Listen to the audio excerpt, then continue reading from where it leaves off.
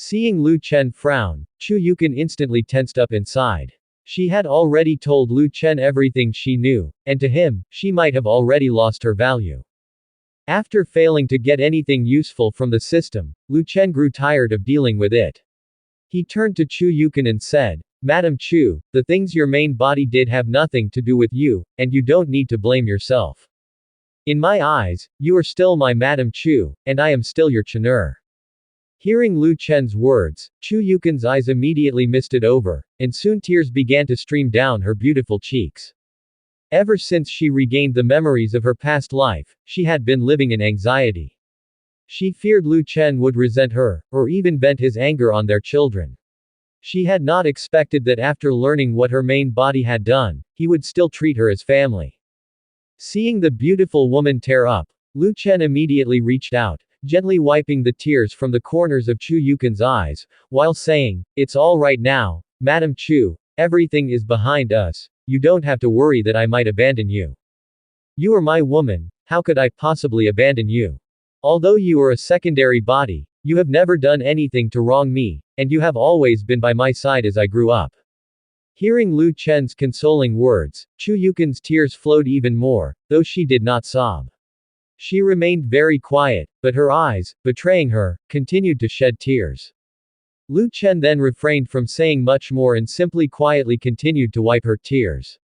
After a long while, Chu Yukon finally calmed down. She lifted her hand, wiping the tears from the corner of her eye, and looked into Lu Chen's eyes, saying, "Chanur, thank you."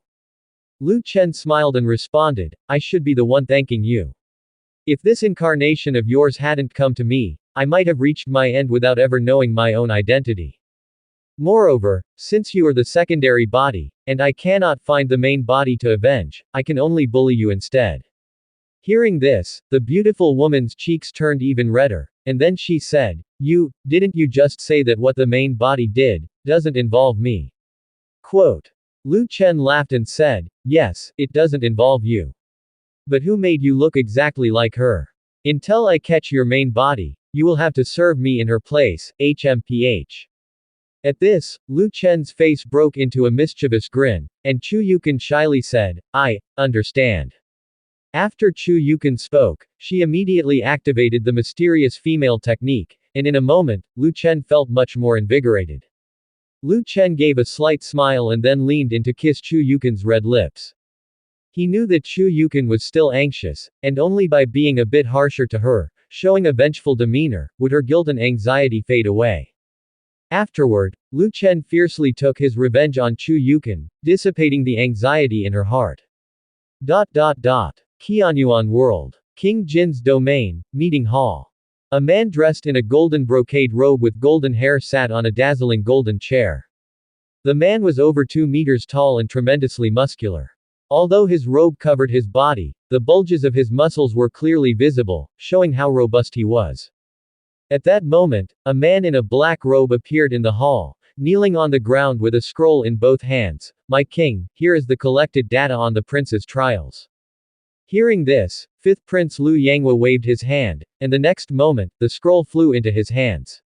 He unrolled the scroll, and it emitted a golden light which displayed the trial statuses of the various princes. After reviewing the other princes' trial statuses, Liu Yanghua sneered and said, "They are all worthless. I have already returned to the Qianyuan world, and these fools have yet to even leave the worlds of their trials.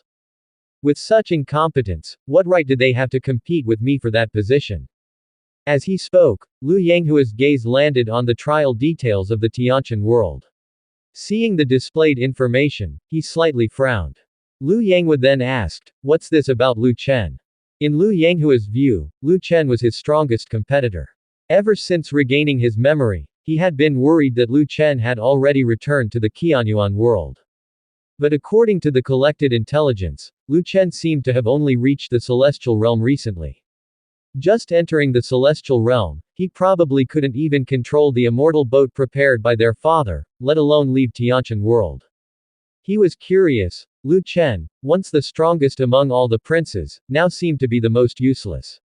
Upon hearing Liu Yanghua's question, the man in the black robe answered, "My king, according to the intelligence I gathered, Prince Lu Chen's trial was tampered with by others, so he has been unable to advance. Moreover, Emperor Shenwu has already spoken, to completely give up on Prince Lu Chen. Huh. Hearing the man's words, Lu Yanghua felt even more puzzled, giving up on Lu Chen. His father, the emperor, surely knew Lu Chen's strength. Among all the princes, Lu Chen alone possessed the strength to single-handedly challenge them all. And yet, he was abandoned just because of one trial. Did his father really think this way? After pondering for a moment, Lu Yanghua asked, what has Lu Chen been doing since he went to the Tianqian world? The man in black robes replied, Your Highness, since Prince Lu Chen was reborn, he has been addicted to the pleasures of women, spending his days in bed with them for pleasure, and he has fathered quite a number of offspring. Hearing that Lu Chen had fathered offspring, Lu Yanghua immediately burst into laughter. Ha ha ha, no wonder father abandoned him. Lu Chen, oh Lu Chen, not only are you indulging in your lust for women, but you dare to reproduce. Not to mention that you have no chance of becoming the great emperor now, I bet you can't even return to your peak strength. This prince actually once considered you a contender, I really was blind. Lu Yanghua then said, there's no need to discuss this waste any longer. Let's talk about the Saintess of the mysterious Moon Palace. Did they find that Saintess? Just thinking about that immortal spirit body sent waves of excitement through Lu Yanghua. Though the immortal spirit body isn't quite on par with the chaotic spirit body, it's not far off. If he could use her as his furnace cauldron, his cultivation speed would surely increase significantly. Unfortunately, that Saintess of the mysterious Moon Palace, ignorant of what was good for her, had run away, and despite the entire world searching for her, no trace of her had been found. That woman was originally from the All-Law realm and truly possessed the ability to travel to other worlds. However, the mysterious Moon Palace had sealed her power, limiting her to only the Genesis realm. Logically, she shouldn't have been able to escape from her own world. However, the continuous failure to find her suggests that she most likely has left that world. The man in the black robe opened his mouth to respond, Your Highness, we indeed heard some news about Yun Shenxian, though it has not yet been confirmed. Lu Yanghua directly asked, Just tell this prince where she is. The man in black robes replied, According to the combined deductions of Tianji Pavilion and the Palace Master of the mysterious Moon Palace, Yun Shenxian likely went to the Tianqian world, but whether she is still in that world is uncertain. The Tianqian world. Hearing the man in black robes answer, Lu Yanghua waved his hand again, and the scroll in front of him emitted a golden light, subsequently displaying the name of the trial world where Lu Chen was located. Lu Yanghua said, So Yun Shenxian went to the trial world where Lu Chen is. The man in black robes said, Yes. Lu Yanghua pondered for a moment, his expression slightly troubled. That was the immortal spirit body. If it fell into the hands of Lu Chen, who was immersed in his indulgence of women, it would be a tremendous waste. However, the Tianqian world was Lu Chen's trial world. If he sent people there, he would risk interfering with Lu Chen's trial, and he wasn't sure if his father would hold it against him. Lu Yanghua thought again, his father had already given up on Lu Chen, so even if he sent someone over, his father probably wouldn't say much. Royalty is ruthless, Emperor Shenwu even more so, he wouldn't concern himself with such a failure. After thinking it over, Lu Yanghua said, Immediately have the mysterious Moon Palace send someone to the Tianqian world to confirm whether Yun Shenxian is still there. The man in black robes said, The mysterious Moon Palace has been searching for the Tianqian world for 100 years, but the spatial coordinates of the Tianqian world have been shielded, they have not yet found its location. Lu Yanghua said, You should be able to determine the location of the Tianqian world, right? The man in black robes said, I am incompetent, sir. Apart from Empress Shenwu and Emperor Shenwu, no one knows the locations of the trial worlds for the various princes. The information I gathered was from those in contact with the Sky Evolution Stone among the Sky Guards. Hearing the man in black robes reply, Lu Yanghua's expression grew dark, he was clearly not satisfied with the answer. After pondering for a while, Lu Yanghua said, Find a way to connect with Empress Shenwu, she can use the Sky Evolution Stone and she definitely knows the exact coordinates of the Tianqian world. The man in black robes said, I understand, but my lord, if His Majesty learns that you are getting too close to Empress Shenwu, he might. The man in black robes didn't continue his sentence. He believed Liu Yanghua understood the pros and cons. For the current Emperor Shenwu, the chaotic spirit body was his most prized possession.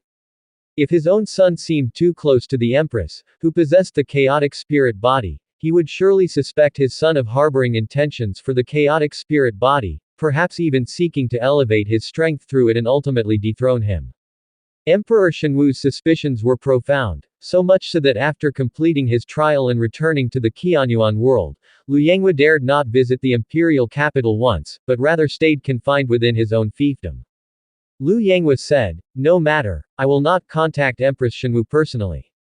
As soon as I learn the spatial coordinates of the Tianqian world, I will sever all contact with Empress Shenwu immediately." Although Liu Yanghua coveted the chaotic spirit body, he was not foolish enough to compete with Emperor Shenwu for it. The news that the Daxia dynasty was going to negotiate with the forces from the Misty World quickly spread throughout the Tianqian world. Regarding the matter of negotiation, the common people of Great Sum were actually quite dissatisfied. Invaders from the Misty World had come to their world to dominate and had killed so many of the Daxia civilians. As a result, Great Sum could only resort to negotiations in the end. However, there was also a significant call for negotiation among the general populace, as most people thought that although Liu Chen had achieved unification of the entire world and was somewhat capable as an emperor, the enemies from the Misty World were much stronger. Facing such powerful enemies, Emperor Liu Chen was already overwhelmed. Currently, Daxia also lacked the capability to contend with forces composed almost entirely of immortals, being merely a secular dynasty after all. As more cultivators from the Misty World entered the Tianqian world, the people of Daxia had more interactions with the cultivators from the Misty World. Now, the people of Daxia had gained a higher understanding of the Misty World, recognizing it as a realm filled with cultivators. Most commoners believed that the residents of the Misty World were all immortals. Therefore, facing those immortal forces, Daxia had no chance of winning, making negotiation the only option for Daxia. Negotiate. Hey! In Black Dragon City, on an upper floor of the Hundred Flowers Tower, a woman dressed in white cloud robe looked at the newspaper in her hand and laughed. Since her arrival in Black Dragon City, Yun Shenxian had heard plenty about the news that Great Sum intended to negotiate with the forces of the Misty World. She initially thought these were rumors, but surprisingly, the newspapers now had explicit reports of it. This indicated that the Daxia Imperial Court had indeed decided to negotiate. But these negotiations were the affairs of the Daxia Imperial Court. What did they have to do with Liu Chen? Yun Shenxian didn't believe that Liu Chen would negotiate with those forces from the Misty World. The message Liu Chen had released about wanting to negotiate was probably meant to stabilize the forces of the Misty World or possibly to confuse them. Liu Chen must have prepared some countermeasures. Pondering this, Yun Shenxian put the newspaper down on the table, her gaze then shifting toward the direction where the Misty World was located. The prohibitions of the Misty World were on the verge of collapse. Once the prohibitions vanished, she would immediately set off for the Misty World to find a way to leave the Tianqian world. While she knew that Liu Chen probably had a remarkably strong cultivating family supporting him and relying on Liu Chen might help her leave this world, ever since she became Liu Chen's woman, deep inside, she no longer entertained the thought of using Liu Chen.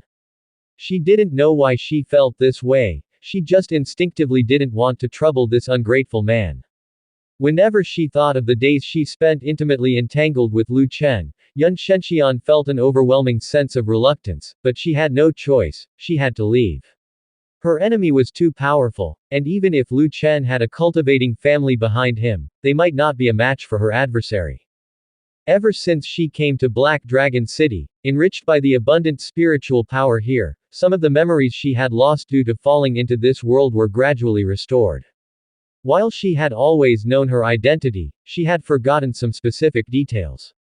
The Tianqian world seemed to be a world with incomplete rules, but it could seal her memories, which made Yun Shenxian realize that something was amiss with this world. That's why she now wanted to leave this world even more. As Yun Shenxian gazed distractedly in the direction of the Misty World, a surge of spiritual power suddenly spread from it, causing spatial distortions to appear there. The disturbances in the Misty World also affected Black Dragon City.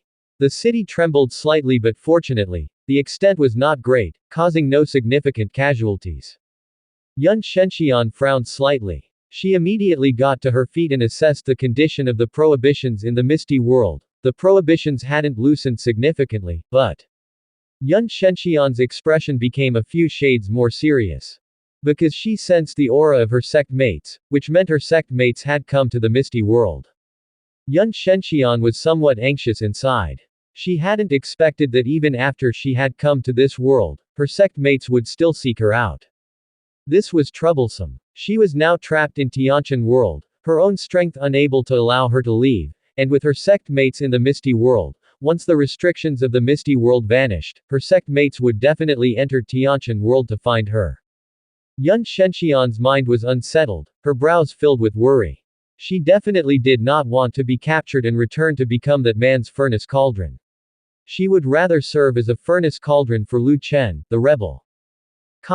Black Dragon City, a certain tavern. Today, representatives of the three major powers gathered in the tavern, due to the peace talks proposed by the Daxia dynasty. Bailey Chen glanced at the newspaper in his hand, then threw it down on the table. Peace talks. Ridiculous. A mere mortal dynasty, what right do they have to negotiate with our cultivation sects? The disciples of the Misty Immortal sect had always been accustomed to dominance. In their view, the Daxia dynasty should simply bow in submission. The Daxia dynasty had not only remained silent but had gone further to kill the disciples of the Misty Immortal sect and Lingu sect. And now, they dared propose peace talks to the major forces of Misty World. What a joke, does their Misty Immortal sect need to negotiate with Immortal dynasty? Their sect's disciples had been killed, and now the only way for the Daxia dynasty to apologize was for the emperor to commit suicide and for a change of dynasty. Otherwise, they would just wait to face the wrath of the Misty Immortal sect. Hearing Bailey Chen's words, the representative of the Lingu sect, Jiyu Qijung, said, the Sum Emperor says he wants peace talks, but perhaps he does not truly wish for peace talks. Highly likely, he knows that after killing the disciples of our two powerful forces, we would not sit idly by, so he proposes peace talks to all forces in the Misty World. Saying it's peace talks, when in fact, it is just a way for other forces in the Misty World to limit our Lingu sect and Misty Immortal sect from taking action against the Daxia dynasty. The peace talks proposed by the Daxia dynasty weren't with just one force in the Misty World, but with all the forces. The intent of the Sum Emperor was clear. He could cede land, and as for how it was divided, that was up to the forces of Misty World. Giving up land was not an act of submission, but a tactic to incite discord within the entire Misty World. Once the Daxia abandoned control of Tianqian World, how would Tianqian World be divided? At that time, the major forces would inevitably fight over the territory, and the Daxia dynasty could just sit back and watch, waiting till the powers were considerably weakened before possibly stepping back in. Of course, this was just the view of Bailey Chen and Jiyu Qijung. Lu Chen's real intention was not to watch from the sidelines, but merely for training his troops. At that moment, Bai Guangyu glanced at Jiyu Qijung and Bailey Chen and then spoke, since both of you dismiss the idea of peace talks, what do you think, should our three major powers participate in these talks or not? Hearing Bai Guangyu's question, the two did not respond immediately, falling silent for a moment. A moment later, Bailey Chen said, of course, we still have to participate. If we don't, when the Daxia dynasty incites discord, it will be disadvantageous for us. Although the three great powers had already formed an alliance, planning to take on other forces, their plan was to do it gradually, one force at a time, not instantly eliminate all disciples of forces other than their own. They did not yet have that ability. If, apart from the three major powers, all the forces in the Misty World united, the manpower of these three powers might truly not be enough. In their view, the Daxia dynasty's call for peace talks was simply a tactic to incite infighting within the forces of Misty World. If the three major powers did not participate, when the Sum Emperor negotiated with other forces later on and sowed discord, whatever he said could lead those forces to ally. Then, the disciples of the three great powers would be in trouble.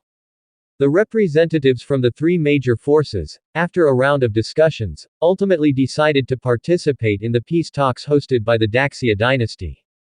Ji Qijung and Bai Li Chen were curious to see what kind of scheme the Sum Emperor was concocting. In the context of heightened calls for peace talks, the military department of Great Sum became tremendously busy. After the establishment of the new army, Great Sum's military began their selection process. Only the most elite soldiers would be able to join the War Dragon army. To join the new army, the soldiers began intense cultivation and grueling training.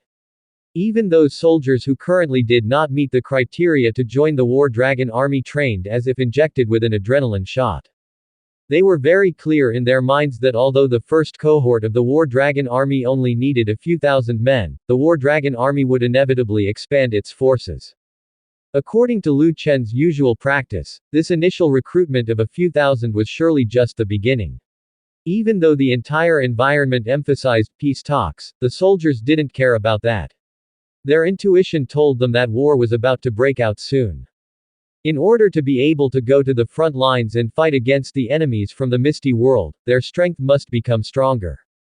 Ordinary people definitely couldn't fight against cultivators, so their power had to be at least cultivated to 9th grade. 9th grade was the most basic requirement for joining the War Dragon army, which indicated what the War Dragon army planned to do in the future. Since the military department was under Lu Chen's direct command, most of the civil officials barely noticed the changes in the army. Only a few important ministers were aware. Daxia Dynasty. Yan County, the Imperial Palace. Lu Chen flipped through the memorials presented by the generals about the military reform, murmuring to himself, professional matters indeed require professional people to handle them. Although Lu Chen thought about creating a new army, he was someone without much military talent, so even after creating a new army, he didn't know how to train it. However, he had many military generals under his command, who knew how to train, so Lu Chen pooled their wisdom and let them write memorials. Then he organized these memorials from the generals to form the new army's training methods. While Lu Chen was engrossed in reading, the voice of a palace maid came from the door. "Your Majesty, Commander Qin requests an audience." Lu Chen replied indifferently, "Let him in." Qin Yushan then entered the imperial study room and bowed to Lu Chen, although Lu Chen's attention remained on the memorial in his hands. Lu Chen asked absently, "Commander Qin, what's the matter?" Qin Yushan took out an intelligence report and placed it on Lu Chen's desk, then reported, "Disciples from the Lingu sect and the Misty Immortal sect plan to participate in the peace talks." Lu Chen didn't think much of it. Those two forces were definitely going to join the peace talks, so this wasn't important intelligence to him. Lu Chen continued, "Anything else?" Qin Yushan went on to say, "Lately we've noticed that Minister Huang and Lei Wendi are getting close, and Minister Huang is responsible for liaising with the power of the Lingu sect. Although our spies rarely find them discussing related matters, each time they converse, it's within the study, and there's always a brazier burning in Minister Huang's study." Hearing Qin Yushan's words, Lu Chen stopped flipping through the memorials, looked up at Qin Yushan, and smiled, as Minister Huang that afraid of the cold. Burning a fire in the study during the hot weather. Qin Yushan understood that Lu Chen was joking. He responded, "Perhaps he's recently done something guilty, and the uneasiness has made him feel physically weak." At this point, Qin Yushan continued to ask, "Your Majesty, shall we increase surveillance on Minister Huang?" Lu Chen said, "No need, I've written a letter to Bai Guangyu. You'll have a Jinyue guard deliver it to Bai Guangyu later." Qin Yushan immediately bowed and said, "Yes, I understand." Lu Chen was already aware of the collusion between Lei Wendi and Huang Mingui, but he didn't care much about it. After all, once the peace talks were over, aside from the 10,000 immortal sect, all the disciples sent by the forces of the Misty World would be eliminated. At that time, the new disciples sent by the Lingu sect would be eliminated just the same. Then, Lu Chen took out a letter and tossed it to Qin Yushan, who quickly caught it. Lu Chen again lowered his head to look at the memorial, saying as he read, "If there's nothing else, you can go attend to your duties." Qin Yushan bowed once more, "Yes, I shall take my leave." Qin Yushan then turned and left the imperial study room. In the evening, the blood-red sunset hung in the sky, dyeing the clouds crimson. Under the sunset's glow, everyone's skin within the palace turned a mud-yellow hue. At this moment, Lu Chen stood up from his chair and stretched lazily. He then said to the palace maid at the door, "Tonight, I will go to Consort Mu's place. No need to report." Every time Lu Chen visited Mu Yunxi, he wouldn't have the palace maids report. He liked to appear suddenly in Mu Yunxi's room and give her a big surprise. After tantalizing her for this period, Mu Yunxi had become completely reliant on him. Each time he went to Mu Yunxi's chamber, before he even initiated, Mu Yunxi would pounce directly on him. She now desperately wanted to devour Lu Chen, but after coming into contact with his body, she found herself immediately weakened and powerless, realizing that forcing herself to become Lu Chen's woman was not an easy feat. At this moment, Lu Chen arrived at the doorway and glanced at the sunset on the horizon, then muttered to himself, "It's about time." Having kept Mu Yunxi on tenterhooks for so long, it was time to give her a taste of sweetness. Meanwhile, Mu Yunxi's chambers. Currently, Mu Yunxi was sitting at a table, delicately sipping tea, appearing every bit the picture of a well-bred young lady. During the recent period, she had been trying to find a way to calm herself, to stop thinking about that bastard. She discovered that drinking tea was a good method. Over these days, she had indeed become much more tranquil, her heart not as restless as before. At the very least, she wasn't as agitated as when she was cultivating. Every time she closed her eyes to practice, Lu Chen's image would fill her mind, making it impossible for her to focus on her cultivation. After taking a light sip of tea, Mu Yunxi snorted coldly and said, "To think of making me his complete female slave, laughable." Mu Yunxi understood Lu Chen's intentions well. This guy had kept her dangling, simply wanting to hook out her innermost desires completely so that she would be unable to extricate herself, forever becoming that man's plaything. After realizing his scheme, she had been trying to calm herself, and now she had achieved a state of inner stillness, although Lu Chen's every visit still disturbed her for a while. At this time, a familiar voice came from behind her. "My consort has been quite lazy recently, not cultivating at all.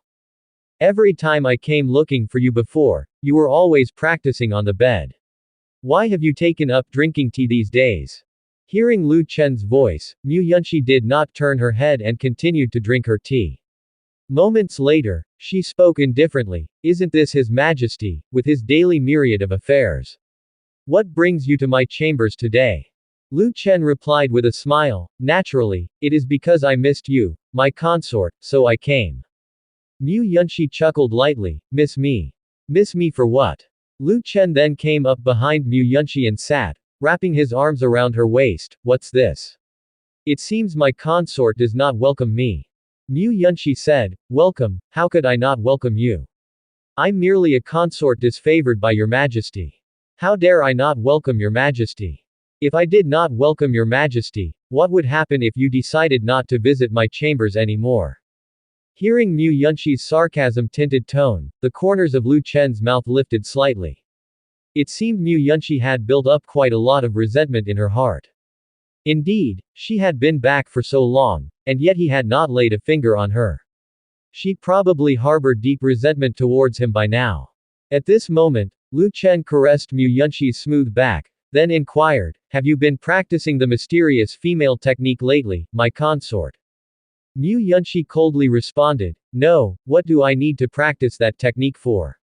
I am an unwanted woman, practicing the mysterious female technique is futile." Living in Lu Chen's harem, Mu Yunxi knew all too well the purpose of the mysterious female technique. Lu Chen's hand then slowly moved to Mu Yunxi's lower abdomen, and he whispered in her ear, "What are you saying? You are my woman. How could you be unwanted?"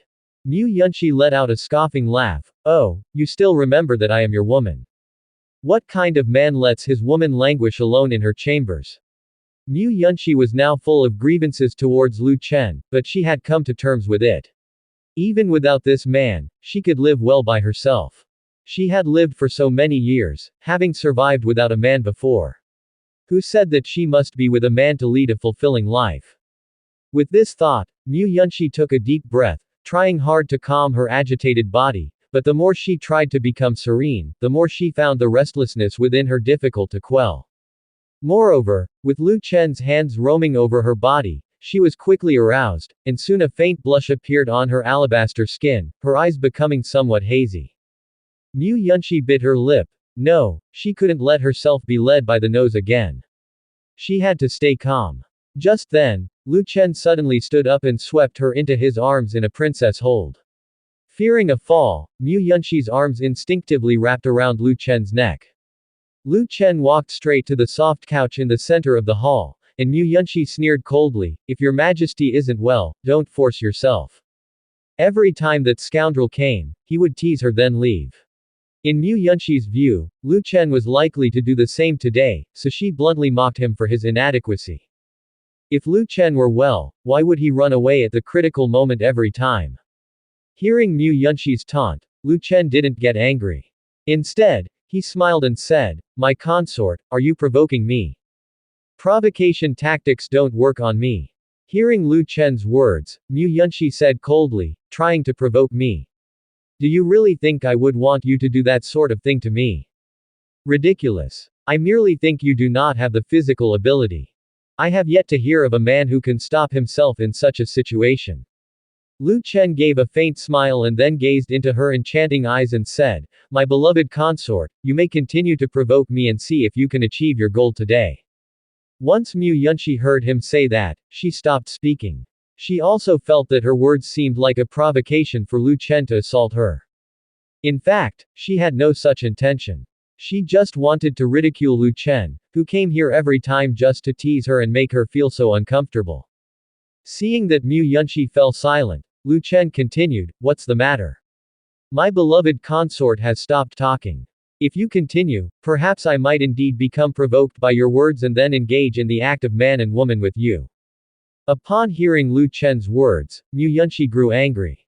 She directly said, "You do it if you want. If you think you can make me debase myself and beg you, you are dreaming." Seeing the beauty's angry and embarrassed look, Lu Chen's inner flame ignited in an instant. It must be said that Mu Yunshi's anger made her even more irresistible. At that moment, Lu Chen set Mu Yunshi down on the soft couch and then leaned over her, gently pressing down on her soft and delicate body. Mu Yunshi turned her head to the side. She still didn't believe that Lu Chen would touch her tonight. The scoundrel had come to her many times without doing that kind of thing, so she had no hopes left. She feared that she might start expecting something and then this scoundrel would run away at the crucial moment, making her feel even worse. The higher the expectation, the greater the disappointment. It would be better to calm down and not entertain any thoughts about that kind of thing so that even if Lu Chen ran away, she could quickly quell the restlessness in her heart. While Mu Yunshi was thinking this, Lu Chen's large hand slipped into her dress. Mu Yunshi's delicate body trembled slightly, but she still turned her head away, refusing to look at Lu Chen. Lu Chen then asked, "I'm a bit curious, how did you come to this world? Can you tell me?" Mu Yunshi said coldly, "What purpose do you have in asking? Since you're already my woman, naturally I should get to know you better." This time, Mu Yunshi did not retort but answered truthfully, "Back in the cultivation realm, I came across a red flower sedan. I thought it was a treasure, but it led me into a spatial turbulence, and I ended up in this world." Hearing this, Lu Chen said with a smile, "Sometimes being too greedy is not a good thing." Mu Yunshi snorted coldly without replying. If she had known that chasing after the red flower sedan would result in this situation, she definitely would not have pursued it. Besides, the location of that red flower sedan wasn't somewhere dangerous. She even felt that she might have been trapped by someone's scheme and sent to this world. Just as Mu Yunshi was about to say something more, she suddenly heard a ripping sound, followed by a feeling of a cool breeze, a chill coming over her. But she still didn't care. Lu Chen had torn her clothes many times, but she had never seen this scoundrel actually fight a real battle. Lu Chen continued to ask, "My beloved consort, have you heard of the Qianyuan world?" Upon hearing this question, Mu Yunshi was momentarily taken aback. She hadn't expected Lu Chen to suddenly ask such a thing. After regaining her composure, Mu Yunshi replied, "The cultivators of the high-level cultivation realm all know of the Qianyuan world where the Shenyu dynasty is located. The Shenyu dynasty had swallowed up countless high-level cultivation realms. Whenever cultivators from the cultivation realm mentioned Emperor Shenwu, their faces would turn pale. The great emperor was beyond reproach. Even if people talked about Emperor Shenwu, They would not dare to speak any disrespectful words, lest they burst and die on the spot right after their words fell. Seeing that Mu Yunshi knew of it, Lu Chen continued, actually, my true identity is the son of Emperor Shen Wu. As soon as Lu Chen said this, Mu Yunshi was completely stunned. She turned her head and stared straight into Lu Chen's eyes, trying to discern whether he was joking with her. But Lu Chen's face was filled with a smile and did not look like he was joking at all. Besides, Mu Yunshi believed that in this world, there shouldn't be anyone who would dare to impersonate the son of Emperor Shen Wu. Does that mean Lu Chen could truly be his child? Lu Chen is a prince of the Shenyu dynasty. Even the son of the great emperor. Just the thought of Lu Chen's identity made Mu Yunshi's body involuntarily shiver. She had actually been showing disdain to the son of a great emperor. Mu Yunshi's face turned pale, and beads of cold sweat emerged on her forehead. Still hoping, she confirmed, you're just teasing me, right? Lu Chen said with a smile, do you think I need to tease you? How does teasing you benefit me? You're already my woman, and I can possess you at any time. Would I need to use this identity to deceive you? The reason I'm telling you is to see if your status in the cultivation world is higher than that of the son of a great emperor. At Lu Chen's words, Mu Yunshi was speechless. What a joke, who does she think she is? Her identity could never be as high as the son of a great emperor, let alone the son of Emperor Shen Wu. Once Lu Chen reveals his identity, even the realm masters of the high-level cultivation realm would have to pay their respects when they see him, not to mention she's just a goddess from a mid-tier power. Lu Chen continued, moreover, I think no one would dare to pose as the son of Emperor Shen Wu. Mu Yunshi fell silent. Indeed, no one would dare to impersonate the son of Emperor Shen Wu unless they wished for death. Mu Yunshi was somewhat at a loss as to how to face Lu Chen now. Initially, she had thought that Lu Chen was just a young master from a cultivation family out for training. She had not expected his background to be so significant. Being fancied by Lu Chen meant that from now on, she might only ever be a female slave to him. With Lu Chen's noble identity, her own status would only qualify her to be his female slave. Mu Yunshi now lay there deflated, daring not to say a word, obediently waiting for Lu Chen's favor. Seeing Mu Yunshi scared into such a state, Lu Chen raised his hand and gently caressed her jade cheek, smiling as he said, what's wrong, my love? You don't look well. I much prefer the defiant look you had earlier on. Mu Yunshi still did not speak. Lu Chen continued, even though I am the son of Emperor Shen Wu, I'm actually not favored by him. There's no need for you to be so afraid of me. Mu Yunshi felt a sense of helplessness in her heart. That was the bloodline of Emperor Shen Wu. What kind of person was he? A being that dominated the starry sky. Even if Lu Chen was not in favor, she dared not act recklessly in front of him. Seeing that Mu Yunshi remained silent, Lu Chen stopped teasing her and bent down to kiss her red lips directly. Mu Yunshi did not dare to move, allowing Lu Chen to do as he pleased. Such docility must have been boring for Lu Chen, but he believed she would soon return to her former self. Under his skilled kisses, Mu Yunshi quickly grew passionate and gradually forgot about Lu Chen's identity, knowing only to cooperate with him. After having her appetite whetted by Lu Chen for so long, combined with the shock of the identity he had just revealed, she was now utterly subdued by him. After an indeterminate amount of time, Mu Yunshi suddenly let out a soft, and couldn't help but squeeze out 2 clear tears from her beautiful eyes. Finally, she became this scoundrel's woman. Although Mu Yunshi dared not take any rash actions after knowing Lu Chen's identity, it did not mean she dared not curse him in her heart. Even if Lu Chen was the son of Emperor Shen Wu, she held grievances against him in her heart and cursed him just the same. Soon, Mu Yunshi lost herself, immersed in the various techniques of Lu Chen. Perhaps it was because he had revealed his identity earlier, her entire being's emotions were now stirred, fear and excitement overlapping, maximizing her and Lu Chen's experience. Meanwhile, in the Misty World, Misty Immortal Sect. A woman stood atop a mountain, gazing into the distance. She was dressed in splendid cloud-like garments, her light gauze skirt fluttering with the wind, akin to a goddess descending to the mortal realm. The colors of her attire, like the dawn atop the mountain peaks, were brilliant and soft, enhancing her elegant and moving figure. Her beauty was breathtaking, Her eyebrows were like crescent moons, her eyes like autumn waters. Those bright eyes seemed to hold the entire cosmic sea. Her nose was high, her lips red and teeth white. She stood on the mountain top, her posture as tall and upright as a pine, exuding an air of nobility and mystery. She seemed to be overlooking the entire world. The confidence and composure revealed in her gaze made people capitulate in admiration. The wind blew through her long hair, her silky locks like the clouds on mountain peaks, ethereal and vibrant.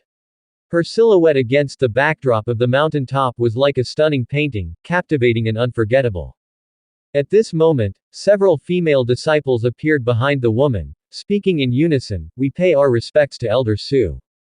Su Hanyan nodded slightly and then said, "I have summoned you here because there is a secret mission I wish to entrust to you." Hearing this, the female disciples looked at each other, curious about what the secret mission Elder Su referred to could be. Being Unity Realm disciples with modest strength, the task must be extremely important if it was to remain confidential, and they could not understand why Elder Su would assign such an important task to them. As the women were engulfed in confusion, Elder Su continued, "You have all been my disciples for many years, hence my trust in you is substantial." Heeding Elder Su's words, the disciples instantly understood her implication and promptly clasped their hands in salute, saying once more, "We pledge our lives to follow Elder Su." Since it was a secret mission, and Elder Su had so explicitly stated her stance, it mustn't be known to others within the Misty Immortal sect. Naturally, the disciples also needed to express their allegiance to Elder Su's side. Seeing that the female disciples behind her were also sensible, Su Hanyan finally felt at ease and said, "My mission is very simple. You will follow this group of disciples entering the Tiantian world. Once you're in Tiantian world, find my 2 direct disciples and have them go incognito and hide somewhere. And deliver these 2 letters to them." Saying this, Su Hanyan took out 2 letters she had already written from her long sleeves. Upon hearing Su Hanyan's words, the female disciples were stunned for a moment. They had thought it was some particularly important mission, especially since Su Hanyan had seemed so cautious and careful. But it was just this. Was this considered an important mission? Having Su Hanyan's 2 disciples hide. Why did they need to hide? They didn't understand. But they didn't ask further, and Su Hanyan continued, "Once this is over, I will take you on as my direct disciples." Hearing these words, the female disciples immediately became excited. Becoming a direct disciple of Su Hanyan was not something just anyone could achieve. Su Hanyan, as one of only 2 Yin-Yang realm powerhouses of the Misty Immortal sect and a woman at that, was someone countless female disciples wanted to call their mentor. Unfortunately, she had initially only taken in 2 natives of the Misty world as her direct disciples. The female disciples snapped back to reality, and excitedly said in unison, "Thank you, Elder Su. We will surely deliver the letters to our 2 fellow sisters." Su Hanyan went on, "Remember my words.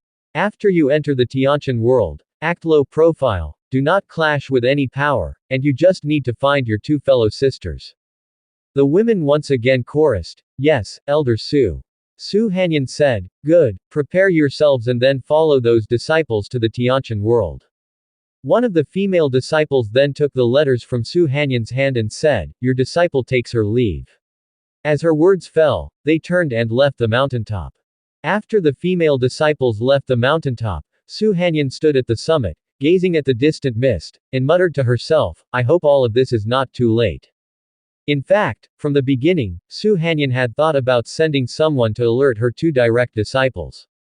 However, the first 2 batches of disciples had been personally arranged by Han Yuankai, and she was concerned that if she forcefully inserted someone, it would attract Han Yuankai's attention. She had never believed Han Yuankai would give up. Since Han Yuankai had spoken to her in that manner, he surely intended to use her 2 direct disciples as furnace cauldrons. Moreover, she had a feeling that Han Yuankai had definitely sent disciples to capture her 2 disciples.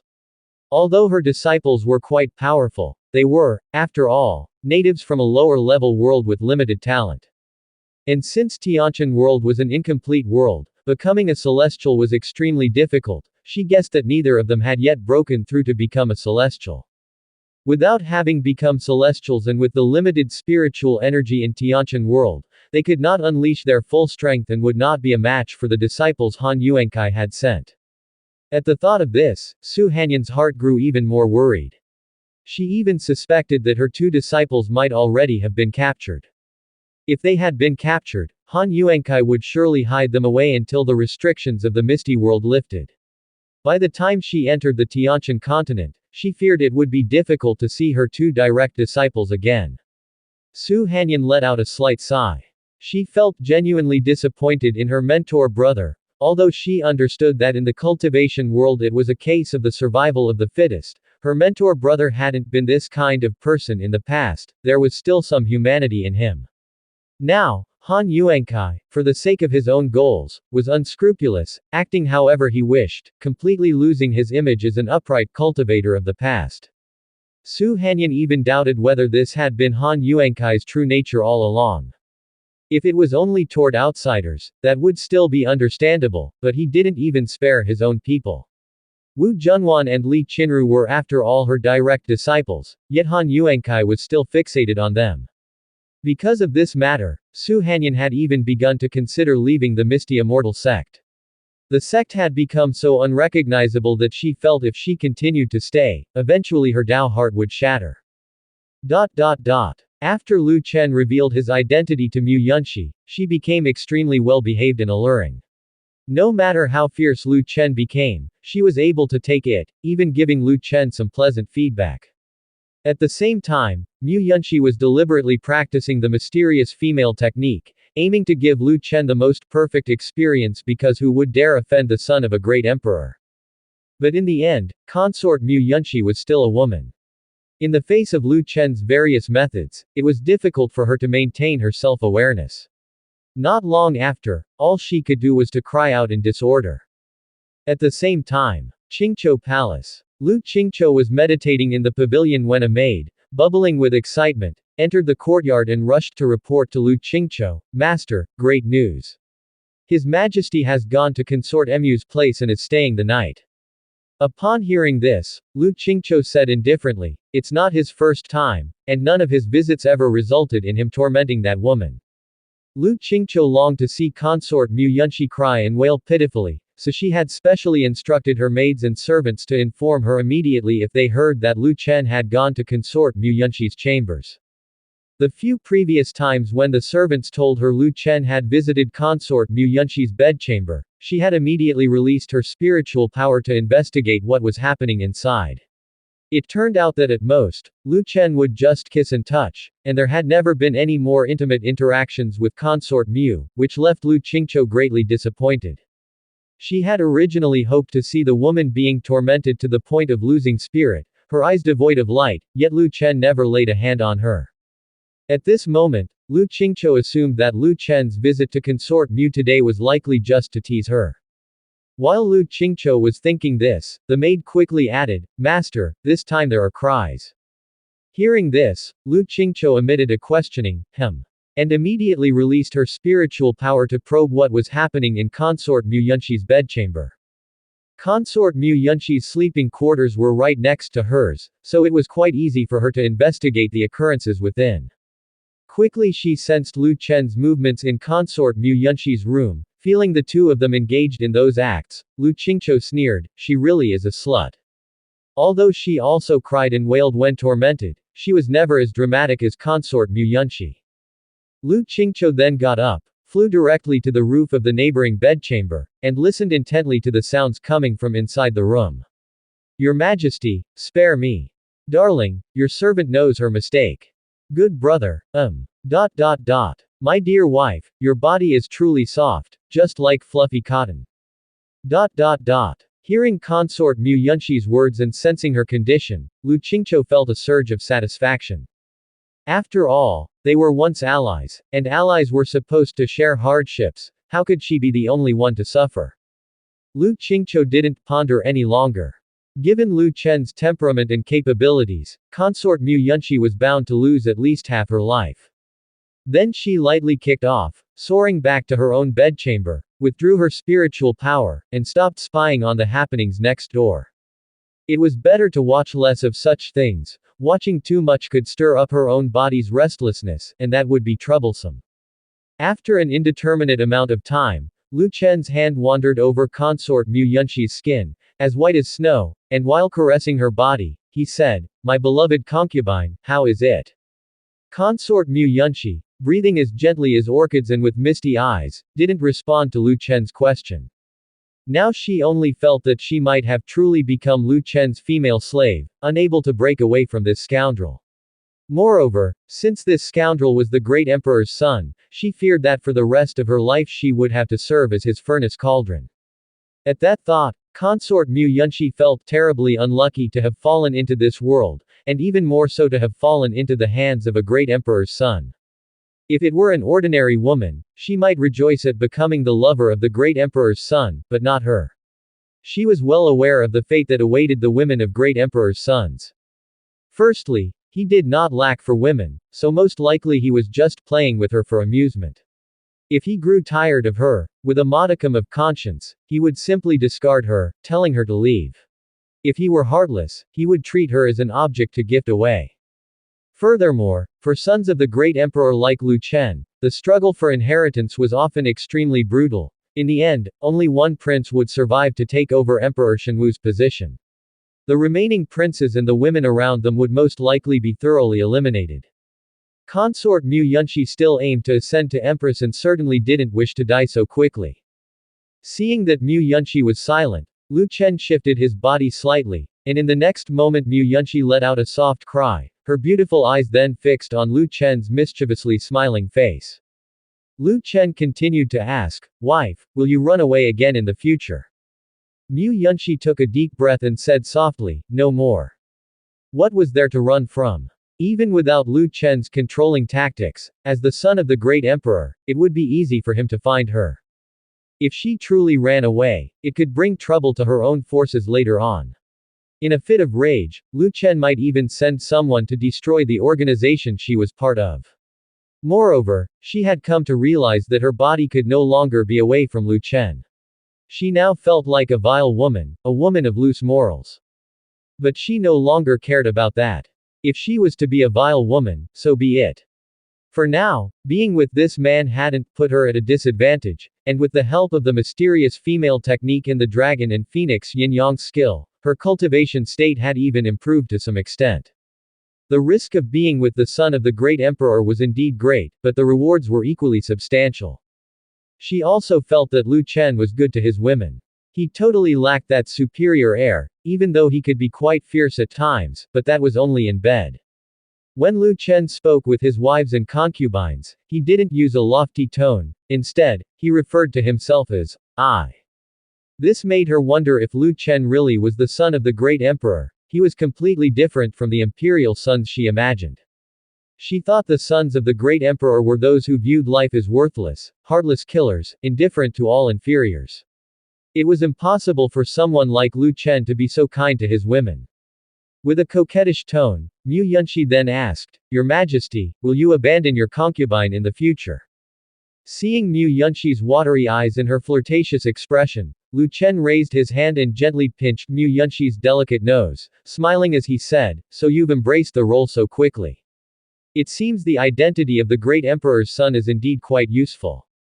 However, I've said before, I much prefer your defiant self. If you're so submissive, isn't it all a bit dull?" Hearing this, Mu Yunshi was stunned. She truly wondered if Lu Chen was seriously ill. It was he who willingly revealed his identity to her, yet now he spoke such words. No wonder Lu Chen said he wasn't favored by Emperor Shenwu, who could favor a prince with such thinking errors. Though she thought this way, Mu Yunshi still responded with a smile, "Your Majesty, your concubine will do as you wish, as long as your Majesty is happy." Lu Chen lifted Mu Yunshi's delicate chin, gazing at her blushing cheeks, and smilingly said, "Then continue to refer to me as I, and maintain your former manner." Mu Yunshi thought to herself, this guy really is sick in the head.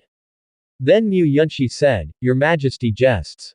Before, your concubine did not know your Majesty's identity and may have slighted you, but now that your concubine knows, how could she dare treat your Majesty the same way?" In a threatening tone, Lu Chen said, "Now that you know my identity, you should also understand that people of my status hate disobedience the most. If you are disobedient, what do you think your fate will be?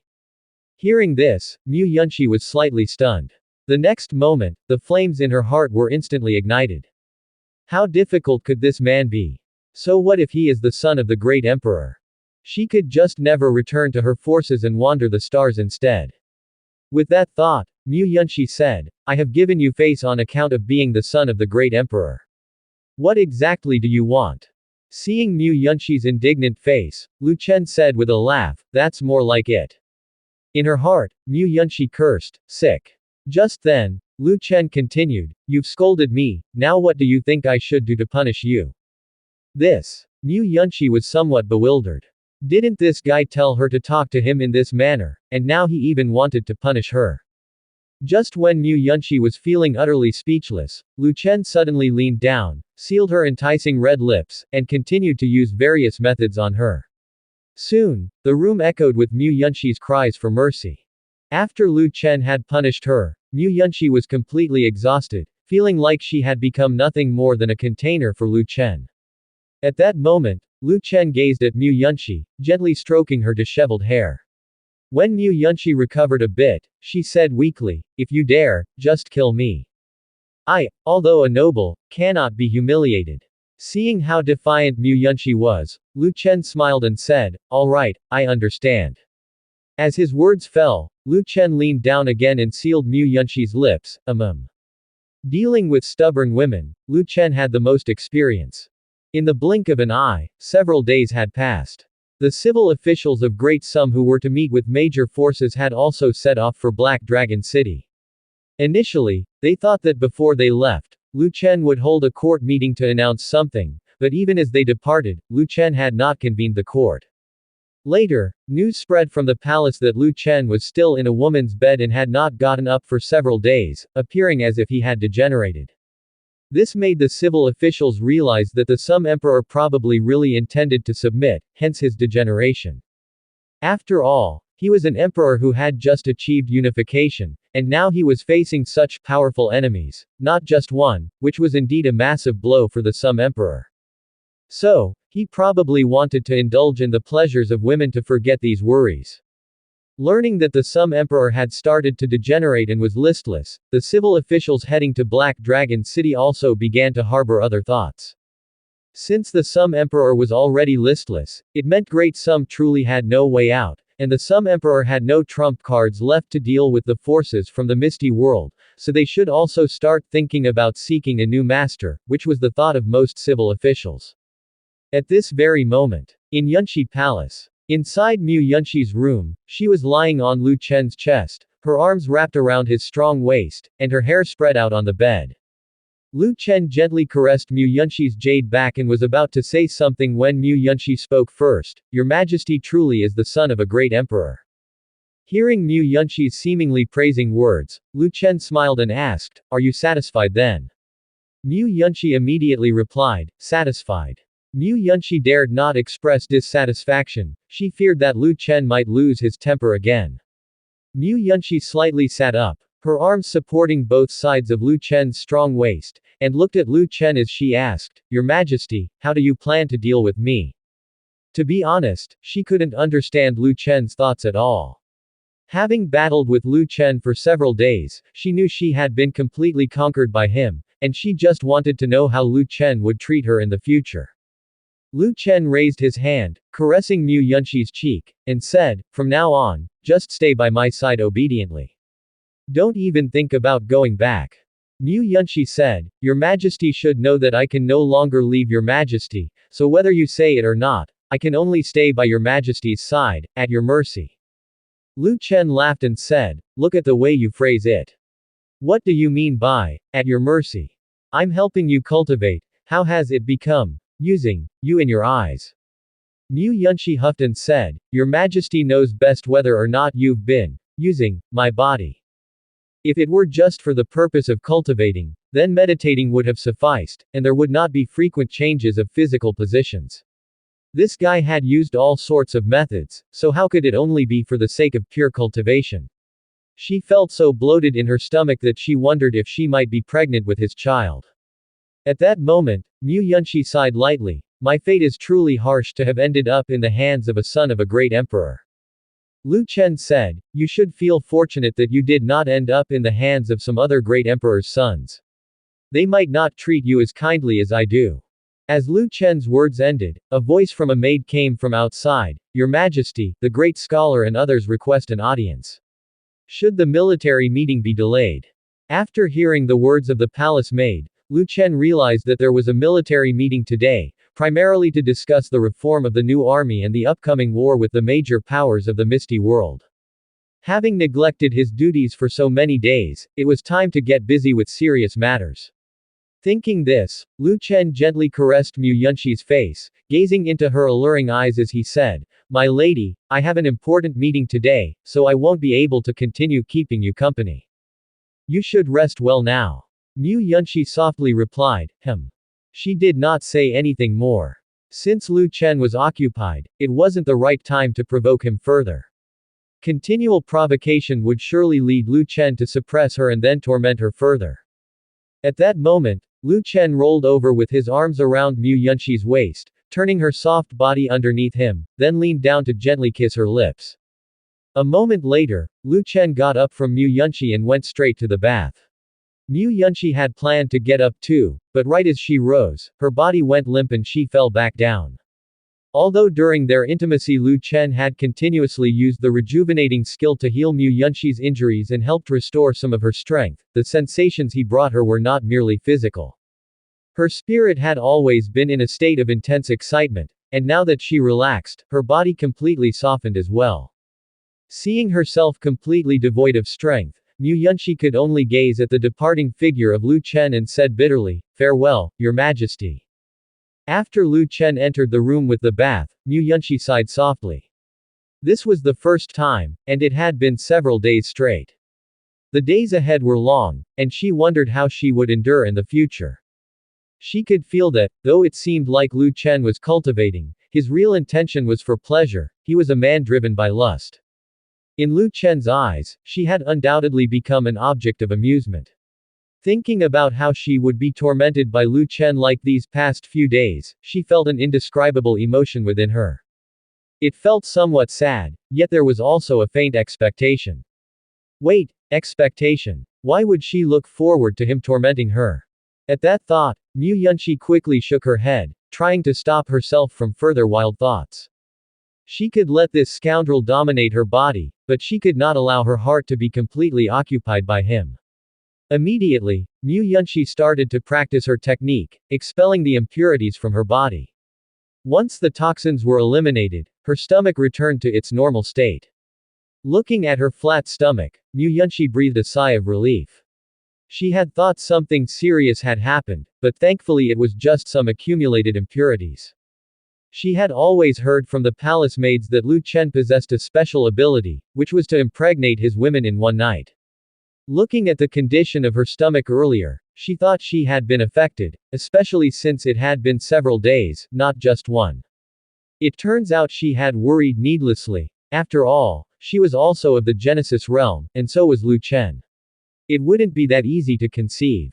After Lu Chen finished bathing and dressed with the help of the palace maids, he immediately used shadow shifting to arrive at the door of the imperial study room.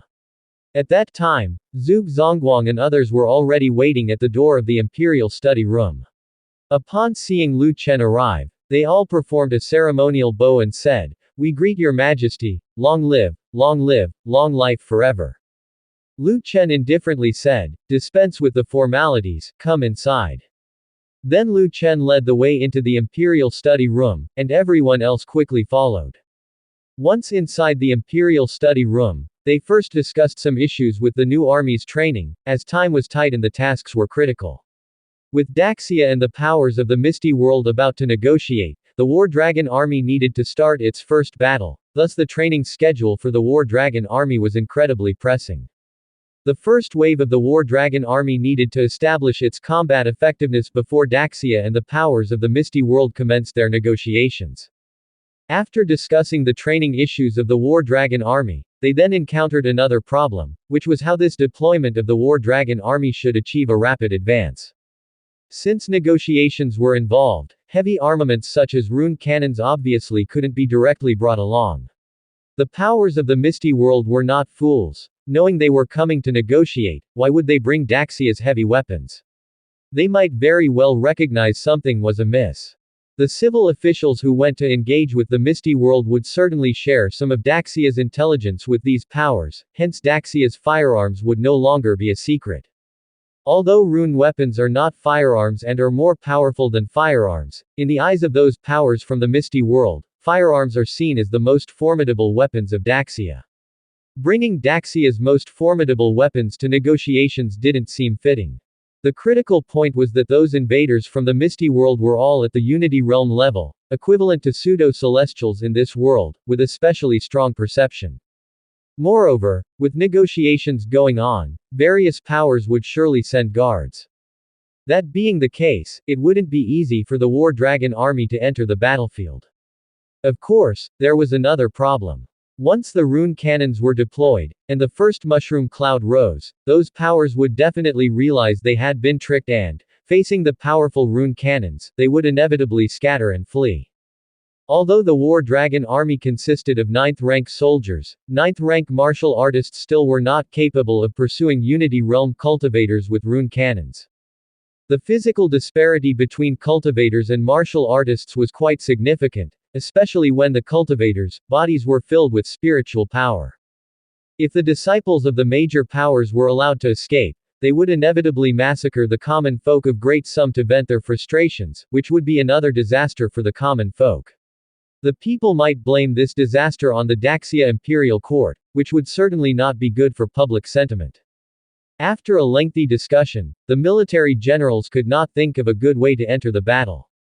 At that moment, Lu Chen spoke to the palace maid at the door, "Summon Qin Yushan." "Yes, Your Majesty." Upon hearing Lu Chen's words, the military generals in the Imperial Study Room were a bit perplexed. Why summon the commander of the Brocade Guard at this time? The Brocade Guard was only responsible for intelligence, not for fighting. While everyone was puzzled, Qin Yushan arrived at the Imperial Study Room. "Greetings, Your Majesty." Long live, long may you reign." Lu Chen said, "Dispense with the formalities." After Qin Yushan rose, he glanced at the military generals in the Imperial Study Room, knowing they must be holding a military conference.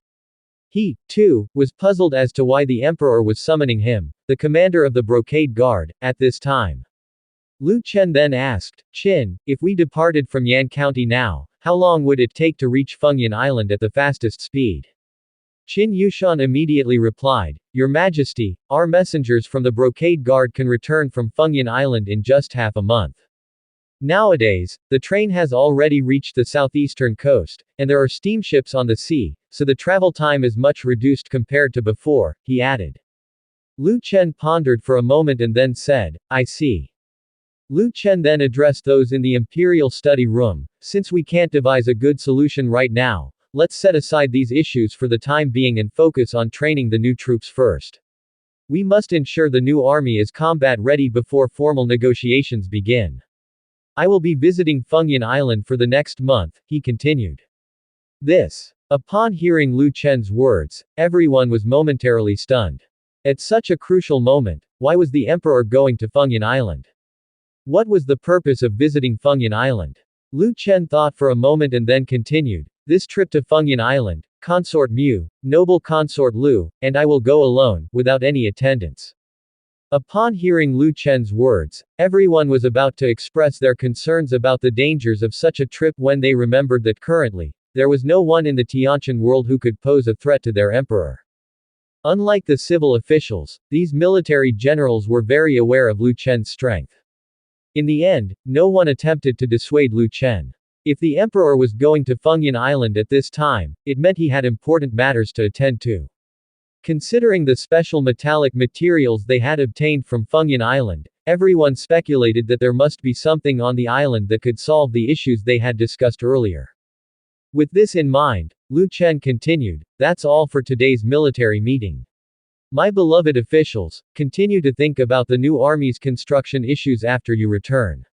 If you come up with some good ideas, write them down and submit them.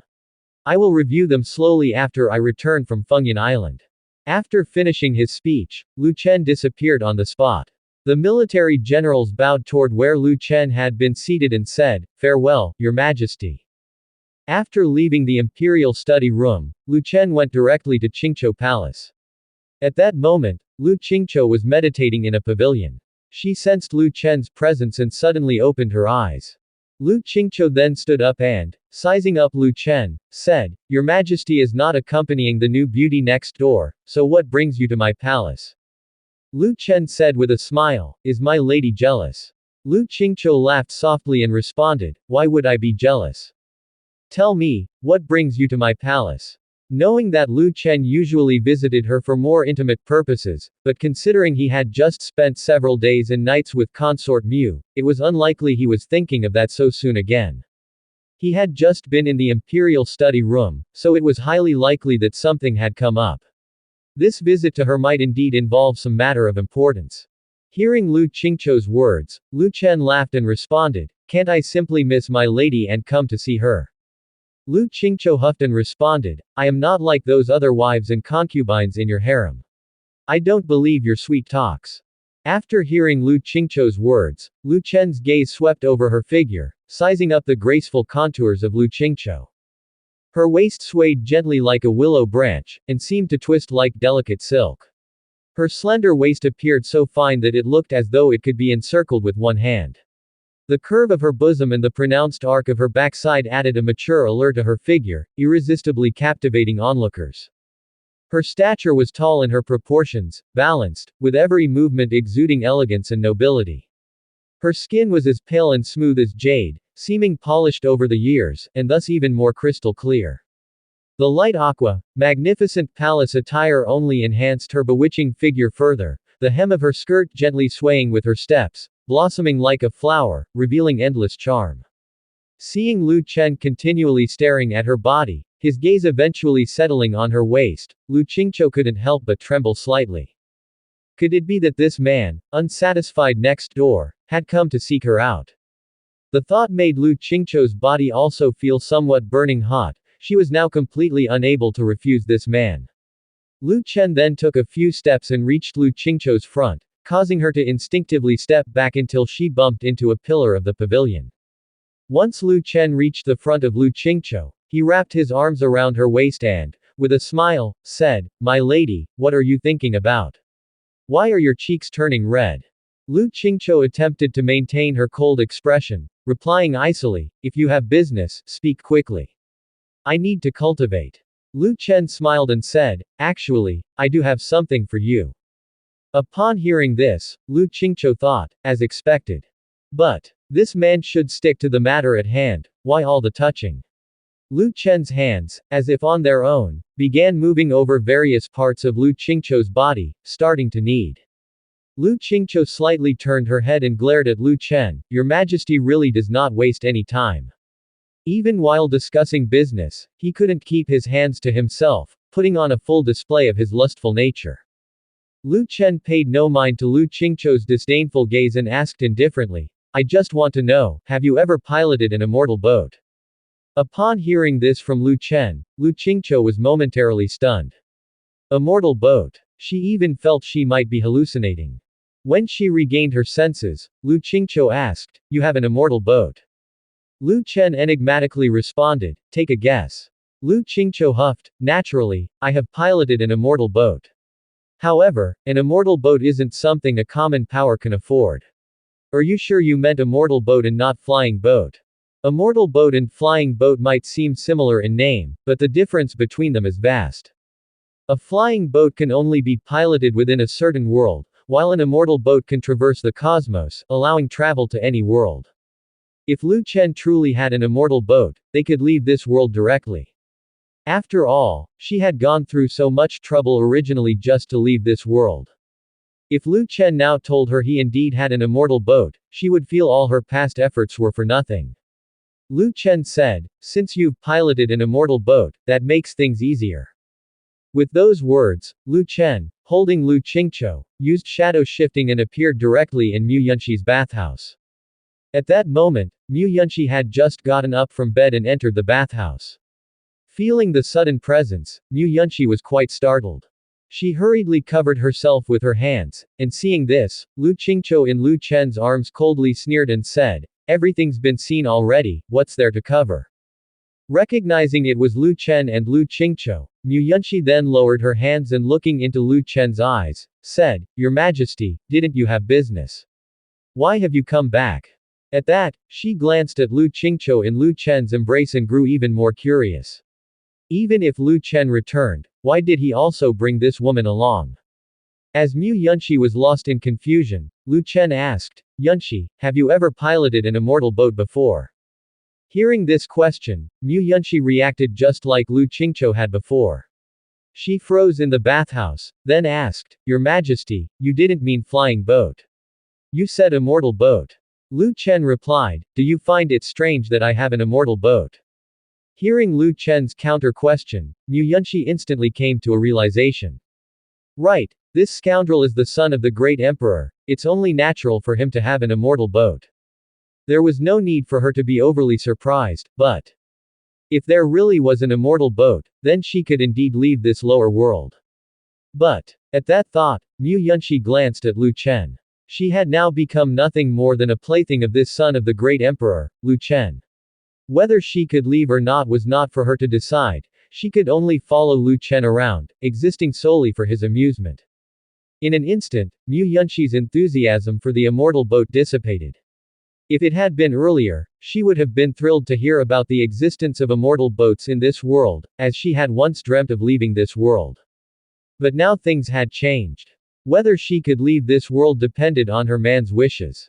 Hearing Lu Chen's words, Lu Qingqiu felt a bit puzzled.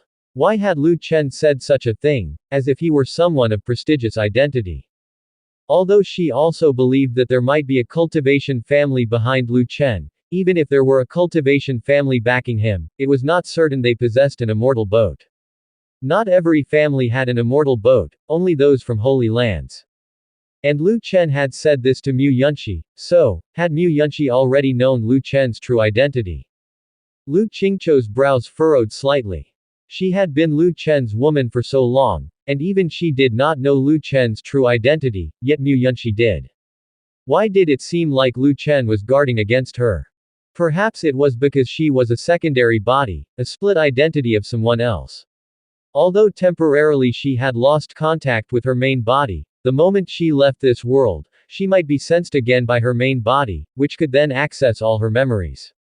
Lu Chen not revealing his true identity to her might be to prevent any leaks of information. Thinking of this, Lu Qingqiu felt somewhat relieved. Mu Yunxi then said, "I have controlled an immortal boat before, though only once and I'm not particularly skilled." Lu Chen said, "Once is enough. Since both esteemed wives have piloted an immortal boat, then come with me to Fengyan Island," he proposed. Mu Yunxi asked, "Fengyan Island? Your Majesty's immortal boat is on Fengyan Island?" Lu Chen smiled and said, "Yes." Hearing Lu Chen's affirmative reply, Lu Qingqiu felt a jolt in her heart. There really was an immortal boat. Could they not then leave this lower world? An immortal boat could easily break through a world and enter the cosmic space to traverse at will. With an immortal boat, they could go to any world they desired. Just as Lu Qingqiu was feeling elated, Lu Chen continued, "I haven't piloted an immortal boat before, so I'll need the help of both esteemed wives then." At that moment, Lu Qingqiu asked, "Your Majesty, when do you plan to go to Fengyan Island?" Lu Chen glanced at Mu Yunxi, who was still soaking in the bath, then replied, "Tomorrow morning." Having kept Mu Yunxi occupied these past few days, it was only fair to give her a day to rest. With her being at the Genesis realm, a day's rest should be enough for her recovery. As his words fell, Lu Chen wrapped his arm around Lu Qingqiu's waist and used shadow shifting to return to the neighboring palace. The next morning, bright and early, Lu Chen, along with Mu Yunxi and Lu Qingqiu, set off for Fengyan Island. The trio had all reached the Genesis realm, and although they couldn't use powers beyond that in the Tiantian world currently, even traveling at a celestial speed, they were much faster than a train.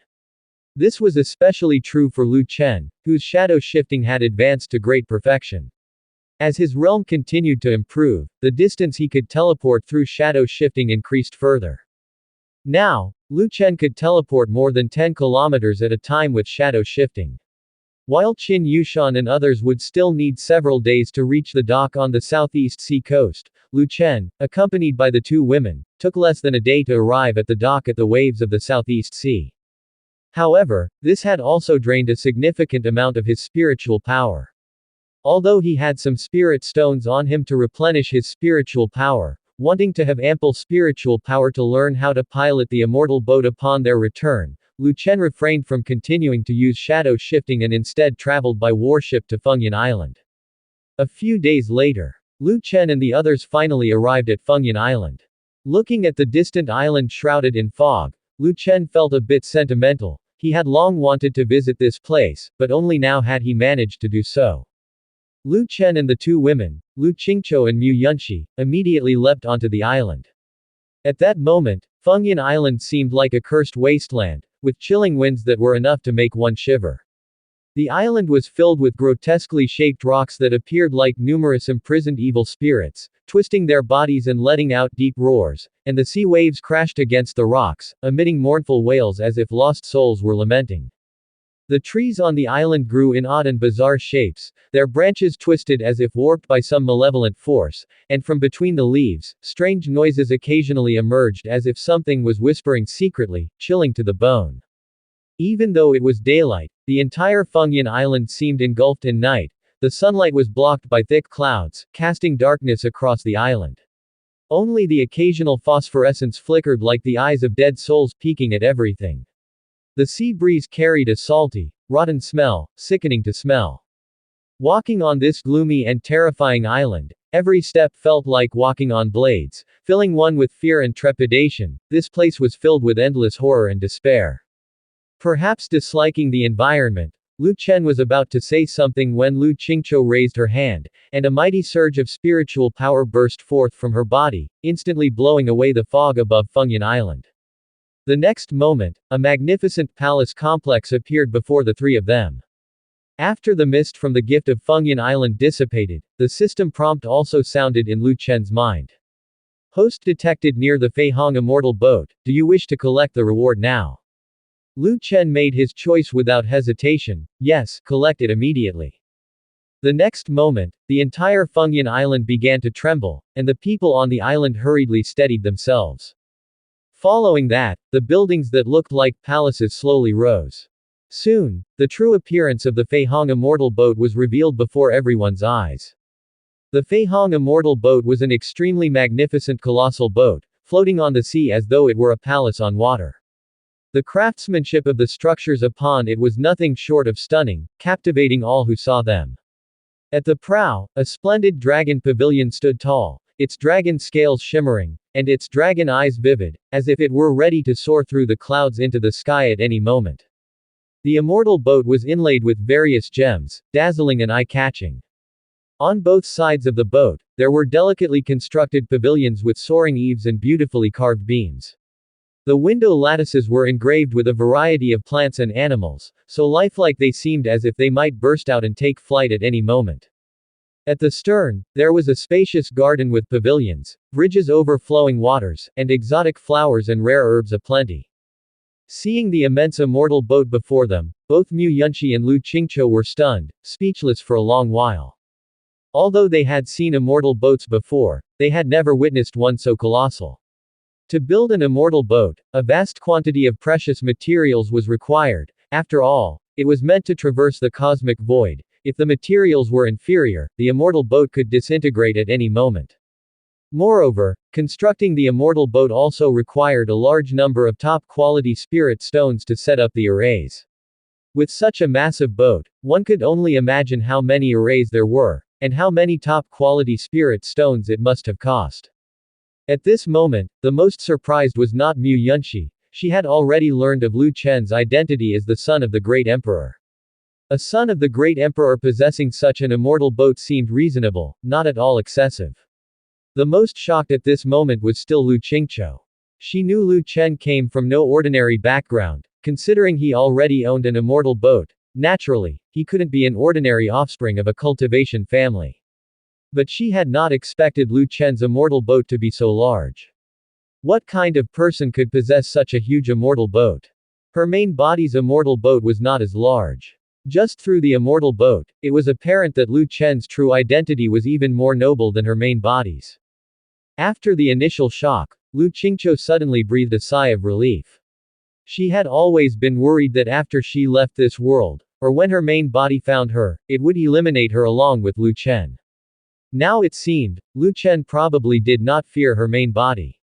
A person who possessed such a massive immortal boat must be the son of a high-ranking lord in some superior world, or possibly even a prince of an empire in the universe. With such a status for protection, it wasn't unimaginable for her substitute self to break away from her main body and exist independently from now on. Just as Lu Qingqiu was tallying up her mental calculations, Lu Chen spoke, "Ladies, this is my immortal boat, what do you think? Is my immortal boat big enough?" Upon hearing this question, the two women came back to their senses. Mu Yunxi then said, "It's big, very big, your majesty is truly." She paused there, not continuing, as Lu Chen, fiddling with Mu Yunxi's appearance, had reminded her that very few people knew of his identity and to not tell anyone else. Of course, Lu Chen's true intent wasn't just fear of his identity being revealed, he simply did not want his wives and concubines to grow a stronger sense of fear toward him. Since learning of his identity, Mu Yunxi was utterly obedient to him. Though she was verbally stubborn at times, her body was completely honest. If it were just Mu Yunxi, that would have been one thing, but if all his wives and concubines turned out like this, it would be rather pointless. Seeing Mu Yunxi hesitant to speak further, Lu Qingqiu's curiosity was instantly piqued.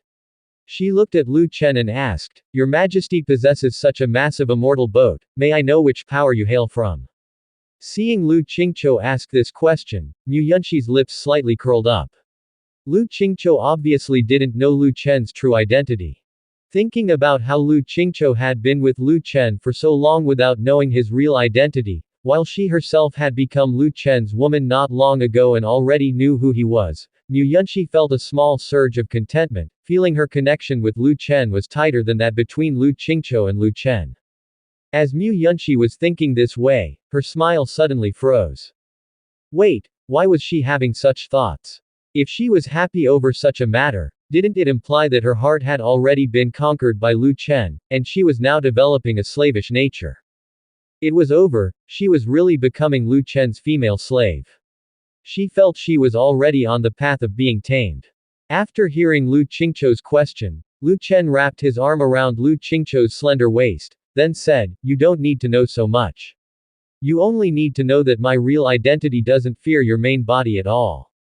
Even if your main body comes, it would only have a place among my wives and concubines."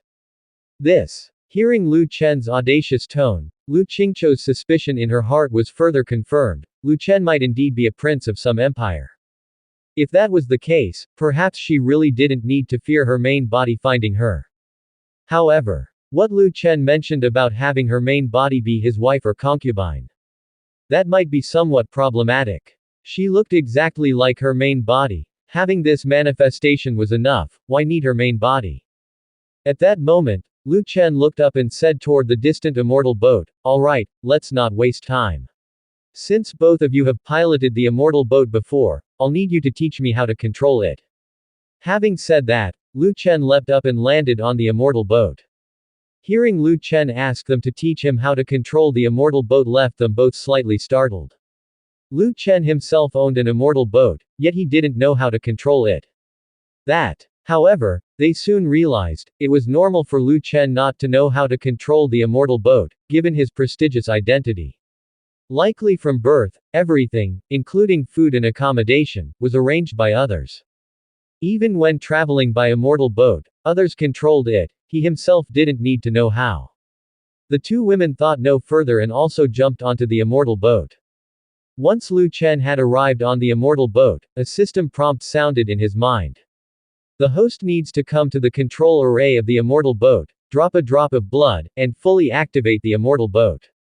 Without any hesitation, Lu Chen walked straight to the bow of the boat, where he found the array. The array was as large as a dining table for 10, completely arranged with countless white jade stones that seemed like a type of special spirit stone. Lu Chen, without much thought, took out the Godslayer sword, directly cut his palm, and then dropped some blood onto the center of the array. The next moment, the white jade stones of the array emitted red light, and after the red light flashed, the entire immortal boat actually rose by itself and hovered in the air. Seeing this scene, Lu Qingqiu and Mu Yunxi were slightly stunned. Hadn't Lu Chen just asked them to teach him how to control the immortal boat? How was he managing it himself now? As the two women were thinking this, the center of the previously mentioned array once again emitted a cluster of red light, followed by the appearance of a faintly visible red-dressed young girl before the trio. This girl, clad in a red dress, was like a sprite of fire. Her red clothes were as resplendent and vibrant as the clouds at sunset, captivating and impossible to look away from. Her skirt fluttered with her steps as if it stirred a blazing wind. Her features were as exquisite as a painting, her eyes as brilliant as stars, shimmering with determination. Her high nose and cherry red lips added a hint of allure. Her long hair flowed like a waterfall, moving with the wind and complementing her red dress, creating an enchanting image. Her figure was graceful, she was soft yet strong like a willow branch, her entire being floating in the air. Her movements were filled with vitality and immortal aura, irresistibly drawing one closer, yet also fearing that they might disturb her tranquility. Lu Chen immediately recognized that she wasn't truly human. After all, her body seemed as if it might disappear at any time. By this time, the two women behind Lu Chen had recognized the real identity of the red-dressed girl. Unable to help herself, Mu Yunxi said, "This is the Shenzhou spirit." The two women fell silent. Having an immortal boat was one thing, but Lu Chen's immortal boat also possessed its own artifact spirit. With an artifact spirit present, there was no need for manual control. The master only needed to tell the artifact spirit where to go, and it could fly the immortal boat there by itself. Meanwhile, the Shenzhou spirit's large eyes were gazing at Lu Chen, and Lu Chen was also looking at the red-dressed artifact spirit. Seeing such a beautiful artifact spirit, Lu Chen couldn't resist pulling up the system interface to check her score. However, when the system panel emerged, it only showed she was the Shenzhou spirit, without any other scores or favorability interface. Lu Chen suddenly felt a bit awkward, thankful that no one else knew about this, otherwise, they might think he had unique tastes, wanting to, with a boat. Then, Lu Chen said to the system, "System, does the Shenzhou spirit have loyalty?" The system responded, "Items that have signed a contract with the host, including all kinds of spiritual artifacts, have 100% favorability toward the host." Lu Chen said, "I see." Just as Lu Chen was about to continue inquiring about the Fei Hong immortal boat, the red-dressed artifact spirit respectfully said to Lu Chen, "Greetings, Master." The voice of the red-dressed artifact spirit was crisp and pleasing to the ear, giving one a refreshing feeling, as if she were a real person. Lu Chen, coming back to his senses, said, "Rise. By the way, do you have a name?" The Shenzhou spirit answered, responding to the master, "This servant has no name." Lu Chen thought for a moment and muttered, "Fei Hong immortal boat. Fei Hong immortal boat. Then from now on, you'll be called Hong Hong." Hearing Lu Chen giving her a name, the girl in red showed no change in expression, but she bowed again and said, "This slave thanks the master for the name." Lu Chen didn't continue with idle chatter. He immediately said to Hong Hong, head northwest. Upon hearing Lu Chen's order, the artifact spirit Hong Hong replied, "Yes, master." Then Hong Hong turned around and controlled the immortal boat, flying towards Yan County. Just then, the system notification sounded in Lu Chen's mind. Host has a contractual relationship with the Fei Hong immortal boat. The host just needs to think, and the Shenzhou spirit will detect the host's thoughts. There is no need for explicit commands. After hearing the system's prompt, Lu Chen looked at Hong Hong's retreating figure with increased satisfaction, not having expected that owning an immortal boat with an artifact spirit would be so convenient. However, what Lu Chen didn't know was that after Hong Hong turned around, her expressionless face showed a faint change, as if the corners of her mouth twitched a few times. Watching Lu Chen commanding the artifact spirit to fly towards Yan County, Lu Qingqiu spoke from the side, "Your Majesty, it seems that we no longer need to teach you how to control the immortal boat, do we?" Lu Chen replied with a smile, "Not necessary. I didn't expect the immortal boat to be so convenient, capable of flying without being manually controlled." Mu Yunshi added from the side, Your Majesty, not all immortal boats are this convenient. Only those like Your Majesty's, which have an artifact spirit, do not require manual control. At that moment, Lu Chen went to the bow of the immortal boat, looking out at the vast ocean in the distance and feeling very relaxed. With this immortal boat, it would be easy for them to pursue those enemies from the Misty World. Even if the Unity Realm disciples from the Misty World fled quickly, they couldn't possibly be faster than the immortal boat. When the time came, they would mount the rune cannons on the immortal boat and bombard those enemies from the Misty World. Thinking of that scene, Lu Chen felt extremely thrilled. At that moment, something suddenly occurred to Lu Chen, and he then asked the system, are there any weapons on this immortal boat? Lu Chen thought of the Slayer Spear, which had been found on Fengyan Island. Since the Slayer Spear and the Fei Hong immortal boat had appeared in the same place, it was very likely that the spear was a weapon that had fallen from the immortal boat. A huge immortal boat like the Fei Hong should have weapons installed on it in addition to individual weapons like the Slayer Spear, right? As Lu Chen thought this, the system's notification sounded again. The Fei Hong immortal boat is equipped with a heaven rank attack formation.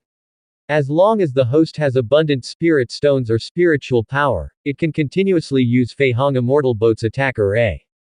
After hearing the system's reply, Lu Chen was delighted. It was just as he'd expected, the Fei Hong immortal boat had its own weapons. He immediately asked, how many spirit stones does it take to use an attack array once? The system answered, depending on the power level, it ranges from 10,000 superior spirit stones to 1 million superior spirit stones. Lu Chen fell silent. Not to mention 10,000 superior spirit stones, he didn't even have 10,000 inferior spirit stones on him right now. Where was he supposed to find so many superior spirit stones? Forget it, it seemed that they wouldn't be able to use the immortal boat's own weapons to clear out the invaders from the Misty World this time. After standing at the bow of the immortal boat and looking at the scenery for a while, Lu Chen found it uninteresting. All that surrounded him was the boundless sea, nothing much to look at. Then, with a shadow-shifting movement, Lu Chen appeared beside Mu Yunshi and Lu Qingqiu. He wrapped his arms around the waists of the two beauties and then walked with them towards the palace on the immortal boat. While walking, he said, ladies, let's go for a stroll around the immortal boat and see what it has to offer. The two women didn't think much of it, allowing Lu Chen to lead them to the palaces on the immortal boat. The palaces within the immortal boat were incredibly luxurious, shimmering with gold, appearing to be made of gold but evidently crafted from materials far more precious than gold. The entire length of the immortal boat was over 1,000 meters, and the number of rooms inside was countless. The three of them wandered for who knows how long and still hadn't seen the whole immortal boat. Eventually, they arrived at the core area in the center of the immortal boat, where there was a grand hall. In the hall, there was a golden dragon head throne, shining brightly as if it was an emperor's dragon throne. Then, Lu Chen, with Lu Qingqiu and Mu Yunshi in tow, entered the hall. After looking around, he released his spiritual power and discovered that beside the grand hall was a bedroom, fully furnished with everything. Bedding and quilts, all were provided. Lu Chen then seemed to say to Mu Yunshi and Lu Qingqiu, Yunshi, Qingqiu, we've been strolling around for so long, and we must be tired. It's time to rest. These last few days, they had been busy on the road, without engaging in any intimate activities. Now that they had the immortal boat for travel, they indeed could take a good rest. Upon hearing Lu Chen's words, both women instantly understood his intent. This man was always ready for romance, no matter where he was. Having gone several days without those intimate acts, it was clear he had some ideas. Neither woman objected, they had long been devoured by Lu Chen, and opposition was pointless. Moreover, after seeing the massive immortal boat, their respect for Lu Chen only increased. Without waiting for the women to say anything, Lu Chen hugged both and brought them to the neighboring bedroom, then laid them down on the soft big bed in the bedroom. This bed was extremely large, capable of accommodating 7 or 8 people lying down together and still leaving room to move around. Lu Chen even began to suspect that this was a large bed the system had prepared for him long ago. The bed was nearly identical to the one he had in the imperial palace. After placing the two women on the soft couch, Lu Chen pressed down on Mu Yunxi, sealing her lips with a kiss. At that moment, Lu Qingqiu stood by as a spectator. After a while, as Lu Chen got into the groove, he turned his head, looked at Lu Qingqiu with a smile, and said, "Qingqiu, didn't you want to see how I would punish Yunxi? Well, today you should watch closely." Having said that, Lu Chen began his punishment of Mu Yunxi. Under his punishment, Mu Yunxi completely lost consciousness, and could only be mercilessly tormented by Lu Chen. While in Yancheng Imperial Palace, Lu Qingqiu had peeped at Lu Chen punishing Mu Yunxi. But at that time, it was from the outside, unlike now, so close at hand. Seeing her former ally Mu Yunxi being tormented by Lu Chen, writhing between life and death like a lowly female slave, brought Lu Qingqiu immense satisfaction. The resentment she felt for having managed to escape from Lu Chen also gradually dissipated. Though she felt miserable for having been thoroughly devoured by Lu Chen, it was watching Mu Yunxi's carefree composure that had made her suffer even more.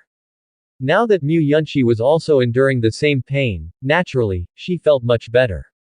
Meanwhile, at the immortal boat control formation, Hong Hong was still meticulously controlling the immortal boat flying towards Yan County. Even though there appeared to be no change in her expression, her eyelids kept twitching. If Lu Chen were here to see this, he would be very curious why an artifact spirit's eyelids would twitch so, looking as though exasperated about something.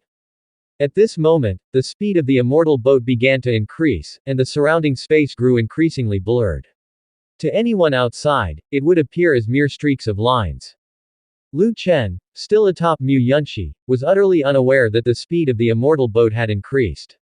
Not just Lu Chen, even Lu Qingqiu nearby hadn't noticed. The immortal boat was protected by a barrier, and no matter how fast it went, those inside couldn't perceive its velocity. Shortly after, Lu Chen saw that Mu Yunxi could no longer endure and was about to shift his attention when suddenly a voice transmitted directly into his mind. "Master, we have arrived at Yan County." Hearing Hong Hong's voice, Lu Chen was momentarily stunned.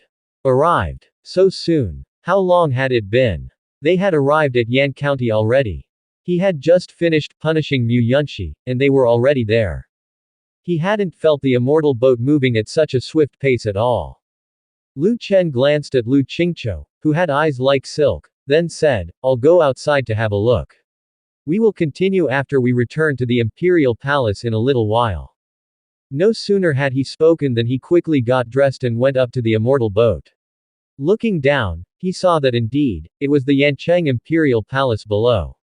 But such a massive immortal boat appearing above Yan County seemed to trigger no reaction whatsoever from the city. Just as Lu Chen wondered why there was no reaction from the people outside, the system's notification sounded. The immortal boat can be completely invisible, simulating the surrounding environment and blending in seamlessly. Unless it is struck by an attack, it is difficult for most to detect the immortal boat. Lu Chen said, "I see, so that will make it much easier to handle those Unity Realm disciples from the Misty World." He could carry thousands from the War Dragon army above the negotiation site, invisible, waiting for the powers of the Misty World to arrive. Once they appeared, he would instantly attack, catching them completely off guard. Of course, this trick wasn't just aimed at the Unity Realm disciples from the Misty World. In the future, it could also be used to strike at the various powers of the Misty World. Lu Chen didn't think further. He then returned to the bedroom on the immortal boat, and as soon as he entered, he heard Lu Qingqiu speaking in her icily mocking tone to Mu Yunxi, "You reek of a bitch. The high and mighty barbarian tribe goddess, how have you fallen to such a state? Look at your belly, those who don't know might think you're carrying that man's child." In response to Lu Qingqiu's mockery, Mu Yunxi said indifferently, "It is an honor for I to become your majesty's concubine. Even if I were to become his majesty's furnace cauldron, I would be willing. I knew of his majesty's identity later than you, becoming his woman after you were already taken by his majesty, thoroughly used up, and yet you still don't know who his majesty actually is." Lu Qingqiu huffed coldly, as expected of a shameless woman, losing her purity, tormented like a female slave, and taking pride instead of shame. Mu Yunxi countered sharply, "I may be such, but you're no better yourself." As the two women looked set to quarrel, The voice of Lu Chen interrupted, "What are my two madams discussing?" Upon hearing Lu Chen's voice, the two women stopped their bickering. At that moment, Mu Yunxi said with a beaming smile, "Your Majesty, Sister Lu feels a bit unhappy because she thinks Your Majesty favored only me just now and not her." Upon hearing these words, Lu Chen's gaze fell upon Lu Qingqiu, and he asked with a smile, "Qingqiu, is that so?" Before Lu Qingqiu could say anything, Lu Chen used shadow shifting to appear in front of her, and then he pressed her soft body beneath him, gazing into her beautiful eyes. "It's my fault for neglecting you. Lu Qingqiu hadn't finished speaking when Lu Chen sealed her lips with his. The next moment, Lu Chen reached out a hand and directly grasped Mu Yunxi's jade hand. In the blink of an eye, the three of them returned to the Yancheng Imperial Palace, and their bodies appeared on the soft couch in Lu Qingqiu's bedchamber. The maid servants in Lu Qingqiu's bedchamber, upon hearing a cry, thought something had happened and quickly entered the room. Seeing the overlapping figures in the room, they hastily retreated. Soon, Lu Qingqiu's voice could be heard coming from the room. "Your Majesty, your concubine realizes her mistake. Darling. Good brother. Seeing Lu Qingqiu's demeanor, Mu Yunxi scoffed, "A woman more promiscuous than I, what right has she to speak of me?" Afterward, Mu Yunxi couldn't be bothered to say more about Lu Qingqiu. She knew that Lu Qingqiu, like her, would be unable to leave Lu Chen for the rest of her life. Lu Chen did not spend too much time in Qingqiu Palace. The next morning, he let Mu Yunxi and Lu Qingqiu go.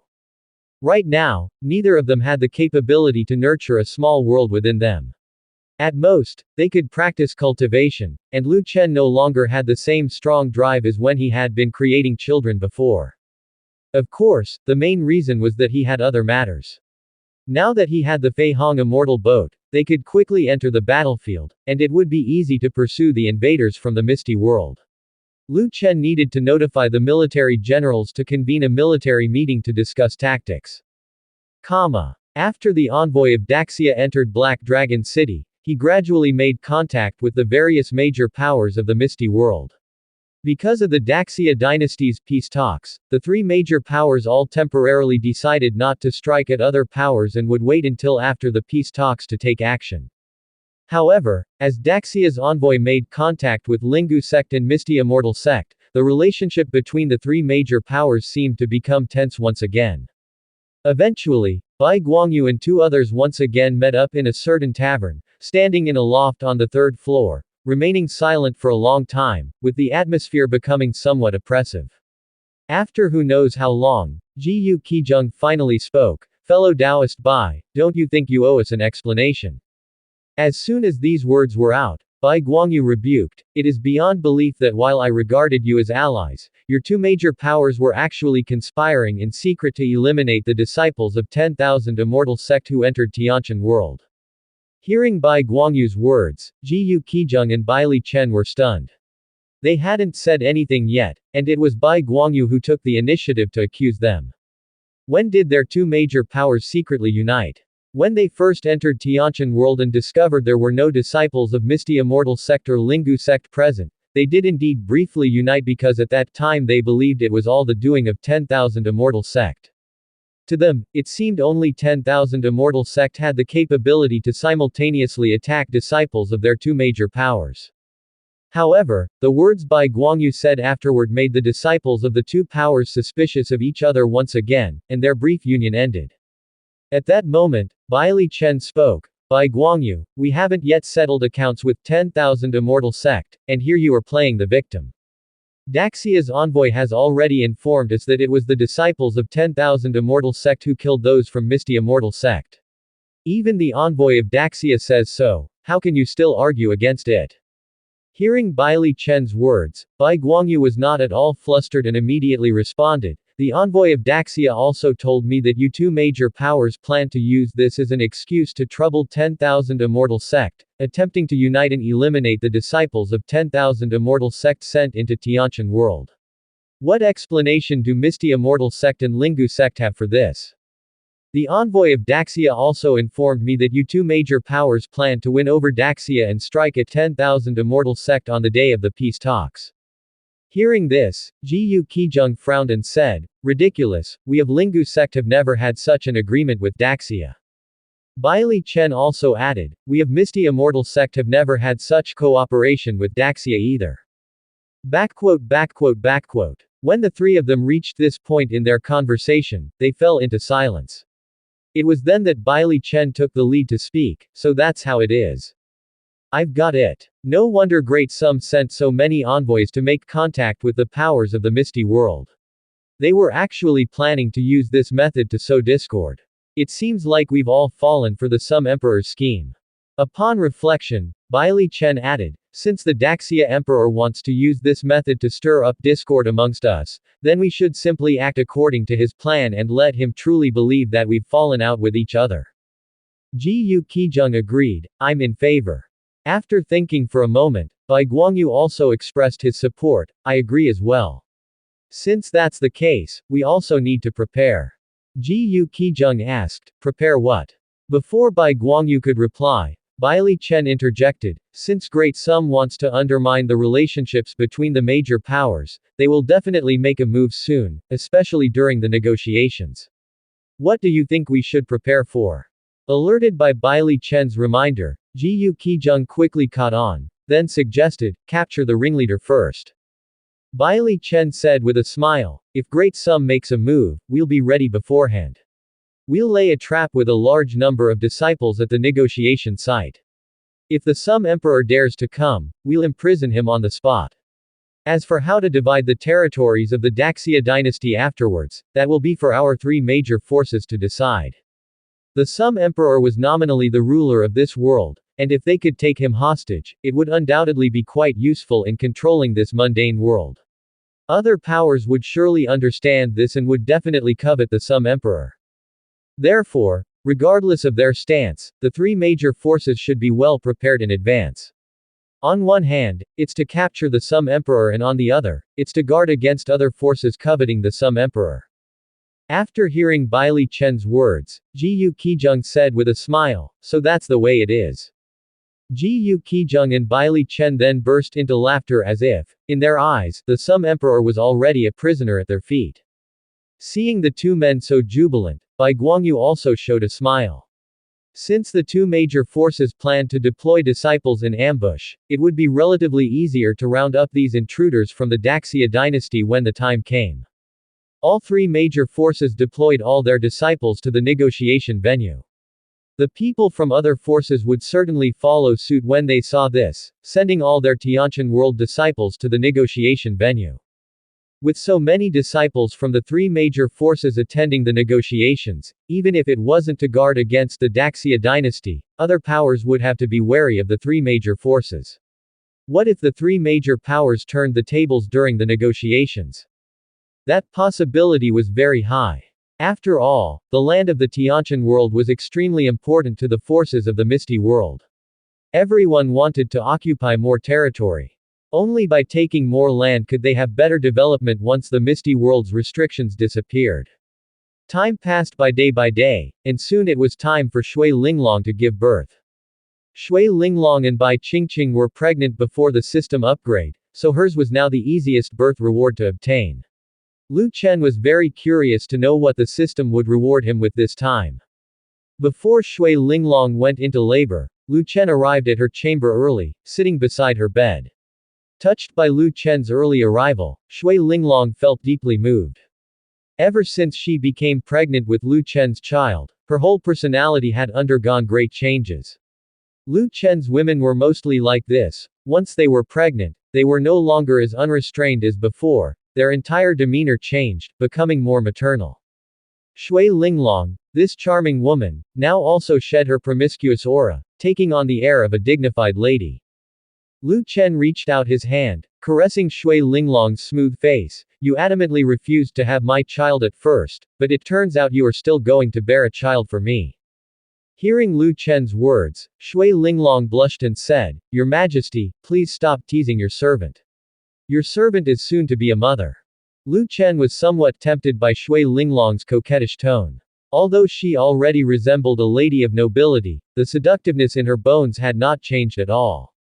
Lu Chen said with a smile, You know you're about to be a mother, yet you're still acting coy with me. With that, Lu Chen's hand rested on Shui Linglong's rounded belly and he continued to ask, do you feel any discomfort? Shui Linglong answered, none at all, everything's fine. The child seems to be asleep. Lu Chen then infused Shui Linglong with some spiritual power, checking the condition of the child inside her. Indeed, as Shui Linglong had described, the child was very quiet, truly seeming as if they were fast asleep. Since the child was not fussing, Lu Chen was in no hurry to have them born. Lu Chen stayed beside Shui Linglong and after approximately 2 hours, Shui Linglong's belly suddenly moved. Noticing the activity of the child inside, Shui Linglong quickly said, Your Majesty, the child is awake. Lu Chen then checked the child's condition and found that they indeed wanted to come out. Without hesitation, he infused even more spiritual power into Shui Linglong's body, which quickly enveloped the child inside her. In the room, midwives and maids were all prepared. Moments later, Shui Linglong's belly rapidly deflated, and soon after, the cries of a baby echoed throughout the room. The next moment, a system notification echoed in Lu Chen's mind. Congratulations to the host for the birth of an offspring. Reward granted, Black Dragon Holy Land. After the child in Shui Linglong's womb was born, Lu Chen immediately named the baby and then quickly left Shui Linglong's room, heading straight to the Imperial Study Room. He had thought the system would not reward him with a force as a system reward again, but to his surprise, here was another force. He was very curious about the strength of the force that was rewarded by the system this time. Upon arriving at the Imperial Study Room, Lu Chen immediately opened the system panel, quickly located the Black Dragon Holy Land, and opened its detail page. Black Dragon Holy Land, located in Tianyuan World, 1 in the Divinity Transformation Realm, 10 in the All-Law Realm, 30 in the Yin-Yang Realm, and numerous disciples below the Genesis Realm. Seeing the information about the Black Dragon Holy Land, Lu Chen was somewhat surprised. He had not expected the force rewarded for having a child to be so strong. There was even a powerhouse in the Divinity Transformation Realm. However, this force was not from the Tiantian world, and it seemed it would not be easy to establish contact with them. Just then, the system's prompt sounded. The host can issue one command to the master of the Black Dragon Holy Land. Hearing the system's prompt, Lu Chen said without hesitation, have them immediately send someone to search for the Tiantian world and establish contact with me. As Lu Chen's voice fell, the system's prompt sounded again. The master of the Black Dragon Holy Land has received the host's command.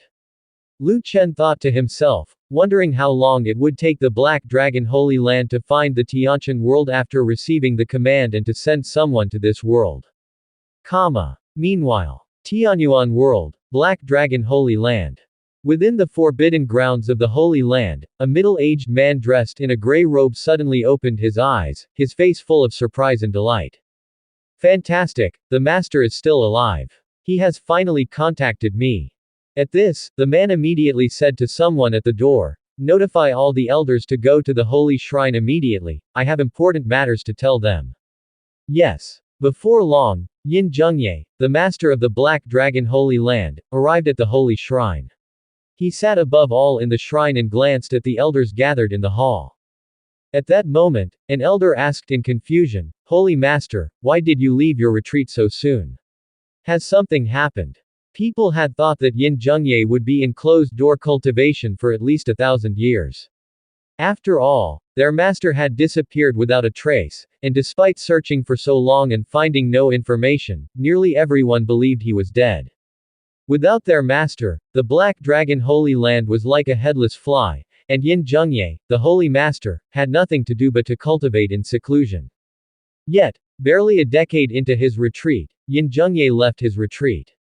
For a powerhouse in the Divinity Transformation Realm, 10 years of seclusion was hardly considered a real retreat. Yin Zhengye now spoke, the master has just contacted me through a soul secret technique. As soon as these words were spoken, the people in the Great Hall immediately erupted into a frenzy. What? The master is still alive. I knew the master couldn't just die like that.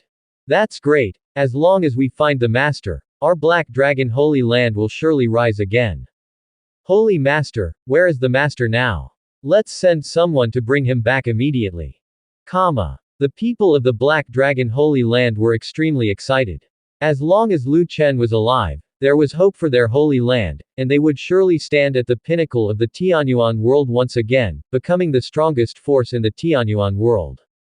At that moment, Yin Zhengye said, "The master has informed me that he is now in a place called Tianshan world. He has been weakened and cannot leave that world, so we need to send someone to fetch him.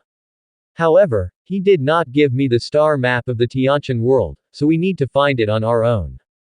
Hearing Yin Zhengye's words, the elders looked at each other, clueless about the location of Tianshan world. With countless worlds composing the whole origin universe, finding a world they had never even heard of was akin to finding a needle in the ocean.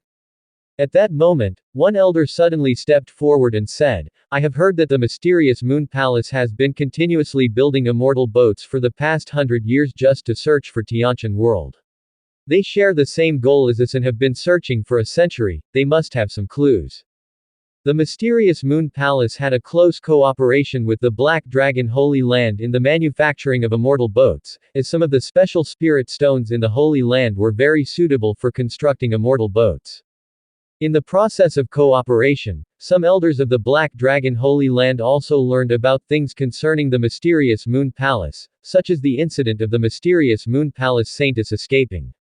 Upon hearing the elder's words, Yin Zhengye said, "Send someone to tell the palace master of the mysterious Moon Palace, I intend to visit the mysterious Moon Palace."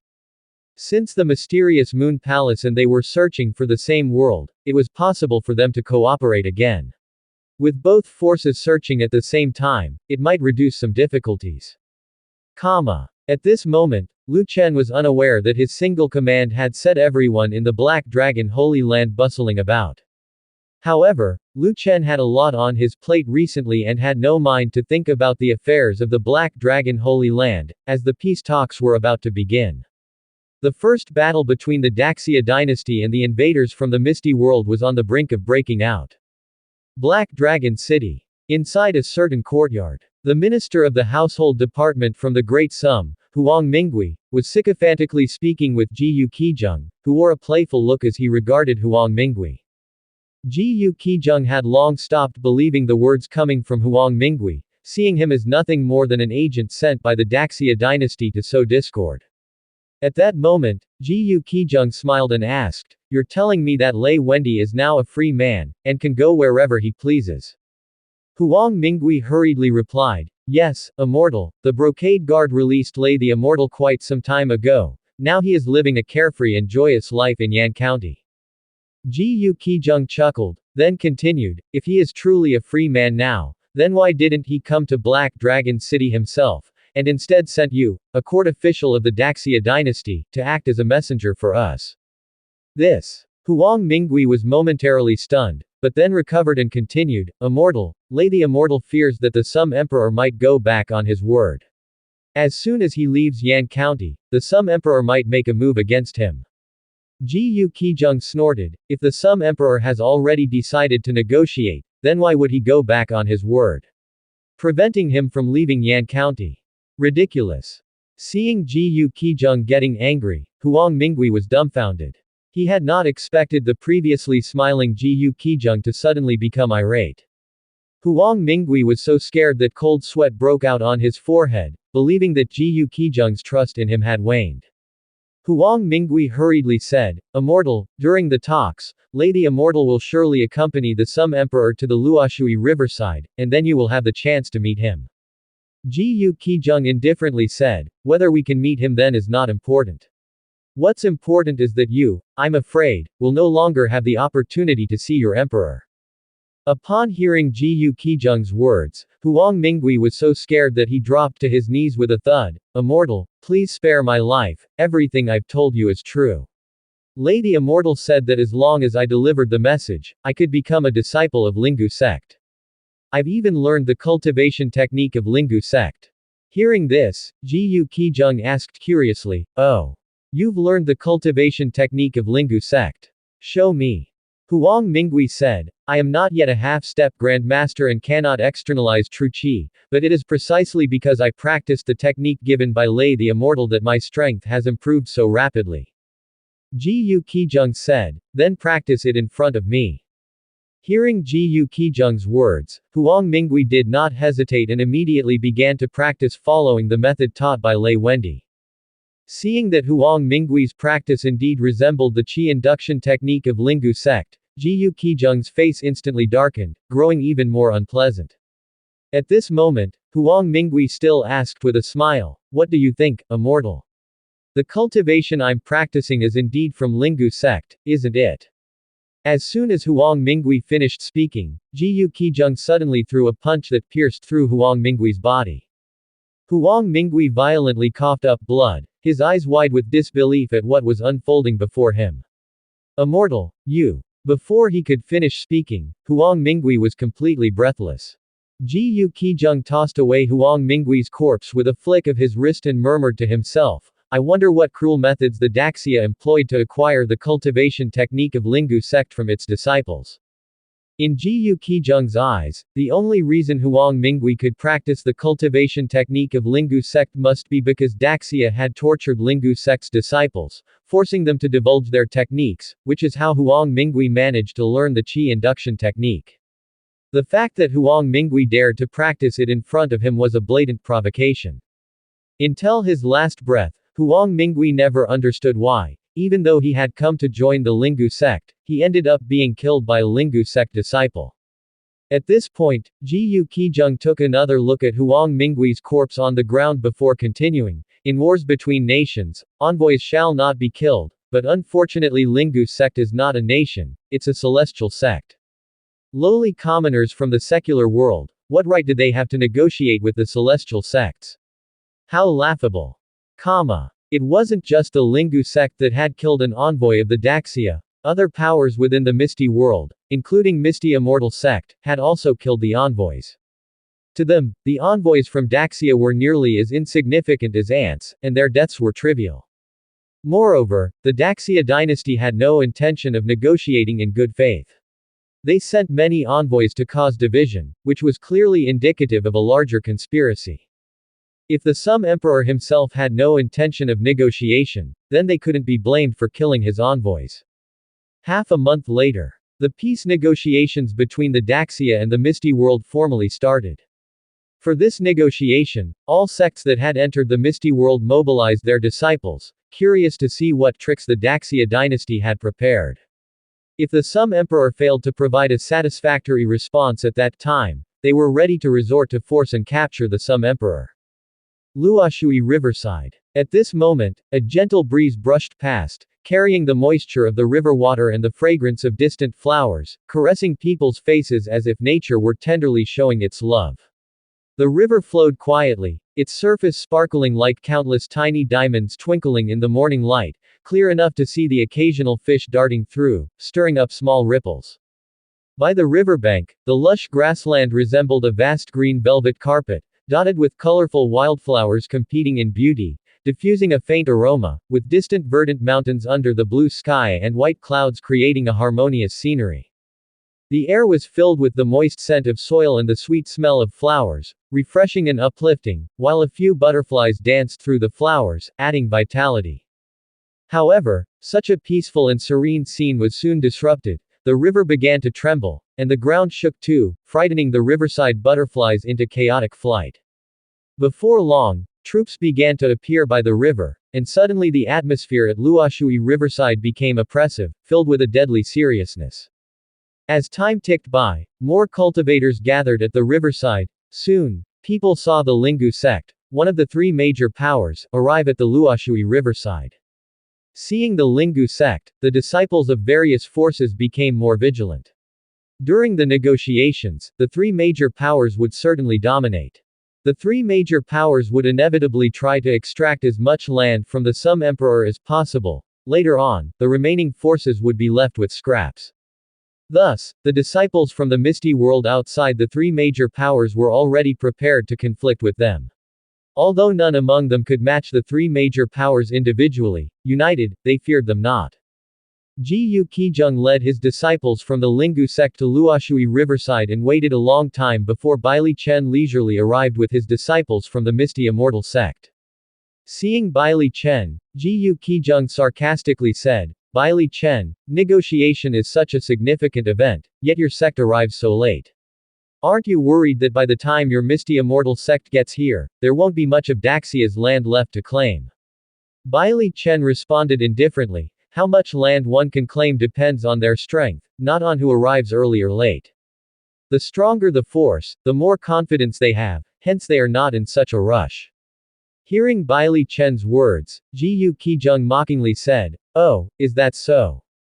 The disciples of the 10,000 immortal sect haven't arrived yet, does that mean their strength surpasses even your misty immortal sect?" Bailey Chen was taken aback briefly, then he looked around and indeed saw no signs of the 10,000 immortal sect's disciples. Bailey Chen frowned slightly, he had thought they were already quite late in arriving, not realizing there would be forces even later than them. He had even intentionally delayed some time and made certain arrangements in the outskirts of Luoshui Riverside before coming, yet the disciples of the 10,000 immortal sect were even slower. Could it be that Bai Guangyu had also been making some arrangements on the outskirts of Luoshui Riverside? At that moment, Bailey Chen said with a smile, could it be that Bai Guangyu is afraid this negotiation is some plot by Great Sum, hence he dares not come? Jiyu Qijung said, that's hard to say. They both knew well that the Sum Emperor wasn't truly interested in negotiating, he surely had some ulterior motives, considering he had initiated moves to sow discord in Black Dragon City. He wasn't a peace-seeking emperor. Nevertheless, the major powers didn't care whether Lu Chen was a peace-seeking emperor. In their view, as long as they and the emperor were present, no amount of scheming from the emperor would succeed. If they got the upper hand and the emperor didn't deliver results satisfactory to everyone, it was improbable for him to leave unscathed. It was highly likely he would end up imprisoned by one of the powers.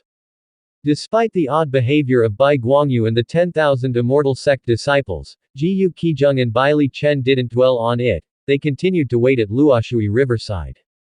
However, they waited a long time and still didn't see the 10,000 immortal sect's disciples appear, which started to unease Bailey Chen. At this point, Bailey Chen asked, Jiyu Qijung, I'm curious, what has the envoy of Daxia told you? Jiyu Qijung responded, that envoy, sent by Lei Wendy, told me that Daxia is now under the 10,000 immortal sect, warning us to be cautious of them. Hearing Jiyu Qijung's words, Bailey Chen frowned, his expression growing grave. Seeing Bailey Chen's troubled look, Jiyu Qijung asked, what's wrong? Could it be that the 10,000 immortal sect really has something amiss?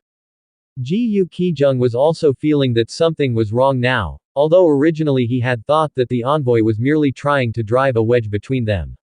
But the 10,000 immortal sect's absence was indeed too unusual. Bailey Chen then said, I'm afraid, we've all been deceived by the 10,000 immortal sect. Just as Bailey Chen's words fell, a sudden horn sounded from afar, as if coming from the sky. Instantly, everyone's gaze turned towards the sky, however, the sky was clear and cloudless, showing nothing. Immediately, people looked towards the distance, but there was nothing there either. Bailey Chen and Jiyu Qijung were increasingly feeling that something was wrong, suspecting that all this was the doing of the 10,000 immortal sect. When they first arrived in the Tianqian world, the disciples of their two sects had gone missing. Although Bai Guangyu's explanation could indeed account for their inexplicable disappearance, they hadn't completely trusted him. Until now, the disciples of the 10,000 immortal sect had not appeared, and coupled with the warning from the envoy of Daxia, their suspicions grew that this was not merely causing discord, but was actually true. At that moment, a disciple of the Lingu sect suddenly shouted loudly, look at the sky.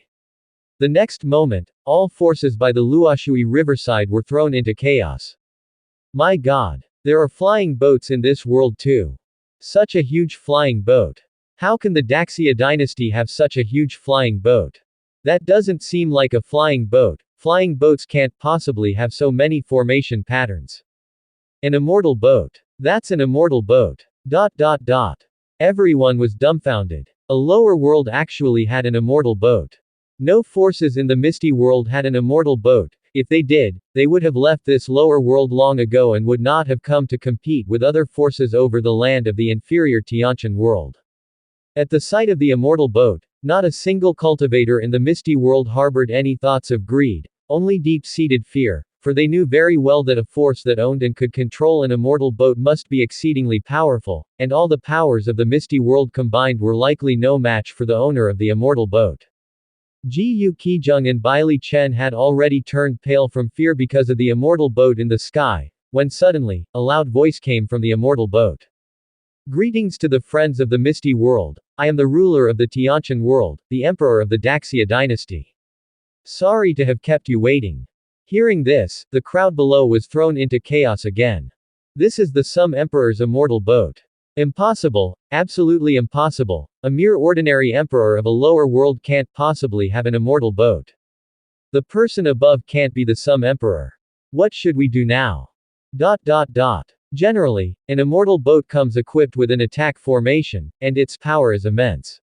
The cultivators of the Unity Realm could not withstand the attacks from the immortal boat's formation. At this time, all cultivators by the Luoshui riverside were contemplating the idea of escape.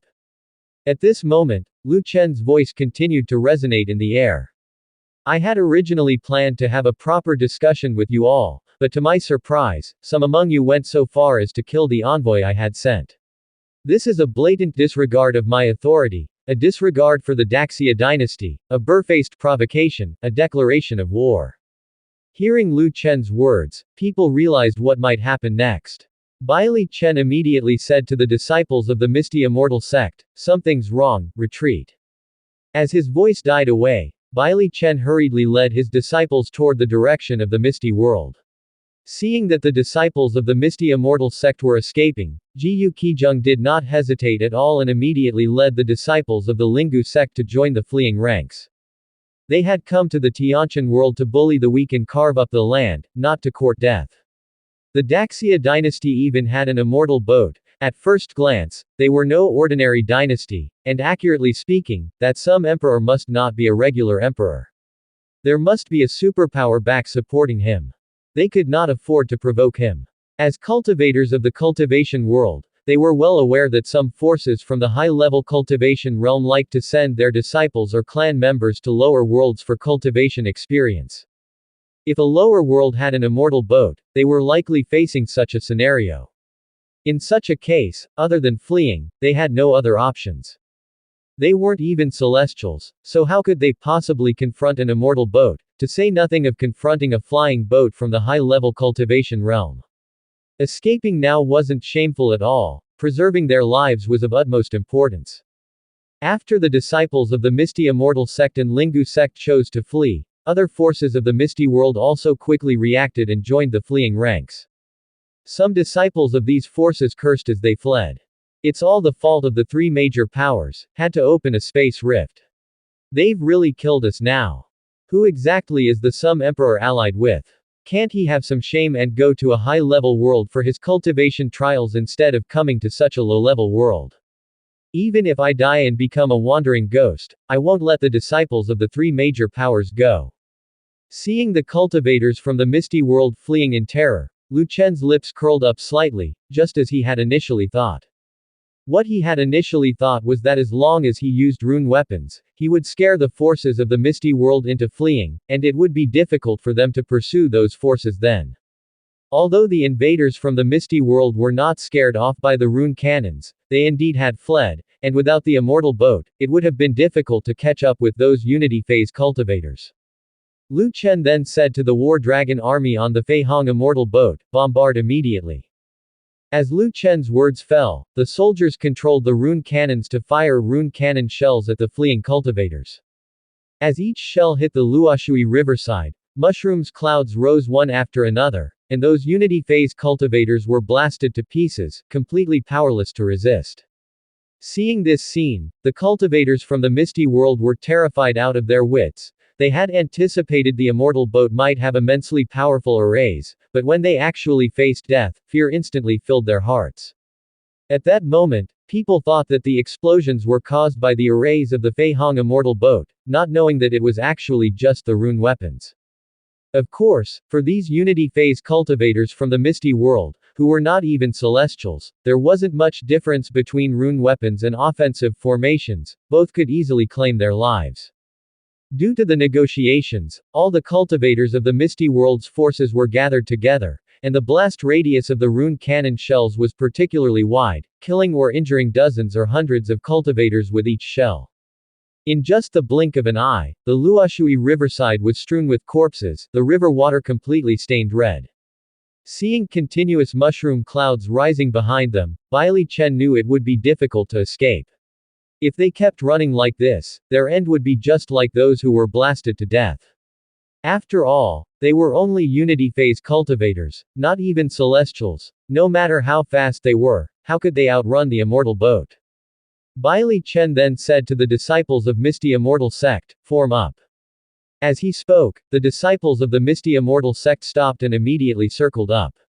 Then, an array pattern appeared under the feet of the disciples, and immediately after, Baili Chen took out all the spirit stones he had and scattered them all over the ground.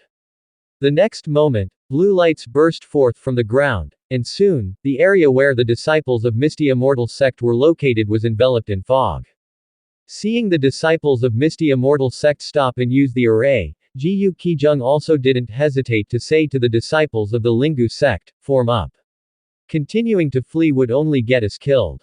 As Jiyu Qijung's words fell, the disciples of Lingu sect also stopped running. But what Jiyu Qijung didn't know was that although Baili Chen had stopped to set up an array, he actually had no intention of confronting Lu Chen head-on. He just wanted to use the mist concealment formation of Misty Immortal Sect to disrupt the visibility of the Fei Hong Immortal Boat, trying to make the people on the boat lose their sense of direction and thus unable to continue tracking them. Of course, whether this method would work, he would only know after using it. Moments later, a thick fog appeared at the Luoshui riverside, and soon the situation below was obscured. And the fog became denser and wider, soon enveloping the flying Fei Hong Immortal Boat as well, causing the soldiers on the boat to lose their sense of direction, not knowing east from west. Lu Chen gave a faint smile, then released his spiritual power, intending to detect the position of Misty Immortal Sect, but at this moment, he realized he couldn't detect their exact location. Lu Chen was slightly startled, and quickly understood that the fog not only obstructed their sight but also blocked the cultivators' sense of spiritual power. Under these circumstances, determining the position of Misty Immortal Sect was not so easy. Lu Chen thought to himself that those guys might really have escaped. Just then, seeing Hong Hong, who was controlling the flight of the immortal boat, Lu Chen suddenly thought of something and then said to Hong Hong, "Hong Hong, continue tracking Misty Immortal Sect and Lingu Sect." Artifact Spirit Hong Hong meticulously replied, "Yes, Master." Immediately, Hong Hong controlled the immortal boat and flew right above where the disciples of Misty Immortal Sect and Lingu Sect were supposedly located. Lu Chen did not know if the artifact spirit had this capability, he just wanted to test it. Moreover, now with the fog obscuring the view, he was not sure if the disciples of Misty Immortal Sect and Lingu Sect were indeed below them, but at that moment, a huge Lingu illusion appeared in the fog. Seeing this Lingu illusion, Lu Chen was certain that the artifact spirit could indeed track the enemy's location within the fog. With that settled, they were in good shape. At the same time, the people of Misty Immortal Sect saw the enormous Lingu illusion not far away and their faces turned pale. They had set up the mist concealment formation with the purpose of hiding their tracks to create an opportunity for escape, but then Lingu Sect decided to use such a conspicuous formation at this time. Wouldn't the Sum Emperor be able to determine their location at a glance? Lingu Sect was courting death. However, at this moment, Baili Chen's face showed no trace of anger. Not only was he not angry, but he even revealed a slight smile. He then said to his disciples, "We retreat." As his words fell, Baili Chen led the disciples of the Misty Immortal Sect in the opposite direction to escape. The mist concealment formation they had conjured still had some time before it would dissipate, and conveniently, the Lingu Great Formation of the Lingu Sect had captured the Sum Emperor's attention. They could take this window to make their escape. The Lingu Great Formation of the Lingu Sect not only did not reveal the position of the Misty Immortal Sect's disciples but actually provided ample time for their escape. Thus, Baili Chen naturally wasn't upset. He now just thought that the disciples of the Lingu Sect were a bunch of fools. At that moment, Lu Chen said to the soldiers on the immortal boat, "Eliminate the invaders of the Lingu Sect." Upon receiving Lu Chen's order, the soldiers began to operate the rune cannons to bomb the Lingu illusion on the ground. It must be said that the Lingu Great formation of the Lingu sect was quite formidable, repelling several attacks. Unfortunately, the explosive power of the rune weapons was too great, and eventually, the Lingu Great formation was destroyed. After the Lingu Great formation disappeared, the disciples of the Lingu sect completely lost their ability to resist.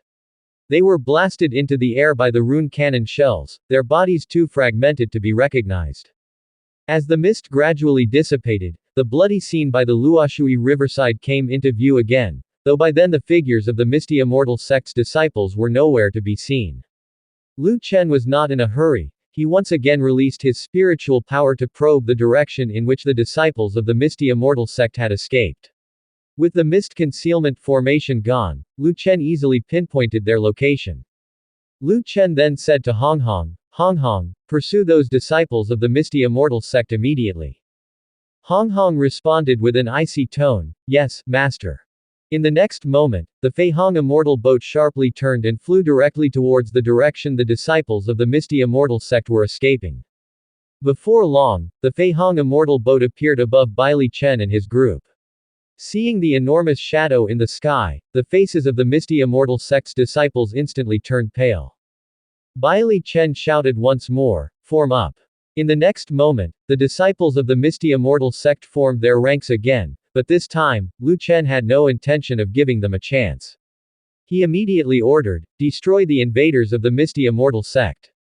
As the sound of his order dropped, all the rune cannons on board the immortal boat aimed at those disciples of the Misty Immortal sect, and shortly thereafter, countless shells rained down from the sky.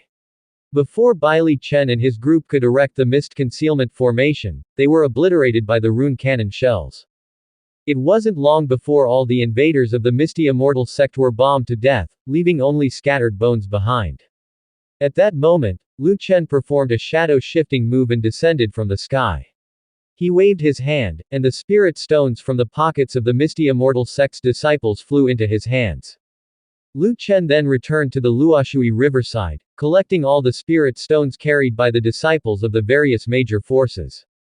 Though these disciples were only unity phase cultivators, according to the realms of the cultivation world, they hadn't even reached the threshold yet. Given their identity, it was impossible for them to carry many spirit stones.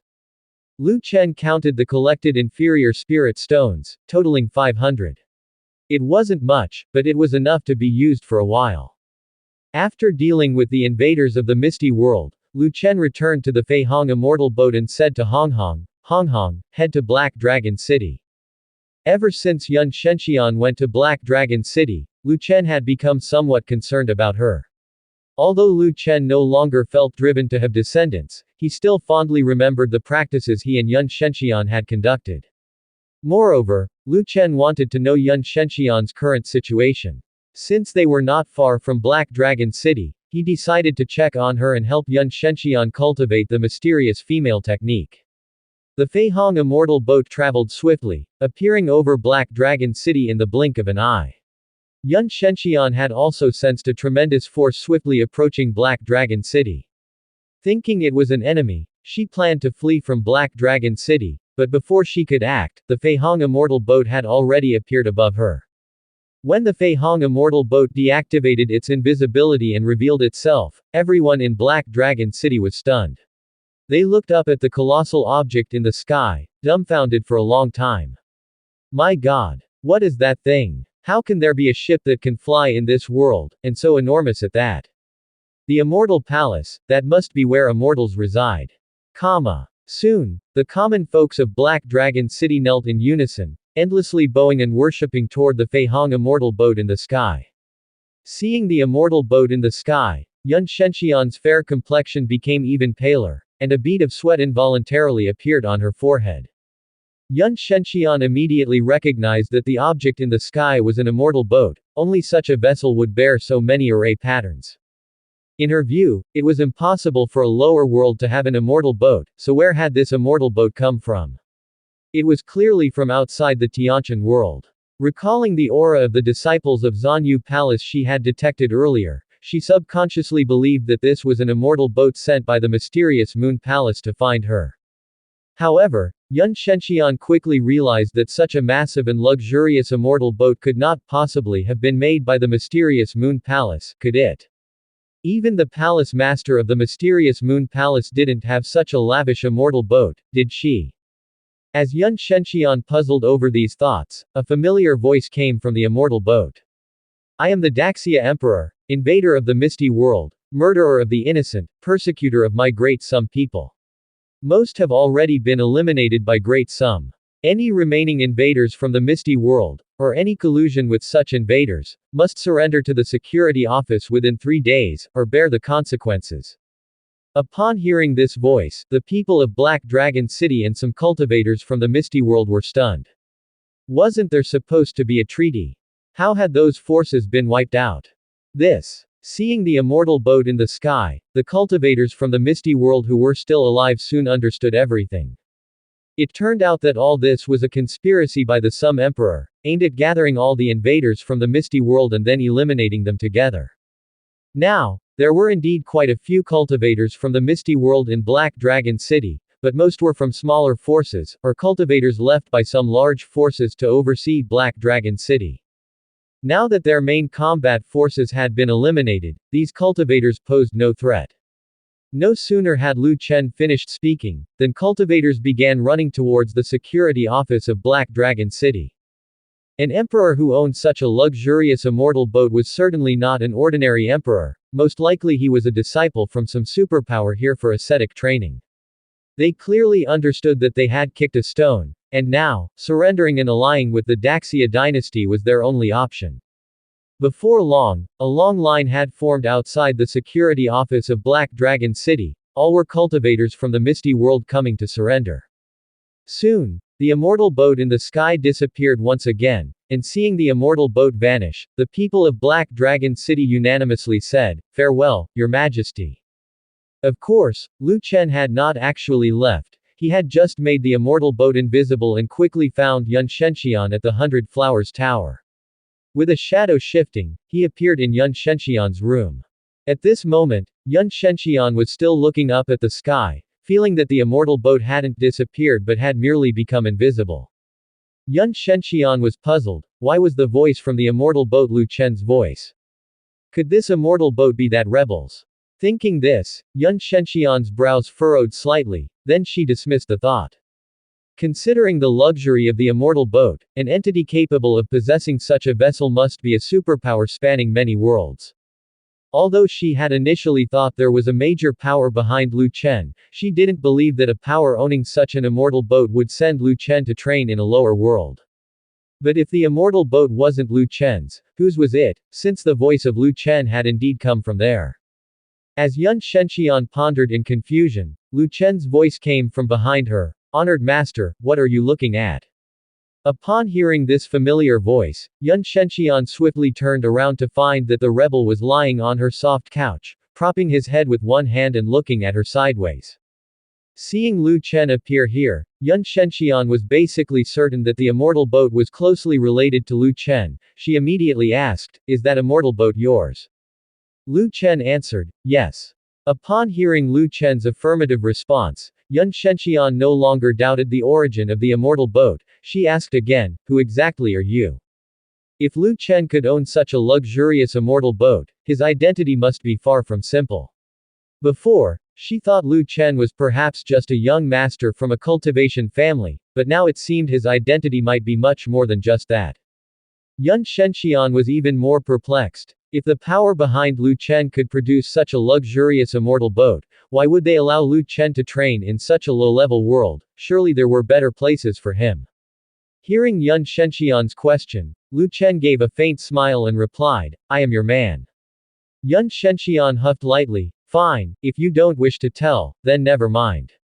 At that moment, Lu Chen used the system to check Yun Shenxian's updated data. The next moment, Yun Shenxian's updated system data appeared before Lu Chen's eyes. Name: Yun Shenxian. Identity: Lu Chen's mentor, Lu Chen's wife, Saintess of Zanyu Palace, daughter of the Palace Master of Zanyu Palace in the Tianyuan world. 1,000 years ago, a son of destiny, fifth son of Emperor Shenwu, Lu Yanghua, appeared in Tianyuan world.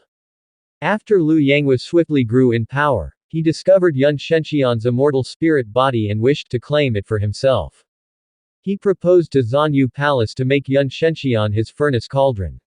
Reluctantly, Zanyu Palace agreed and sealed Yun Shenxian's powers, which actually slowed the maturation of the immortal spirit body. However, Yun Shenxian did not understand why the palace master did so, thinking Zanyu Palace really intended to send her to Lu Yanghua as a furnace cauldron, thus she fled.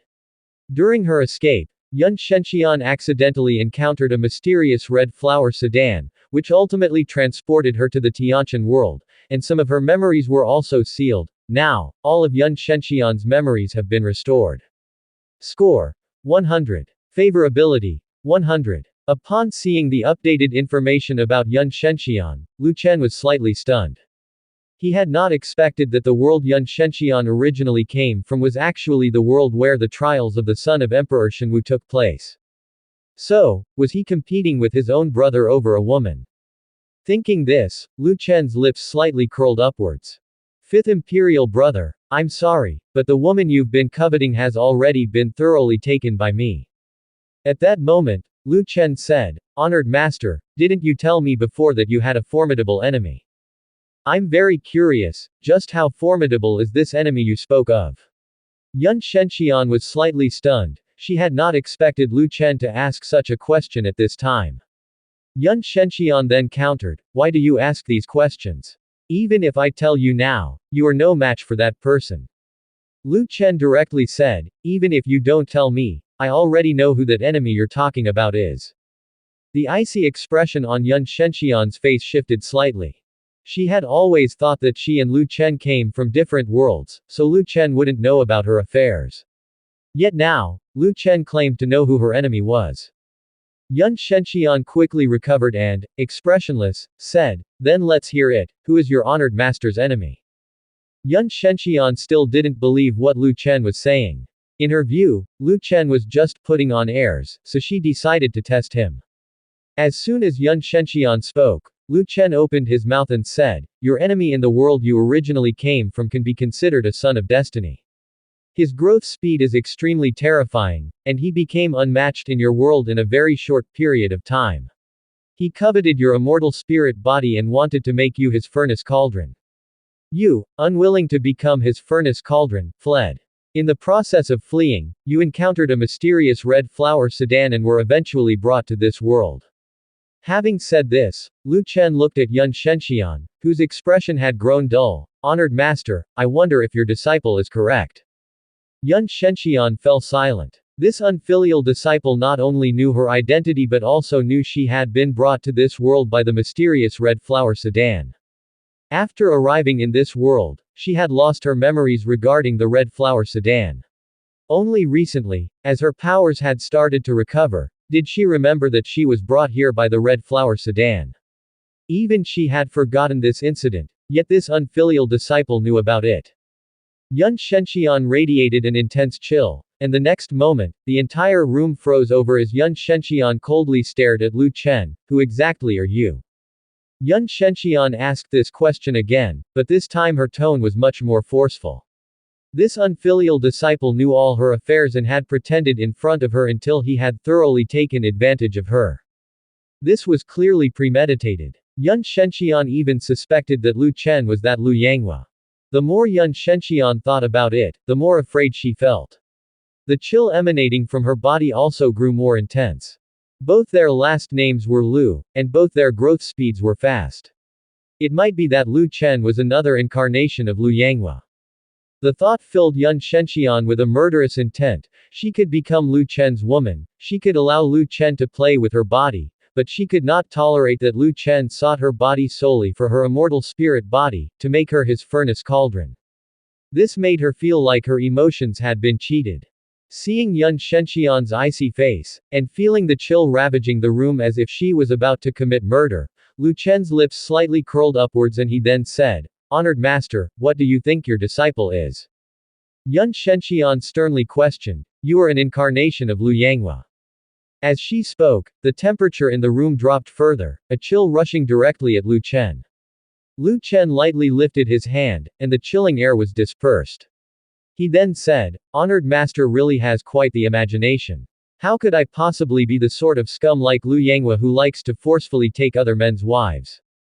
Hearing this, Yun Shenxian coldly said, "Even if you aren't him, you're no different from him." After all, Lu Yanghua had at least pressured disciples of Zanyu Palace and waited for her immortal spirit body to mature, but this unfilial disciple had just devoured her directly, without caring whether her immortal spirit body had matured or not. One could say that compared to Lu Yanghua, Lu Chen was more impatient and even more of a scoundrel. Lu Chen then said, "I am indeed not Lu Yanghua, but I could be considered a brother to Lu Yanghua." Yun Shenxian coldly said, "No wonder you are both so shameless. So, you are brothers."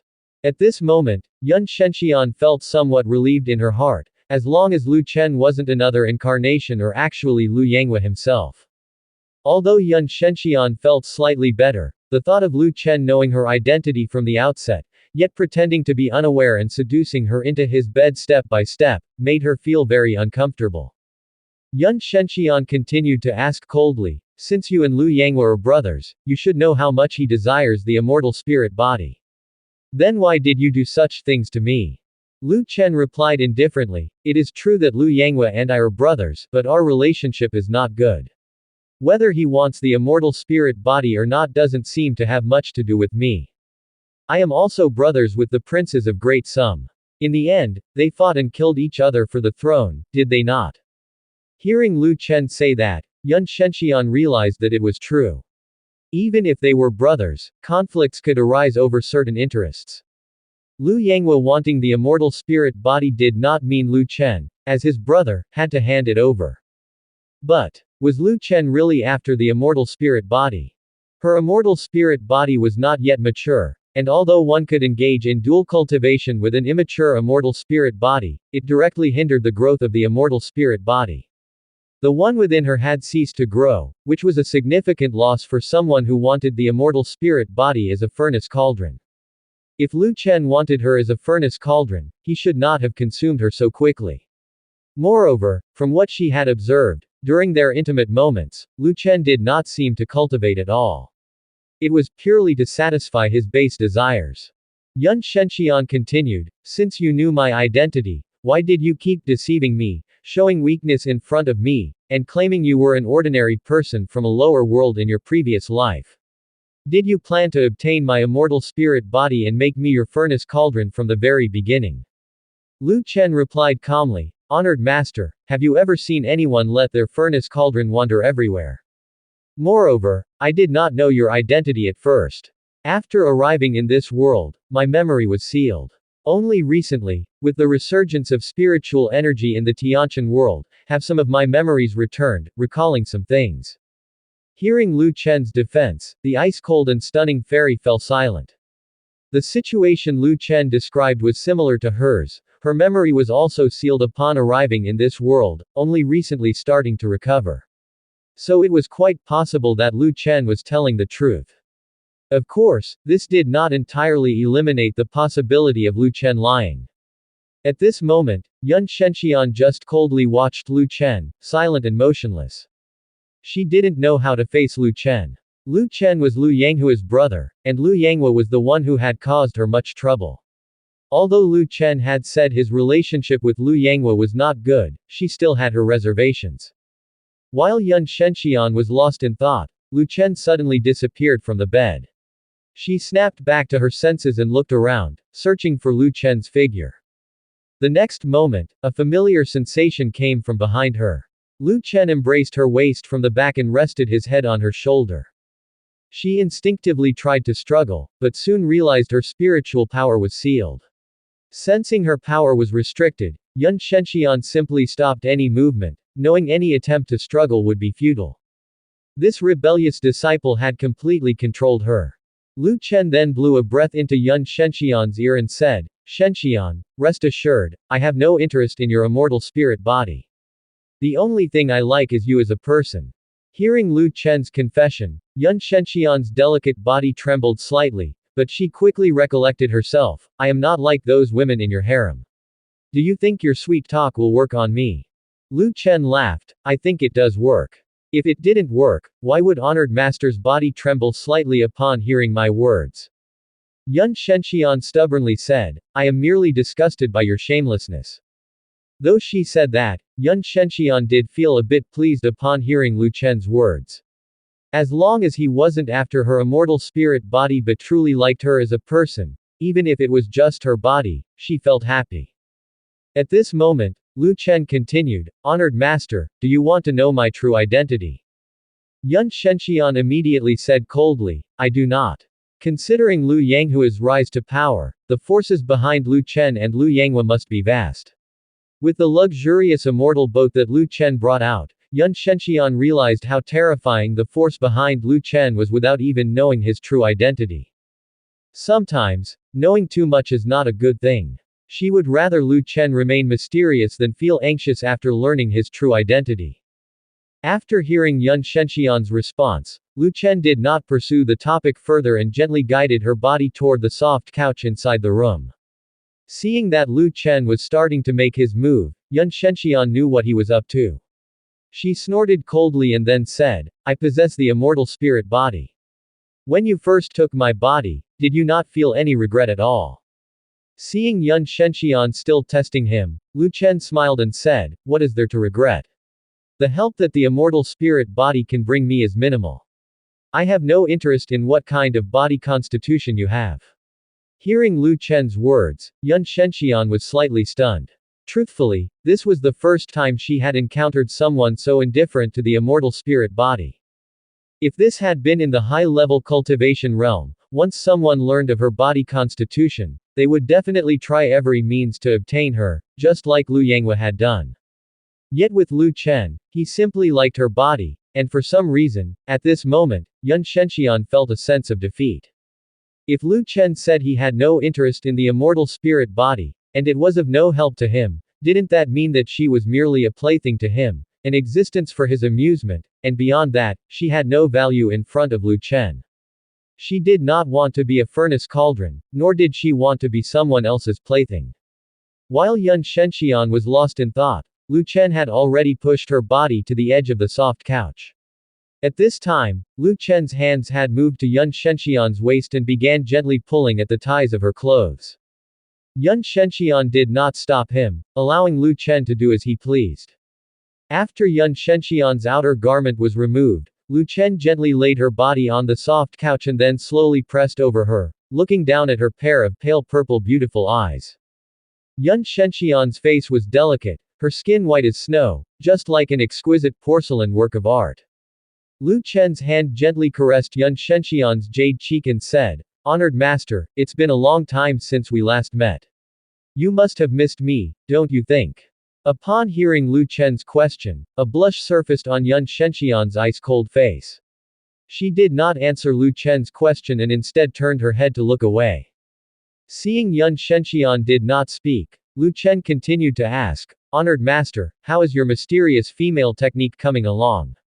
Yun Shenxian still did not answer, and seeing her remaining silent with a mix of coldness and shyness, Lu Chen smiled and said, Since the honored master is unwilling to tell her disciple, then the disciple will just have to check himself. With that, Lu Chen straightened Yun Shenxian's head and then leaned down. Soon after, their lips met. Under Lu Chen's kiss, Yun Shenxian quickly lost herself. Not long after, they both entered the state. At this time, Lu Chen was no longer continuing to seal the spiritual power inside Yun Shenxian's body.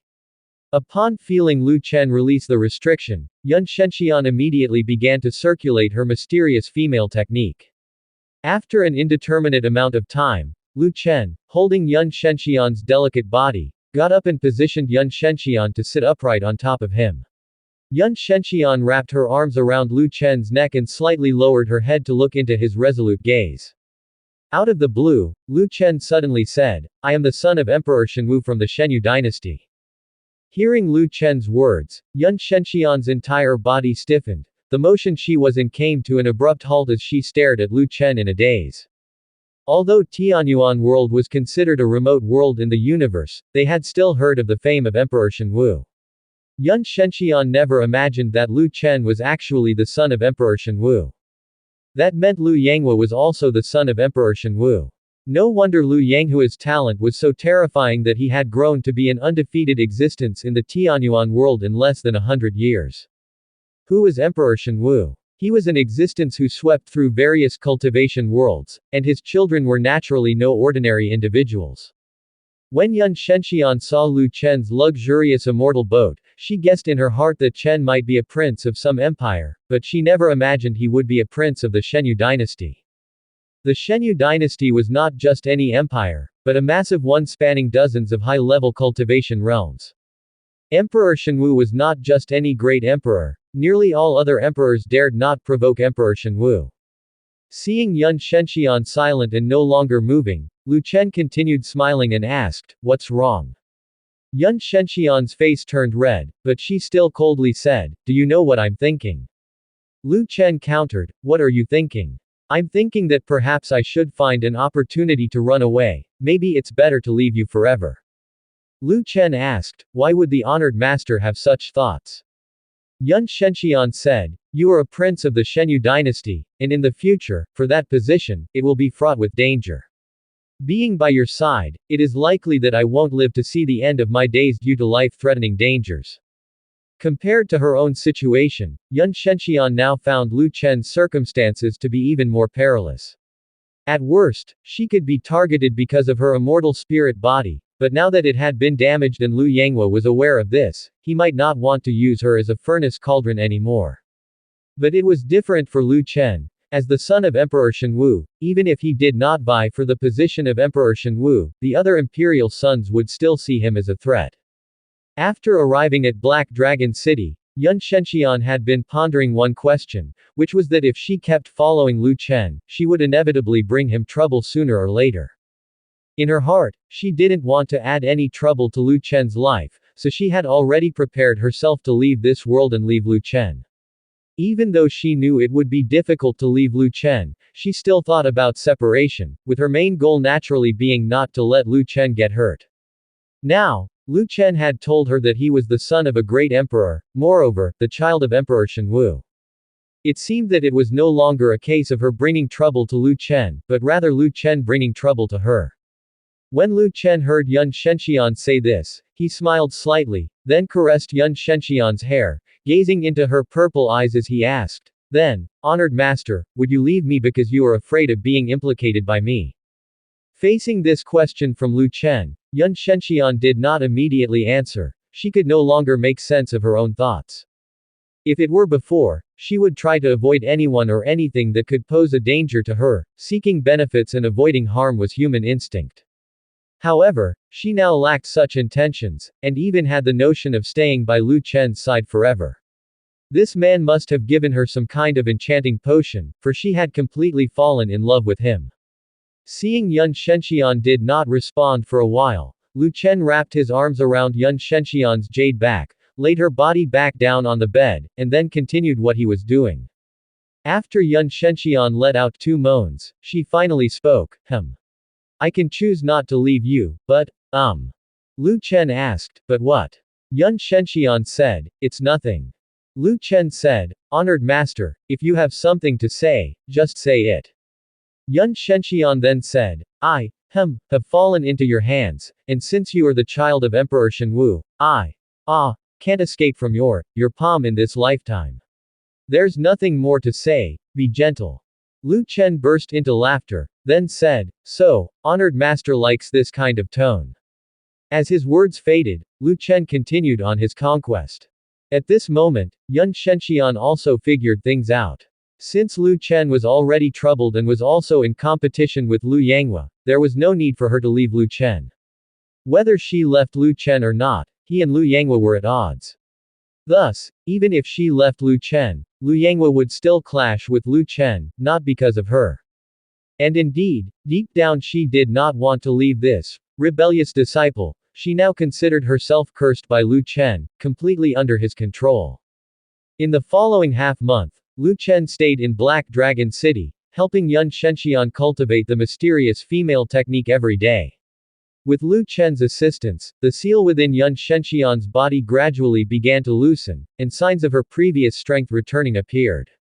If the two of them continued to practice like this, it was not impossible for Yun Shenxian to return to her realm in Tianyuan world. Qianyuan world. The Shenyu dynasty, imperial capital. A woman in a phoenix robe stood on the pavilion, looking towards the distant buildings. At that moment, a figure in a black robe appeared on the pavilion. The figure in the black robe knelt and saluted, saying, "Greetings to the Empress." The Empress Shenwu asked coldly, "What is it?" The figure in the black robe spoke, "The fifth prince wishes to use the Sky Evolution Stone to locate the position of Tianqian world." Hearing this, Empress Shenwu's brows slightly furrowed, then she asked icily, "What does he want with Tianqian world?" The figure in the black robe answered, "The people of the fifth prince did not say, but I estimate that they must know of Prince Lu Chen's presence in Tianqian world." Upon hearing the black-robed figure's response, Empress Shenwu's face grew even colder, and an intense aura of chaos seemed to emanate from her, as a cloud of black mist spread out from her body. It seemed she understood something. Lu Chen had been among the most outstanding of Emperor Shenwu's children, as well as the most significant rival for the throne. Now that the fifth prince was the first to complete the trial and emerge from the trial world, he naturally thought of disrupting someone else's trial. For Empress Shenwu, Liu Yanghua was most likely aiming to find Tianqian world and then sabotage Lu Chen's trial, ensuring that Lu Chen could never rise again. Although Liu Yanghua was also Lu Chen's rival or enemy, in the eyes of Empress Shenwu, the enemy of her enemy was not necessarily a friend. Lu Chen, as an enemy, was hers to harm. No one else, except her, was allowed to touch Lu Chen. Empress Shenwu then instructed the black-robed figure, "Tell the people of the fifth prince that only His Majesty can use the Sky Evolution Stone, I have already returned it to His Majesty." The black-robed figure said, "Understood, I will take my leave now. I shall take my leave." As the words fell, the figure in the black robe turned into a cloud of black mist and vanished on the spot. After the black-robed figure left, Empress Shenwu looked up at the sky of Qianyuan world and muttered to herself, "Only I am qualified to do anything to him." Qianyuan world. King Jin's domain. The cultivation chamber. Liu Yanghua was cultivating when suddenly a shadow appeared inside the room. "My lord, there's news from Empress Shenwu." Without even opening his eyes, Liu Yanghua indifferently asked, "What's the situation?" The kneeling shadow before him answered, "The Empress says that the Sky Evolution Stone has been returned to your majesty." Hearing this, Liu Yanghua snorted coldly. She probably doesn't want anyone to harm Prince Lu Chen. After all, in the entire Qianyuan world, who doesn't know about her affair with him? She's married to our father emperor yet has another man in her heart. If the emperor knew she still harbors feelings for Prince Lu Chen, I wonder what he would think. Enough, since she's unwilling to help, then we'll send someone ourselves to find the Tianqian world. Although Zanyu Palace is considered a significant force in the Tianyuan world, compared to the Shenyu dynasty, Zanyu Palace is almost inconsequential. Even if the entire Zanyu Palace were mobilized to find the Tianqian world, the probability of success would still be meager. However, as the son of the great emperor, Liu Yanghua is different. He has access to resources a million times greater than Zanyu Palace. Although it may also take a lot of time, it would undoubtedly be faster than having Zanyu Palace look for it. Just as Liu Yanghua decided to send out his own men to search for the Tianqian world, another shadow suddenly appeared in the room. "My lord, good news, the Tianqian world has been found." Upon hearing this, Liu Yanghua was startled. He was still preparing to search for the Tianqian world when someone told him it had already been found. So quick. Liu Yanghua then opened his eyes and, looking at his two subordinates, asked, "Who found it?" He hadn't yet dispatched anyone to search, and Empress Shenwu had also declined his request, so who could have found the Tianqian world? It couldn't possibly be Zanyu Palace, could it? As Liu Yanghua was thinking this, the subordinate who had just entered replied, "It's Zanyu Palace. Our spies have reported that the palace master of Zanyu Palace has received messages from the palace's disciples. They have discovered the exact location of Tianqian world, but Zanyu Palace hasn't reported this immediately." When Liu Yanghua left the Tianyuan world, to prevent such a situation where Zanyu Palace might hide Yun Shenxian, he left numerous spies in Zanyu Palace. After hearing the subordinate's report, Lu Yanghua sneered, "It seems I have been away from Tianyuan world for too long. Zanyu Palace dares to conceal such crucial information. Send someone to Zanyu Palace immediately, and demand that the palace master hand over the star chart location of Tianqian world." The two people before Lu Yanghua immediately responded in unison, "Yes, Your Highness." As their voices fell, the two figures vanished on the spot, leaving Lu Yanghua alone in the cultivation chamber once more. At that moment, the corners of Lu Yanghua's mouth slightly lifted, and he chuckled to himself, "O Prince Lu Chen, since this is a trial, the more challenging it is, the better it'll forge a person. Your brother is just adding a little difficulty for you, surely you won't blame me." Lu Yanghua believed that their imperial father would not intervene. According to his father's temperament, as long as he didn't lay hands on Lu Chen himself, even if his followers incapacitated Lu Chen, their father would not care. Instead, he would think that Lu Chen was useless. Moreover, their father had already given up on Lu Chen. Even if Lu Chen died, his father would probably have no reaction. A worthless prince, dead or alive, it mattered not. After being wrapped up in tender affection with Yun Shenxian for half a month, Yun Shenxian finally remembered the affairs of Zanyu Palace. Lu Chen, that rebellious disciple, had made her forget nearly everything with his distractions. Black Dragon City, inside the 100 Flowers Tower. Lu Chen was planning to continue, but Yun Shenxian suddenly raised her delicate hand and pushed against Lu Chen's chest. Seeing Yun Shenxian stop him, Lu Chen asked confusedly, "What's wrong, Shaner?" Hearing Lu Chen's endearment, Yun Shenxian's cheeks flushed even redder as she said, "There's something I forgot to tell you." Lu Chen responded, "What is it?" Yun Shenxian answered, "Not long ago, I sensed the spiritual power released by the disciples of Zanyu Palace." Hearing this, Lu Chen slightly furrowed his brows. Does that mean the disciples of Zanyu Palace have already found the Tianqian world? Yun Shenxian said, "It's very likely they have reached the Misty World. But they have immortal boats, and the Misty World's restrictions probably can't stop them.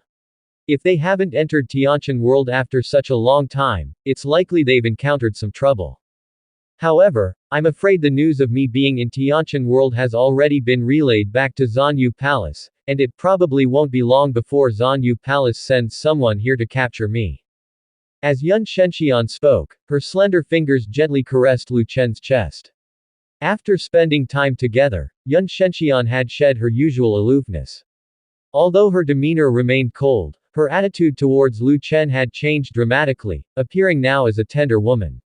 Upon hearing Yun Shenxian's words, Lu Chen slightly smiled, then raised his hand to grasp Yun Shenxian's jade hand and, gazing into her purple eyes, he said, "Honored master, rest assured, no one will be able to take you away from my side." Seeing the earnest look on Lu Chen's face, a tremor ran through Yun Shenxian's heart, and her body also began to feel some sensations. Feeling Yun Shenxian's physical condition, Lu Chen knew that his words had reached deep into her heart. Yun Shenxian's complexion was rosy, and with a trace of shyness amidst her coldness, she said, "With your current strength, I'm afraid you're still not capable of contending with the mysterious Moon Palace." Lu Chen said with a smile, "If the time comes that I'm truly no match for them, I will take you and my wives and concubines, and board the immortal boat to leave this world together. We will head to a more remote world. I refuse to believe that they would still be able to find us there." After hearing Lu Chen's words, Yun Shenxian thought for a moment and felt that he was right. If they were really tracked to this place, with Lu Chen's immortal boat, they would still be able to escape from this world. Moreover, after all, Lu Chen was a great emperor's son, so even if the disciples of the mysterious Moon Palace found their way here, with Lu Chen around, they wouldn't dare to act rashly. Unless Lu Yanghua had also sent someone. At that moment, Lu Chen gazed into Yun Shenxian's eyes and tenderly asked, "Shaner, no matter what happens in the future, you will never leave me, right?" Seeing the softness in Lu Chen's eyes, the iceberg in Yun Shenxian's heart completely melted. She knew that she had been thoroughly conquered by this rebellious disciple, both in body and soul. However, Yun Shenxian still responded icily, "It depends on your future performance. If you treat me as a furnace cauldron, I will still find a way to escape from you." Hearing Yun Shenxian's reply, Lu Chen gave a faint smile. Although she said this, Yun Shenxian had been urging him to cultivate these past few days. Even when he didn't want to use the dragon and phoenix yin-yang skill, Yun Shenxian would actively operate the skill to help him improve his strength. Whatever Yun Shenxian might say about not being treated as a furnace cauldron was just her being stubborn. She wanted to show her value to him, so even if Lu Chen was reluctant to engage in dual cultivation with her, she would initiate it herself. Of course, there is a difference between dual cultivation and using someone as a furnace cauldron. The latter only benefits one party, while dual cultivation allows both parties to enhance their strength. At this time, Yun Shenxian looked into Lu Chen's eyes and asked, "Did you come to this world to experience trials?" Lu Chen replied, "Yes, that's right." Yun Shenxian curiously asked, "Being a son of the great emperor, why would you come to such an inferior world for trials?" Lu Yanghua and Lu Chen were brothers, and the worlds Lu Yanghua had chosen for his trials were all higher realms of cultivation.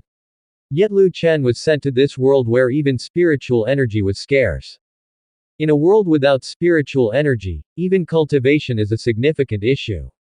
What is there to gain from trials here? This couldn't be called trials anymore, it was more like torment. Suddenly denying someone who could easily wield spiritual power the ability to use it and expecting them to live like this for many years was akin to torture. Lu Chen gently stroked Yun Shenxian's jade neck and said, "This involves some secrets of the Shenyu dynasty." Yun Shenxian immediately said, "Then you better not talk about it." Lu Chen asked, "Aren't you curious?" Yun Shenxian coldly responded, "Sometimes, the more you know, the more dangerous it becomes." At this point, something occurred to Yun Shenxian, and she continued to ask, "When do you plan on returning to the Qianyuan world?" Lu Chen answered, "I won't go back until I have become an emperor." Upon hearing this, Yun Shenxian felt a jolt in her heart. Go back only after becoming a great emperor. Why wait until he's a great emperor to return? Lu Chen was the child of Emperor Shenwu and should be able to return after completing his trials in this world. There was no need to wait until he was a great emperor, was there? Yun Shenxian then remembered the events involving Lu Chen in this world. Perhaps Lu Chen's relationship with Emperor Shenwu was like his relationship with the Sum Emperor. If Lu Chen became emperor after returning, he would most likely aim to directly seize that position from Emperor Shenwu's hands. Lu Chen would have to walk the same path he had walked in this world all over again. However, on the flip side, Emperor Shenwu was not the Sum Emperor, he couldn't be overthrown as easily, and following Lu Chen turned out to be much more dangerous than she had imagined. Of course, she had already made up her mind to follow this rebellious disciple, he had thoroughly devoured her in every aspect. Even if he now chased her away, she wouldn't leave. At this time, Lu Chen leaned in slightly and continued with his own business. Yun Shenxian bit her silver teeth, trying hard not to make a sound, while Lu Chen spoke up and said, "Honored Master, I'm quite curious about that red flower sedan. Could you tell me about it?" Lu Chen had heard from Mu Yunxi and Lu Qingqiu that both of them had come to this world because of a mysterious red flower sedan. Now it turned out that Yun Shenxian also came to this world because of that same red flower sedan. Lu Chen was now very curious about what exactly this red flower sedan was and why it had brought them to this world. After hearing Lu Chen's words, Yun Shenxian opened her mouth and said breathlessly, I don't know much about the red flower sedan. At the time, I just thought it might be a magic treasure, so I followed it, and then I was directly transported to this world." Lu Chen wondered if this red flower sedan had something to do with the system. Otherwise, why would the red flower sedan appear separately in the worlds of Mu Yunxi and Lu Qingqiu? All three of them were from different worlds, yet they all encountered this red flower sedan. While Lu Chen was lost in thought, his body started to get a little carried away.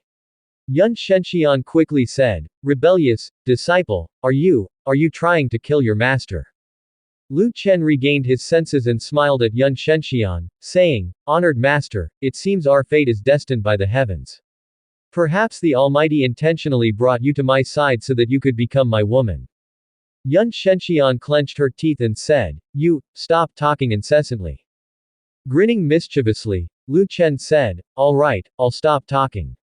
The moment he finished speaking, Lu Chen kissed Yun Shenxian's red lips once more. Lu Chen had no resistance against Yun Shenxian, the cold fairy. He didn't know whether he was affected by the situation with the Sky Evolution Stone, but now he felt that it didn't matter. After all, as long as he didn't reproduce, his destiny and bloodline power shouldn't be stripped away from him. At this moment, Yun Shenxian felt as if she had gone mad.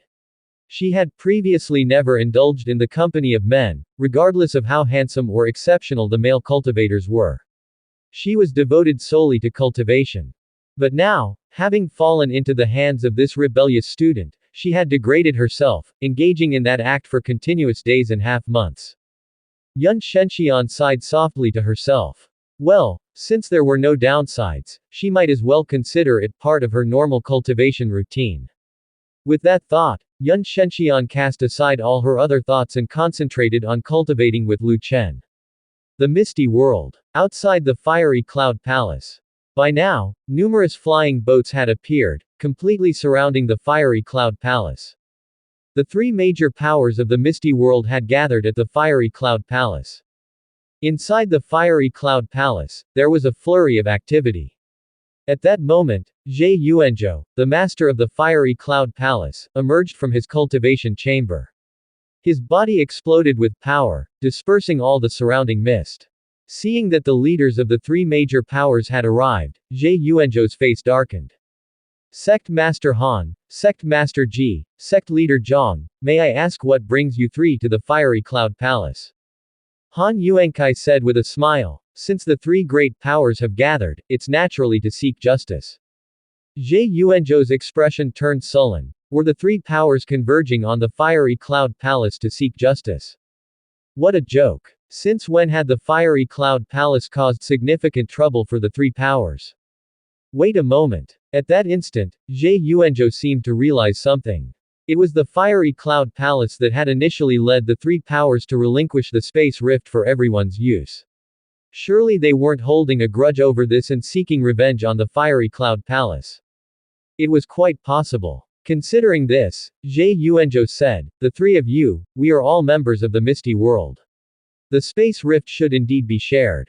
If you're here about the space rift and decide to eradicate the fiery cloud palace, aren't you afraid that all the forces of the misty world will join forces against your three powers later on? Han Yuankai said, the justice that I speak of, naturally, isn't about that.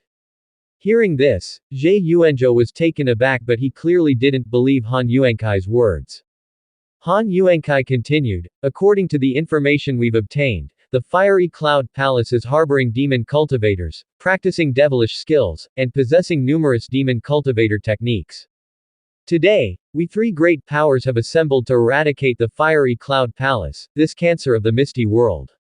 Hearing Han Yuankai's words, Zhe Yuanzhou laughed derisively. Harboring demon cultivators. That's quite an accusation, Sect Master Han. If you want to destroy the fiery cloud palace, just say it directly, there's no need to pretend to be so noble. However, although your three great powers are strong, eradicating my fiery cloud palace won't be that easy. With that, Zhe Yuanzhou shouted, Fire Dragon Great Array, arise. The next moment, the entire fiery cloud palace was enveloped by a fiery red shield. Seeing this, Han Yuankai said to Ji Hongwen and Zhang Hongye, Sect Master Ji, Sect Leader Zhang, it's up to us now. I hope you both can give your all. The Fire Dragon Great Array of the Fiery Cloud Palace is no ordinary formation. Zhang Hongye said, of course. Without responding, Ji Hongwen raised his hand, and the surrounding spiritual energy began to gather in front of him. Seeing Ji Hongwen already preparing to break the formation, Han Yuankai and Zhang Hongye wasted no more time and began their preparations immediately. A huge fire dragon soared from the formation of the fiery cloud palace into the sky, heading straight for the three of them. Seeing this, the trio ceased delaying and acted together. Sky burning, earth shattering palm. Earth splitting Chenkin break. Piercing cloud sword. A gigantic palm imprint descended from the sky alongside the phantom of a colossal sword, while on the ground, a yellow earth dragon rushed directly toward the fire dragon great array of fiery cloud palace. After Han Yuankai and his two companions made their move, the fire dragon in the sky was instantly repelled, and its phantom began to gradually dissipate. The formation barrier enveloping Fiery Cloud Palace also became faintly visible and intermittent. However, at that moment, Zhe Yuanzhou bellowed fiercely, "Bloodthirsty Great Formation, activate!" The next instant, the formation around Fiery Cloud Palace turned a sinister crimson, casting an ominous aura. Everyone present was stunned by the scene. The aura emitted by this formation was exceedingly malevolent, clearly not a formation that righteous cultivators would use. The people from the three major forces were somewhat shocked. They claimed that Fiery Cloud Palace was allied with demon cultivators merely as a pretext to move against the palace. None of them had expected that Fiery Cloud Palace indeed had affiliations with demon cultivators. Even the disciples of Fiery Cloud Palace were shocked still by the formation that appeared before them. Wasn't Fiery Cloud Palace a righteous force? How could their palace master use a demon cultivator's formation? While the disciples of Fiery Cloud Palace hadn't recovered from their shock, their bodies gradually turned into mists of blood. Witnessing their fellow disciples vanish before their eyes, the disciples of Fiery Cloud Palace quickly realized that their palace master's formation was draining the blood essence of others within Fiery Cloud Palace to sustain itself. This was the nature of demon cultivators, ruthless to the extent of not sparing even their own people. Seeing the gruesome spectacle unfold, the disciples of Fiery Cloud Palace panicked and fled in all directions, but they were all trapped within Zhe Yuanzhou's bloodthirsty Great Formation, with no way to escape. Zhe Yuanzhou laughed loudly, saying, "You few from the Yin-Yang realm think you can destroy Fiery Cloud Palace. Delusional dreams." Seeing Zhe Yuanzhou's power rapidly soaring, with his aura growing increasingly terrifying, Han Yuankai promptly said, "Gentlemen, we can't keep waiting. If we allow this fiend to absorb enough blood essence, none of us will be his match." As Han Yuankai spoke, he once again gathered all his spiritual power and thrust out his sword. Zhang Hongye and Ji Hongwen didn't just stand by either, they too took action. However, despite the three men attacking simultaneously, they could not impact Zhe Yuanzhou's bloodthirsty Great Formation. Clearly, Zhe Yuanzhou's strength had surpassed all three of them. At this point, Zhe Yuanzhou laughed heartily, saying, "Dare to strike at me, you all shall become the blood sustenance for me today." As he spoke, Zhe Yuanzhou gathered spiritual power and pushed forward with a palm. Myriad forms of netherworld. The next moment, countless blood-red skulls flew out from the blood clouds above. The disciples of the three major powers hastily exerted their energy to counter these blood-red skulls. Some disciples were carelessly touched by these blood-red skulls, and the next moment, they turned into pools of blood, which were quickly absorbed by something. Seeing this, Han Yuankai's expression darkened. He had initially thought Fiery Cloud Palace would be the easiest to deal with, but instead, it had become the most troublesome force now. But in this situation, he had no choice but to find a way to eliminate Zhe Yuanzhou. At that moment, Han Yuankai threw out his flying sword, controlling it with his spirit, then said to Zhang Hongye and Ji Hongwen, "Sect leader Zhang, Sect master Ji, assist me in eliminating this demon." Zhang Hongye and Ji Hongwen immediately understood Han Yuankai's intent, quickly positioning themselves behind him, then channeling their own spiritual power into Han Yuankai. The next moment, Han Yuankai's inner spiritual power surged tremendously, and he promptly activated his cultivation technique, causing the flying sword in the sky to grow immensely large. Seeing this, Zhe Yuanzhou sneered, "Just the three of you thinking to defeat me, laughable." Zhe Yuanzhou then resumed channeling spiritual power. Netherworld hell. Suddenly, the color of the heavens and earth changed, turning a sickly green as eerie green light appeared on people's faces, creating a terrifying sight. Subsequently, a green river surged from the heavens, its rapid flow speeding directly toward Han Yuankai and his allies. Han Yuankai was not intimidated by this scene, he snorted coldly, then waved his hand. Sword breaks the heavens. The giant sword rushed toward the green river, and upon contact, the green river was instantly dispersed. The giant sword then thrust fiercely toward Zhe Yuanzhou's bloodthirsty Great Formation. Seeing his netherworld hell so easily broken, Zhe Yuanzhou couldn't believe it. Just as he regained his senses and prepared to counterattack, the giant sword effortlessly broke through the bloodthirsty Great Formation and charged straight at him. Zhe Yuanzhou's face turned deathly pale, and he cried out, "No. Impossible. How can you be this strong?" Before Zhe Yuanzhou could dodge, the giant sword directly pierced his body, turning him instantly into a mist of blood. Zhe Yuanzhou, the strongest palace master, had died, and naturally, the rest of the fiery cloud palace had lost their will to resist. Coupled with the sacrificial offering of the disciples from Fiery Cloud Palace earlier, which had shaken the ideology of its disciples, by the time disciples from the three major powers stormed into the Fiery Cloud Palace, the people left in there harbored no thoughts of resistance and Fiery Cloud Palace was quickly extinguished. After everything had ended, Zhang Hongye and Ji Hongwen exchanged glances behind Han Yuankai's back. Both saw shock in each other's eyes. Although they both knew that Han Yuankai was powerful, having reached the 8th level of the Yin-Yang realm, they had not expected him to be this strong.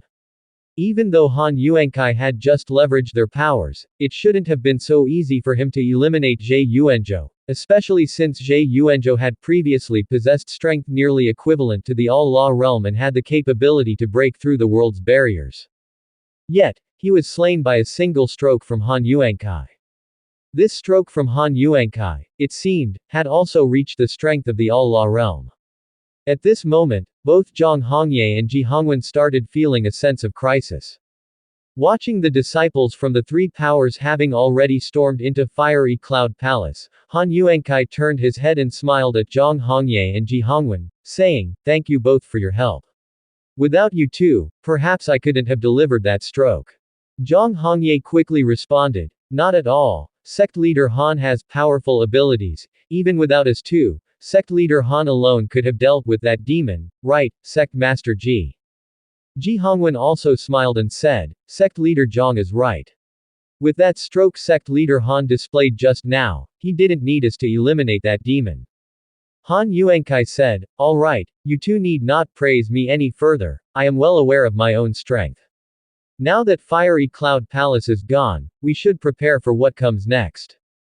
Zhang Hongye and Ji Hongwen said in unison, "Sect leader Han is right." Though the three of them said little else, they quickly plundered the resources of Fiery Cloud Palace. After destroying the Fury Cloud Palace, the three great powers subsequently annihilated some forces that had been on good terms with Fiery Cloud Palace. With these forces extinguished, other powers in the Misty World also gradually realized something was amiss. To confront the three great powers, some medium-sized forces hastily formed alliances. Yet before the three great powers made a move, the allies they had grouped with turned on them and then sought refuge with the three great powers. In this situation, they had only two choices: either join the three great powers or be extinguished. With more and more powers pledging allegiance to the three great powers, a tripartite stance gradually formed in the Misty World, and the cooperation among the three great powers was also coming to an end. Now, the three great powers did not need to deploy any troops, they merely needed to send people to talk with some forces, and those forces would voluntarily come to offer their allegiance. Thus, the next focus of the three great powers was to win over many forces and strengthen themselves. This consequently turned the three great powers into competitors and a new confrontation in the Misty World emerged once again. In Tianyuan World. Mysterious Moon Palace. On a pavilion, a woman was gazing into the distance, her long hair cascaded down like a waterfall, her black hair shimmering with silvery white light under the moon. Her eyes were deep and bright, as clear as an autumn lake. She was dressed in a white fairy robe that gently fluttered with the breeze, embroidered with exquisite flowers that seemed almost alive, as if real blossoms had been sewn onto the fabric. A blue ribbon tied around her waist danced with the wind, as soft and flowing as water. The woman held a jade flute in her hand, her fingers slender and elongated, like finely carved white jade. The woman's skin was fair, her figure graceful with curves that were clearly defined. Under the moonlight, her body seemed to emit a sanctified glow, as if a fairy had descended to earth. After a long while, a cultivator came from afar on a flying sword and upon seeing the woman, immediately paid his respects. "Greetings, Palace Master." The woman slightly nodded and asked, "What is it?" Her voice was clear and penetrating, as if it directly entered one's mind. The cultivator said, "Palace Master, Liu Yanghua has learned of our disciples reporting the location of the Tianqian world. He demands we hand over the star map of Tianqian world immediately or face the consequences. Upon hearing this, Yun Qingshu's expression slightly changed, becoming even colder and more detached, her body emanating a strong coldness. Yun Qingshu then told the cultivator in front of her, immediately send someone to investigate, among the elders, how many have been promoted in the last 1,000 years. Yes, Palace Master. Then the cultivator left the pavilion on his flying sword. Yun Qingshu watched the moonlight in the sky and coldly said, even if he is the son of the great emperor, if he provokes this palace, I will sacrifice one of my souls to annihilate the Shenyu dynasty. As soon as Yun Qingshu's words fell, suddenly, a strange sensation surged through her, making her feel as if her body were being peered at by someone. The cold in Yun Qingshu's body burst forth. Her expression turned extremely grim. Who is it? Who dares to possess Shauner's body?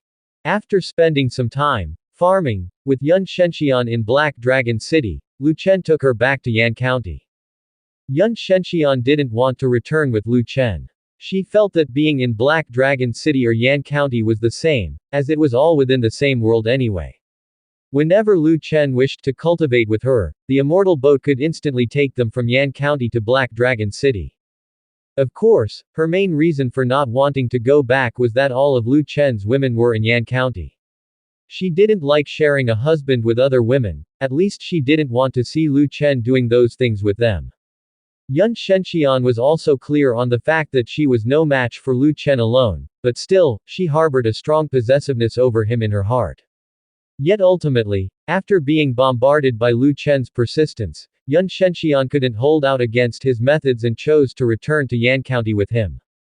As for Lu Chen, this recalcitrant disciple, Yun Shenxian now had no way to deal with him and could only follow him. Upon returning to Yan County, Lu Chen took on the role of a hands-off shopkeeper, handing over almost all the administrative affairs to Zhu Zongguang while he focused on cultivation every day, as well as assisting Chu Yukin in nurturing their child world. He was very curious about what sort of rewards he could get from the system once the child world inside Chu Yukin matured. Yan County. Imperial Palace. Lu Chen was exercising in Chu Yukin's room when a maidservant's voice came through. Your Majesty, Commander Qin has captured some spies from Misty Immortal Sect. These spies claimed they were sent by the Great Elder of Misty Immortal Sect to look for noble consort Wu and consort Li. Hearing this, Lu Chen stopped what he was doing, curiously asking, the Great Elder of Misty Immortal Sect. The maidservant continued, according to the spies' confessions, the Great Elder is the honored master of noble consort Wu and consort Li. After thinking for a moment, Lu Chen then said, let Qin Yushan bring those spies to meet noble consort Wu and consort Li to see what they have to say. I will head over there later. Yes. After giving instructions, Lu Chen continued to focus his attention on Chu Yukin, who lay on a soft couch with a misty look in her eyes as she watched Lu Chen and asked, Chen'er, what's the difference between this child world and the minor worlds of cultivators? Lu Chen replied, I don't know either. I'll only understand the specifics after you have fully nurtured the child world. Lu Chen was also eager to know the specific reasons why the system required his wives to nurture child worlds. Although the system said this would help him spread his progeny further, he always felt that wasn't the real reason. The beings born from the child worlds have no blood relation to him at all, can they still count as his progeny? Now, it was pointless to think too much. Only after the first child world matured would he know the specifics. With that thought, Lu Chen leaned over, sealing Chu Yukin's red lips with a kiss, focusing on the task at hand. Meanwhile, Wu Junwan and Li Qinru sat in the pavilion, drinking afternoon tea. Wu Junwan was soothing the baby in her arms while chatting with Li Qinru about matters concerning the Misty World. Li Qinru said, the Misty Immortal Sect has already sent almost 3 groups of disciples here, and until now, our honored master hasn't sent anyone to find us, which feels somewhat amiss. Wu Junwan gently rocked the child in her arms, saying, could it be that your majesty unwittingly killed the disciples our honored master sent? Their honored master sent disciples to the Misty World, certainly in the company of Misty Immortal Sect's disciples. The people their honored master sent would blend in with the Misty Immortal Sect, which in Lu Chen's eyes, naturally made them enemies. Lu Chen had eliminated so many disciples of the Misty Immortal sect, it was possible that some of them had been sent by their honored master. After hearing Wu Junwan's speculation, Li Qinru hummed lightly and said, "That's uncertain, perhaps that man knew there were people sent by our honored master among them, but since he doesn't trust us, he might as well have killed all those sent by our honored master."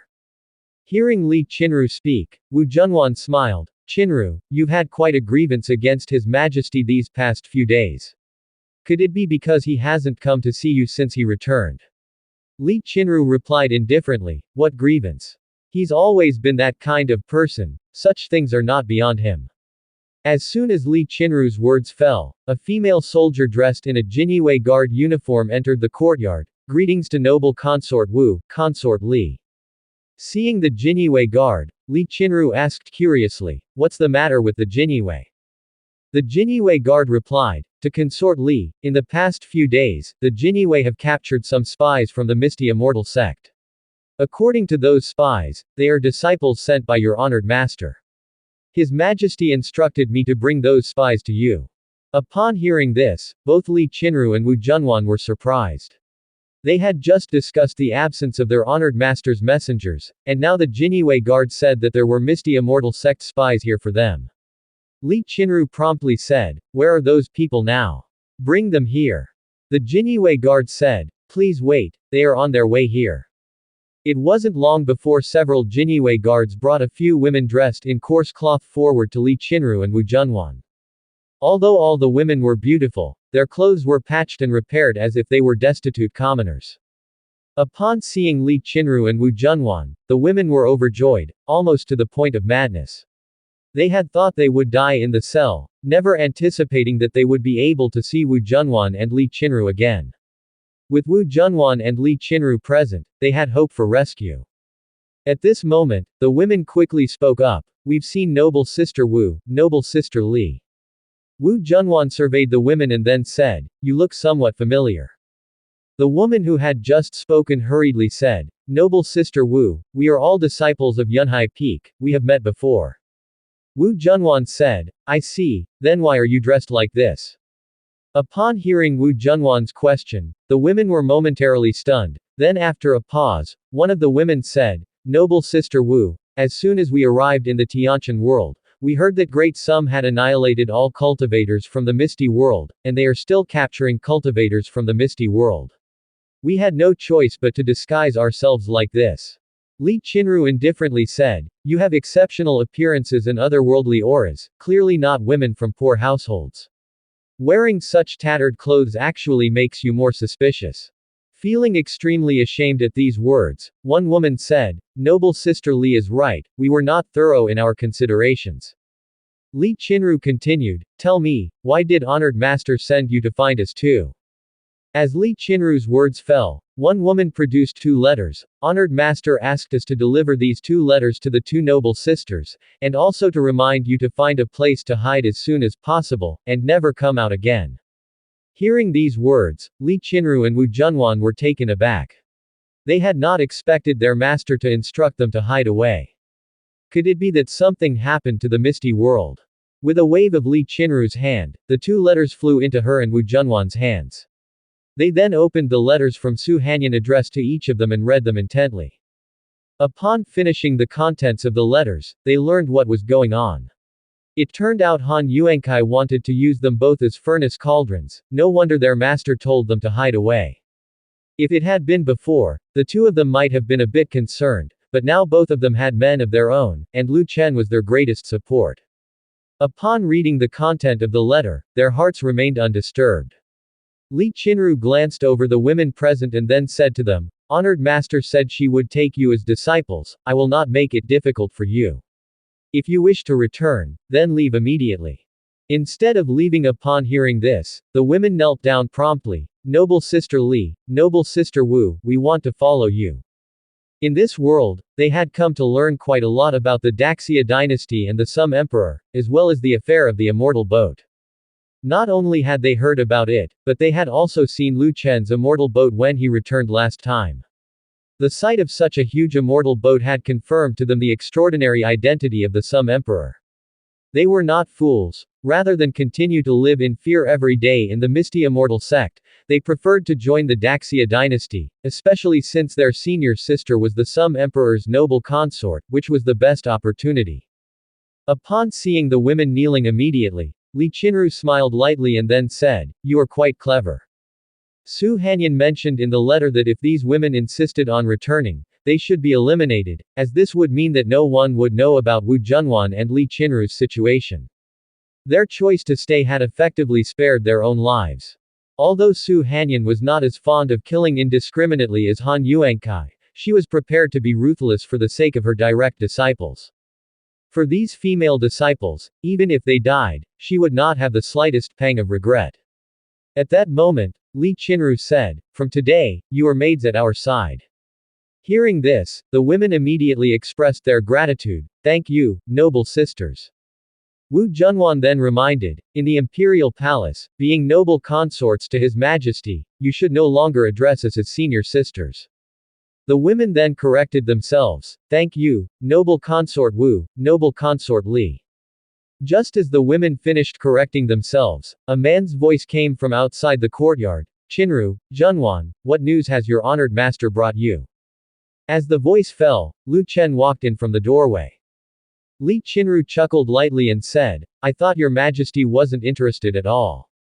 Li Qinru knew that Lu Chen could not rest easy concerning them. In her view, Lu Chen surely suspected that their master was passing them a message, instructing them to cooperate with the Misty Immortal sect in controlling the entire Tianqian world. Hearing this, Lu Chen used shadow shifting to appear behind Li Qinru, wrapping his arm around her delicate waist and laughing. "I am quite confident in my two consorts. If there were any important news, I believe you would take the initiative to tell me." After hearing Lu Chen's words, Li Qinru chuckled and then handed the letter she was holding to Lu Chen. However, Lu Chen did not take the letter, laughing as he said, "I've said it before, I still trust you guys. This is a letter from your honored master to you, how could I read it?" Li Qinru slightly turned her head, giving Lu Chen a meaningful glance. "You've become more and more hypocritical, clearly wanting to read it deep down. If you didn't want to know the contents of the letter, you wouldn't have come." At that point, Li Qinru directly told Lu Chen the contents of the letter. "The honored master informed us in the letter that the Misty Immortal sect master wants to use me and Junwan as furnace cauldrons. She fears that once the prohibitions of the Misty world disappear, the Misty Immortal sect master will act against us, telling us to find a place to hide and never show our faces again." Lu Chen was slightly stunned upon hearing Li Qinru's words.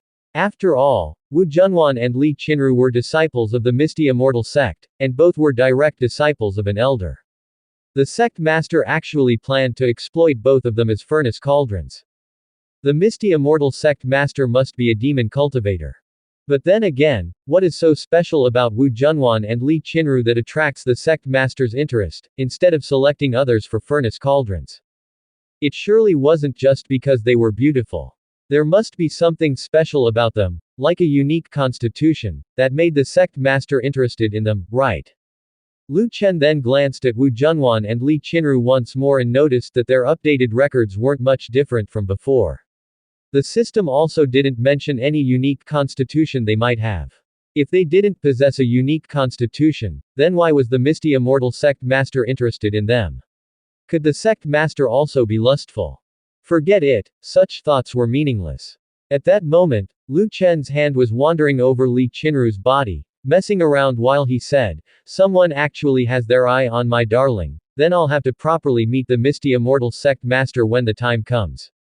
Upon saying that, Lu Chen's gaze fell on the few Misty Immortal sect female disciples kneeling on the ground. "Qinru, what are you planning to do with these few?" Hearing Lu Chen's words, the female disciples from the Misty Immortal sect shuddered in terror, quickly bowing their heads. Li Qinru said, "They are my master's people. I plan to keep them on as servant girls. What do you think, Your Majesty?" Although Li Qinru didn't plan to take their lives, the imperial palace was ultimately Lu Chen's domain, so she couldn't make decisions on her own. Lu Chen did not answer immediately. He scanned the loyalty of these women, and saw that their loyalty was exceptionally high, the lowest being 80. Keeping them in the imperial palace wouldn't be much of a problem. After thinking for a while, Lu Chen said, "That's fine." Seeing that Lu Chen agreed, several female disciples said in unison, "Thank you, Your Majesty, thank you Consort Li, noble Consort Wu." Then Lu Chen said, "All right, you may all leave for now." The female disciples of the Misty Immortal sect then stood up and said, "Yes, Your Majesty." Under the escort of the Jinyue guards, they temporarily left the courtyard. After they left, Wu Junwan, who was holding a child, spoke up, "Your Majesty, once the prohibitions of the Misty World disappear, I wonder if you could allow us to write a letter to our master first, to try and sway her." In Wu Junwan's view, although their master had her own stance, the Misty Immortal sect's misconduct in the Misty World had long made Su Hanyan weary.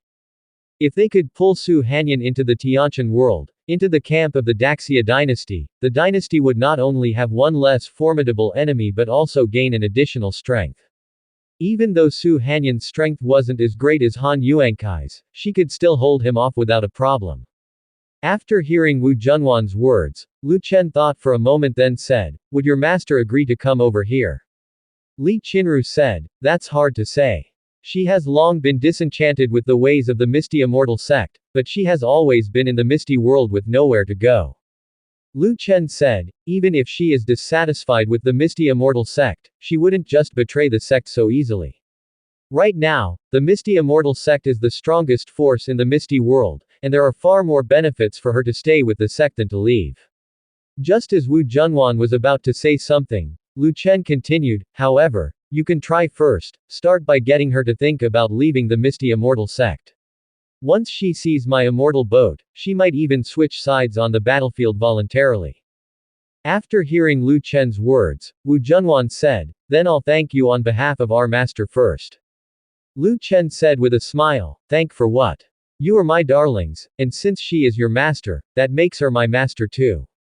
Hearing Lu Chen's words, Wu Junwan and Li Qinru trembled inside, always feeling that there was something odd about what Lu Chen said. The thought of how Lu Chen's own master had already been completely devoured by him made them suspect whether Lu Chen harbored thoughts about their master as well. And indeed, their master was truly beautiful, exuding an immortal aura all around her. If Lu Chen were to see her, it wasn't unlikely that she would also become one of Lu Chen's women. Just as Lu Chen was about to say more, a female Jinyue guard appeared at the entrance to the courtyard. "Your Majesty. There's new information. It's from the Misty World." Hearing this, Lu Chen immediately said to Li Qinru and Wu Junwan, "My darlings, I have some matters to attend to, so I will not keep you company any longer." Wu Junwan said, "Your Majesty, go attend to your duties." Lu Chen didn't say much more and immediately used shadow shifting to head directly to the Imperial Study Room. When Lu Chen arrived at the Imperial Study Room, Qin Yushan and a few disciples of the 10,000 Immortal sect were already waiting. Seeing Lu Chen suddenly appear, everyone hurriedly paid their respects. "We greet your Majesty, may your Majesty live forever, forever and ever." Lu Chen said indifferently, "Dispense with the formalities. How is the situation in the Misty World now?" A disciple of the 10,000 Immortal sect immediately handed a letter to Lu Chen. "Your Majesty, this is a letter from the sect master. Now, all the forces in the Misty World have submitted to the three major powers, and the three major powers have formed a new confrontation." Lu Chen took the letter from the disciple, opened it, and read carefully. Seeing the content written by Ji Hongwen in the letter, Lu Chen fell into contemplation. The three major powers had partitioned the Misty World, which seemed like a good situation. Once the restrictions in the Misty World were lifted, as long as the Misty Immortal sect and Lingu sect were dealt with, the forces attached to these two powers would naturally surrender. By then, much trouble would be avoided. Of course, generally speaking, the more forces there are, the better it is for the Tianqian world and for the Daxia dynasty, because with more forces, there are more disputes over interests. Then, the Daxia dynasty could exploit the contradictions between the various forces to sow discord. However, all schemes and tricks are predicated on the basis that one's own strength is insufficient to directly eliminate the enemy. As soon as the Daxia dynasty has the power to overpower its enemies, it won't need to resort to those methods. There are still a few years before the Misty World's restrictions will dissolve, and he now has ample time to develop rune weapons and enhance his power. Lu Chen is now at the third level of the Genesis realm. Based on his current rate of strength improvement, he would be able to break through to the Yin-Yang realm in less than a year. In 5 years' time, it would be entirely possible for him to break through to the Allah realm. After some thought, Lu Chen said to Qin Yushan and the disciples of the Lingu sect, "You may go about your business." Together, everyone replied, "Your subordinates take their leave." Soon after, Qin Yushan and the others left the imperial study room, and Lu Chen sat in his seat in the room, asking the system, when will the child world inside Chu Yukin's belly be ready to mature? The system replied, based on the current speed of gestation, it will be mature in no more than 2 years. Lu Chen asked, "Can I find out in advance what the reward for nurturing the child world will be?" The system replied, "Host, please wait patiently." Seeing that the system was unwilling to share, Lu Chen didn't bother asking anymore. 2 years wasn't too long, he'd wait. Time flew by, and in the following days, Lu Chen spent every day cultivating with his wives and concubines in the harem. Lu Chen didn't know if there were any long-term downsides to this method of cultivation, but at present, this dual cultivation skill was helping him to quickly elevate his cultivation state. Several months later, Bai Qingqing's room. Bai Qingqing lay quietly on the bed, awaiting the birth of her child. She had never imagined that she, and Shadow Guard trained from a young age and tool of the Sum Emperor, could one day have a darling and bear children for her man. Just then, a figure appeared silently at the bedside. The midwives and maid-servants waiting in the room hurriedly knelt down to pay their respects. "We greet your majesty, may your majesty live forever, forever and ever." Lu Chen hummed an acknowledgement, "Rise." After his words, Lu Chen sat down beside the bed and, smiling, took Bai Qingqing's hand asking, "Bai, you're about to become a mother, are you happy?" Bai Qingqing, expressionless, replied, "Your Majesty, I am happy." Seeing Bai Qingqing's expression, Lu Chen laughed again. Bai was indeed as consistent as ever. It was no surprise coming from Bai Qingqing, for she was trained from childhood to be an emotionless tool. Even after becoming Lu Chen's woman, other than feeling shy during certain intimate moments with Lu Chen, she seldom showed other expressions. Lu Chen raised his other hand and gently caressed Bai Qingqing's face. She involuntarily lifted her own hand to hold the one that caressed her cheek, then locked eyes with Lu Chen. "Your Majesty, thank you." Hearing Bai Qingqing's thanks, Lu Chen was slightly taken aback. Just then, Bai Qingqing's lips curved upwards slightly, her eyes softly closed, and she revealed a gentle smile. Bai Qingqing's smile, like a breeze in spring, was very comforting. Lu Chen was stunned for a moment, as it was the first time he saw this icy beauty wearing such a smile. Just as Lu Chen was about to speak, Bai Qingqing suddenly furrowed her brow, and he instantly realized what was happening, promptly channeling life force into Bai Qingqing.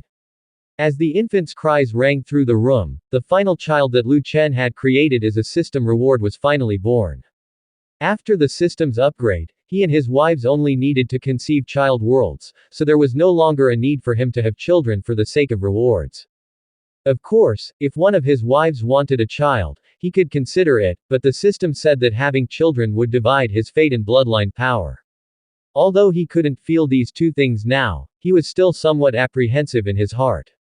Lu Chen held the baby closely in his arms, scrutinizing it carefully.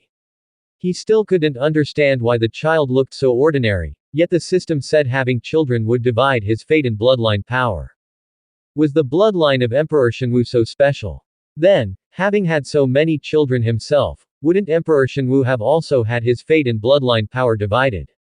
Just as Lu Chen was thinking this, the system notification sounded.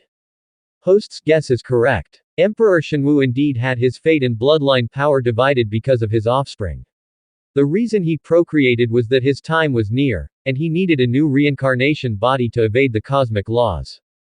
After hearing what the system said, Lu Chen wondered in his heart, logically, in my previous life, I was already killed by Emperor Shenwu, and I have since reincarnated. Why do I still possess the same as Emperor Shenwu? The system answered, it's because the host's soul was imprisoned by Emperor Shenwu in the soul bead, and the soul bead contained Emperor Shenwu's essence blood. The host's body is nurtured by Emperor Shenwu's essence blood. Lu Chen continued to ask, when my mother conceived me, she must have used my father's essence blood from this life, right? So what role did that father of mine play? The system responded, the essence blood of the Sum Emperor only helped shape your flesh body, but the blood flowing in your veins is still that of the Emperor's essence blood. Upon hearing the system's reply, Lu Chen felt that his father in this life had it quite tough, resembling an honest man. Lu Chen further inquired, so, if one day I become powerful enough to discard this flesh body, could I be free from the influence of Emperor Shenwu's bloodline and have children freely? The system answered, only by breaking through to the Emperor realm can the host completely escape the influence of Emperor Shenwu's bloodline. Having received a definite answer from the system, Lu Chen felt relieved. Although he may not want children now, many of his wives were still childless, and if they wanted children one day and he was still under the influence of Emperor Shenwu's bloodline, unable to have offspring, that would truly dishearten them. All he needed was to break free from the influence of Emperor Shenwu's bloodline. While Lu Chen was lost in thought, Bai Qingqing's voice came, Your Majesty, could you grant the child a name? Upon hearing this, Lu Chen snapped back to reality and said with a smile, his name shall be Lu Xinwei. Xinwei signifies new radiance, new glory, and symbolizes the brilliance of a new beginning. This was the last child created under the drive of the system, and henceforth a new beginning. Lu Chen believed that someday he would uncover the true identity behind the system, as well as escape its control. At that moment, Lu Chen glanced to his right, where the system notification box showed that the reward had been delivered. He then handed the child over to Bai Qingqing's arms. After Bai Qingqing took the child, a smile graced her face again, one of maternal affection that a mother would show only when looking at her child. Lu Chen then addressed Bai Qingqing, Bai, I have matters to attend to, so I must leave. Use the rejuvenating skill to strengthen Weir's body. Bai Qingqing responded, this concubine understands, Your Majesty should attend to your duties. Lu Chen then disappeared from the spot with a shadow-shifting technique and arrived at the Imperial Study Room. Inside, he opened the system interface. Congratulations, host, on gaining a child. Reward. 1,000 sets of Shengwei armor. Seeing the reward, Lu Chen was momentarily taken aback. Armor.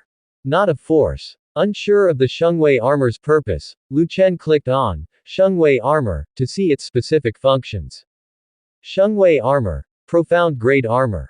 Wearing this armor can increase one's strength by up to an entire realm and can resist most attacks. Understanding the function of the Shengwei armor, Lu Chen thought that if he gave these 1,000 sets of Shengwei armor to cultivators in the heavenly human realm, wouldn't that mean he had effectively acquired 1,000 Genesis realm powerhouses? He did not expect that this final child would bring such a great reward. Of course, he did not have 1,000 heavenly human realm subordinates right now. Only after the prohibition of the Misty World disappeared and the disciples of the 10,000 Immortal Sect entered the Tianqian world would these 1,000 sets of Shengwei armor be able to reach their fullest potential. World of Fallen Suns. Union Sect. Atop a mountain peak, a woman dressed in white gazed toward the distant pavilion. The woman's beauty was breathtaking, like a painting, her demeanor cool and proud, as if she were a snow lotus on an icy mountain. At that moment, the woman's body suddenly trembled. A strange feeling surged in her heart, and a hint of blush flashed across her cold face, instantly replaced by an angry expression. Who dares to defile my sub-body's purity? I will tear you limb from limb. Immediately after, the woman used tracking magic, attempting to locate the precise position of her sub-body. However, at that moment, her connection to her sub-body was severed once again. Lu Qingyan's brows furrowed slightly. She was somewhat puzzled by the force that had cut off the connection with her sub-body. Now a semi-saint, as long as her sub-body had not left this universe, she should be able to sense it anywhere in any world. After pondering for a moment, Lu Qingyan immediately sent a message to everyone in the Union Sect, all elders, end your seclusion, drop your current tasks, and immediately head to Green Cloud Palace. I have an important mission to announce. After sending the message, Lu Qingyan coldly said, whoever dares to confine my sub-body, treating it as a furnace cauldron, I will surely execute them. Although she had not ascertained the location of her sub-body, the brief sensing told her that her sub-body was in a world called Tianqian World. If she didn't know the exact coordinates, she would just have someone search for it. As long as it was in this universe, it could definitely be found. 100 years, 1,000 years, 10,000 years, 100,000 years, she would find Tianqian world, find the villain who used her sub-body as a furnace cauldron. In her eyes, the fact that she had lost the connection with her sub-body meant that the villain who had confined it feared her finding it and had used some secret technique to sever their connection. But no matter, she already knew her sub-body was in Tianqian world, and as long as she found Tianqian world, she would personally go there to deal with the miscreant. Since the culprit was afraid of her, the main body, coming over, it showed that their strength was not particularly powerful. 2 years later. Inside Wind Cloud Palace, Lu Chen was playing with his children when suddenly, the sky changed color outside, turning dark from the previously clear sky in an instant. At that moment, a maid rushed into Wind Cloud Palace. "Your Majesty, something terrible has happened, noble consort Chu, she." Before the maid could finish speaking, Lu Chen had already vanished on the spot and in the next moment, appeared in Chu Yukin's sleeping quarters. For the past 2 years, Lu Chen had been particularly concerned about Chu Yukin's condition. The system had said that birthing a child world was not the same as birthing a child, that it might take more time, so Lu Chen had been eager for the child world inside Chu Yukin to mature. He was very curious to see what exactly a system child world was, and what he could gain from it.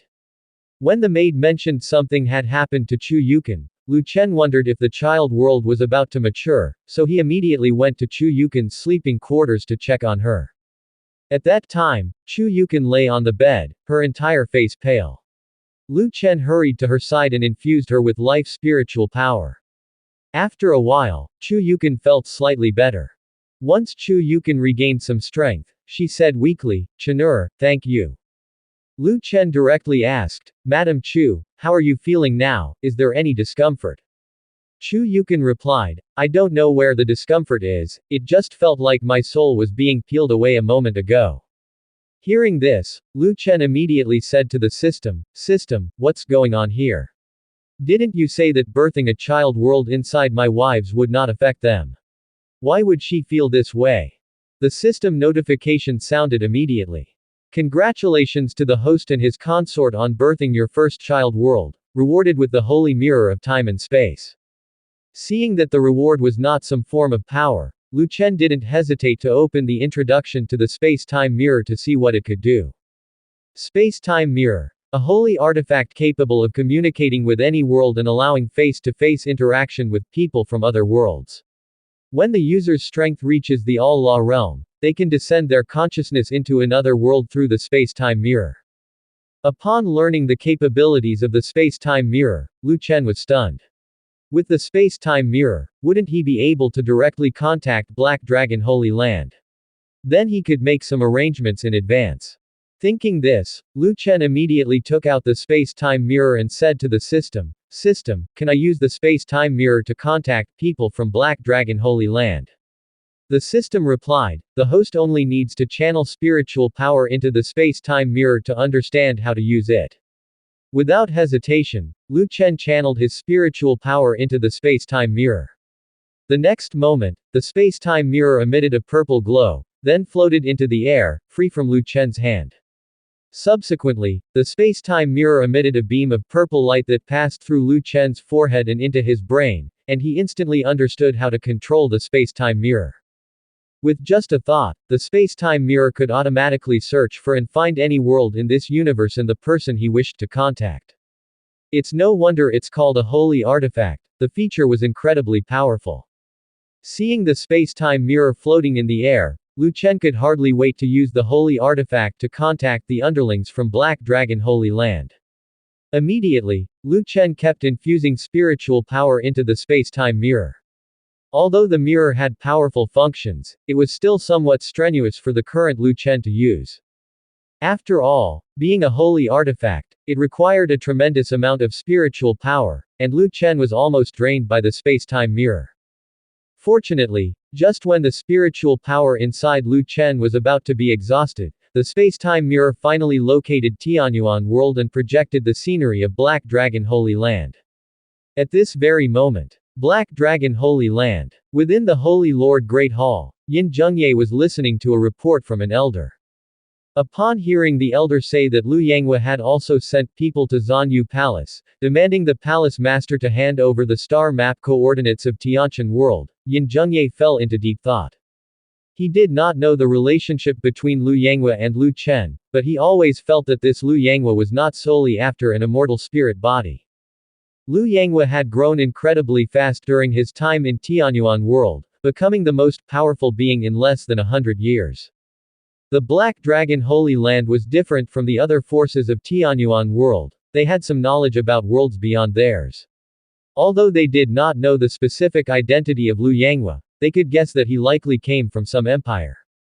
Yin Zhengye was well aware that their lord also came from an empire and shared the surname Liu, suggesting that Liu Yanghua could very well be related to their lord. With Liu Yanghua being such a powerful presence, if he learned the location of Tianqian world, would it bring trouble to Lu Chen? As Yin Zhengye was deep in thought, he suddenly had a feeling of being watched, a feeling that was very familiar to him, but he immediately became alert.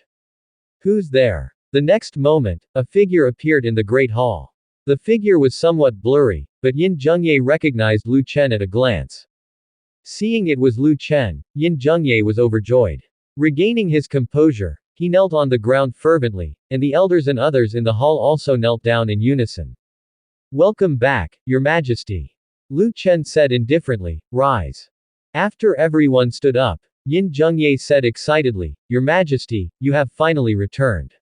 We have been searching for you for over 1,000 years. Hearing these words, Lu Chen was stunned. In his view, Black Dragon Holy Land was just a force awarded to him by the system. He did not realize it had any special relationship with him. Lu Chen cleared his throat, then said, I am now the Emperor of Tianqian world. I am speaking to you through a special magical artifact. Time is short, so I will not waste words. You must quickly find the location of Tianqian world and send people here. Yin Zhengye immediately responded, Your Majesty, we already have news of Tianqian world.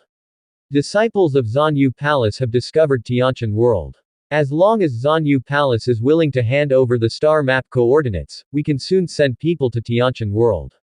Hearing Yin Zhengye mention Zanyu Palace, Lu Chen immediately thought of Yun Shenxian.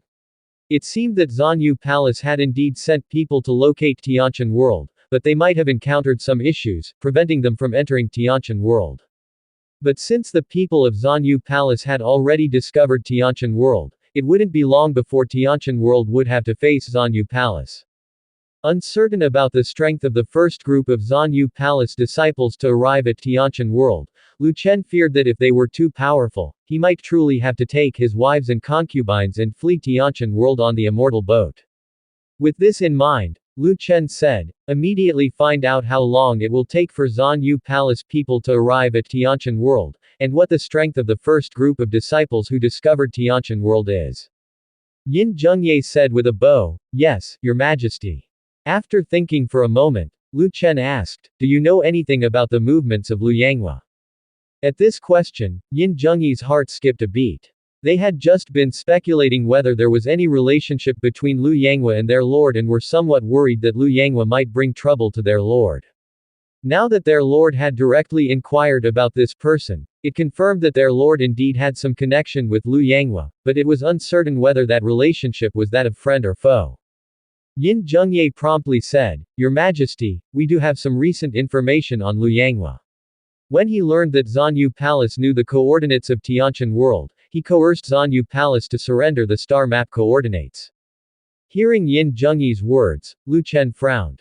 He was unsure if Liu Yanghua was going for Yun Shenxian. Or if Liu Yanghua already knew he was in Tianqian world and thus wanted to send someone to cause him trouble. This was not exactly good news for him. Seeing Lu Chen frowning without speaking, Yin Zhengye could tell that the relationship between Liu Yanghua and Lu Chen was adversarial.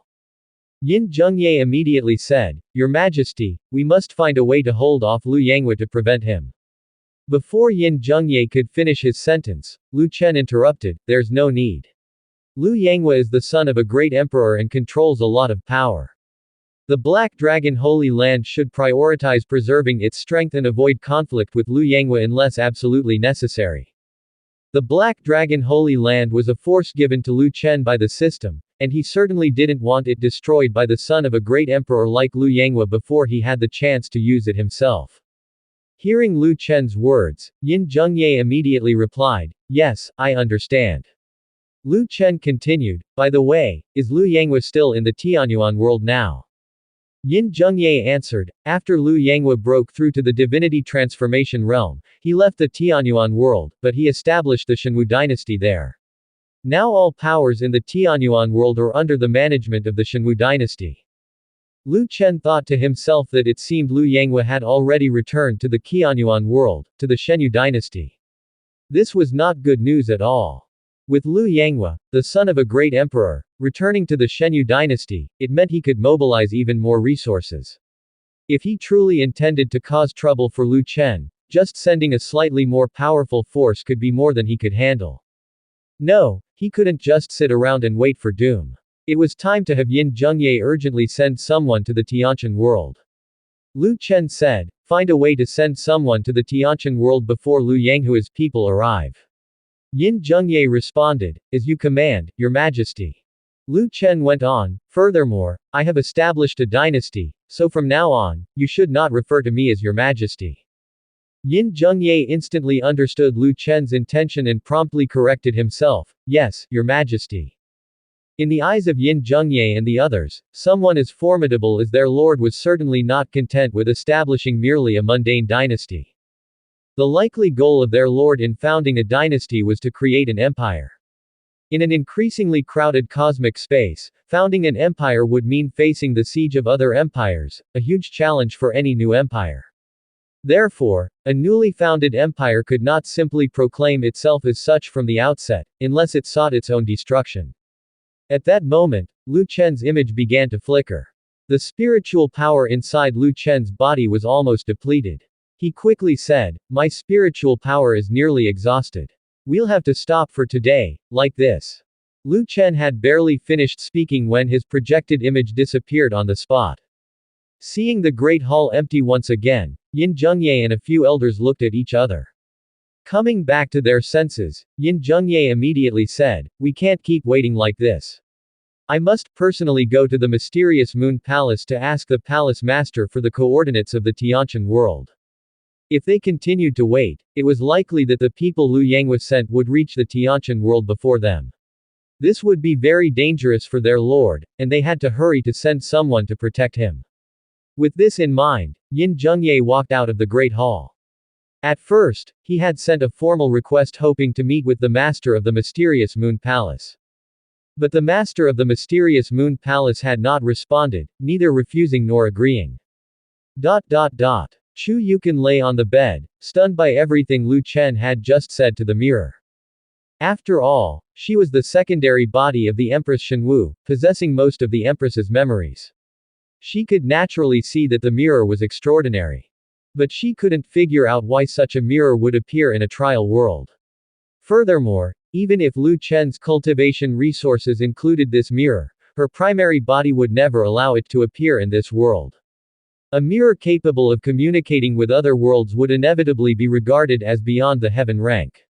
Lu Chen must have obtained such a treasured spiritual artifact from somewhere. Lu Chen came back to his senses and stowed the space-time mirror away. He smiled at Chu Yukon and said, "Madam Chu, I was wrong to neglect you just now." When she heard this, Chu Yukon sighed softly, then said, "Chenur, you shouldn't have used that mirror in front of me. Although my primary body has severed all connections with me and cut off karma as well, she can still merge with my body. If one day I fall into her hands and she forces a merger, she will be able to access all my memories, and naturally, she will learn of the existence of such an object in your possession." Lu Chen replied with a smile, "For her to merge with you, she'd have to be in your presence, right? But it won't be easy for her to leave the Shenyu dynasty now." Chu Yukon said, "She could also send people to capture me and bring me back." Lu Chen stated, "If she really wanted to capture you and bring you back, she wouldn't have severed karma. In her eyes, you as a secondary body no longer hold any value." Hearing Lu Chen's words, Chu Yukon did not continue that topic. At that moment, Lu Chen took hold of Chu Yukin's wrist and asked with concern, Madam Chu, how are you feeling now? Hearing Lu Chen's concern, Chu Yukin immediately sensed her own body and found that she felt much more relaxed and no longer had that feeling of her soul leaving her body. Lu Chen then asked the system in his mind again, System, what just happened? Why did Chu Yukin feel unwell? Previously, he had been distracted by the space-time mirror and almost forgot about this matter, and the system had not answered what caused Chu Yukin's discomfort. The system replied, Chu Yukin has already cultivated a child world, and she is now the master of her own child world. Her soul can enter her child world at any time, and just now, Chu Yukin's soul left her body and entered the child world unconsciously. Hearing this, Lu Chen was stunned for a moment, and at that time, Chu Yukin said to Lu Chen with a smile, Chen'er, I'm fine now. Although she didn't know what was going on, Chu Yukin felt that she should be alright, and that her strength had increased as well, having now reached the 5th layer of Heavenly Man. In the Tianqian world, where the concentration of spiritual energy was so low, to cultivate to the 5th layer of Heavenly Man in just 2 years was considered incredibly fast. Lu Chen asked, Madam Chu, don't you feel any special changes in your body? Hearing Lu Chen's question, Chu Yukin sensed her body again and then said, there seems to be some change. I feel like my divine sense can enter a special space now. As soon as Chu Yukin finished speaking, she froze. She discovered that she could indeed sense a peculiar world. What was happening? In that world, she saw barrenness, but on the ground, some plants were already sprouting, showing signs of life. Seeing Chu Yukin frozen in place, Lu Chen asked the system, since the child world was cultivated by my wives and me together, my divine sense should be able to enter that child world too, right? The system answered, naturally. Upon hearing the system's response, Lu Chen closed his eyes, trying to sense the child world inside Chu Yukin. Soon, he, like Chu Yukin, entered the child world with his divine sense and saw the green plants peeking out from the barren land. He had not expected that the child world, barely cultivated, had already spawned life. But for now, there were only plants. He wondered when animals would be born. Just then, the divine sense of both seemed to become tangible, and they could see each other's forms. Seeing that Lu Chen had also entered her child world, Chu Yukin was momentarily stunned, and her face felt a little hot. According to her memory, the small worlds inside cultivators were private places, and without her permission, only her own divine sense could enter. How had Lu Chen suddenly come in? Lu Chen's sudden appearance gave Chu Yukin a strange feeling. At this moment, Lu Chen glanced at Chu Yukin's tangibilized divine sense and smiled, Chen'er, this is the world we have cultivated together. In the future, we will continue to create more life together and strive to fill this world with vitality. Hearing this, Chu Yukin's face grew hotter and increasingly shy. Seeing the beautiful woman's flushed and shy expression, Lu Chen wished he could take action against her divine sense right now and engage in a battle in this child world they had together cultivated. However, Lu Chen did not do so. Now that he had confirmed that the child world was harmless to his wives, he had no reason to remain inside it any longer. Afterward, with a single thought, Lu Chen's divine sense left Chu Yukin's child world. Tianyuan World. Mysterious Moon Palace. Yun Qingshu, dressed in white robes, sat in the main hall of the palace. At this time, some elders were discussing something with much bickering. Palace Master, Yun Shenxian is just a disciple. We should give her coordinates to Lu Yanghua. It's not worth sacrificing the entire mysterious Moon Palace for just one disciple. Indeed, Palace Master, now Lu Yanghua is at the height of his influence, and he has many divinity transformation realm powerhouses under his command. Our mysterious Moon Palace is no match for Lu Yanghua, they argued. Please reconsider, Palace Master. Although Yun Shenxian is your direct disciple, if the disciples of the mysterious Moon Palace find out that you are willing to sacrifice the entire palace for your direct disciple, they will surely be disheartened, the elders pleaded. Listening to the words spoken by the elders present, Yun Qingshu's expression remained cold and indifferent, without the slightest ripple of emotion, nor any sign of anger. She had long anticipated that these elders would speak so. Indeed, in their eyes, Yun Shenxian was just a disciple she had picked up when she was young, with no blood relationship to her. Sacrificing Yun Shenxian seemed of no consequence to them. Only Yun Qingshu herself was acutely aware of what Yun Shenxian truly meant to her. Although Yun Shenxian didn't share her bloodline, in reality, she was a reincarnation of a strand of her own soul. One could say her second incarnation. How could she possibly allow her second incarnation to be used as a furnace cauldron by others? Of course, now that Yun Shenxian's body had been violated by a villain, what she needed to do was to head to Tianqian World herself to deal with this evildoer and take back her second incarnation. Seeing that Yun Qingshu remained silent, the elders in the Great Hall started to grow anxious.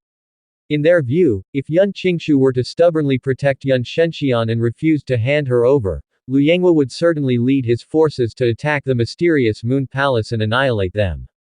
They certainly did not wish to sacrifice their lives for the sake of a single disciple. Just then, Yun Qingshu spoke in an icy tone, "Tell Lu Yanghua, there's no need for him to send people searching for Tianqian World. I will personally go to Tianqian World and bring back Yun Shenxian." Hearing these words, the elders present were momentarily stunned, but they quickly realized what she meant. They thought their palace master had come to her senses, planning to personally capture Yun Shenxian and then present her to Lu Yanghua as an apology. If that was the case, then the crisis of the mysterious Moon Palace would naturally be resolved. It was while the elders were thinking this that a disciple entered the Great Hall. "Palace Master, the Saint Master from the Black Dragon Holy Land requests an audience. He has already arrived outside the sect on a flying boat." Hearing this, everyone in the Great Hall was taken aback, Yun Qingshu included. Indeed, she had received a visitation card from the Saint Master of the Black Dragon Holy Land some time ago, but she did not pay it any attention. The Black Dragon Holy Land was also a large force in the Tianyuan world and maintained cooperative relationships with various major powers. Elders from the Black Dragon Holy Land often visited the mysterious Moon Palace, though it was mostly for business matters. When the mysterious Moon Palace was manufacturing immortal boats, the Black Dragon Holy Land had been a significant help. Yun Qingshu assumed that the Saint Master from the Black Dragon Holy Land was seeking her out for something probably not too important, perhaps a routine visit. Therefore, she had not bothered to respond. As the most potent force in the Tianyuan world aside from the Shenwu dynasty established by Lu Yanghua, there were yearly numerous leaders of other forces who wished to visit the mysterious Moon Palace. Yun Qingshu didn't pay attention to just anyone. Even if it was the Saint Master from the Black Dragon Holy Land, if he didn't specify his purpose in the visitation card, she would not afford him the courtesy.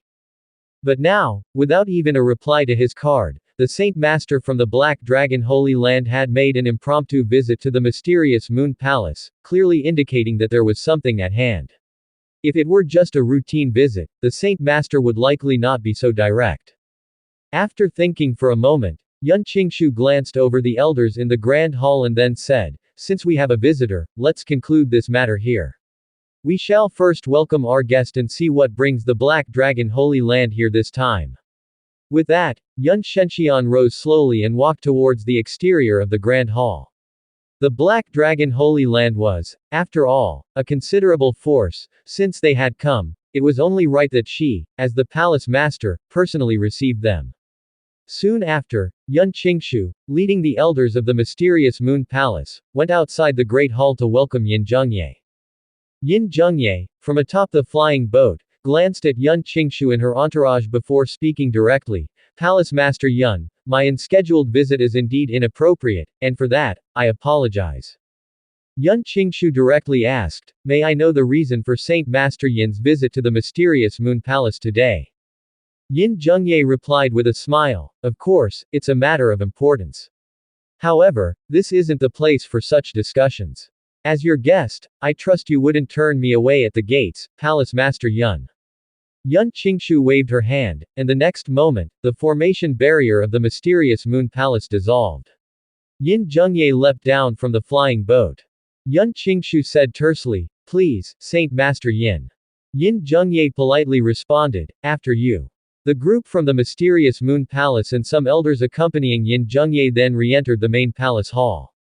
Once Yin Zhengye was seated, Yun Qingshu spoke again. "It has come to my attention that Saint Master Yin rarely appears in public and is dedicated to secluded cultivation. What prompted your sudden desire to visit the mysterious Moon Palace today? Yin Zhengye stated, the mysterious Moon Palace and the Black Dragon Holy Land frequently interact and collaborate. Our relations have always been cordial. I'll dispense with the pleasantries and get straight to the point. I've heard that the mysterious Moon Palace has been searching for a world called Tianqian World and that your disciples have discovered the location of this world.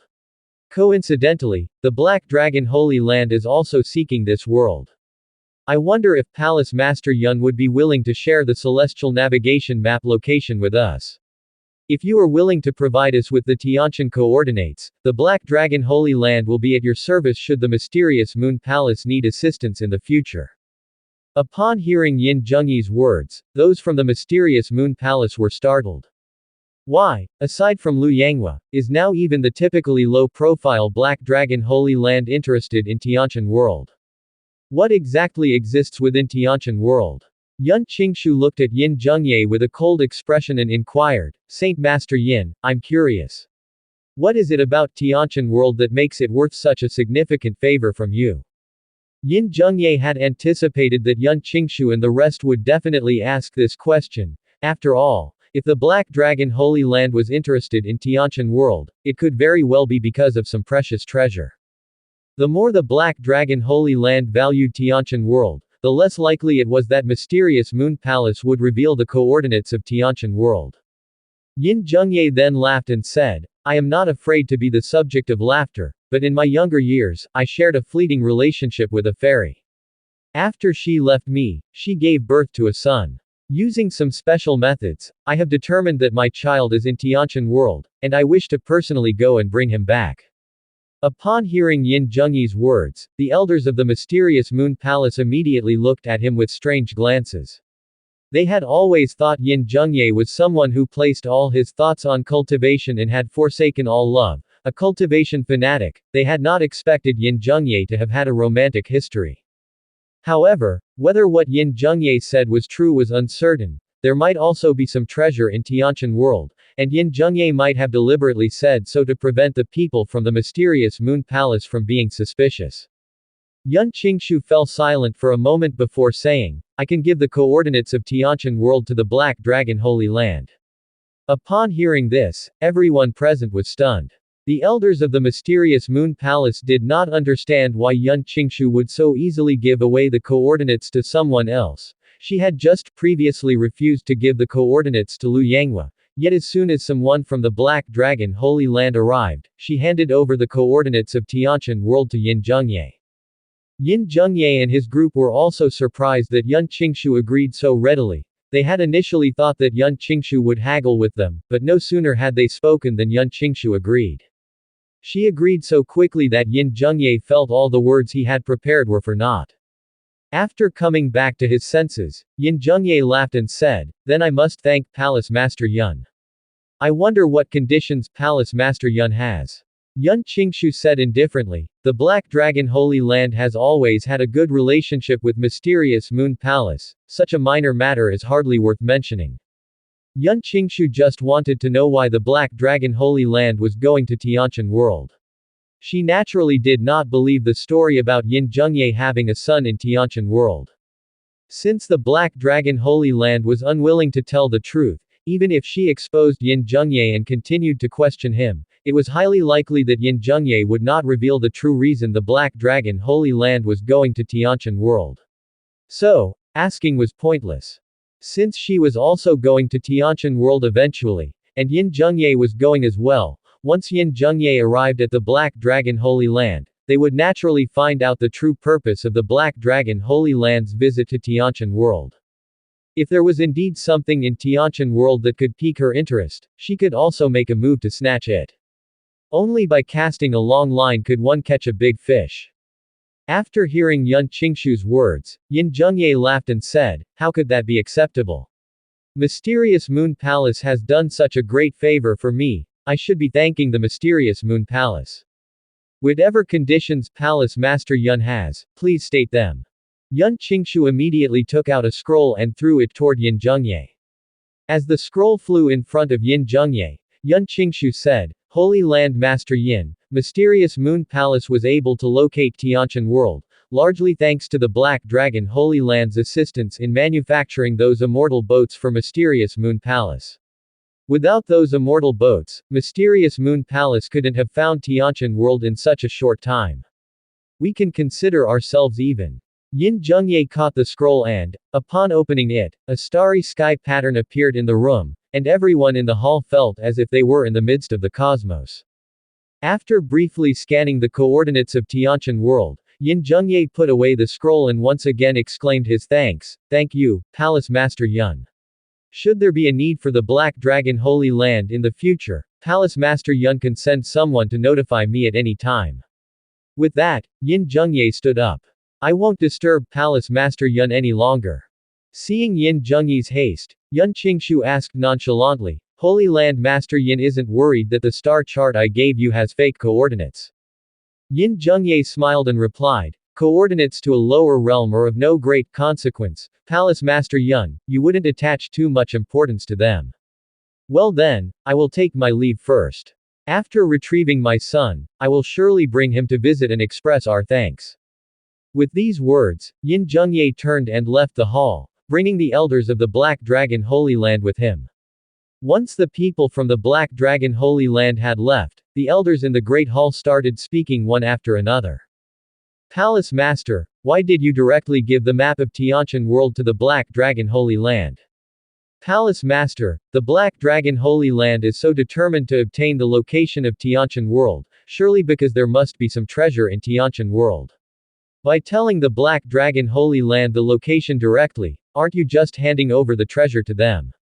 "Yes, Palace Master, if there wasn't anything important in Tianqian World, the Black Dragon Holy Land wouldn't be interested."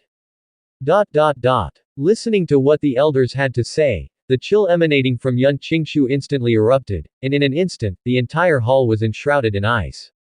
The next moment, the entire hall fell silent, and the elders of the Mysterious Moon Palace dared not speak again. All of them looked at Yun Qingshu worriedly. It was then that Yun Qingshu said, "If there indeed is a treasure in Tianqian World, do you think Yin Zhengye would share such information with Mysterious Moon Palace? Even if there does exist a treasure in Tianqian World, it is likely hidden very deep. Even if the Mysterious Moon Palace sent people to search, they might not be able to find it. Given that, why not let the people from the Black Dragon Holy Land lead the way and help us find that potential treasure?" After hearing Yun Qingshu's explanation, the elders in the hall immediately realized that their palace master was planning to bait a big fish with a long line. At that moment, the elders felt utterly ashamed. They actually hadn't thought of this and still believed that Yun Qingshu had just given away the coordinates of Tianqian World for nothing. Afterward, Yun Qingshu continued, "That's all for today. Tianqian World is quite far from Tianyuan World, so you may all go and prepare." Although the disciples' messages had been relayed back to Tianyuan World immediately, the star charts they sent back indicated that reaching Tianqian World would take at least several decades. Therefore, those who were heading to Tianqian would spend the next few decades on the immortal boat, which indeed required thorough preparation. Before becoming a great emperor, space still restricted them, but for those who had lived for thousands or even tens of thousands of years, a few decades meant almost nothing. Some practiced in seclusion in 100 years would pass in the blink of an eye. Once they boarded the immortal boat, they simply needed to meditate in their rooms, and by the time they opened their eyes again, they might have already arrived in Tianqian World. Upon hearing Yun Qingshu's words, the elders didn't think too much and rose to their feet, gave Yun Qingshu a bow, and then left the Great Hall. Watching the elders' retreating figures, Yun Qingshu's expression became even colder, and a trace of killing intent flashed in her eyes. At that moment, a woman appeared beside Yun Qingshu, handing her a scroll and saying, "Palace Master, here is a list of elders who have ties with the Shenwu dynasty." Yun Qingshu took the scroll and glanced over it, then said coldly, "When I return to Tianyuan World, it will be the day of your sacrifice." Originally, Yun Qingshu planned to find those who had betrayed the Black Dragon Holy Land or the spies inserted by Lu Yanghua and directly eliminate them all, as an example to others. But then she thought better of it, because she was going to personally go to Tianqian World, and this trip would take decades, possibly even over 100 years, to return. If she were to clean up all of Liu Yanghua's spies in the mysterious Moon Palace beforehand, it would likely anger Liu Yanghua, and make him think that she never intended to hand over Yan Shenxian. Once she left, Liu Yanghua might directly act against the other members of the mysterious Moon Palace and destroy it. To keep Liu Yanghua stable, it was best to pretend not to notice and let those people continue to live. After all, it was just 100 years or so. She could afford to wait that long. Thinking this, Yan Qingshu directly put away the scroll in her hand. 1 month later. Qianyuan World, King Jin's domain. Liu Yanghua was cultivating when suddenly, a figure appeared in his training room. Liu Yanghua kept his eyes closed and asked indifferently, "What is it?" His subordinate answered, "Great King, the mysterious Moon Palace did not hand over the coordinates of Tianqian World, but instead gave them to the Black Dragon Holy Land." Upon hearing this, Liu Yanghua was stunned for a moment, then his eyes slowly opened to look at the subordinate kneeling before him. Liu Yanghua asked in confusion, "Why would the mysterious Moon Palace give the coordinates of Tianqian World to the Black Dragon Holy Land?" The subordinate replied, "According to the information we've gathered, the Holy Land Master of the Black Dragon Holy Land approached Yan Qingshu, claiming he has a child in Tianqian World and wants to go there to bring back his child." Hearing the subordinate's response, Liu Yanghua fell into contemplation. The Holy Land Master of the Black Dragon Holy Land has a child. And that child ended up in Tianqian World. Of course, it wasn't impossible, but wasn't all of this a bit too coincidental? But then again, the Black Dragon Holy Land didn't seem particularly powerful and was a very low-key force. When he was cultivating in Tianyuan World, the only faction he had no interaction with was the Black Dragon Holy Land. They had never had any friction with him. For such a non-threatening force, Liu Yanghua usually wouldn't pay much attention. Liu Yanghua said faintly, "Perhaps there is some treasure in Tianqian World, or maybe he truly has a child there." Liu Yanghua continued to ask, "Are we certain that Yan Qingshu is unwilling to hand over the coordinates of Tianqian World?" Liu Yanghua thought to himself that since the mysterious Moon Palace was uncooperative, it was time for him to return to Tianyuan World. He believed that once he returned to Tianyuan World, Yan Qingshu would proactively send him the coordinates of Tianqian World. At this moment, Liu Yanghua's subordinate said, "According to what our spy has found out, Yan Qingshu plans to personally go to Tianqian World and capture Yan Shenxian, then hand her over to you." Hearing the answer from his subordinate, Liu Yanghua chuckled and then said, "At least that woman has some awareness of her situation." He had initially thought that Yan Qingshu believed he had left the Tianyuan World and could no longer intervene, which was why she refused to give up the coordinates to the Tianqian World. Since Yan Qingshu planned to personally go to the Tianqian World to capture Yan Shenxian, naturally there was no problem. However, he wanted to know the coordinates of the Tianqian World, but not just to capture Yan Shenxian from the Tianqian World. He also planned to send people to Tianqian World to increase some trial difficulty for his 9th brother and to properly train him. Of course, since Yan Qingshu was going to Tianqian World personally, it wouldn't matter if she didn't hand over the coordinates.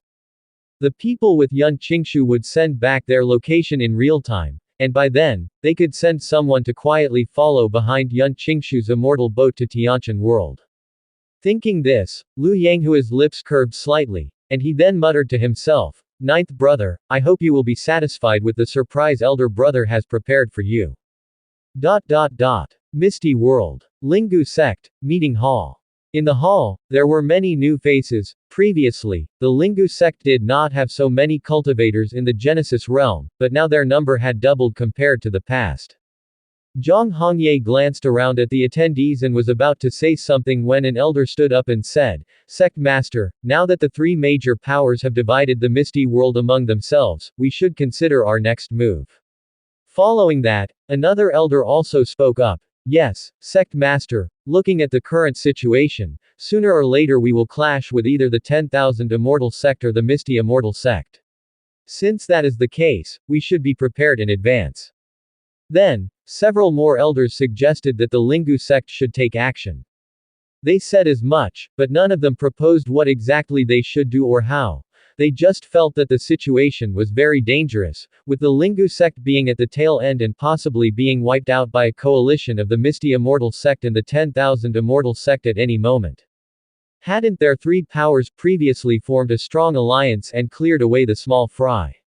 Now, in front of the 10,000 Immortal Sect and the Misty Immortal Sect, the Lingu Sect was also considered small fry. It was very likely they would collaborate again and divide up the Lingu Sect. Hearing the elders' words, Zhang Hongye said coldly, "Since you all have noticed that our situation is very dangerous, then come up with a good solution. Each of you just talks about taking action, but I see none of you coming up with a good plan." With these words from Zhang Hongye, the elders in the hall instantly quieted down. None of them spoke again because they indeed had no good plan. At that moment, an inner gate steward hurried into the hall and said to Zhang Hongye, "Sect Master, the Misty Immortal Sect Master has sent a letter." Then, the steward handed over the letter he held. Upon hearing this, Zhang Hongye slightly furrowed his brows, but he still waved a hand and the letter in the steward's hand instantly flew into Zhang Hongye's hands. Zhang Hongye opened the letter and scanned the contents. An elder urgently asked, "Sect Master, may I ask what Han Yuankai has said in the letter?" Zhang Hongye snorted coldly and said, "What else could he say? He just wants me to go to the Misty Immortal Sect to discuss forming an alliance against the 10,000 Immortal Sect." Hearing this, the elders in the hall immediately became excited, as an alliance with the Misty Immortal Sect would mean they needn't fear being annihilated by the two major sects. An elder began, "Sect Master, this is good news. If we can form an alliance with the Misty Immortal Sect, then our previous concerns would be." Before the elder could finish, Zhang Hongye interrupted, "This is not good news at all. How do you know Han Yuankai's invitation for me to the Misty Immortal Sect doesn't have other motives? If this is a trap, once I go there, I might never be able to return. Moreover, even if the Lingu Sect now joins forces with the Misty Immortal Sect to eliminate the 10,000 Immortal Sect, it's very likely that the Misty Immortal Sect would next turn on the Lingu Sect. And without the restraint of the 10,000 Immortal Sect, it would be easier for the Lingu Sect to be wiped out by the Misty Immortal Sect." Zhang Hongye was no fool. He clearly understood the ambition of the Misty Immortal Sect and knew how ambitious Han Yuankai was. Although he had initially planned to join forces with the Misty Immortal Sect to confront the 10,000 Immortal Sect, as the power structure in the Misty world changed, he gradually realized that something was amiss. He did not want to be used by Han Yuankai. Hearing what Zhang Hongye said, the elders in the hall fell silent once again. Indeed, no one could be sure whether the 10,000 Immortal Sect and the Misty Immortal Sect had already secretly formed an alliance. If their sect master really goes to the Misty Immortal Sect to discuss some sort of alliance with Han Yuankai now, it could be very likely that they would fall into their trap. Although the Misty Immortal Sect and the 10,000 Immortal Sect had formed a powerful alliance, the Lingu Sect also had considerable strength, especially with the sect's Mountain Gate formation. Even a combined assault by both the 10,000 Immortal Sect and the Misty Immortal Sect might not breach it. However, if Sect Master Zhang Hongye were to be eliminated, then the Lingu Sect would collapse on its own. The Lingu Sect had only one strong cultivator at the Yin-Yang realm, Zhang Hongye himself, with the other strong cultivators at the Creation realm 9th level being leaders from other forces. After joining Lingu Sect, they had not completely pledged their loyalty. Without Zhang Hongye, those cultivators at the Creation realm 9th level would inevitably aim to seize power and wealth, and none would submit to another. Even with the Mountain Gates formation, when the two sects attacked, the entire Lingu Sect would fail to unite and resist. Another scenario was Han Yuankai personally wanting to subsume Lingu Sect. If Zhang Hongye traveled to the territory of the Misty Immortal Sect, with the strength of the Misty Immortal Sect, retaining him would pose no difficulty. Once they had eliminated this sect leader, Han Yuankai would personally go to persuade the disciples of Lingu Sect to surrender. With their sect leader dead, the disciples of Lingu Sect would likely surrender to the Misty Immortal Sect. In this way, it would be very easy for the Misty Immortal Sect to destroy the Lingu Sect. So, in any case, Zhang Hongye must not travel to the Misty Immortal Sect, let alone help the Misty Immortal Sect against the 10,000 Immortal Sect. At this moment, the meeting hall was incredibly tense, the sound of people's breathing audible. After an unknown amount of time, an elder opened his mouth and asked, "Sect Master, what should we do next?" Zhang Hongye was the cornerstone of the entire Lingu Sect. Everyone now could only hope that he would come up with a good plan. At this time, Zhang Hongyi's brow smoothed out, as though he had thought of something. I have thought of a method. Just as everyone was about to ask what the method was, Zhang Hongye continued, in a few days, you will know. A few days later. 10,000 Immortal Sect. In the meeting hall, Ji Hongwen was holding a letter, seriously reading the text inside. After finishing the letter, Ji Hongwen's lips slightly curved upward, and then he murmured to himself, it seems Han Yuankai's plan will fall through. Zhang Hongye isn't completely foolish. The letter Ji Hongwen was holding was written by Zhang Hongye himself, where he had explained how the Misty Immortal Sect was drawing in the Lingu Sect to destroy the 10,000 Immortal Sect. Zhang Hongye had done this to show the 10,000 Immortal Sect that while they could have agreed to join with the Misty Immortal Sect to destroy them, they hadn't done so, displaying utmost benevolence and righteousness. If in the future the 10,000 Immortal Sect and the Misty Immortal Sect joined forces against the Lingu Sect, it would be unethical. At the same time, Zhang Hongye was also reminding Ji Hongwen how ambitious Han Yuankai was, and that the ultimate goal of the Misty Immortal Sect was definitely to eliminate all the forces in the Misty World.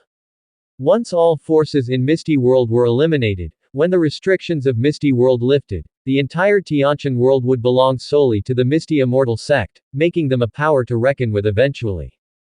Zhang Hongye specifically reminded in the letter that they had already seen the strength of Han Yuankai.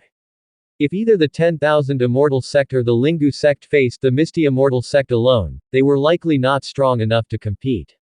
Therefore, the Lingu Sect and the 10,000 Immortal Sect should join forces against the Misty Immortal Sect, though this alliance was meant only for defense, not necessarily to destroy the Misty Immortal Sect.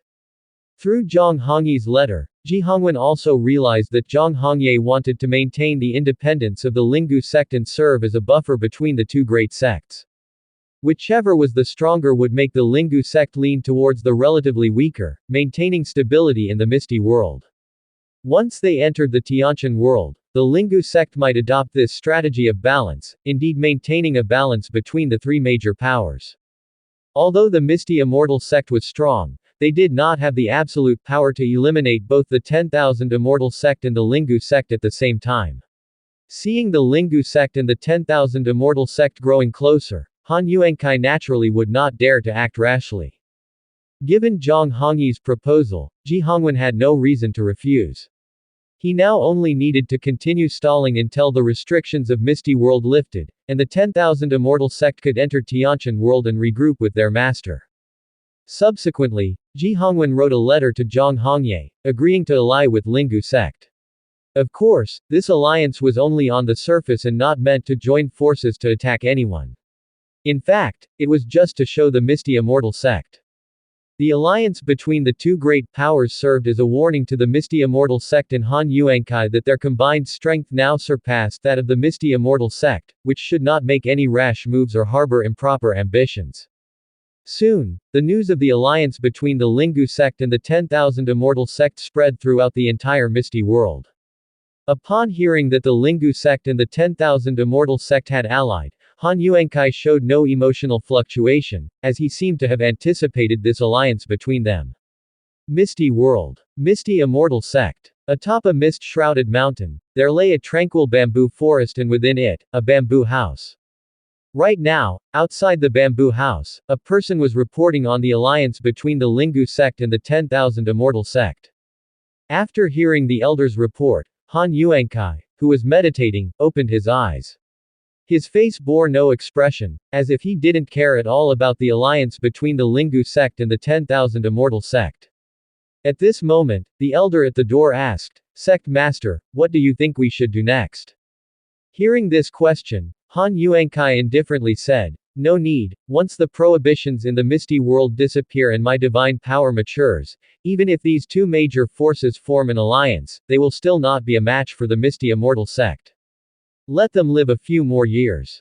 Upon hearing these words from Han Yuankai, the elder outside the bamboo house became excited instantly. Divine power matured. Does this mean that their sect master was about to break through to the All-Law realm?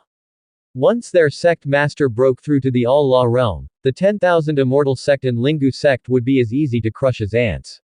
The gap between the All-Law realm and the Yin-Yang realm was immense, 10 cultivators of the Yin-Yang realm might not even be a match for one from the Allah realm. Moreover, when combined, the 10,000 Immortal sect and Lingu sect didn't even have 10 fighters of the Yin-Yang realm, making them even less of a match for the Misty Immortal sect.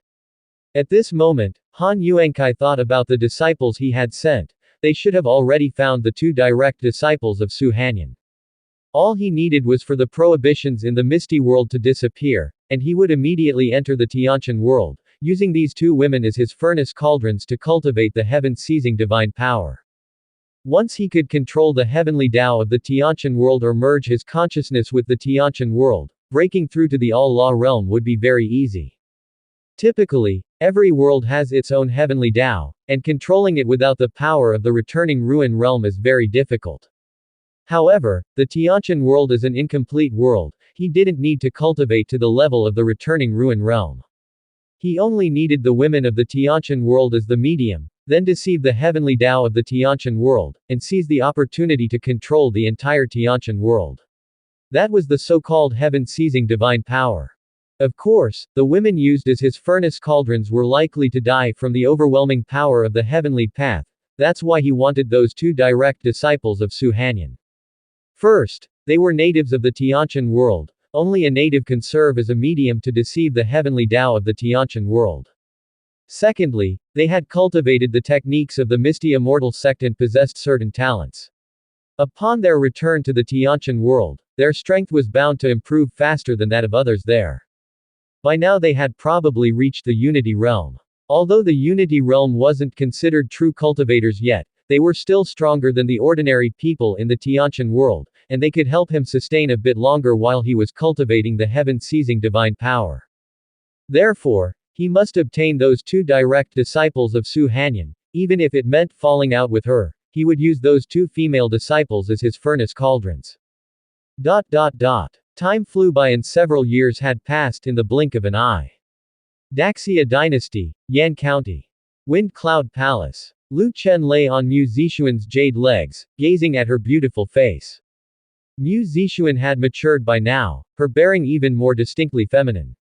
Over the years of cultivation, Mu Zixuan had reached the master realm, though her combat experience was non-existent. The only thing they might call a real battle was using the mysterious female technique in bed to handle Lu Chen. At that moment, Lu Chen raised his hand, gently caressed Mu Zixuan's jade leg, and smilingly said, "My lady, why didn't you wear the new stockings produced by the Garment Bureau today?" In the past few years, the Daxia dynasty had rapidly developed and had built a solid industrial foundation. Although it was still primarily agricultural, there were many industrial products for the upper class now. Because of the industrial development, the wardrobe styles for Lu Chen's wives and concubines were becoming increasingly varied. Every time there was a new fashion, Lu Chen insisted his wives and concubines try them on. Most modern apparel styles had been replicated in this world, including JK uniforms, office lady outfits, pleated skirts, stockings, and so forth. Ancient people wearing these styles looked even more appealing because they felt these garments were somewhat shameful. Whenever Lu Chen's wives and concubines wore them, they felt incredibly embarrassed.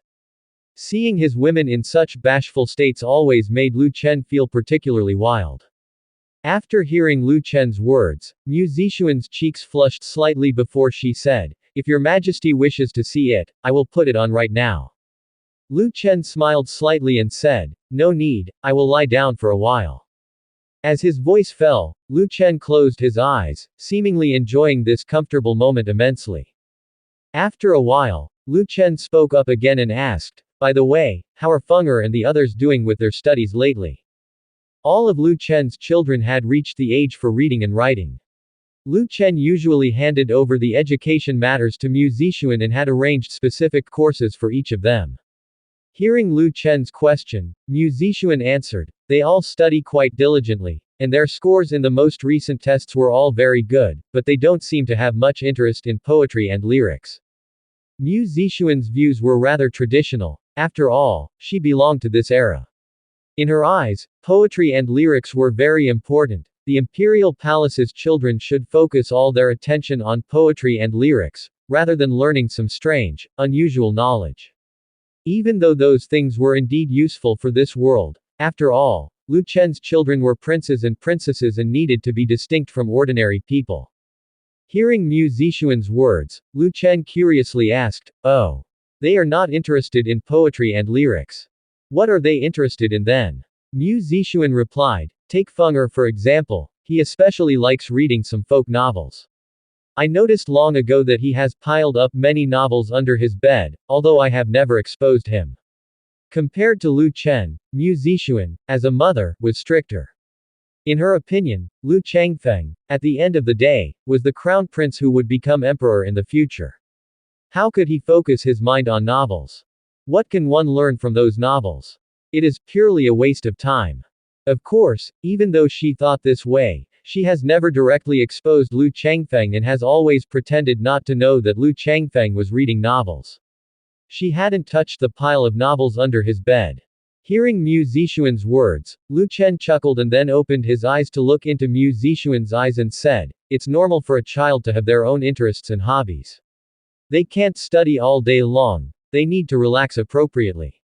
As long as it doesn't impede his studies, let him read if he wants to."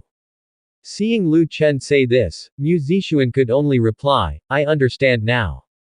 Lu Chen continued, "As for the other children, each child is different, and the things they are suited for are also different. We should let them decide what they want to do in the future. Now is the time to cultivate their interests. We can't expect them all to focus on political struggles. There is only one emperor. Only if they focus on what they truly are interested in, will they not always long for that position when they grow up." Hearing Lu Chen's words, Mu Zixuan instantly understood his meaning. Indeed, the traditional education of the Daxia royal family involves grooming all the princes towards becoming heirs, resulting in them all focusing on competing for the throne, without any interest in other matters. If they develop a strong interest in other matters from a young age, it is possible they will desire power less as they grow up. While this won't completely eradicate their craving for power, they will at least have other pursuits in mind and won't feel that becoming the emperor is their only option. Daxia's industrial foundation was already established, and industrialization had begun. As Daxia developed, various professions would emerge in the future. If his princes and princesses could find something they were interested in and focus their minds on those industries in the future, incidents of sibling rivalry could be greatly reduced. Suddenly, Lu Chen thought of something else and continued, "By the way, the children have already begun their cultivation, haven't they?" Mu Zixuan answered, "Yes, they are cultivating. Chu has been teaching them the cultivation techniques recently." Chu Yukan, with most of the memories of Empress Shenwu, knew many cultivation techniques suitable for children, thus she actively took on the role as the teacher for the princes and princesses. Hearing Mu Zixuan's reply, Lu Chen said, "As long as they have started cultivating, that's good. They are my offspring, and their talents are commendable. If they begin cultivating from a young age, they should be able to break through to the celestial realm before they become adults." In the context of the resurgence of spiritual energy in the Tianqian world, Lu Chen cared much about his children's cultivation state. They could have poor results in other studies, but they absolutely had to cultivate. This was a world where the strong preyed on the weak. Moreover, as the Daxia dynasty planned for external expansions, the martial spirit was essential. Being his descendants, they couldn't just be ordinary, they needed to have some ability to defend themselves. Of course, Lu Chen differed from other emperors in this regard. If his children truly lacked the talent for cultivation or had some defects that made cultivation impossible, he wouldn't despise them. After all, they were his own children, he couldn't be as cold-blooded and ruthless as the previous emperors. Just as Lu Chen was about to close his eyes to continue enjoying this peaceful moment, a female guard's voice rang out from outside, "Your Majesty, the latest intelligence from Black Dragon City. The prohibition in the Misty World is going to dissipate." Hearing this, Lu Chen immediately said to Mu Zixuan, "My love, I will come back tonight." Mu Zixuan smiled, "Go ahead, Your Majesty." Without saying more, Lu Chen used shadow shifting and instantly appeared in the Imperial Study Room. When Lu Chen appeared in the Imperial Study Room, several commanders of the Brocade Guard had already been waiting there, and Zhuge Zongguang as well as a group of Celestials had also arrived at the Imperial Study Room. Even Yun Shenxian was present in the imperial study room at this moment. Her perception was extremely strong, and even without a telegram from the brocade guard from the First World, she had sensed that the barriers of the misty world were about to dissipate. Therefore, she came to the imperial study room at the first opportunity, wanting to see how Lu Chen planned to deal with the invasion of the forces from the misty world. Upon seeing Lu Chen, everyone promptly paid their respects. "We greet your majesty. May your majesty live for 10,000, 10,000, 10,000 years." Lu Chen glanced at the crowd. "Dispense with the formalities."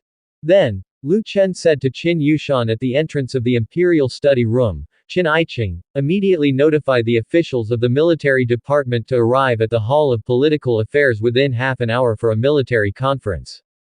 Qin Yushan bowed and said, "As you command, your majesty." After Qin Yushan left, Lu Chen then began, "All of you must already know about the imminent disappearance of the barriers in the misty world." Upon hearing this, Zhuge Zongguang directly said, "Your Majesty, with the current combat strength of the Daxia army, I fear it will be insufficient to resist those forces from the misty world. However, Your Majesty must already have a strategy to deal with this crisis." Seeing the unruffled demeanor of Lu Chen, it was easy to guess that he had surely made preparations well in advance. At that moment, Lu Chen stated, "Indeed, I do have a plan in place. You will understand once the 10,000 immortal sect enters the Tianqian world." Hearing Lu Chen's words, everyone couldn't help but think, could it be that their emperor was pinning all the hopes on the 10,000 immortal sect? According to the intelligence they had received, although the 10,000 immortal sect did indeed hold some strength, it was only the second greatest force in the misty world, and there was a significant gap between them and the misty immortal sect, the number one force. Moreover, there was the presence of the Lingu sect in the misty world. The key point was that these forces of the misty world had already joined forces, making the misty immortal sect and the Lingu sect even stronger than before. Relying solely on the 10,000 immortal sect might not be enough to withstand the misty immortal sect and the Lingu sect. Although uncertain, everyone still trusted their emperor. Throughout his reign, he had never taken uncalculated risks. If he believed there was no problem, then there surely was none.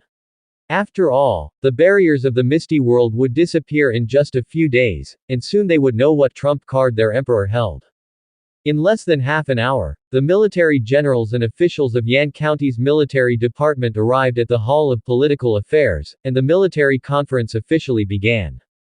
Seeing Lu Chen once more, the officials of the military department immediately guessed that something significant had happened. It had been a long time since Lu Chen had called a military conference of this scale, and this emperor had delegated much like a hands-off shopkeeper, leaving political affairs largely in the hands of Zhuge Zongguang. Now that the emperor had taken control of military affairs again, it meant there must be issues arising from the misty world. Lu Chen, seated on the dragon throne, scanned the officials below and then asked, "The protection of the misty world is about to fade, and the Daxia dynasty will face another challenge." Hearing Lu Chen's words, the officials from the military department thought to themselves that it was as they had suspected. The barriers of the misty world were indeed about to dissolve. At that moment, Lu Chen turned to Li Yu, who was in charge of manufacturing the rune weapons. "Li Aiqing, how many rune cannons do we have at present?" Li Yu stood up, bowed, and answered, "Your Majesty, there are a total of 100,000 rune firearms, 10,000 rune mortars, 1,000 rune cannons, and a combined total of 8 million rune bullets. Additionally, we have 100,000 shells for the mortars and various cannons." After hearing Li Yu's report, the confidence of the officials, especially the generals, grew slightly. However, at this time, Lu Chen said, "Not enough, it's still far from enough." Lu Chen continued, "Instruct the armaments factory to increase production." Li Yu immediately responded, "As you command, Your Majesty." "Sit down." "Thank you, Your Majesty." Lu Chen then looked at Xuanyuan Chen. "General Xuanyuan, how are those new recruits you enlisted faring in their training?" The War Dragon army had expanded from a mere few thousand people to now 60,000, of whom 20,000 were part of a division established just this past year, and this new division was the one Xuanyuan Chen was responsible for training. Xuanyuan Chen stood up and said, "Your Majesty, they have all mastered the use of rune weapons." Even though rune weapons didn't seem too different from ordinary weapons, to bring out the maximum power of rune weapons, certain techniques are necessary, such as infusing them with spiritual power.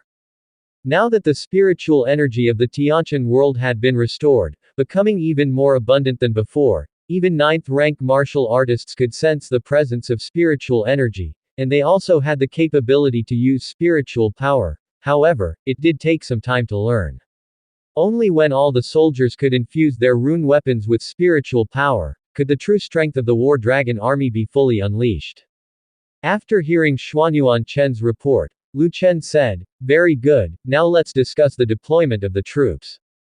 I have already ordered a relocation of the citizens of Black Dragon City. When the time comes, we will use Black Dragon City as the focal point of our defense to stop the invaders from the Misty World from entering the Daxia dynasty." Additionally, Lu Chen then proceeded to arrange the deployment of the War Dragon army. After the military meeting concluded, the entire military department sprang into action. Once the meeting was over and the department's officials had left, Yun Shenxian, who had been sitting in the Great Hall without saying a word, finally spoke up. "Do you really have an ace up your sleeve, or are you planning to rely on those rune weapons to deal with the cultivators from the Misty World?" Although Lu Chen's rune weapons were indeed quite formidable, and even Yun Shenxian herself had personally used rune weapons and acknowledged their power, the recipients of these weapons were mostly ninth-rank martial artists, and only a small portion were intended for grandmasters and great grandmasters. They could not fully utilize the power of the rune weapons, and Yun Shenxian did not believe that the War Dragon army could withstand the forces from the Misty World. Moreover, while the current rune weapons of Great Sha were effective against celestial beings, they would struggle to be of use against opponents in the Genesis realm or the Yin-Yang realm. Lu Chen did not answer directly but took out a set of Shengwei armor from his system space. He passed the Shengwei armor to Yun Shenxian, who curiously accepted it. Lu Chen continued, "Honored master, try it on and see how it works." Upon hearing this, Yun Shenxian did not hesitate to channel her spiritual power into the Shengwei armor. In the next moment, the armor turned into a beam of light that enveloped her body, and soon, Yun Shenxian was clad in a suit of armor that shone with a golden light. Feeling the armor frantically absorbing the surrounding spiritual energy and channeling it into her body, Yun Shenxian was slightly stunned. Could this armor actually help the wearer absorb spiritual power? Moreover, she could sense that her strength had been boosted quickly after putting on the armor.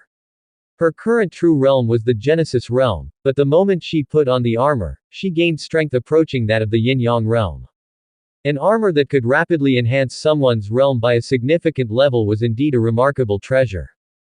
However, Yun Shenxian then asked, "Who do you plan on giving this armor to?" While the item was excellent, there was only one of it. If Lu Chen were to use it himself, at most, he would possess the strength of the Yin-Yang realm.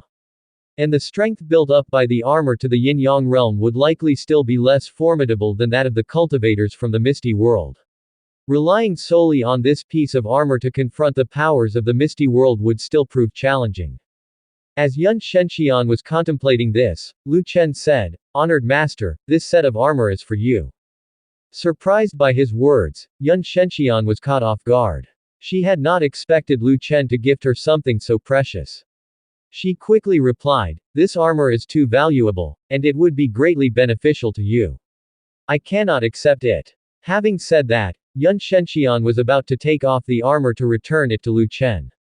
But just then, with a casual wave of his hand, Lu Chen made hundreds of the same armors float in the air. Seeing this, Yun Shenxian was completely astounded. She had thought such a treasure would be rare and precious, yet this rebellious disciple casually waved his hand and produced so many identical sets of armor. Yun Shenxian quickly regained her composure. If it had been anyone other than Lu Chen who presented so many armors, it would have been hard to explain, but Lu Chen was different. As the son of the great emperor, owning an extravagant immortal boat, it was not surprising for him to have hundreds of such valuable pieces of armor. Lu Chen smiled slightly, then said to Yun Shenxian, "Honored master, what if I told you I have 1,000 sets of this armor? Do you think those powers of the Misty World would still stand a chance against me?" Yun Shenxian was taken aback. 1,000 sets. She had thought Lu Chen possessed a little over 100 sets, yet with so many at his disposal, and adding the fact that the 10,000 Immortal sect was under Lu Chen's control, how would the forces of the Misty World be able to compete with him? Once the prohibitions of the Misty World perished and the cultivators of the 10,000 Immortal sect entered the Tiantian world, all Lu Chen would need to do was to distribute these armors to the Heavenly Man Realm cultivators to create an army composed of cultivators with Genesis Realm strength. Moreover, the strength of the cultivators from the 10,000 Immortal sect currently in the Genesis Realm and Yin-Yang Realm would also be elevated by a large degree. The overall strength of the 10,000 Immortal sect would instantly surpass all the powers of the Misty World.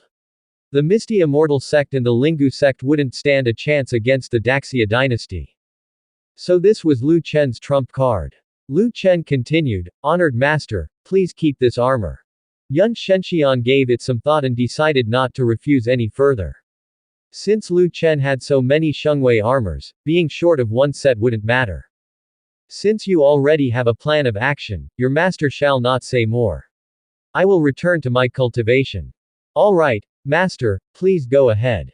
With that, Yun Shenxian left the Hall of Political Affairs.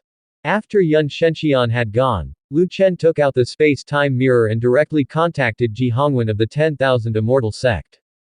Misty World. 10,000 Immortal sect. Ji Hongwen and several elders of the 10,000 Immortal sect stood at the mountain's peak, gazing into the distance. Now, much of the fog in the Misty World had dissipated. Originally, visibility in the Misty World was less than 3 meters, but now, with the fog clearing, one could see more than 10 meters ahead. The fog was about to clear completely, which also meant that the world's restrictions were about to vanish. Ji Hongwen didn't know if the Daxia dynasty was prepared. In the past, he had actually wished for the disappearance of the restrictions in the Misty World, so they could meet their lord earlier. However, in recent years, Lu Chen had directly communicated with him through the space-time mirror and informed him of the situations in the Tiantian world, which made Ji Hongwen realize that the strength of Tiantian world was not yet sufficient to confront the forces of the Misty World. If the restrictions of the Misty World were to disappear too soon, the Daxia dynasty would inevitably be unable to resist the invasion of the Lingu sect and the Misty Immortal sect. At this moment, an elder spoke, "The restrictions of the Misty World are about to disappear, and we don't know how well His Majesty has recovered his strength. If we cannot hold, it might be better to cede some land to the other two sects, and once His Majesty's strength has recovered, we can then take back those lands." Upon hearing the elder's words, all the elders, including Ji Hongwen, felt this was the best approach.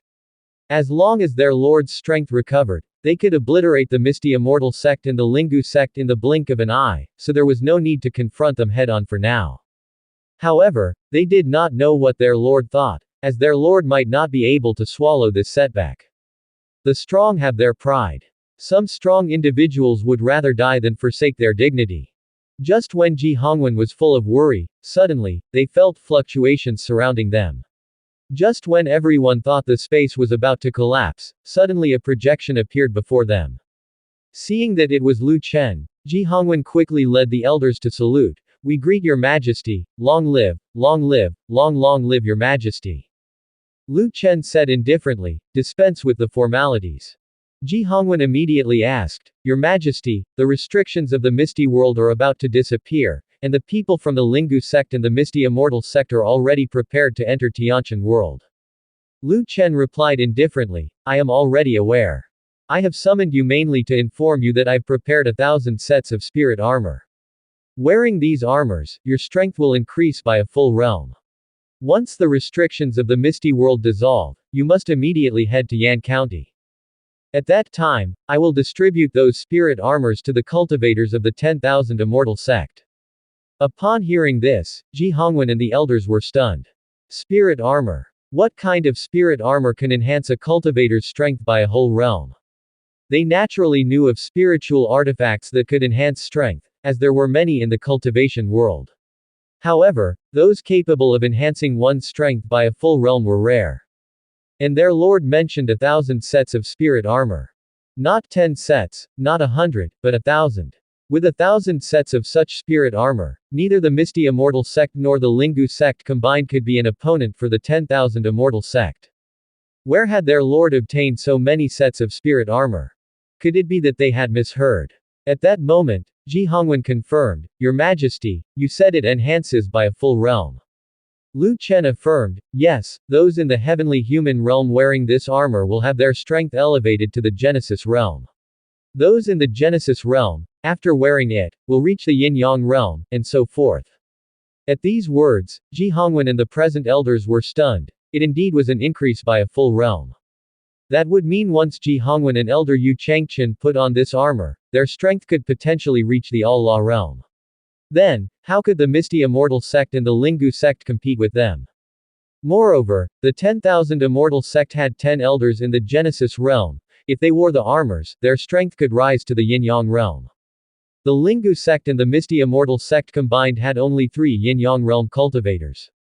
At that time, without even needing Ji Hongwen and Elder Yu Changchen to take action, those 10 elders alone could annihilate the Lingu sect and the Misty Immortal sect. Upon realizing this, Ji Hongwen and the others were thoroughly reassured. At that moment, Lu Chen continued, Alright, let's leave it at that for now. As his voice fell, Lu Chen's projection disappeared on the spot, and the restrictions of the Misty World were about to vanish soon. At this moment, Lu Chen needed to conserve his strength and could not afford to expend too much spiritual power. After the disappearance of Lu Chen's projection, Elder Yu Changchen immediately said to Ji Hongwen, Sect Master, since His Majesty has already prepared the spirit armor, we must also hasten our preparations. Once the restrictions of the Misty World disappear, we will immediately head to Tianqian World. Ji Hongwen then took out a talisman, infused it with spiritual power, and spoke, The restrictions of the Misty World are about to disappear. All disciples of the 10,000 Immortal sect who are out on external training must return immediately. Those in seclusion should also end their retreat and prepare to head to Tianqian World. Ji Hongwen's voice instantly spread throughout the entire 10,000 Immortal sect. Upon hearing Ji Hongwen's command, the disciples were incomparably excited. They could finally leave this unstable space. Soon, the disciples of the 10,000 Immortal sect were ready with the flying boat, waiting to enter Tianqian World as soon as the Misty World's restrictions vanished. Like the 10,000 Immortal sect, both the Misty Immortal sect and the Lingu sect were also prepared, and the 3 major powers had once again gathered at that initial rift in the restriction. The disappearance of the restriction would definitely start from that rift, and by guarding it, they would be able to enter Tianqian World at the fastest speed once the restriction began to dissipate. Whoever entered Tianqian World first would likely seize more territory. Now that the 3 powers had formed a balance, nobody dared to fully attack another power within a certain period. Once they could occupy territory, whoever occupied it would own it. If one faction tried to monopolize another force's territory, it would certainly provoke a joint attack from the other 2 forces. Since it was not possible to snatch later, the only option was to occupy as much land as possible when entering Tianqian World. At this moment, the area around the restriction rift was already covered with tens of flying boats, large and small. Han Yuankai stood at the bow of the flying boat, looking at Ji Hongwen and Zhang Hongye in the distance, and smilingly said, Sect Master Ji, Sect Leader Zhang, it has been a long time since we last met. Since the 3 powers had divided the Misty World among themselves, they had not met again until today. Ji Hongwen also responded with a smile, Indeed, it has been quite some time since we last saw each other. Sect Leader Han, having been in seclusion for so many years, I wonder what realm your cultivation state has reached now. Han Yuankai replied indifferently, Just a few years in seclusion, how much can cultivation improve? It's still the same as before, still in the Yin-Yang realm. Sect Master Ji asking this question, could it be that you, Sect Master Ji, have already broken through to the All-Law realm? Ji Hongwen said, Sect Leader Han, you jest. Breaking through to the All-Law realm is not so easy. Then, Han Yuankai turned to Zhang Hongye and continued, Sect Leader Zhang, I heard last night that your Lingu sect seems to have gained another strong Yin-Yang realm cultivator, congratulations. Upon hearing this, Zhang Hongye's expression darkened instantly, not pleased by Han Yuankai's congratulations. The news of another Yin-Yang realm cultivator in the Lingu sect was top secret, known only to a few core elders, yet Han Yuankai had openly spoken about it today. This meant that the Lingu sect had a traitor. Who could it be? Seeing Zhang Hongyi's troubled expression, Ji Hongwen gave a faint smile. If it had been before, hearing that the Lingu sect gained another Yin-Yang realm strong cultivator might have upset him, as they were competitors. But now it was different. Even if their two sects gained another 5 Yin-Yang realm cultivators each, the 10,000 Immortal sect would not be afraid.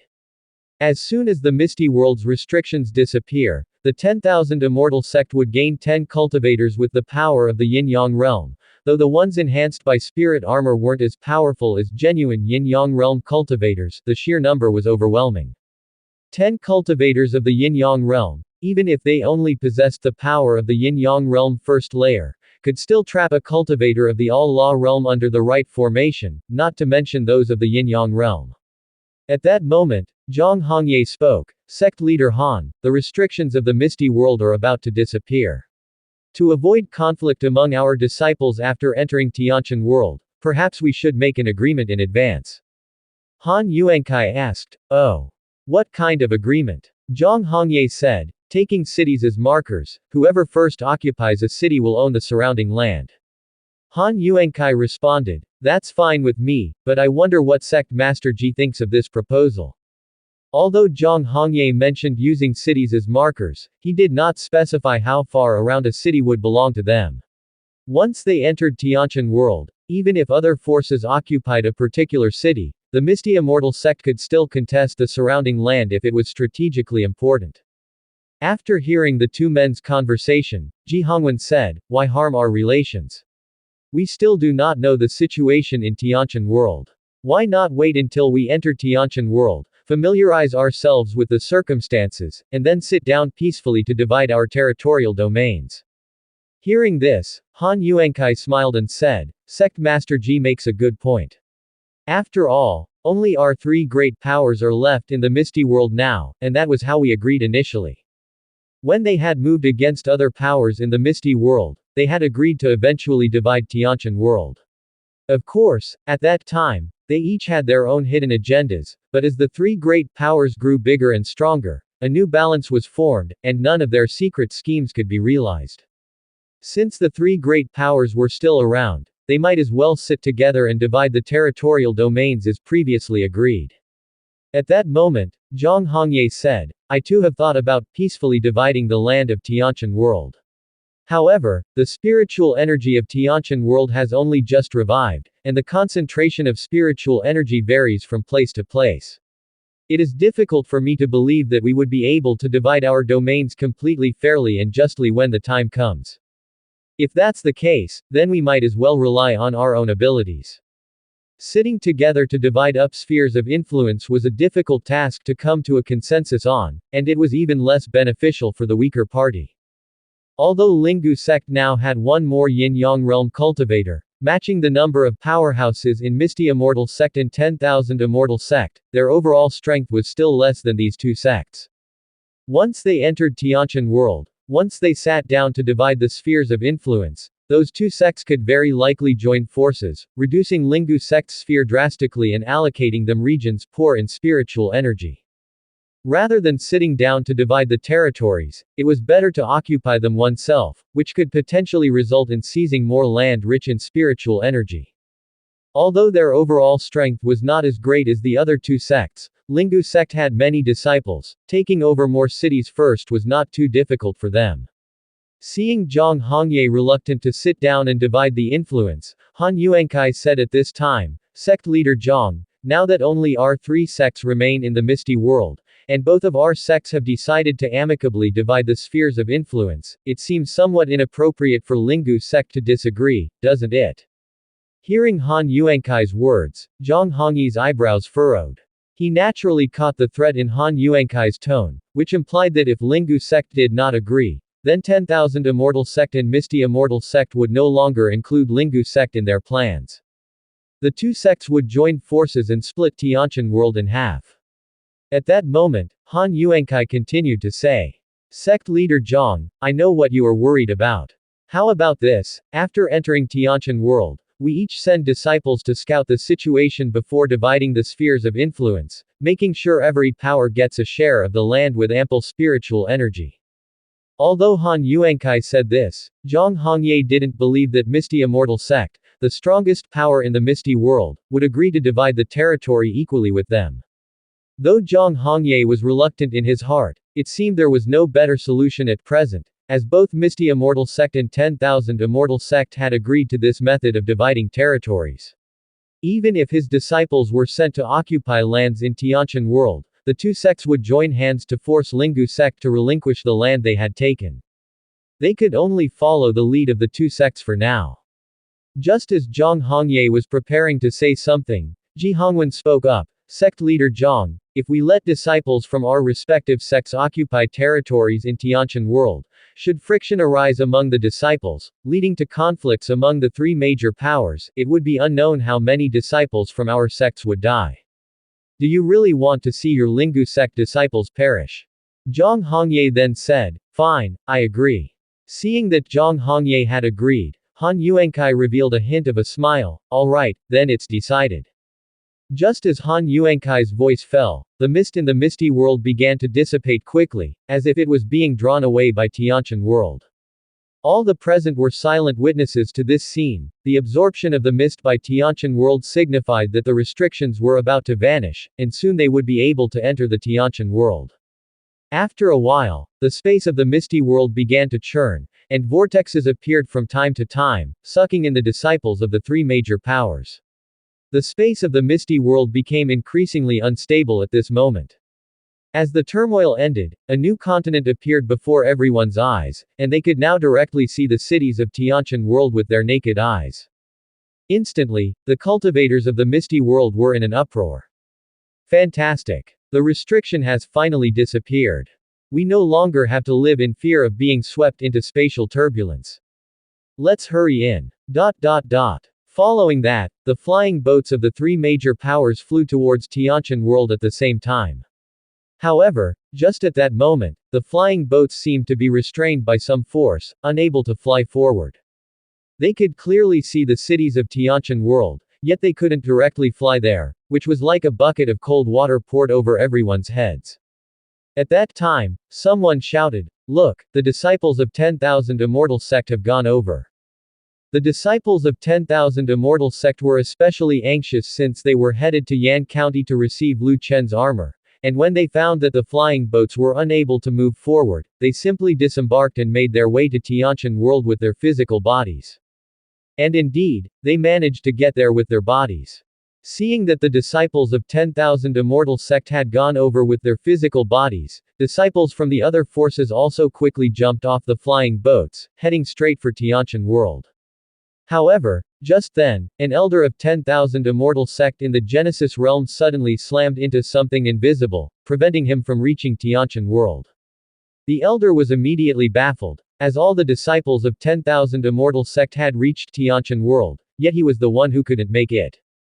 Then, the elder reached out to touch in front of him and discovered that there indeed seemed to be an invisible wall blocking his path. He promptly reported, "Sect Master, it seems the restriction hasn't entirely disappeared." Hearing this, Ji Hongwen, Han Yuankai, and Zhang Hongye rushed over to the elder, and then they too tried to go to Tianqian world, only to be repelled by an invisible wall as well. They couldn't cross, but the disciples in the heavenly human realm from their respective forces easily transmitted over, clearly indicating that the barrier restricted those stronger than celestials from entering. Han Yuankai then said to Ji Hongwen and Zhang Hongye, "Sect Master Ji, Sect Leader Zhang, this barrier is about to dissipate. Why don't we join forces and break through it?" Ji Hongwen and Zhang Hongye said in unison, "Good." Watching the mists of the misty world dissipate and being able to see the land and cities of the Tianqian world but not being able to cross, how could they reconcile themselves with it? Given that the barrier was on the verge of dissipating, several yin-yang realm cultivators attacking at the same time might have a chance of directly breaking through it. Subsequently, the yin-yang realm powerhouses from the three major forces acted at once, attacking the barrier in front of them, attempting to destroy it. However, as soon as they touched the barrier, the entire misty world started to violently destabilize, and more spatial rifts and vortices appeared out of nowhere. Han Yuankai reacted instantly, immediately saying, "Stop, everyone, stop." The Yin-Yang realm cultivators also realized what was happening and stopped at once. When they ceased their attack, the misty world indeed returned to calm, and the spatial vortices and rifts gradually disappeared. Han Yuankai said, "It seems that this barrier and the misty world's spatial stability are bound together. If we attack this barrier, there is a possibility that the misty world may collapse." It wasn't that they lacked the power to destroy the barrier, rather, the world was too fragile. Furthermore, the barrier was bound to the misty world, which couldn't withstand the simultaneous attacks from several Yin-Yang realm powerhouses.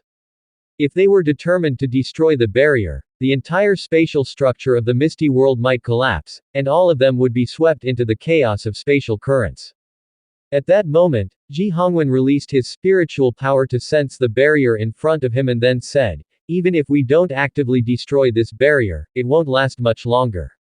Let's just wait." Zhang Hongye sighed and said, "It seems we have no other choice now." Originally, they thought they were about to enter the Tianqian world, but in the end, only cultivators of the heavenly human realm could get in. Han Yuankai then said, "It's fine. Let the disciples of our three forces familiarize themselves with the situation in the Tianqian world in advance. The day the barrier dissipates will be the day our three forces divide up the territories." The elders of the three major forces could only sigh helplessly, now resigned to waiting. They continued to wait. Judging by the state of the barrier, it would disappear on its own within a month. For these cultivators, waiting a month was bearable. Half a day later, Gao Mingui, a disciple from the Misty Immortal sect, arrived outside Black Dragon City with other disciples. On their way to Black Dragon City, they had already inquired about the Daxia dynasty from the locals of this world. Although Lu Chen had long ago ordered the commoners of the Great Sum to evacuate the area formerly belonging to Black Dragon Country, a large number still didn't want to leave. Naturally, those who were unwilling to leave weren't original citizens of Black Dragon Country, they were people who relocated there later on. The reason many chose to stay was largely because they weren't optimistic about the Daxia dynasty. In their view, the Daxia dynasty was doomed to fail. Thus, their choice to stay was to act as guides for the invaders from the misty world. Standing outside Black Dragon City, Gao Mingui quietly observed the nearby city. Then one of the disciples said, "Senior brother Gao, the Tianqian world, at most, only has cultivators in the Unity realm. We don't have to be afraid, right?" With information from the guides of the Tianqian world, they had a basic understanding of the situation there. The Daxia Emperor of the Tianqian world seemed to have some strength. The people previously sent by the major forces of the Misty World were all annihilated by the Daxia dynasty, and it appeared that the Daxia Emperor had a flying boat as well. When Gao Mingui heard that a secular dynasty possessed a flying boat, he was indeed shocked, as it indicated they had a considerable number of spirit stones. Although the disciples of Misty Immortal sect were also shocked by this news, they still didn't take the Daxia dynasty to heart. In their view, since the Daxia dynasty had annihilated their Unity Realm disciples initially sent to the Tianqian world, they should avenge those disciples by going directly to the Daxia Imperial City and killing the Daxia Emperor. Of course, this was the thought of most Misty Immortal sect disciples, but some had different opinions. Gao Mingui, the chief disciple leading the Misty Immortal sect team into the Tianqian world, felt there was something off. He always sensed that the Daxia dynasty wasn't as simple as they imagined. If it were an ordinary secular dynasty, wouldn't their first action upon hearing about the arrival of sect disciples be to immediately negotiate and release friendly signals? Not only did the Daxia dynasty not do so, but they also killed all the disciples sent by the major forces of the Misty World. Seeing Gao Mingui continuously hesitating to move forward, some disciples of the Misty Immortal sect grew impatient. Although Gao Mingui was the lead disciple in charge of the team this time, there were factions within the Misty Immortal sect, and many disciples were not convinced by him. At that moment, another disciple spoke up, "Elder brother Gao, if you are afraid, then we can go ahead to scout the path for you." This statement was clearly tinged with mockery, but upon hearing it, Gao Mingui didn't get angry. He looked at the gates of Black Dragon City and said indifferently, "The major powers of the Misty World sent thousands of disciples from the Unity Realm into the Tianqian world, only for the Daxia dynasty to wipe them out so easily. I don't believe that the Daxia dynasty only has cultivators from the Unity realm. Then, another disciple from the Misty Immortal sect said, of course there aren't only Unity realm cultivators. Haven't those commoners said it? The Daxia dynasty also has flying immortals, which are most likely celestials. But what about that? The spiritual energy in the Tianqian world has only just revived. Even if some celestials have been born, how many can there be? Why should we be afraid of this secular Daxia dynasty? To the disciples of the Misty Immortal sect present, they were entering the Tianqian world with 200 to 300 people on this excursion, all of them at the heavenly human realm. A secular dynasty at most would have 3 to 5 celestials, while the Misty Immortal sect had almost 300 celestials entering the Tianqian world this time. Why should they be afraid of the few celestials of a secular dynasty? Not to mention celestials, even if the Daxia dynasty had cultivators from the Genesis realm, they wouldn't likely be a match for them. Seeing that the disciples of the Misty Immortal sect seemed not to take the Daxia dynasty seriously, Gao Minggui's expression turned sour. He always believed that the Daxia dynasty was not that simple. A secular dynasty daring to directly confront a sect must possess some strength. However, speaking of that, even knowing that the Daxia dynasty might have some strength, as people sent by the Misty Immortal sect to scout out the Tianqian world, they also had to actively eliminate any potential threats. Gao Minggui then said, since my fellow disciples can't wait any longer, let's enter Black Dragon City. However, everyone should be as careful as possible. The Daxia dynasty has evacuated the nearby population in advance, and they likely left some traps in Black Dragon City. As soon as Gao Minggui finished speaking, several disciples of the Misty Immortal sect flew straight toward the gates of Black Dragon City. As they flew, they said, Elder Brother Gao, we'll scout the path for you, you just wait here.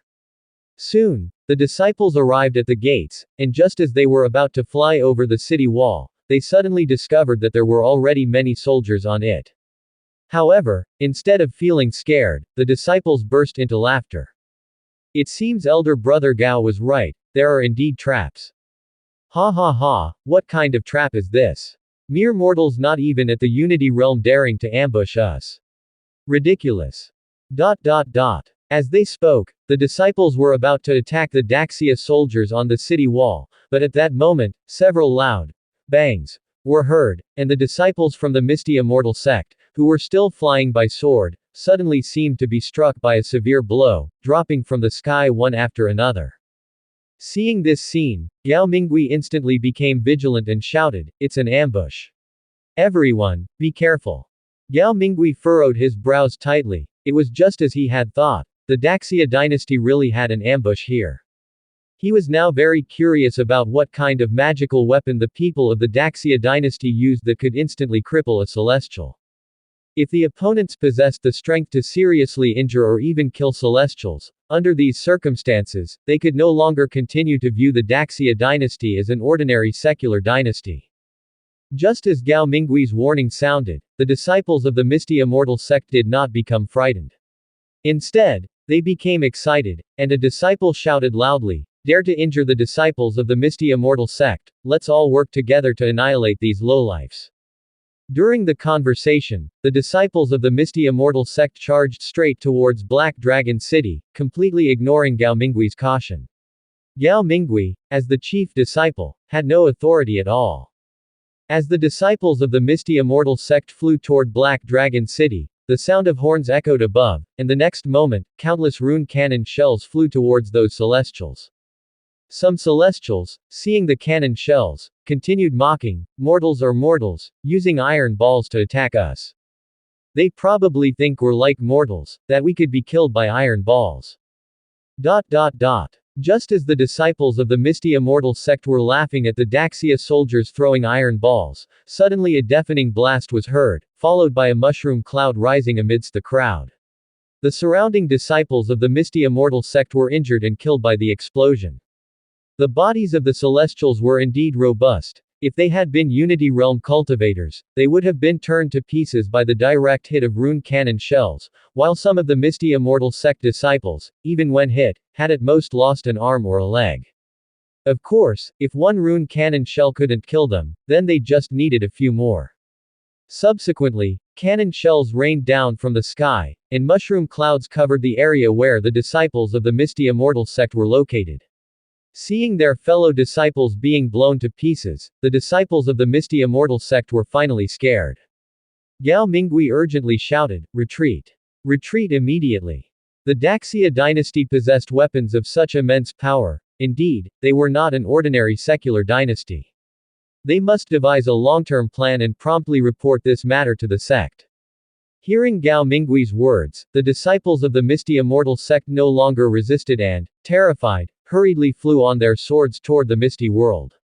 As the disciples of the Misty Immortal sect fled back towards the Misty World, they encountered disciples from the Lingu sect who were on their way to Black Dragon City.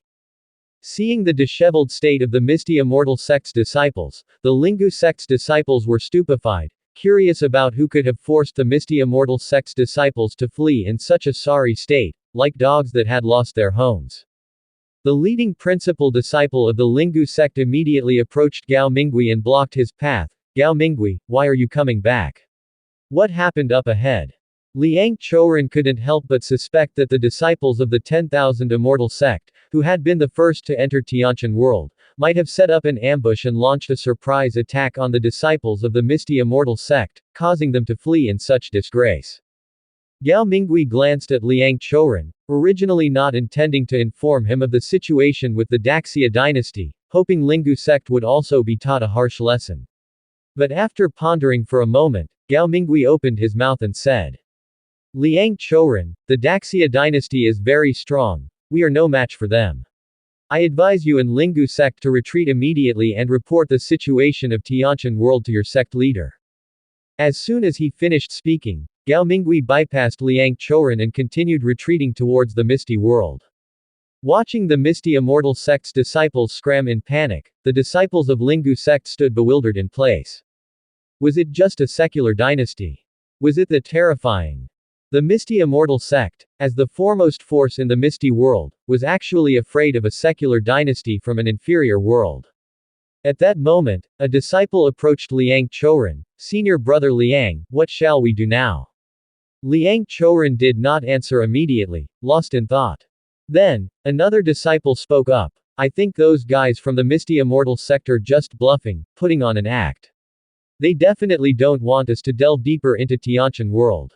Exactly, the number one power of the Misty world is so scared by a secular dynasty of a lower world that they run away. It's ridiculous. Senior brother Liang, let's hurry to Black Dragon City. It's the city closest to the Misty world with the densest spiritual energy.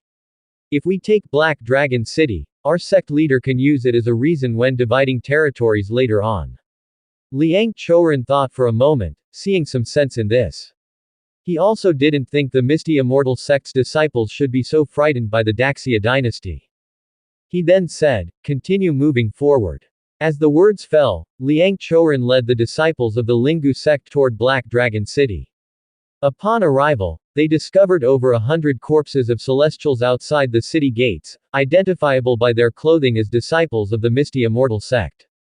At this sight, the disciples of Lingu sect were shocked.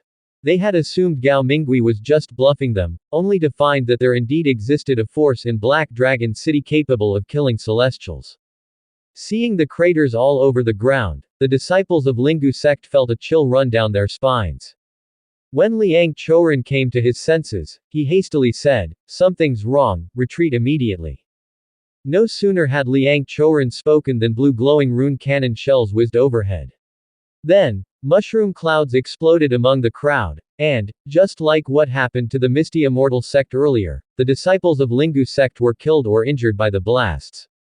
After witnessing this scene, the disciples of Lingu sect tumbled and scrambled away from Black Dragon City, also fleeing toward the Misty world.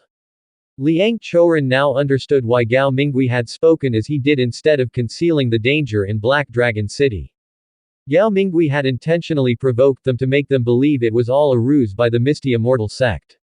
Had Gao Mingui not openly mentioned the danger in Black Dragon City, they might have been wary, suspecting something dangerous up ahead, especially since the Misty Immortal sect's disciples had fled and not told them of any danger, probably wishing to see them suffer too. Grinding his teeth, Liang Choren, having understood the situation, coldly said, Gao Mingui, such cunning. At that moment, a disciple asked, Senior brother Liang, what do we do now? Now that Black Dragon City was occupied by the Daxia dynasty, and considering they possessed weapons capable of killing Celestials, venturing deeper into the Daxia dynasty would likely be perilous. After pondering a while, Liang Choren said, first return to the Misty World and tell everything to the sect leader. Let's await his decision. The forbidden seal of the Misty World had not completely dissipated, but the three major forces still stood guard in front of the seal, waiting for it to disappear entirely. As the three major forces waited for the seal to vanish, Gao Mingui, leading the first group of Misty Immortal sect disciples into the Tiantian world, ran back, each of them appearing to have sustained serious injuries. Seeing the return of their sect's disciples, Han Yuankai's expression turned dark in an instant, and he immediately flew to the front of Gao Mingui and the others. Gao Mingui, what happened? Why have you returned? Seeing the disciples of the Misty Immortal sect returning, Ji Hongwen and Zhang Hongye also came forward, curious to hear what exactly had happened. Of course, Ji Hongwen, representing the Daxia dynasty side, had basically guessed what the situation might be. Hearing Han Yuankai's question, Gao Mingui hurriedly knelt down and said, Sect Master, I have failed to meet your expectations. We were ambushed by the Daxia dynasty in a city upon arriving in the Tiantian world, and they used a mysterious artifact to kill over 100 of our fellow disciples. Hearing this news, Han Yuankai and Zhang Hongye were stunned. Ji Hongwen thought of something and hastily asked, what about the disciples of our 10,000 immortal sect? Did you see them? Gao Mingui answered, Sect Master Ji, by the time we arrived at Black Dragon City, we no longer saw any trace of the 10,000 immortal sect disciples, I fear they have all. Gao Mingui did not finish his sentence. Ji Hongwen's brows furrowed at this moment, his face looking very unsightly, displaying an especially pained expression. Zhang Hongye then said, Young man, did you see any disciples from our Lingu sect when you were coming back? Gao Mingui said, We did. I warned them that there was danger ahead and told them not to proceed, but they didn't believe it and insisted on heading to Black Dragon City. Now they are probably also clashing with the soldiers of the Daxia dynasty. As for the outcome, I do not know. At this moment Han Yuankai, Zhang Hongye, and Ji Hongwen all fell silent. Han Yuankai and Zhang Hongye certainly hadn't expected that such a lower world would still possess a force capable of defeating so many Celestials. Fortunately, the current seal now allowed Celestial Realm cultivators to pass both ways. If it were like before, allowing entry into Tiantian world but no exit, they would have had no idea that such a powerful force existed in Tiantian world until the Misty World seal dissipated. With a darkened expression, Han Yuankai said, So, are you saying that the Unity Realm disciples that our major forces initially sent into Tiantian world have all been killed by the forces there? Gao Mingui replied, According to what we inquired from the lowly citizens of Tiantian world, that is indeed the case. There's a Daxia dynasty in Tiantian world that has defeated all other secular dynasties within a few short years and unified the entire Tiantian world. It is said that the Sum Emperor has the strength of a celestial, and he also has a huge flying boat. Han Yuankai fell silent once again. Originally, they thought it was just a lower world, and after the seal dissolved, they could directly divide the entire Tiantian world and delineate their territories. Now, it seemed they had oversimplified things.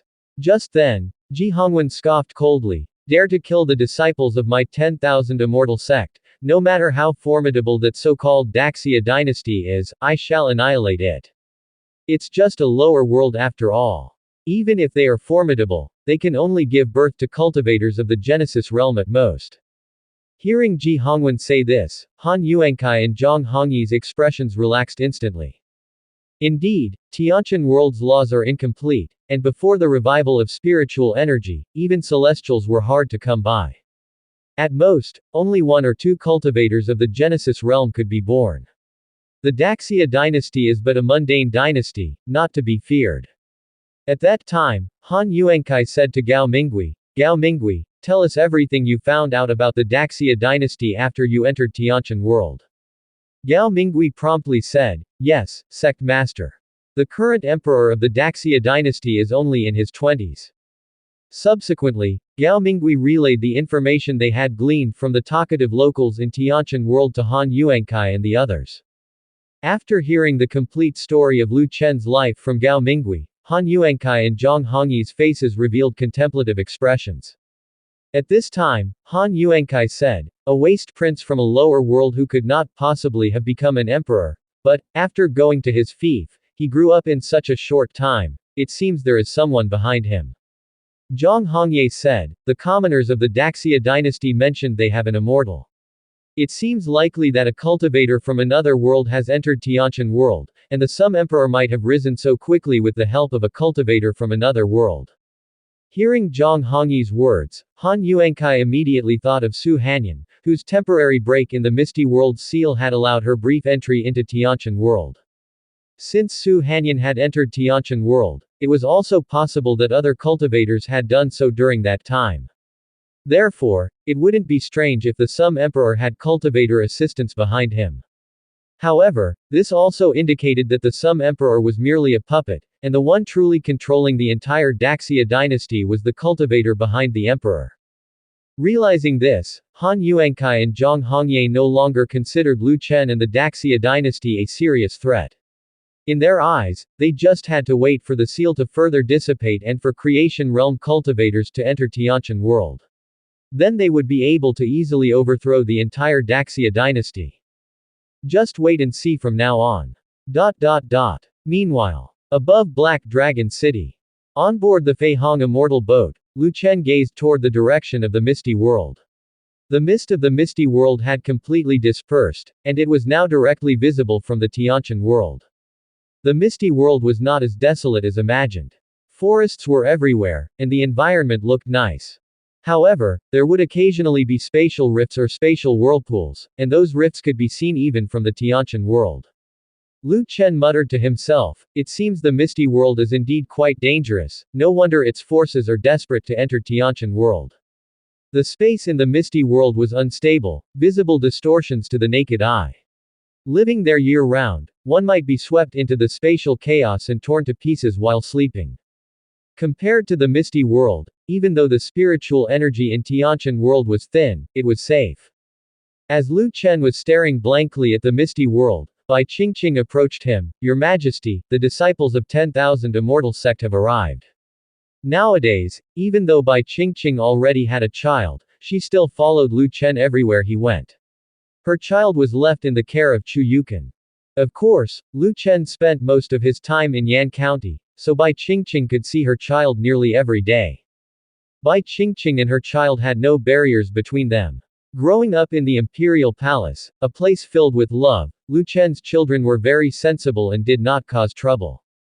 Lu Chen glanced at Bai Qingqing, who was wearing a set of golden Shengwei armor that tightly clung to her body, accentuating her curvaceous figure brilliantly. Lu Chen said with a smile, "Bai, that Shengwei armor really suits you. It's tempting even to me." Hearing these words, Bai Qingqing's fair cheeks flushed with a hint of red. Your Majesty, if you require, this servant will attend to you later." When Bai Qingqing was outside, she always referred to herself as this servant, only calling herself your concubine, when back in her own chambers. Lu Chen smiled slightly, not continuing to flirt with Bai Qingqing. "Let's go see the disciples of 10,000 Immortal Sect." With those words, Lu Chen walked towards the center of the Fei Hong immortal boat. At that moment, the disciples of 10,000 Immortal Sect who flew to the Fei Hong immortal boat were stunned by its impressive majesty, seeing such a large immortal boat for the first time. The disciples were all curious about their emperor, eager to know who was the person that could own such a gigantic immortal boat. Before long, a young man appeared before everyone, and the disciples of 10,000 Immortal Sect who had seen Lu Chen promptly saluted him. Seeing that disciple salute, the others followed suit. "Disciples of 10,000 Immortal Sect greet your Majesty. Long live, forever and ever." Lu Chen said indifferently, "All rise." After saying this, Lu Chen looked at the leading chief disciple of 10,000 Immortal Sect and asked, "How many disciples from the heavenly human realm has 10,000 Immortal Sect brought in this time?" Wei Tianhua, the chief disciple of 10,000 Immortal Sect, immediately replied, "Your Majesty, a total of 300 celestials." The sect master said that sending too many would attract suspicion from Lingu sect and Misty Immortal sect. Lu Chen said, 300 is enough. I wonder what the expression on the faces of the people from Misty Immortal sect and Lingu sect will be when they see 300 creation realm cultivators after the prohibition completely disappears. Hearing Lu Chen's words, the disciples of 10,000 Immortal sect looked perplexed. 300 creation realm cultivators. Where would 300 creation realm cultivators come from? For secrecy's sake, Ji Hongwen had not informed the disciples entering Tianqian world that they would receive Shengwei armor, only that they should go directly to Yan County to find the Sum Emperor. But they didn't expect to meet the Sum Emperor right away in Black Dragon City, without even having to go to Yan County. At that moment, Lu Chen waved his hand, and 300 sets of gleaming golden armors appeared in front of all the disciples of 10,000 Immortal sect present. Lu Chen said, these spirit armors are called Shengwei armor. Once worn, they can fend off attacks from Yin-Yang realm powerhouses to a certain degree, and they can also elevate your strength to be on par with that of creation realm cultivators. Upon hearing this, the disciples of 10,000 Immortal sect were stunned. Able to fend off attacks from Yin-Yang realm powerhouses and enhance their strength to the creation realm level. These armors must be at least Earth-grade spirit armor. Who exactly was their emperor, who could so easily produce 300 sets of Earth-grade spirit armor? Disciples of the 10,000 Immortal sect were stunned for a moment, then immediately donned the battle armor floating in front of them. In this way, Lu Chen gained a force of 300 soldiers from the Shengwei army. With these 300 men, the War Dragon army was no longer afraid of sneak attacks from the celestial cultivators of the Misty Immortal sect and Lingu sect. The biggest issue for the War Dragon army now was the strength of its soldiers. Although they could use rune weapons, if an attacker from the Heavenly Human realm or Genesis realm approached, they could potentially wipe out the entire troop. Thus, it was necessary to have powerful warriors within the War Dragon army, not only to protect the soldiers but also to safeguard those rune weapons. Now everything was ready, all that was awaited was the dissolution of the restrictions in the Misty world. After arranging the tasks for these 300 disciples from the 10,000 Immortal sect, Lu Chen returned to his chamber in the Immortal boat to begin his cultivation for the day. Meanwhile, in the cosmic space, an Immortal boat was speeding towards the Tianqian world at its fastest velocity. The cosmic space was filled with stars and fragments of shattered worlds, but fortunately, the barrier of the Immortal boat was strong enough to easily shatter those fragmented world pieces. A man clad in a robe stood at the bow of the Immortal boat, quietly watching the cosmic space ahead. At this moment, another man approached the man in the purple robe. Senior brother, it will still be several years before we reach the Tianqian world. You should go into closed-door cultivation, I can keep watch. Yu Lianche indifferently replied, no need, the spiritual energy inside the Immortal boat is insufficient. Even if I were to cultivate in seclusion, it wouldn't yield much. I'd better keep watch in case something happens to the Immortal boat, so I can deal with it promptly. Traveling through cosmic space was fraught with many dangers, not only from those fragmented world pieces but also from possible encounters with spatial currents or space creatures. With their current strength, they naturally couldn't handle space creatures, so their first reaction upon encountering one should be to control the Immortal boat to flee. They had finally found the location of the Tianqian world, and Yu Lianche didn't want any mishaps. Hearing Yu Liangce's words, the previously speaking disciple did not continue to persuade him. Just then, a golden light swiftly flew from behind and landed on the Immortal boat, immediately causing the formation on the boat to emit a golden glow. Seeing this scene, the disciples of Zanyu Palace hurriedly gathered on the deck of the Immortal boat, where the projection of Yun Qingshu appeared. Yu Lianche, when you arrive at Tianqian world, you don't need to return immediately. After you capture Yun Shenxian, immediately send someone to investigate Tianqian world to see if there are any treasures. I am personally heading to Tianqian world. Upon hearing Yun Qingshu's divine transmission, the disciples were stunned. Their palace master was going to Tianqian world personally. What exactly was in Tianqian world that could attract their palace master? Thinking that there might be treasures in Tianqian world apart from Yun Shenxian, the disciples of Zanyu Palace became even more excited. If they could arrive sooner, perhaps they would secure one or two treasures. Generally, where there is a significant treasure, there is a high probability there will be more than one, certainly many treasures. They wouldn't dare compete with the palace master for major treasures, but for less significant ones, they could claim them for themselves. Thinking this, the disciples of Zan Yu Palace tried to increase the speed of the immortal boat, but unfortunately, it was already at its maximum speed and could not accelerate further. Meanwhile, in another part of cosmic space, about 20 immortal boats were advancing toward Tianqian world in a human formation. Currently, on the largest immortal boat, Yun Qingshu, in white attire, sat in the palace master's seat in the grand hall, observing the elders accompanying her. Yun Qingshu's face was frosty, radiating a cold aura, and the elders below didn't dare utter a word. Although Yun Qingshu had yet to speak, the elders had roughly guessed the reason for her anger by now. After a while, Yun Qingshu finally spoke. "A few days ago, I intercepted a divine sense transmission." Hearing this, a jolt went through the elders in the hall. A transmission? To whom? Transmitting at this time, it must be tipping someone off. Soon the elders understood what was going on. It seemed someone among them had revealed their whereabouts, and this someone was likely Lu Yanghua. At that moment, among the elders, a few of them communicated with each other through glances. They were all Lu Yanghua's men, and also the traitors who had passed on messages, but at this moment, they were not nervous at all. In their view, even if Yun Qingshu knew that it was they who had transmitted the messages, he wouldn't dare to take direct action against them. After all, they were Lu Yanghua's men. Should Lu Yanghua learn that Yun Qingshu had made a move on his men, once Yun Qingshu returned, Lu Yanghua would definitely demand accountability.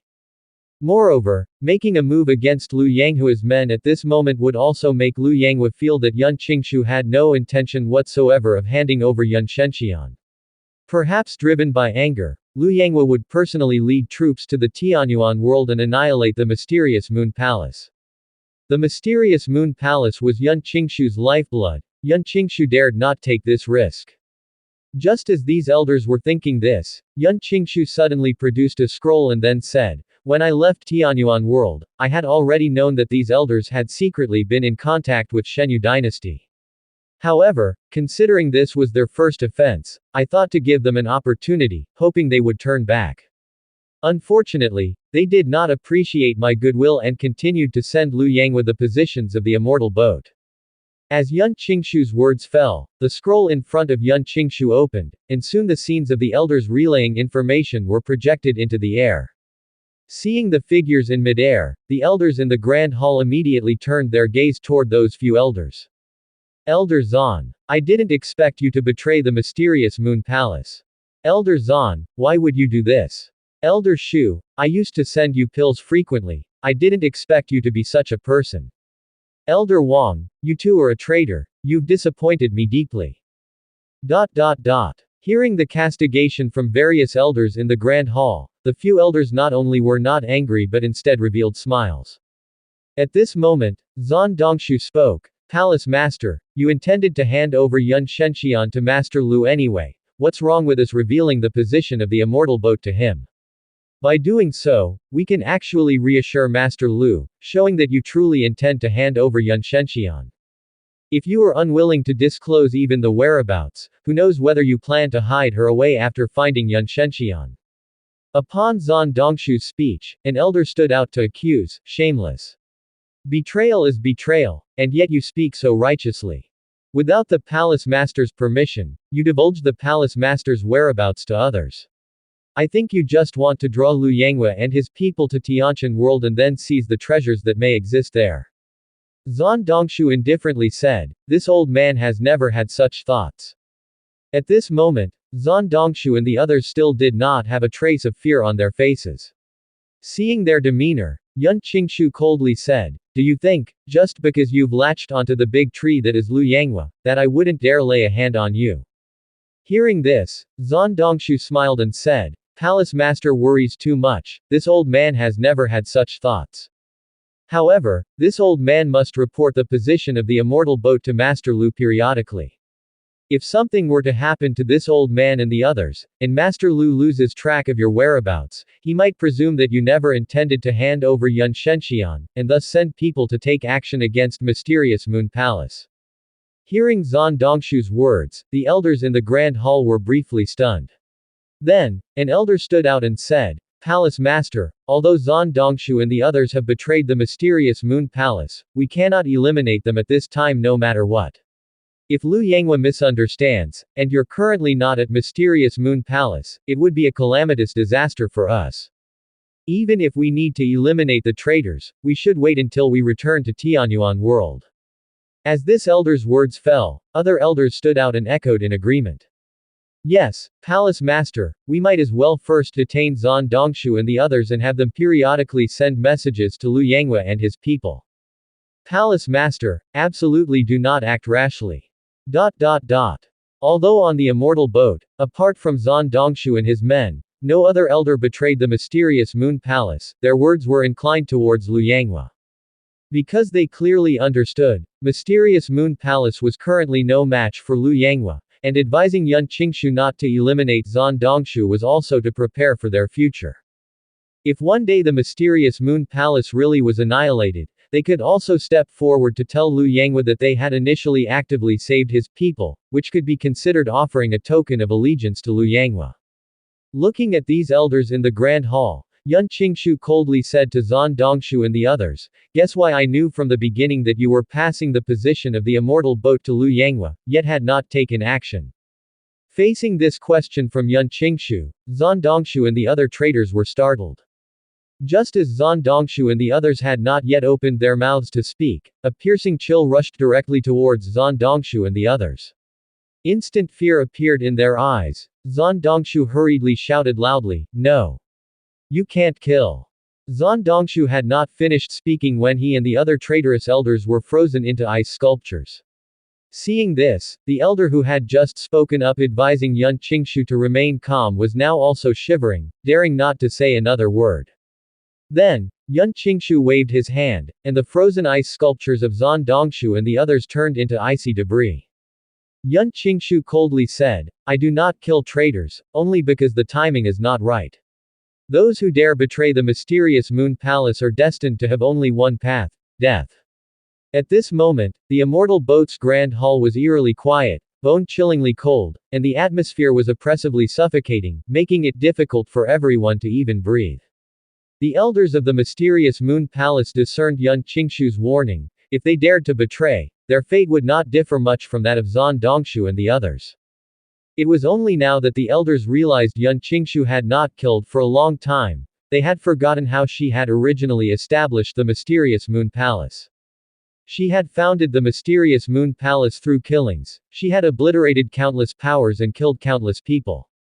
And yet, they dared to harbor petty schemes in front of Yun Qingshu, a ruthless female devil who did not blink an eye while killing. At that thought, beads of sweat continuously rolled down the faces of the elders within the Grand Hall. At that time, Yun Qingshu coldly glanced over the people present and continued, starting today, all elders will enter secluded cultivation. No one is to leave their cultivation rooms until we reach the Tianshan world. The group of elders hurriedly clasped their hands and bowed, saying, we will follow the palace master's orders. Yun Qingshu continued, everyone, except for Song Yuan, may leave. Hearing this, the elders breathed a sigh of relief and quickly fled the Grand Hall, fearing that Yun Qingshu might change her mind and kill a few more to set an example. After the elders had left, Yun Qingshu looked at the bearded man before her. The man clasped his hands and asked, Palace Master, may I know why you have summoned me? Yun Qingshu took out a star map scroll and threw it to Song Yuan, saying, take an immortal boat and proceed to the coordinates on the star map. Dispatch a report to Lu Yanghua about your location on the immortal boat periodically. Song Yuan instantly understood Yun Qingshu's intention. She wanted to lead Lu Yanghua elsewhere. No wonder their palace master had initially spared the betrayer elders like Zan Dongshu. It was to divert Lu Yanghua's attention. Had she immediately killed Zan Dongshu and the others, without sending messages to Lu Yanghua, he might have assumed that Yun Qingshu never intended to hand over Yun Shenxian, and might have attacked the Mysterious Moon Palace. Clutching the scroll tightly, Song Yuan bowed to Yun Qingshu and said, "Please be assured, Palace Master, I will accomplish the mission." Yun Qingshu waved her hand, slowly squatted down, and seated herself on her throne, then emotionlessly said, "Go prepare." "Yes, Palace Master." Song Yuan then turned and left the Grand Hall. A few days later, an immortal boat detached from the fleet composed of the mysterious Moon Palace and Black Dragon Holy Land and flew in a different direction. In the Tianqian world, Misty region. Today, the Misty world and Tianqian world had almost completely merged, although the original Misty areas were still somewhat unstable. The three major forces stood waiting in front of the prohibition, just waiting for the prohibition to dissipate. During this period, they had successively sent some heavenly man realm cultivators to investigate the Tianqian world. However, such disciples were all driven out. Unable to do otherwise, they could only wait for the complete dissolution of the prohibition. If they continued to send heavenly man realm cultivators into the Tianqian world without the prohibition lifting, they would merely be depleting their own strength. Once the Tianqian world was divided, these major forces would still need to rely on those heavenly man realm disciples for mutual contests. They couldn't afford to casually consume their own sect's disciples. All three forces tacitly ceased sending disciples thereafter. Looking toward the direction of the Tianqian continent, Han Yuankai spoke, "It seems that the Daxia dynasty is indeed not so easy to deal with." Zhang Hongye remarked, "Difficult to handle, but that's only because they possess weapons capable of injuring celestials. Once the prohibition dissipates, when our Genesis realm cultivators enter the Tianqian world, the Daxia army will be of no concern." The difference between the heavenly man realm and the Genesis realm is significant. One from the Genesis realm could destroy a small country alone. Even if the Daxia army utilizes those mysterious weapons against the Genesis realm cultivators, the Genesis realm cultivators can avoid them. Not only can they avoid them, but they can also easily reach the front lines of the Daxia army and destroy the weapons they wield.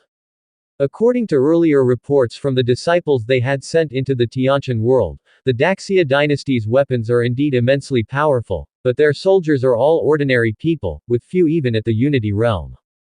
Such an army, even possessing such powerful weapons, won't be able to protect those weapons once the three major forces enter the Tianqian world. At this moment, Han Yuankai spoke, "I am somewhat curious how the Daxia dynasty has managed to produce so many weapons capable of contending with celestials. Generally, to produce such enormously powerful weapons, a substantial amount of resources is required. Yet, the Tianqian world, with its thin spiritual energy, which had only recently revitalized, couldn't possibly possess such vast amounts of artifact refining or talisman making materials." Zhang Hongye indifferently replied, "Once the prohibition dissipates, all will become clear." Smiling, Han Yuankai said, "What sect leader Zhang said is true. Once the prohibition disappears, I must find the artifact refiner who crafted those weapons to have a good talk." Hearing this, Zhang Hongye's eyebrows furrowed. Should Han Yuankai get hold of the artifact refiner who made those weapons, wouldn't the power of the Misty Immortal sect greatly increase? In the future, the Misty Immortal sect might very well use the weapons acquired from the Daxia dynasty to contend against the Lingu sect. Although those weapons did not significantly impact a secular dynasty like the Daxia dynasty, in the hands of a sect like the Misty Immortal sect, the situation was entirely different. These weapons, wielded only by ordinary people, could be easily stolen by other forces, but if employed by heavenly man realm disciples, it wouldn't be so easy to take them away. And even when ordinary people used those weapons, they were able to exert such immense power. It was uncertain what would happen if a celestial wielded them, whether they could unleash even greater power. Nonetheless, Han Yuankai must not obtain that artifact refiner. As Zhang Hongye thought this, a group of disciples from the 10,000 Immortal sect staggered back to the Misty world from the Tianqian world. Seeing their wounded bodies, Ji Hongwen quickly approached and pretended to ask, "How did it go?" The leading disciple replied, "Sect Master, we originally planned to ambush the Daxia army, but unexpectedly, there were creation realm experts protecting them. We couldn't get close at all." Hearing this, both Han Yuankai and Zhang Hongye were momentarily stunned. Zhang Hongye then regained his composure and said, "It seems that to defeat the Daxia army, we still need a creation realm cultivator to take action. Now we can only hope that the restrictions vanish soon." Ji Hongwen sighed and said to the few disciples of the 10,000 Immortal Sect, "You all go back to the flying boat for treatment." Yes. After those disciples from the 10,000 Immortal Sect returned to the flying boat, Ji Hongwen also found an excuse to return to the immortal boat. In a certain room, the previous disciples from the 10,000 Immortal Sect met Ji Hongwen again. With a wave of his hand, Ji Hongwen set up a formation that blocked divine sense in the entire room. At this moment, the disciples collectively bowed and said, "Greetings, Sect Master." Ji Hongwen asked, "Your Majesty must have asked you to bring something back this time." Hearing this, the disciples hurriedly took off the Shengwei armor they were wearing and then said to Ji Hongwen, "Sect Master, this is the Shengwei armor His Majesty asked us to bring for you and the elders." Hearing this, Ji Hongwen's eyes instantly lit up. As he had anticipated, their Majesty had provided them with the Shengwei armor ahead of time. This way, once the ban was lifted, the 10,000 Immortal Sect and the Daxia dynasty would be able to encircle the Misty Immortal Sect and the Lingu Sect, and eliminate these two major forces in the Misty world all at once. Ji Hongwen didn't think further and immediately took the armor from the disciple's hand and wore it. As the armor manifested on his body, he instantly felt his body surge with power, just as their Majesty had said. Having just obtained the power of the All-Law realm, Ji Hongwen was eager to test this power straight away, but ultimately he restrained himself, waiting for the restrictions to disappear to ensure a foolproof plan. Ji Hongwen then gathered the other elders of the 10,000 Immortal Sect and distributed the Shengwei armor to them. The moment they received the armor, the elders also felt the urge to strike at the two major forces directly, but they did not act impulsively. The spatial stability of the Misty region was unreliable. An incautious move could collapse the entire space of the Misty region, and the 10,000 Immortal Sect would suffer as well. Better to wait until they entered the Tiantian world. As time passed day by day, the restrictions in the Misty region weakened, and at this moment, the Daxia dynasty was also fully prepared. Above Black Dragon City, on the Fei Hong immortal boat, Lu Chen was currently meditating in his bedroom, when Bai Qingqing in golden Shengwei armor entered the room. "Your Majesty, you called for this maid." As Bai Qingqing spoke, a blush appeared on her cool face, making her look somewhat shy. Lu Chen cracked a slight smile, opened his eyes, and said, "Recently, my focus has been on the Misty world, and I've neglected you. Come here, let me see how your mysterious female technique cultivation is progressing." "Yes, Your Majesty." As she spoke, she actively removed her Shengwei armor and slowly walked towards Lu Chen. When she approached him, Lu Chen grabbed her jade hand and pulled her lithe, exquisite body into his arms. As soon as Bai Qingqing fell into Lu Chen's arms, her emotions were stirred up. Her jade hand involuntarily rested on Lu Chen's chest and then gently moved downward, unfastening his clothes. For such matters, Lu Chen was always reluctant to hold back. He laid Bai Qingqing down on the soft couch, then leaned over and kissed her lips. Soon Bai Qingqing, the ice beauty, transformed, immersing herself in the joy Lu Chen brought her.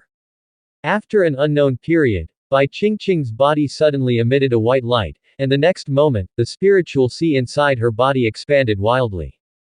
Feeling the breakthrough into the heavenly human realm, Bai Qingqing was slightly startled. She had thought that becoming a celestial required a trial by the heavenly Tao, but she hadn't expected to break through directly. Just then, a maid outside the room said, "Your Majesty, the restriction has disappeared." Hearing the words of the maid at the door, Lu Chen slowly rose to his feet, his gaze sweeping over Bai Qingqing's entire body. Bai Qingqing's snow-white skin had a slight blush to it, making her look irresistibly seductive. Lu Chen gently caressed Bai Qingqing's face and said, "Bai, your cultivation of the mysterious female technique is impressive, keep up the good work." At Lu Chen's praise, Bai Qingqing felt even more bashful.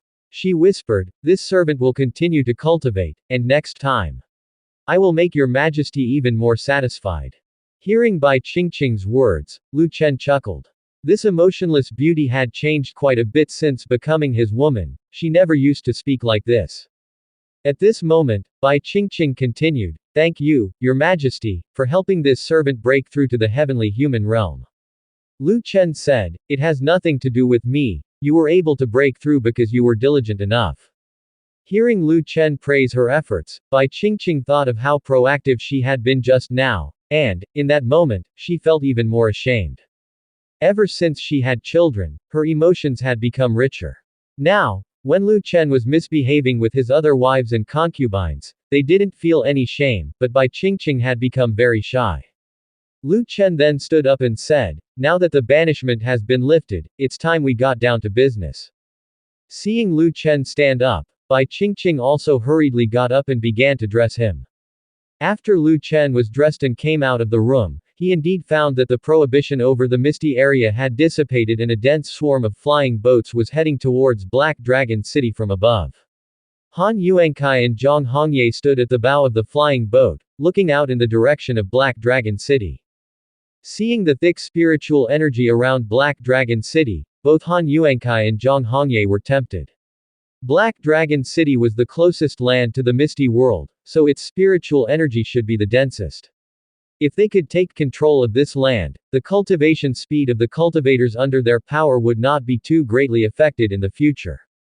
At this moment, none of the three, Han Yuankai, Zhang Hongye, and Ji Hongwen, spoke. They were each calculating something. After an unknown period, Han Yuankai finally spoke to Ji Hongwen and Zhang Hongye. Sect Master Ji, Sect Leader Zhang, given the proximity of Black Dragon City to the Misty World, the space here must be unstable. How about we assign Black Dragon City to the Misty Immortal Sect when we divide the land? Upon hearing this, Zhang Hongye laughed and replied, Sect Master Han, you really are a good Samaritan. Could it be that Sect Master Han feels the spiritual energy in Black Dragon City is so rich that you want to monopolize it? At this, Zhang Hongye turned to look at Ji Hongwen on the other flying boat that was making headway alongside. Sect Master Ji, I wonder if the 10,000 Immortal Sect is interested in Black Dragon City. Ji Hongwen said with a smile, of course, the 10,000 Immortal Sect is also interested in Black Dragon City. Although Black Dragon City is close to the Misty World, after all, this is the Tianqian world. It's impossible for the space to be unstable. Zhang Hongye knew that relying on the Lingu sect alone, he couldn't prevent Han Yuankai from seizing Black Dragon City, so he simply decided to pull in Ji Hongwen. As the second largest power, the 10,000 Immortal Sect was even less willing to see the Misty Immortal Sect occupy such a place with dense spiritual energy. At this time, Ji Hongwen spoke up, how about this? Among our three great powers, whoever can reach Black Dragon City first and plant their sect's flag atop the city tower, Black Dragon City and the nearby lands shall belong to that power. Upon hearing this proposal, Zhang Hongye's heart skipped a beat. Why was Ji Hongwen so foolish as to suggest such a method for deciding the ownership of Black Dragon City? Being the premier power of the Misty World, the Misty Immortal Sect had the strongest capabilities in all aspects, including possessing the largest and most powerful flying boats.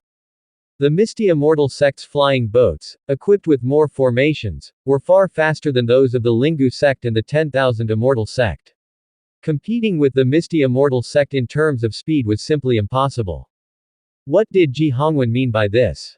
Could it be that Ji Hongwen had some secret deal with Han Yuankai, which is why he would propose something so favorable to the Misty Immortal Sect?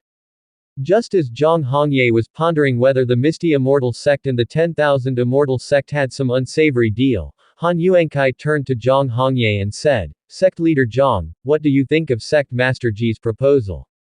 I remember you were very keen on deciding territorial boundaries this way at the beginning, weren't you? Zhang Hongye said expressionlessly, if Sect Leader Han has no objections, then I have none either. Han Yuankai's lips curved upwards slightly, since everyone thinks this method is good, let's start then. As soon as Han Yuankai's words fell, his flying boat suddenly accelerated, heading in the direction of Black Dragon City. In Han Yuankai's view, the reason Ji Hongwen had made such a proposal was because Ji Hongwen had some sort of trump card in his hand, a trump card that could quickly get the 10,000 Immortal Sect's flying boat to Black Dragon City. However, even so, the Misty Immortal Sect could not possibly lose to the 10,000 Immortal Sect. Their flying boats were no ordinary vessels, especially the one beneath Han Yuankai's feet. They had originally planned to build an immortal boat, but before they could finish, the entire Misty Immortal sect encountered a spatial rift and fell into the Misty world. Although the immortal boat was not completed, the formation and some of the materials used to construct it were still intact. The flying boat Han Yuankai was controlling could barely be considered half an immortal boat. Therefore, in Han Yuankai's view, the Misty Immortal sect was bound to be the first to reach Black Dragon City. As for those Great Sum armies, they were nothing to worry about. As long as they reached Black Dragon City, with his strength at the 9th layer of the Yin-Yang realm, he could easily annihilate Daxia's armies. Seeing Han Yuankai's flying boat speed up instantly, Zhang Hongye frowned. Although he knew that the speed of Lingu sect's flying boat could not match Han Yuankai's, he had no intention of just giving up the treasured land that was Black Dragon City. Immediately following, Zhang Hongye took control of the flying boat himself and began to accelerate towards Black Dragon City. However, while Han Yuankai and Zhang Hongye were both accelerating towards Black Dragon City, Ji Hongwen leisurely trailed behind in his flying boat. It wasn't that he didn't accelerate his flying boat, it was just that his speed was much slower compared to the flying boats beneath Han Yuankai and Zhang Hongye. At this time, Han Yuankai also noticed something was amiss. Logically, since the proposal was put forward by Ji Hongwen, he should have some sort of trump card, so why was Ji Hongwen's flying boat always behind? Were they falling behind too much? He did not believe that Ji Hongwen was so kind-hearted as to willingly cede a place as rich in spiritual energy as Black Dragon City to the Misty Immortal sect. At this moment, Han Yuankai turned his head and saw that Ji Hongwen and the elders of the 10,000 Immortal sect had given up on the flying boat and were traveling by sword flight. And their speed had also increased. Han Yuankai immediately realized why they had always been following behind. It turned out they were planning to play this little trick. The flying boat had many formations on it. Compared to controlling a flying boat, sword flight was more relaxed, and sometimes even faster. At this point, Han Yuankai realized that Ji Hongwen and his people had always been behind, not wanting them to see the 10,000 Immortal sect traveling by sword flight. But then again, they had not specified that sword flight was not allowed. Han Yuankai sneered, indeed, sometimes sword flight could be faster than a flying boat, it's just a pity that the Misty Immortal sect's flying boat was no ordinary vessel. Immediately, Han Yuankai gathered spiritual power again and further increased the speed of the flying boat. His vessel shrank in the eyes of the Lingu sect disciples at a visible speed. Seeing this, Zhang Hongye also became anxious. He looked back at the situation with the 10,000 Immortal sect and, seeing them forego the flying boat for sword flight, he said directly to the elders of the Lingu sect, "We'll travel by sword too." The next moment, Zhang Hongye and the elders of the Lingu sect abandoned the flying boat and rushed towards Black Dragon City by sword flight. Indeed, after adopting sword flight, their speed greatly increased and it didn't take long for them to close the distance with the Misty Immortal sect's flying boat again. Seeing Han Yuankai and Zhang Hongye rushing towards Black Dragon City with such urgency, smiles appeared on Ji Hongwen's and the elders of the 10,000 Immortal sect's faces. The retreat for the Misty Immortal sect and the Lingu sect had been cut off. Misty Immortal sect and Lingu sect were completely unaware that 10,000 Immortal sect had blocked their retreat. Under the leadership of Han Yuankai and Zhang Hongye, the disciples of Misty Immortal sect and Lingu sect were still frantically flying towards Black Dragon City. Soon, Han Yuankai navigated the flying boat to the skies above Black Dragon City. Just as he was preparing to have the elders of Misty Immortal sect take action to clear out the Daxia soldiers of Black Dragon City, countless iron spheres suddenly launched from the city. These iron spheres headed straight for the flying boat of Misty Immortal sect. Han Yuankai, having received reports from his disciples, knew that these were the powerful weapons of great sum, comparable to the self-detonation of a celestial. However, even though they were powerful, Han Yuankai was not concerned. Before Han Yuankai could even speak, one of the elders of the Misty Immortal sect immediately acted, swinging his sword and sending numerous streaks of sword chi toward the cannon shells. The next moment, the rune cannon shells collided with the sword chi and immediately exploded. The one who acted was a cultivator from the creation realm. For a cultivator of the creation realm, defending against these rune cannon shells was not particularly difficult. At that time, more rune cannon shells flew out from Black Dragon City. Han Yuankai did not intend to waste too much time. He sensed that Zhang Hongye had caught up with his sword, and the Misty Immortal Sect must quickly conquer all of Black Dragon City and plant the flag of Misty Immortal Sect atop it.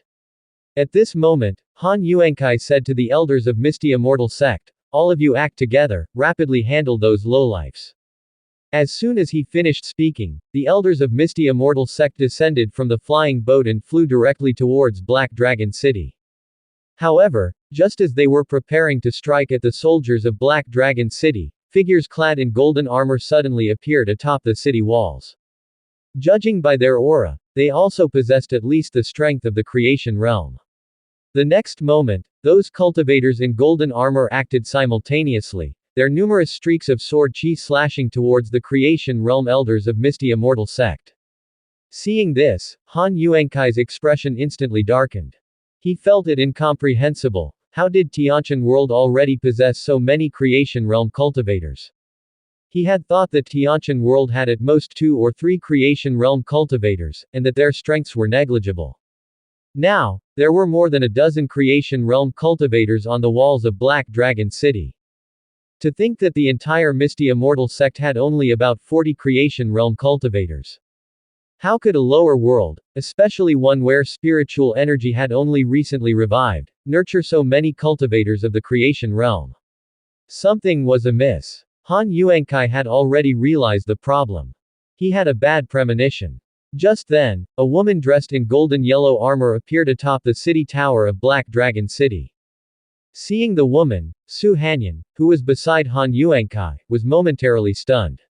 Although the woman's demeanor had changed significantly, Su Hanyan recognized her at a glance as her own direct disciple, Li Qingru. Su Hanyan's eyebrows slightly furrowed, puzzled. What was going on? Hadn't she already sent someone to inform Li Qingru to find a place to hide with Wu Junwan until the restrictions were lifted and to never appear in public again? Could it be that Li Qingru and Wu Junwan did not receive her letter? Or did the disciple she had sent to inform Li Qingru and Wu Junwan betray her, directly telling everything to Han Yuankai? And Han Yuankai had dealt with those female disciples, so Li Qingru and Wu Junwan did not get her warning. This was troublesome. Since Li Qingru had appeared here, it was highly likely that Han Yuankai would recognize her too, and he would definitely try to capture her. Thinking of this, Su Hanyan immediately said, "Senior brother, something's not right.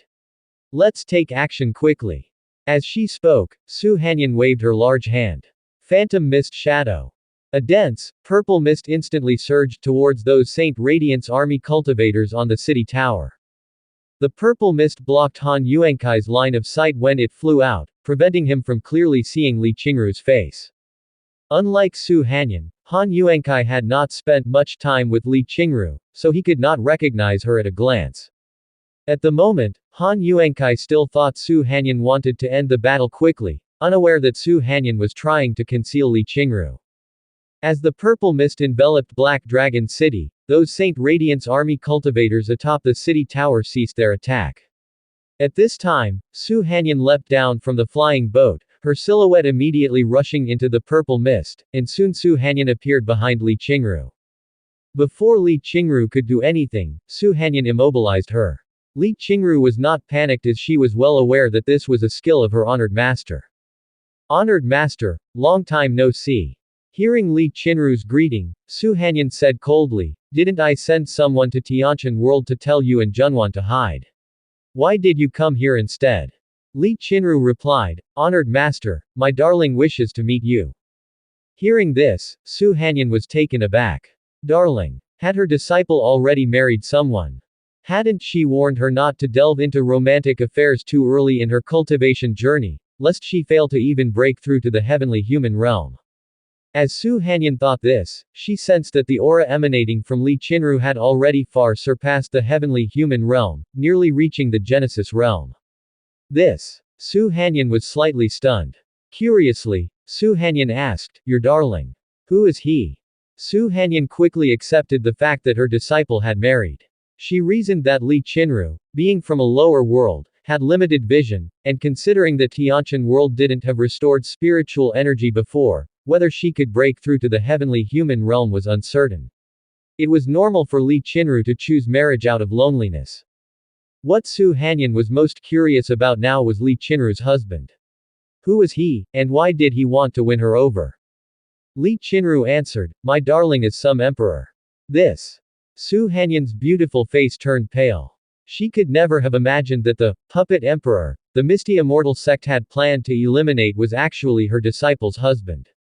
What now? Li Qinru continued, "My darling is not from this world, he came to Tianqian world from another cultivation realm to gain experience. Moreover, the 10,000 Immortal sect is also his power." At this revelation, Su Hanyan's face grew even paler. 10,000 Immortal sect was actually. Su Hanyan instantly understood why Ji Hongwen had earlier proposed that whoever first occupied Black Dragon City would own both the city and its surrounding regions. The 10,000 Immortal sect had deliberately lagged behind, intending to thoroughly block the retreat path of Misty Immortal sect and Linggu sect. The first thing Su Hanyan thought of was to urgently inform Han Yuankai to retreat. Seeing that Su Hanyan did not respond, Li Qinru knew her master must be in a dilemma, especially since Misty Immortal sect was a sect that Su Hanyan and Han Yuankai had founded together. Naturally, she was reluctant to abandon it altogether. Li Qinru then continued, "Honored master, there are at least 300 cultivators in Tianqian world, and there are also cultivators from the All-Law realm. Misty Immortal sect is no match for the Daxia dynasty. Honored master, come with me, some emperor is not only my darling but also Junwan's. Junwan has also borne a child for some emperor. Disciple knows you have long disapproved of the sect master's methods, but had nowhere to go and could only stay in Misty Immortal sect.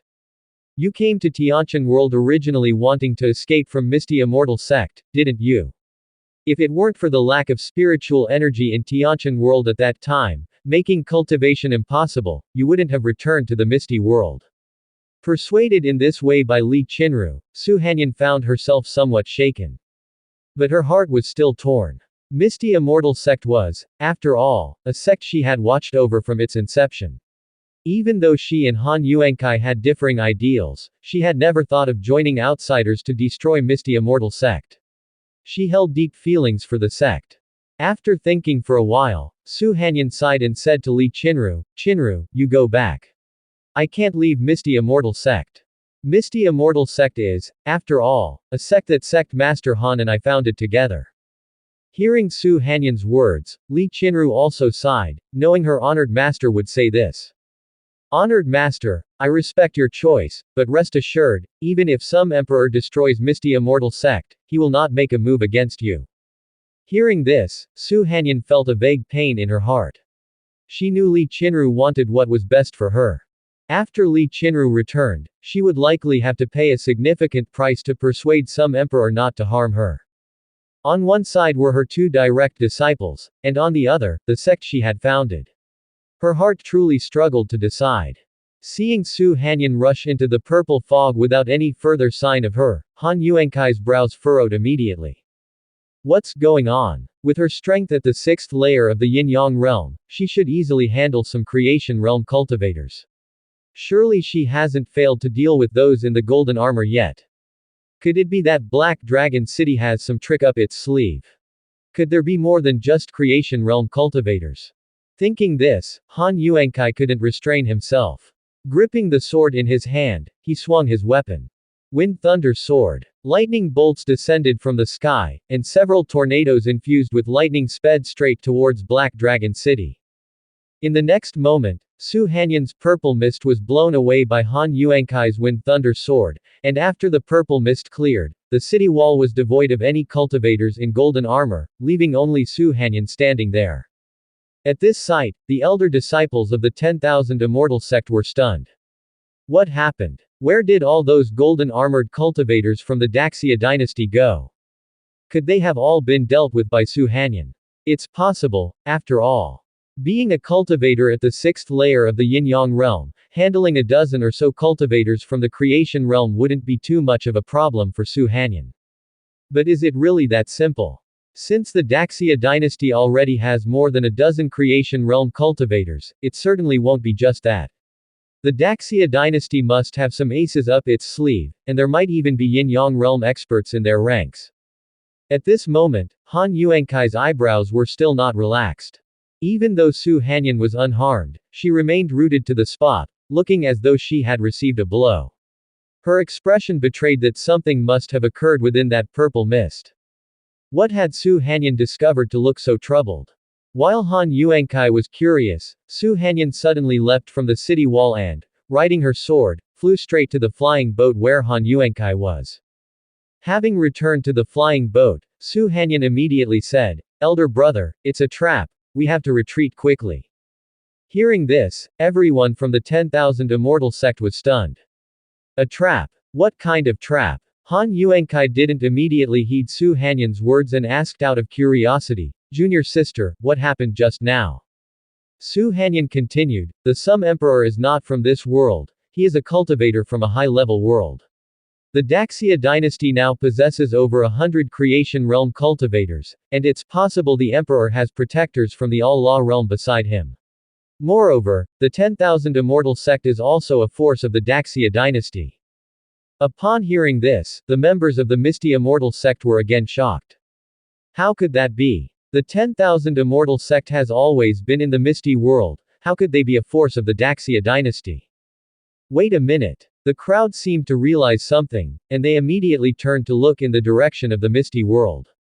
They saw only the flying boat of the Lingu sect and Zhang Hongyi's group but no sign of the 10,000 Immortal sect.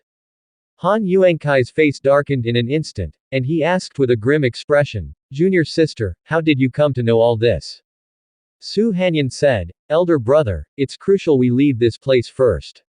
Once we're back in the Misty world, I'll explain everything slowly."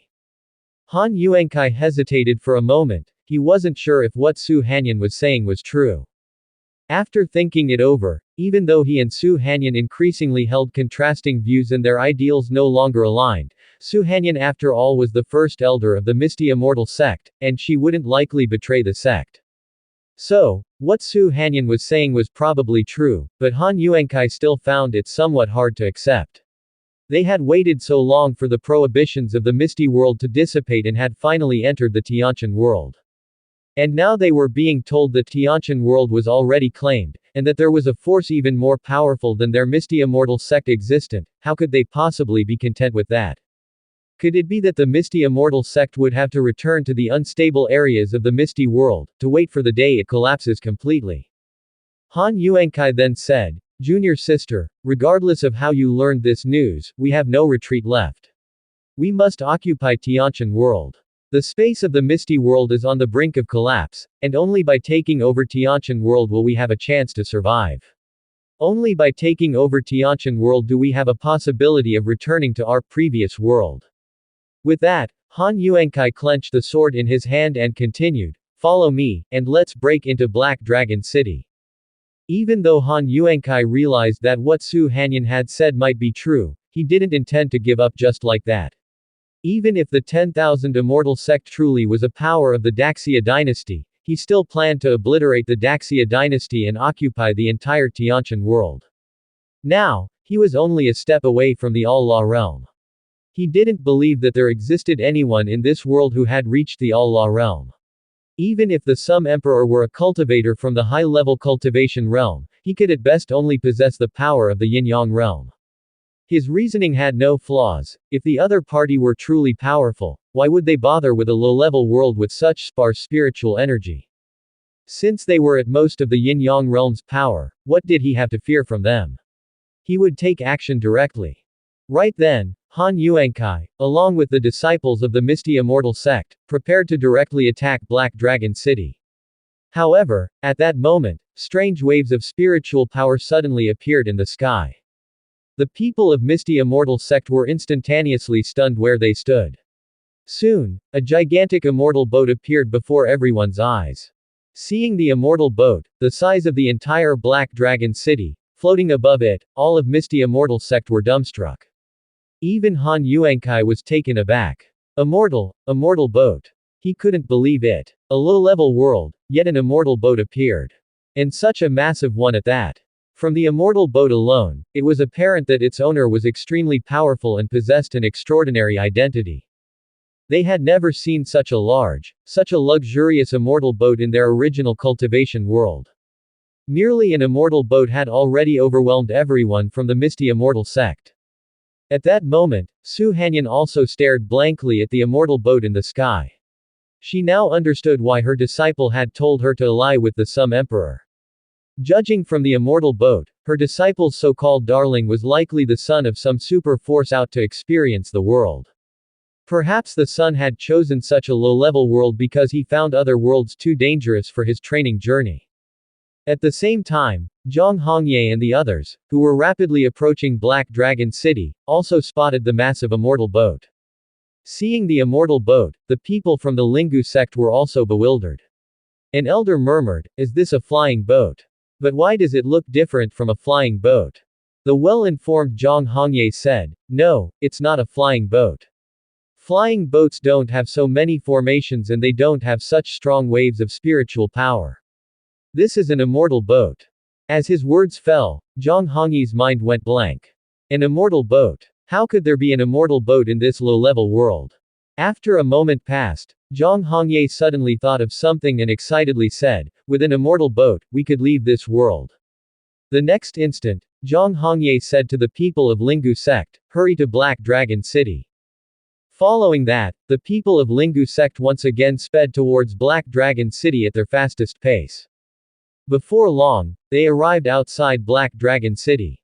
Seeing the people of Misty Immortal sect floating in the air, not daring to make a move, Zhang Hongye and the people of Lingu sect also halted their advance. At this time, Han Yuankai came back to his senses. With a chuckle, he said to Zhang Hongye, "Sect leader Zhang, it seems both of us have been outplayed by Sect Master Ji." Hearing Han Yuankai's words, Zhang Hongye asked in confusion, "What do you mean, Sect Master Han?" Han Yuankai continued, "The 10,000 Immortal sect has been the Sum Emperor's power from the beginning, and this Sum Emperor comes from the high-level cultivation realm. Just look at the immortal boat in the sky. The person who possesses such an immortal boat must have a very prestigious identity, which I'm sure needs no explanation from myself." This. Zhang Hongye finally came to his senses. He had actually been thinking about seizing the immortal boat to leave Tianqian world. Now that he thought about it, how could a cultivator who owns such a vast and luxurious immortal boat be an ordinary person? Moreover, they were very likely not someone they could confront. Wasn't their current situation very bad then? The 10,000 Immortal sect was blocking their way from behind, and in front of them was this enormous immortal boat with cultivators aboard, the extent of their power unknown. For the moment, both Misty Immortal sect and Lingu sect dared not act rashly. In fact, at this moment, all Lu Chen needed to do was to continue playing the mysterious role, and there was a certain chance he could subjugate Misty Immortal sect and Lingu sect. However, Lu Chen had no intention of doing so, as what he needed were ultimately loyal subordinates. While everyone was hesitant to act, the immortal boat slowly descended. Immediately after, a man dressed in a black gold dragon robe appeared at the bow of the immortal boat. Seeing the man in the black gold dragon robe, Han Yuankai and Zhang Hongye were once again taken aback, not because they were intimidated by Lu Chen's aura. They could clearly sense that the man in the black gold dragon robe only had the cultivation state of the creation realm. Could this really be the Daxia Emperor? Just as the two were calculating in their hearts, Lu Chen spoke up, "Welcome, friends from the Misty World, to visit my Tianqian world." Hearing Lu Chen's words, Han Yuankai and Zhang Hongye confirmed that Lu Chen was indeed the Daxia Emperor. At this moment, a thought suddenly emerged in their minds. The Sum Emperor's strength is so weak. If they could snatch his immortal boat, wouldn't they be able to leave the Tianqian world? However, Han Yuankai quickly thought of Su Hanyan's earlier reminder that there was likely a protector of the Myriad Laws realm near this Sum Emperor. If there really was a protector of the Myriad Laws realm, it would be very difficult for them, several Yin-Yang realm cultivators, to deal with him, and they also didn't know the strength of the opponent's Myriad Laws realm protector. If it were just the Myriad Laws realm first layer, they would still have the power to fight. If it were a cultivator above the Myriad Laws realm fifth layer, it would not be so easy to deal with. If they wanted to snatch the immortal boat, the first thing to do was to probe the number and strength of the protectors behind this Sum Emperor. Generally speaking, a cultivator from a great family would not take too many protectors when going to a lower world for training, at most only one protector. Of course, that's just most cultivators on expeditions. There are also some Saiyans with more distinguished identities who take several protectors when training in lower worlds. After thinking for a moment, Han Yuankai immediately transmitted a message to Zhang Hongye, sect leader Zhang. This Sum Emperor only has the strength of the creation realm. If we join forces, we can capture him, and then our two sects can use the immortal boat to leave the Tianqian world. What do you think? After hearing Han Yuankai's proposal, Zhang Hongye thought for a moment and then took another look at Lu Chen. This Sum Emperor indeed didn't seem very frightening. The question was whether he had a protector behind him and what the protector's strength was like. If there were no protectors, and there were only creation realm cultivators, the Sum Emperor would pose no threat to them at all. Zhang Hongye was somewhat tempted. Han Yuankai continued to transmit to Zhang Hongye, sect leader Zhang, Ji Hongwen will be here soon, how about you go and intercept him for me, while I try to capture the Sum Emperor.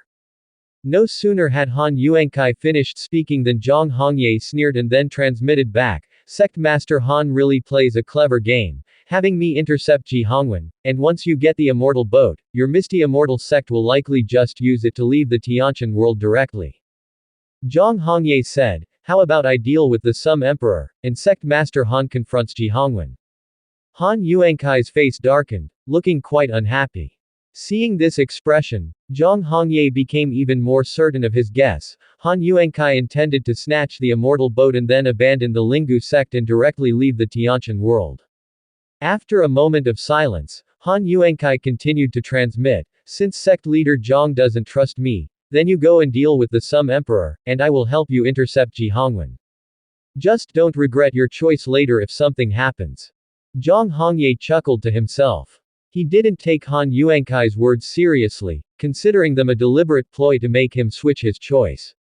He definitely wouldn't switch. With two yin-yang realm cultivators from his Lingu sect, he didn't believe they couldn't capture a creation realm cultivator. But this immortal boat was indeed a bit troublesome. There were formations on the immortal boat, and to enter and capture the Sum Emperor, they'd have to break the immortal boat's formations. But these were not too difficult in Zhang Hongye's eyes, certainly better than confronting Ji Hongwen, a yin-yang realm cultivator, head-on. Soon there would be a head-on fight between the Misty Immortal Sect and the 10,000 Immortal Sect, and both would surely be badly injured. Just thinking about this made Zhang Hongye's face involuntarily break into a smile. However, just as both parties were preparing to act, Ji Hongwen had already led the elders of the 10,000 Immortal Sect to the skies above Black Dragon City. Seeing Ji Hongwen, Han Yuankai sneered and said, Sect Master Ji, it turns out you've kept yourself well hidden, playing us all in the palm of your hand at the 10,000 Immortal Sect. Ji Hongwen indifferently said, Sect Master Han, now that you are surrounded, if you surrender now, there might still be a chance for survival. If you continue to resist stubbornly, there's only one way left, death. In consideration of the many years you've been in the Misty World, I advise you to submit to our Majesty quickly. Hearing this, Han Yuankai scoffed and then said, how ridiculous. I have no habit of bowing to anyone. As he spoke, Han Yuankai threw the sword in his hand, it hung suspended in the air, and then, thunder and lightning surged around it. Seeing Han Yuankai about to make a move, Zhang Hongye prepared himself at this moment. As soon as Han Yuankai clashed with Ji Hongwen, he would immediately rush towards the immortal boat and try to capture the Daxia Emperor. Moments later, Han Yuankai let out a thunderous shout. Wind thunder soared. The next instant, countless bolts of lightning descended from the sky, among them a giant sword shadow formed, with innumerable arcs of electricity flickering around it. Ji Hongwen said, since sect leader Han is stubborn beyond reason, then do not blame me for not being merciful. While speaking, the spiritual power on Ji Hongwen's body surged, the spiritual energy around him flooded into Ji Hongwen's body like a tide, and then, a set of golden armor appeared around Ji Hongwen's body. Seeing Ji Hongwen and Han Yuankai clash, the corners of Zhang Hongye's mouth slightly lifted. What an opportunity! Immediately after, Zhang Hongye led the elders of the Misty Immortal sect and charged toward the immortal boat where Lu Chen was located. However, they hadn't yet reached the immortal boat when 10 cultivators appeared in front of it. Zhang Hongye was taken aback, but quickly regained his composure, recognizing them at a glance. Those 10 cultivators were all elders of the 10,000 Immortal sect, and they all possessed the power of the Genesis realm. Merely 10 of the Genesis realm, not considered much. Besides having over a dozen creation realm cultivators by his side, he had one cultivator of the Yin-Yang realm, and just 2 from the Yin-Yang realm could easily take care of those 10 elders of the 10,000 Immortal sect. Zhang Hongye did not waste words with them, and immediately took action. Sun Moon 7 Strings Finger. The next moment, the phantoms of a sun and a moon appeared in the sky, closing in, and 7 huge fingers descended from the heavens, directly aiming at those 10 elders of the 10,000 Immortal sect. Seeing this scene, not only did those 10 elders not shrink back, but smiles appeared on their faces, looking as if they were not at all afraid. Noticing their relaxed expressions, Zhang Hongye faintly felt that something was amiss. Just then, each of the 10,000 Immortal sect's 10 elders displayed a layer of golden armor on their bodies, and their aura immediately climbed. Soon, Zhang Hongye felt the presence of the Yin-Yang realm from them. Zhang Hongye was momentarily stunned. The Yin-Yang realm. How is this possible? They had only had the power of the Genesis realm just now. How could they have broken through to the Yin-Yang realm in such a short time? No. Had they been hiding their cultivation state? While Zhang Hongye was distracted, the 10 elders of the 10,000 Immortal sect made their move together, easily breaking Zhang Hongye's Sun Moon 7 Strings Finger. Seeing the sun and moon phantasms in the sky shatter, Zhang Hongye finally came back to his senses. Linggu sect had only 2 cultivators of the Yin-Yang realm, and no matter their skill, they could not possibly be a match for 10 cultivators of the Yin-Yang realm. It seemed that their fortunes were dire today. Elsewhere. Just as Han Yuankai's Wind Thunder sword was about to strike Ji Hongwen's body, Ji Hongwen struck with a palm, directly shattering the giant sword shadow in the sky into countless fragments. Han Yuankai spat out a mouthful of fresh blood, clearly suffering the backlash of the Wind Thunder sword. Just as Ji Hongwen was about to continue his attack, Su Hanyan quickly arrived in front of Han Yuankai. Phantom Mist Shadow. The very next moment, a purple mist instantly enveloped the air above them. Su Hanyan rushed to Han Yuankai's side. Senior brother, if we don't leave now, we'll have no chance. Hearing Su Hanyan's words, Han Yuankai said, leave. Where can we go now? Return to the Misty World. The Misty World will collapse sooner or later. I do not wish to wait for death in the Misty World. I must return and avenge our honored master. While speaking, Han Yuankai's spiritual power surged tremendously as he said, Ji Hongwen is just a Yin-Yang realm cultivator, I refuse to believe he can be that strong. Immediately after, Han Yuankai's body dashed out of the purple mist created by Su Hanyan, and seeing Han Yuankai reappear, Ji Hongwen did not hesitate. He struck again with his palm. Sky extinguishing palm. Han Yuankai immediately controlled his sword, channeling all his spiritual power into it. A sword to pierce the heavens. In the next moment, a massive sword shadow appeared in the air once more and thrust towards Ji Hongwen. However, after Ji Hongwen executed his sky-extinguishing palm, a huge palm phantom also appeared midair. When the palm imprint collided with the sword shadow in the air, the giant sword instantly shattered, just as it had when Han Yuankai used the Wind Thunder sword. Han Yuankai found it hard to believe. This was his strongest sword strike, yet it was so easily countered. At that moment, Han Yuankai suddenly felt the aura emanating from Ji Hongwen, turning his complexion deathly pale as he spat out blood once more, uncertain if it was due to the backlash from the cultivation technique. After taking a breath, Han Yuankai looked incredulously at the scene before him.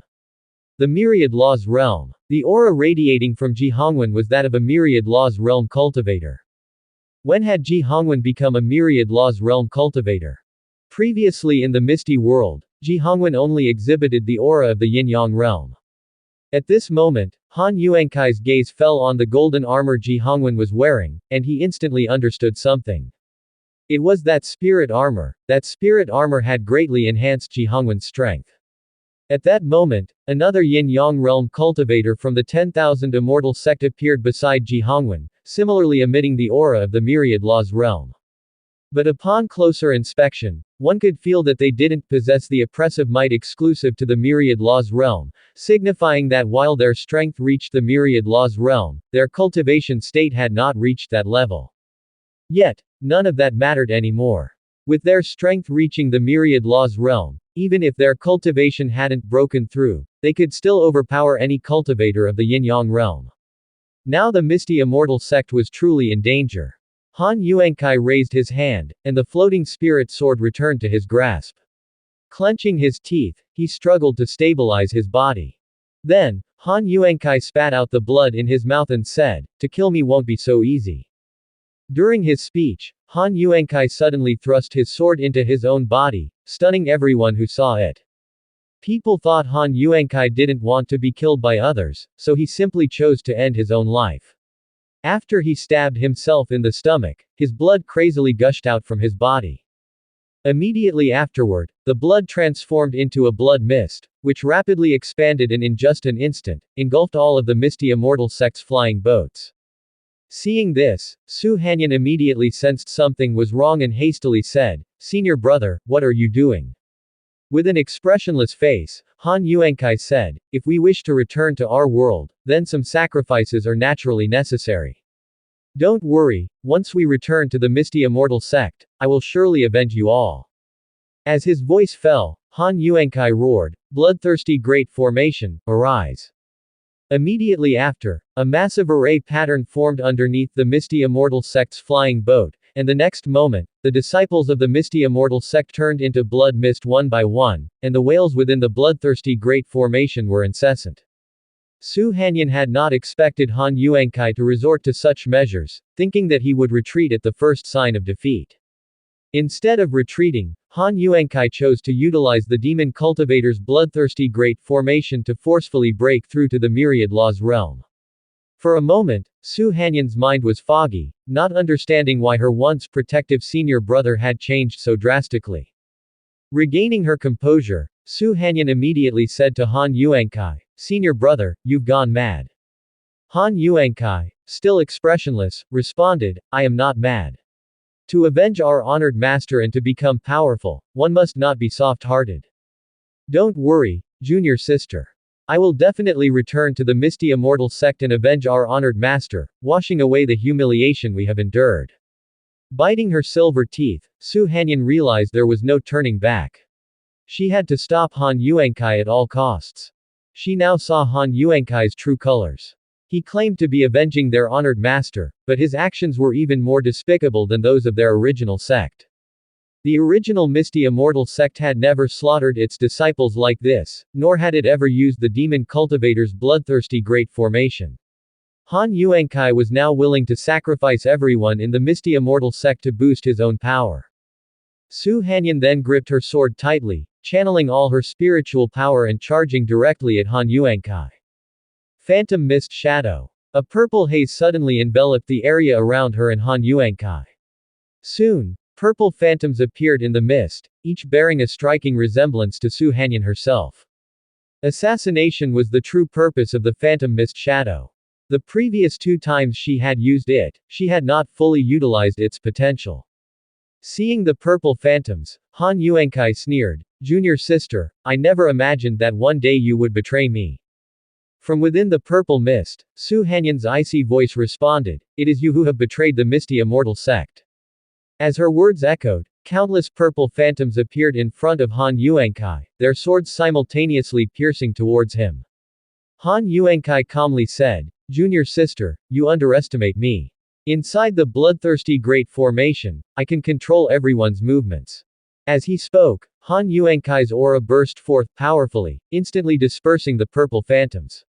He then raised his hand and sent a flurry of blood-red sword chi flying towards one direction in the purple mist.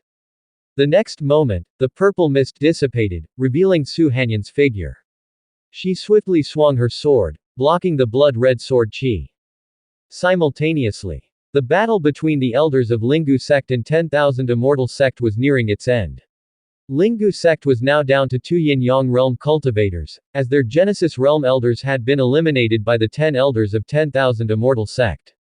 Seeing himself surrounded by the 10 elders of 10,000 immortal sect, Zhang Hongye glanced at Han Yuankai, who was using the bloodthirsty great formation, knowing their cause was lost. He then said, "I surrender. Your Majesty, I am willing to lead Lingu sect to ally with the Daxia dynasty and become a subordinate force of the dynasty." In this dire situation, surrendering was the only option other than death. It was better to surrender first and possibly find a way to get close to the Sum Emperor later, and they might still have a chance to control the Sum Emperor and escape the Tianqian world using an immortal boat.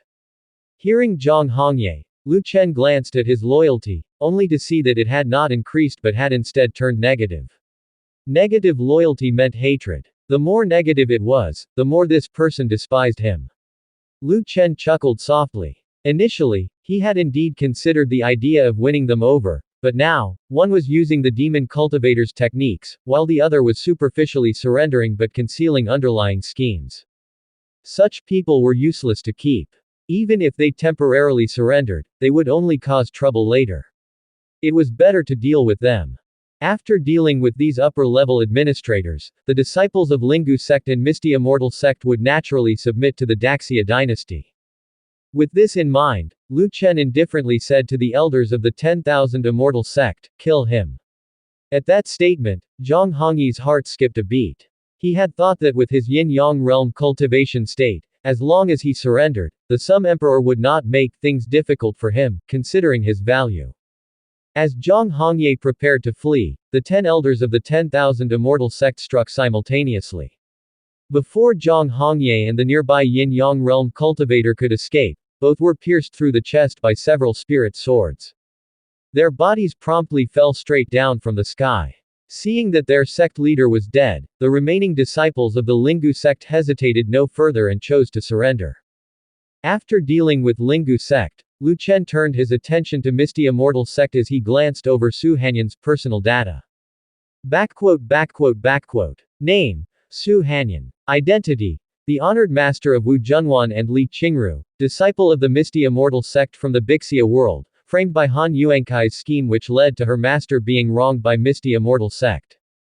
Their lineage of disciples was also ostracized. During an operation to encircle and suppress demon cultivators, Han Yuankai secretly colluded with the demon cultivators, revealing the operation and leading to her master's death by the hands of the demon cultivators. Han Yuankai then deceived their lineage of disciples, claiming that it was because the Misty Immortal sect did not send rescue, causing their master's demise. Under Han Yuankai's instigation, a large number of Misty Immortal sect's disciples defected and established a new Misty Immortal sect. An anomaly in space caused the entire new Misty Immortal sect to fall into the Misty world. At this moment, Su Hanyan had seen through Han Yuankai's true nature and planned to completely break with him. Score: 99. Favorability: 60. Seeing Su Hanyan's information, Lu Chen revealed a smile on his face. Exactly as he had guessed, the honored master of Wu Junwan and Li Qingru did indeed have a score of 90. Besides his own wives and concubines, it had been a long time since he had seen a woman with a score over 90. In situations where gaining rewards through bearing offspring was not possible, obtaining rewards through cultivating relationships with his wives and concubines for the first time was his only way to come by good things. Although being in spiritual communion with his wives and concubines could also yield system rewards, the system currently awarded only pills, which were of little use to him. He had given all those pills to his wives, concubines, and children. Looking at Su Hanyan's graceful and voluptuous figure, the corners of Lu Chen's mouth turned up slightly, firmly curving upwards. The honored master of Wu Junwan and Li Qingru, she must not be harmed. Immediately after, Lu Chen sent a message to Ji Hongwen, Sect Master Ji, find a way to break the bloodthirsty Great Formation and protect Su Hanyan. Upon hearing Lu Chen's message, Ji Hongwen did not hesitate for a moment and, along with the elder, struck at the same time. Sky extinguishing palm. A gigantic palm descended from the sky, aiming straight for Han Yuankai. Seeing this palm, Han Yuankai's eyes reddened and, with a loud laugh, he said, "The same move won't have any effect on me anymore." Immediately afterwards, Han Yuankai accelerated the operation of the bloodthirsty Great Formation. More and more disciples of the Misty Immortal sect turned into a mist of blood, fueling Han Yuankai's power. At that moment, Su Hanyan also felt bone-deep pain in her body as she struggled to mobilize her spiritual power to resist the influence of the bloodthirsty Great Formation. Han Yuankai ignored Su Hanyan and shouted, "Bloodthirsty sword, condense." The next moment, a massive red bloodsword quickly formed from within the bloodthirsty Great Formation, and then, the blood-red sword charged towards the enormous palm in the sky. This time, Han Yuankai's bloodsword did not shatter. Instead, Ji Hongwen's sky-extinguishing palm was broken by the sword, the palm imprint was pierced by the sword, and Ji Hongwen was also struck by the backlash of his cultivation technique, spitting out fresh blood. At the same time, Great Elder of the 10,000 Immortal Sect next to Ji Hongwen also spit out a mouthful of fresh blood, both individuals gravely injured. Han Yuankai's sword had clearly reached the power level of the All-Law realm. Huh. Lu Chen's expression darkened slightly upon seeing this. He had thought that, with Sect Master Ji wearing the Shengwei armor, he would be able to easily handle Han Yuankai of the Yin-Yang realm. He had not expected that after using the bloodthirsty Great Formation, Han Yuankai's strength would be so formidable. But then again, Han Yuankai seemed to be rather unlucky to use the bloodthirsty Great Formation in front of Lu Chen, that was essentially courting death. Lu Chen had not yet decided to make a move, but the spiritual power within him was already restless. Lu Chen had cultivated the demon burying spell and possessed the demon expelling banner, so not just any all-law realm demon cultivator, even if there were a heavenly demon in front of him, would gain no advantage. At this moment, Han Yuankai still did not realize that his time of death was already counting down. Seeing that he had severely injured both Sect Master Ji and the Great Elder of Wangxian Sect, Han Yuankai was ecstatic, believing that there was no one left in the Tianqian world who could stand as his opponent. At this moment, Han Yuankai's body flew to the same height as the Feihong immortal boat, looking at Lu Chen on the boat and sneering, "Some Emperor, if you have any tricks left, now's the time to use them." Lu Chen said indifferently, "I'm somewhat curious, what were your reasons for going to such lengths to sow discord within the Misty Immortal sect years ago? Your honored master imparted knowledge to you, yet you were ungrateful and treacherous, secretly colluding with demon cultivators, causing the death of your master and then framing other disciples of the Misty Immortal sect. A person like you, who betrays their teacher and ancestors, probably doesn't meet a good end." Upon hearing Lu Chen's words, Han Yuankai and the remaining alive disciples of the Misty Immortal sect were all stunned. What? Their master was killed by Han Yuankai. What was going on? How did this some emperor know about the affairs of the Misty Immortal sect? Especially Su Hanyan, who looked incredulously at Han Yuankai, she never would have thought that the death of their master wasn't caused by the sect, but was Han Yuankai's fault. Over the years, she had watched Han Yuankai gradually fall from grace, thinking that he was driven by the trauma of their master's death, hence his increasingly ruthless and demon-like behavior. But now, the Sum Emperor was saying Han Yuankai had colluded with demon cultivators from the start. Of course, she too was curious about how the Sum Emperor came to know these things, but compared to the Sum Emperor's knowledge, she was more eager to know whether what the Sum Emperor was saying was true or false. At this moment, Han Yuankai was completely dumbfounded. He had been so careful and cautious, always thinking his actions were flawless and that nobody could possibly know. Yet, he hadn't been exposed in Bixia world, but he had been in Tianqian world. Han Yuankai looked darkly at Lu Chen and said, "Who exactly are you, and how do you know these things?" Seeing Han Yuankai's reaction, Su Hanyan and the original disciples of the Misty Immortal sect immediately felt their hearts sink by half. It seemed that Han Yuankai really was a traitor to the Misty Immortal sect. They had believed his words and even followed him to leave the Misty Immortal sect to create a new one. Turns out Han Yuankai was a demon cultivator. Lu Chen smiled and said, "You don't need to know my other identities. You just need to understand that before me, you have no privacy." Han Yuankai snorted coldly and said, "Quit your pretense. Although I don't know how you came to know these things, as long as I capture you, I will naturally be able to find out through a soul search." Saying this, Han Yuankai prepared to make a move on Lu Chen. Just then, a cold voice not far from Han Yuankai rang out. Han Yuankai, was our master really killed by you? Han Yuankai looked down slightly, catching a glimpse of Su Hanyan still struggling against the bloodthirsty Great Formation, then lightly laughed and said, what if it was done by me? You all are going to die soon anyway, so telling you does no harm. The reason you had conflicts with the original Misty Immortal sect was also because I stirred it up. My purpose is simple, to divide the Misty Immortal sect and weaken its power. It's just a pity that my plan wasn't completely successful. The Misty Immortal sect that I created fell into this world. If it hadn't fallen into this lower world, perhaps more disciples from the original Misty Immortal sect would have left and joined the Misty Immortal sect that I created. Hearing Han Yuankai's words, disciples from the original Misty Immortal sect were filled with righteous indignation, burning with anger. Han Yuankai, to think we trusted you all this time. Han Yuankai, you're worse than a beast. Han Yuankai, you demon, you won't die a good death. Listening to the curses from the Misty Immortal sect disciples, Han Yuankai laughed heartily. Be angry. Continue to be angry. The more enraged you are, the stronger I become. Demon cultivators require negative human emotions for their cultivation. Moreover, with the bloodthirsty Great Formation here, the more unwilling the sacrifices are, the more effective the bloodthirsty Great Formation becomes. After laughing heartily, the blood-red gaze of Han Yuankai fixed on Lu Chen, then he said coldly, all right, it's time to end all of this. Hearing this, Lu Chen, wearing a smile, said, indeed, it is time to end this.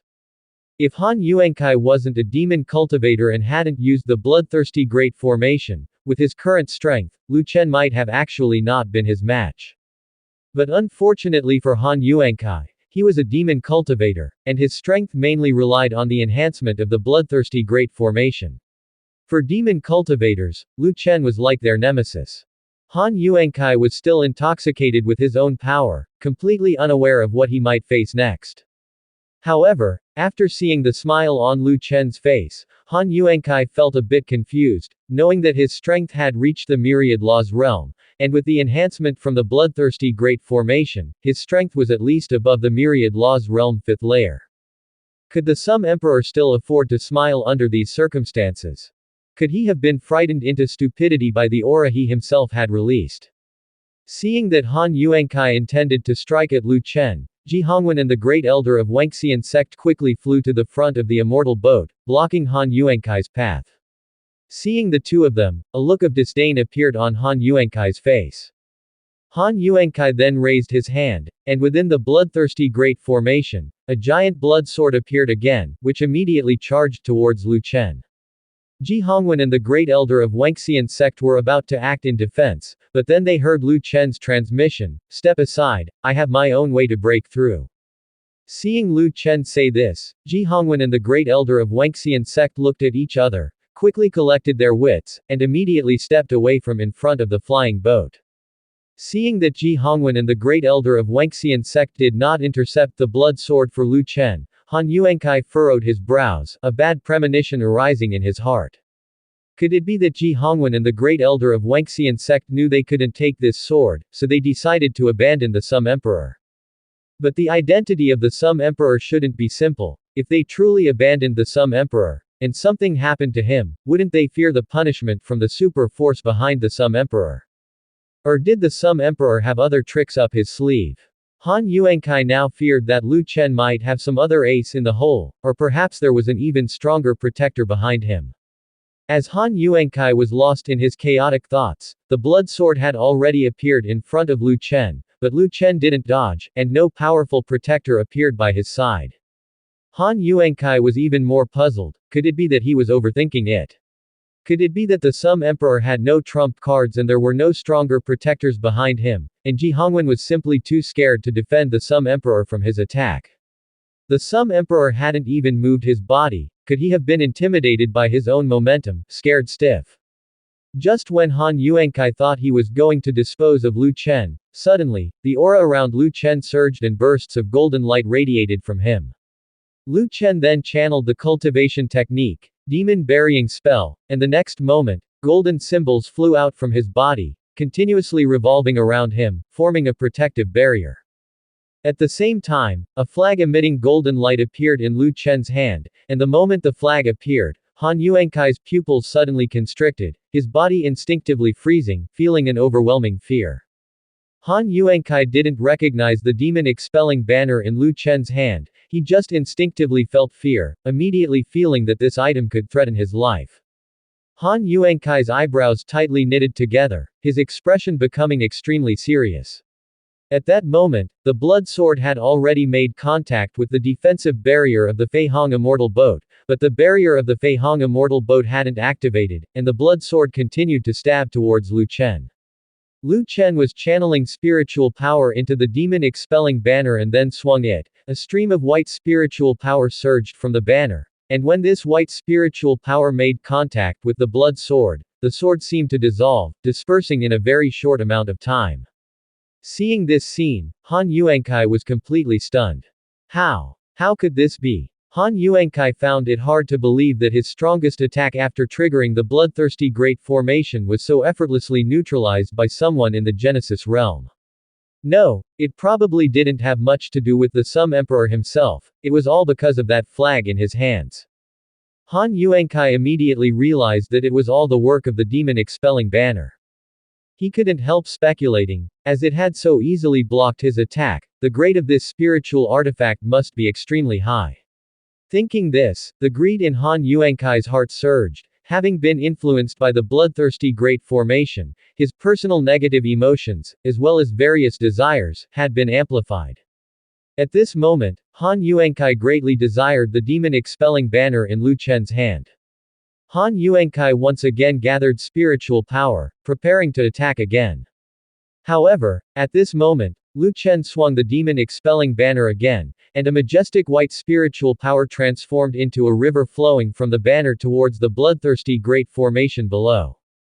Seeing this scene, Han Yuankai hastily accelerated the conjuring of the blood sword, and moments later, a huge blood sword appeared in the air again, soaring directly towards Lu Chen. However, the white spiritual power that surged from the demon-expelling banner easily melted the blood sword. Watching the white river getting closer, Han Yuankai's heart turned extremely fearful. He had not anticipated that the spiritual power released by this banner would possess such terrifying power. Han Yuankai was unwilling to accept this, he did not believe that even with the power of the All-Law realm, he could not defeat a cultivator from the Genesis realm. Then, Han Yuankai waved his fingers and further accelerated the extraction of power from the bloodthirsty Great Formation.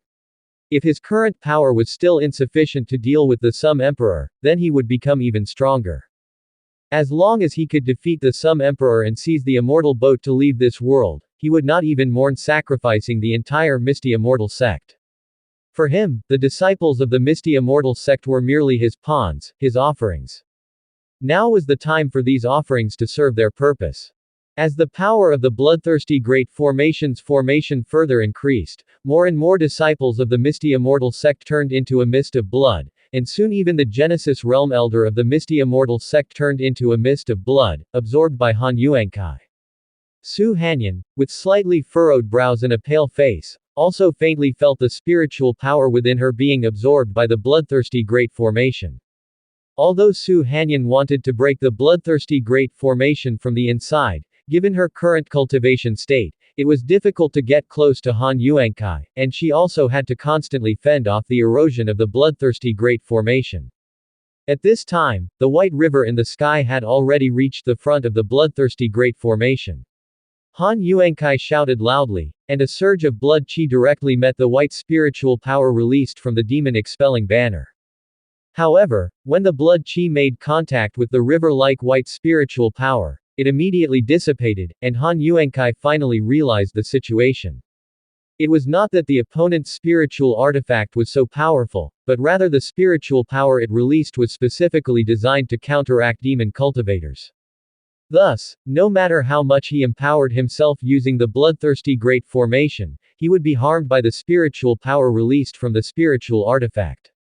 Realizing the terrifying aspect of the demon-expelling banner, Han Yuankai's heart became filled with immense panic. This was the first time he had encountered such a spiritual artifact that could so effectively counteract demon cultivators. No. He cannot confront the Sum Emperor head-on. Continuing like this, his death was certain. He still had to return to the Bixia world, he did not want to die in this inferior world. Thinking this, Han Yuankai once again gathered blood qi, and the next moment, a blood-colored giant hand appeared above the bloodthirsty great formation, attempting once more to block the wave-like white spiritual power emitted from the demon-expelling banner. However, when the spiritual power of the demon-expelling banner made contact with the blood-colored giant hand, it still easily dissolved the blood qi. Immediately after, Lu Chen raised the demon-expelling banner in his hand, once more infusing spiritual power into it, and once again, a wave-like white spiritual power surged out. The white spiritual power released from the demon-expelling banner, like two rivers, charged towards the bloodthirsty great formation, and at the moment the river of spiritual power made contact with the bloodthirsty great formation, the entire formation's barrier instantly collapsed. Inside the bloodthirsty great formation, the Misty Immortal sect disciples were abruptly freed from control, and for a moment, they felt incredibly relieved. At this time, the blood qi on Su Hanyan also dissipated, and her body returned to normal.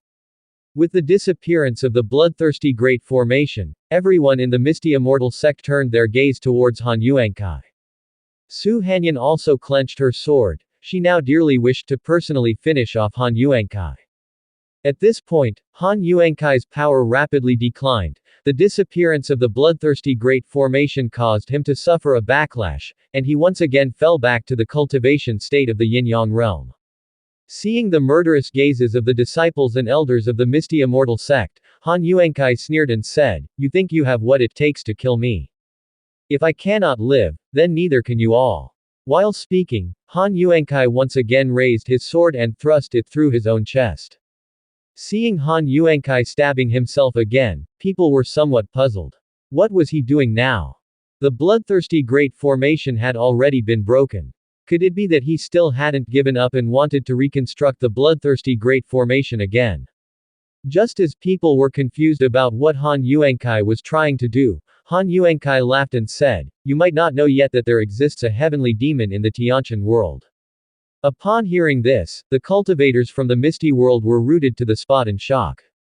Heavenly demon. There was actually a heavenly demon in the Tianqian world. Wasn't this just a lower world?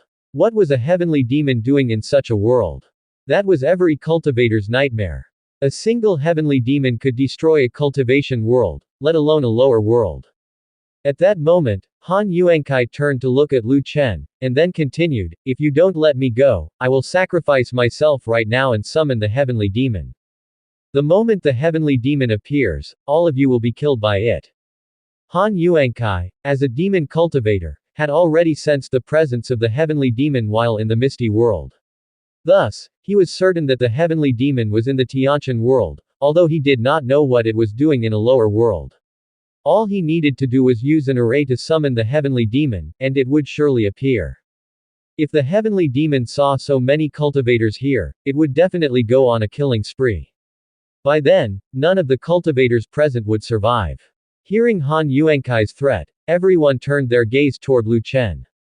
The people from the Misty Immortal sect naturally did not want to just let Han Yuankai go, but they were still enemies of the Great Sum dynasty currently, and did not have the standing to make demands to the Sum Emperor.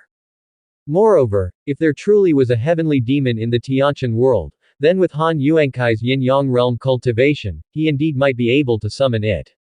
For a time, the entire area around Black Dragon City became incredibly silent.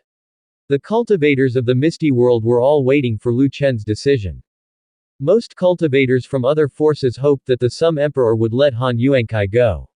Han Yuankai only had a vendetta against the direct disciples of the Misty Immortal sect, and those forces that had been absorbed by the Misty Immortal sect from the Misty world did not hate him so much.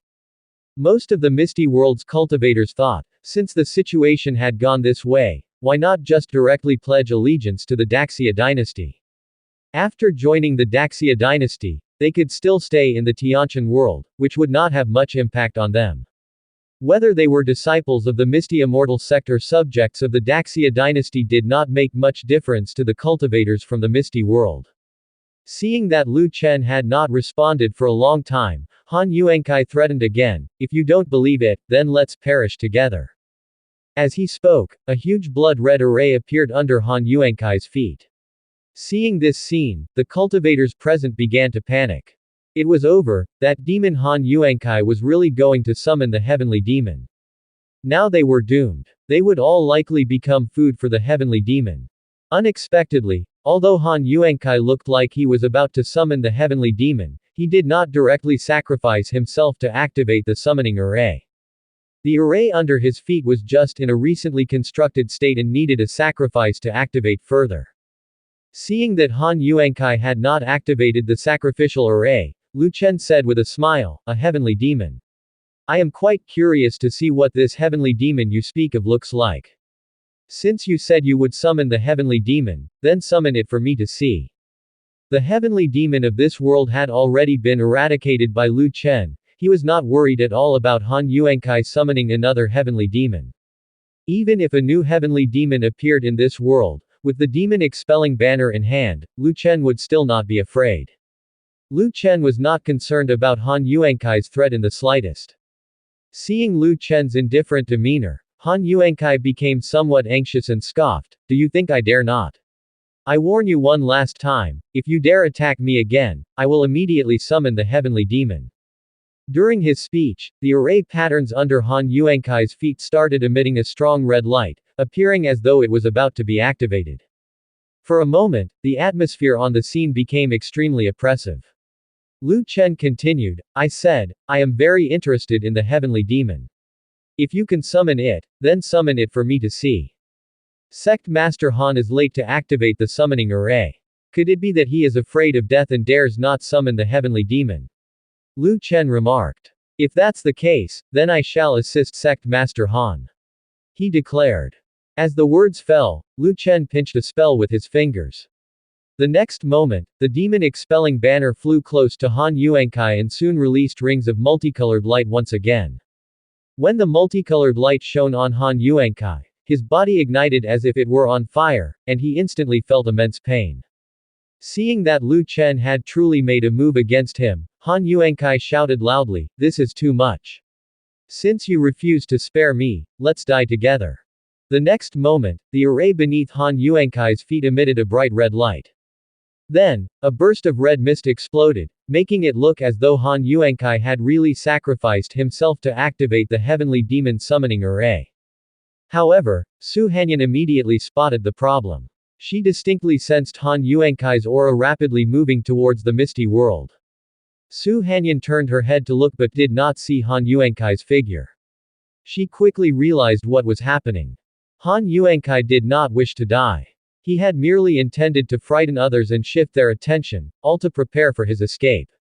Not only had Han Yuankai caused their honored master's death, but he had also caused the Misty Immortal sect to be divided. Such a demon, Su Hanyan could not possibly let him escape.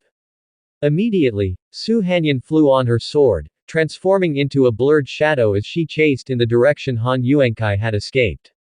Lu Chen, naturally, also sensed that Han Yuankai was not dead. The demonic qi on Han Yuankai had not dissipated, and the demon-expelling banner was particularly sensitive to demonic qi, enabling Lu Chen to easily detect Han Yuankai's movements through it. Seeing that Han Yuankai intended to escape using the tunneling method, Lu Chen merely smiled faintly. He was not in a hurry. No matter how fast Han Yuankai was, he could not be faster than the immortal boat. The immortal boat could reach any location in the Tianqian world in the blink of an eye. Currently, Han Yuankai, having been severely injured by the demon-expelling banner and with tunneling consuming a large amount of spiritual power, was not escaping as fast as when using his sword. Before long, Su Hanyan caught up with Han Yuankai and flew in front of him, directly blocking his retreat. Su Hanyan gripped her sword tightly and swung it. Instantly, over a dozen waves of sword qi cut countless trenches into the ground, and Han Yuankai was forced out. After leaping out, Han Yuankai spat out a mouthful of fresh blood. Seeing Su Hanyan blocking his path, Han Yuankai sneered, "Junior sister, I am your senior brother, and this is how you treat me." Su Hanyan said coldly, "A demon does not deserve to be my senior brother." Since the honored master was killed by you, you shall not escape today. Han Yuankai scoffed and said, Junior sister, do you really think you can match me just because I'm severely injured? How ludicrous. As he spoke, a surge of blood chi burst forth from Han Yuankai's body. The next moment, his body transformed into a remnant shadow, charging directly towards Su Hanyan. Han Yuankai did not intend to waste much time with Su Hanyan. He needed to escape quickly. If the Sum Emperor caught up, his death was certain. Seeing Han Yuankai rush towards her, Su Hanyan tightened her grip on her sword, gathered all her spiritual power, and then swung her sword. Wind Thunder Sword. Seeing Su Hanyan use the Wind Thunder Sword against him, Han Yuankai's lips curled slightly. The next moment, a huge sword sparking with electricity stabbed towards Han Yuankai. Han Yuankai did not retaliate but instead said to Su Hanyan, Junior sister, thank you. Thunderclap Step. Han Yuankai's body was not struck by the Wind Thunder Sword.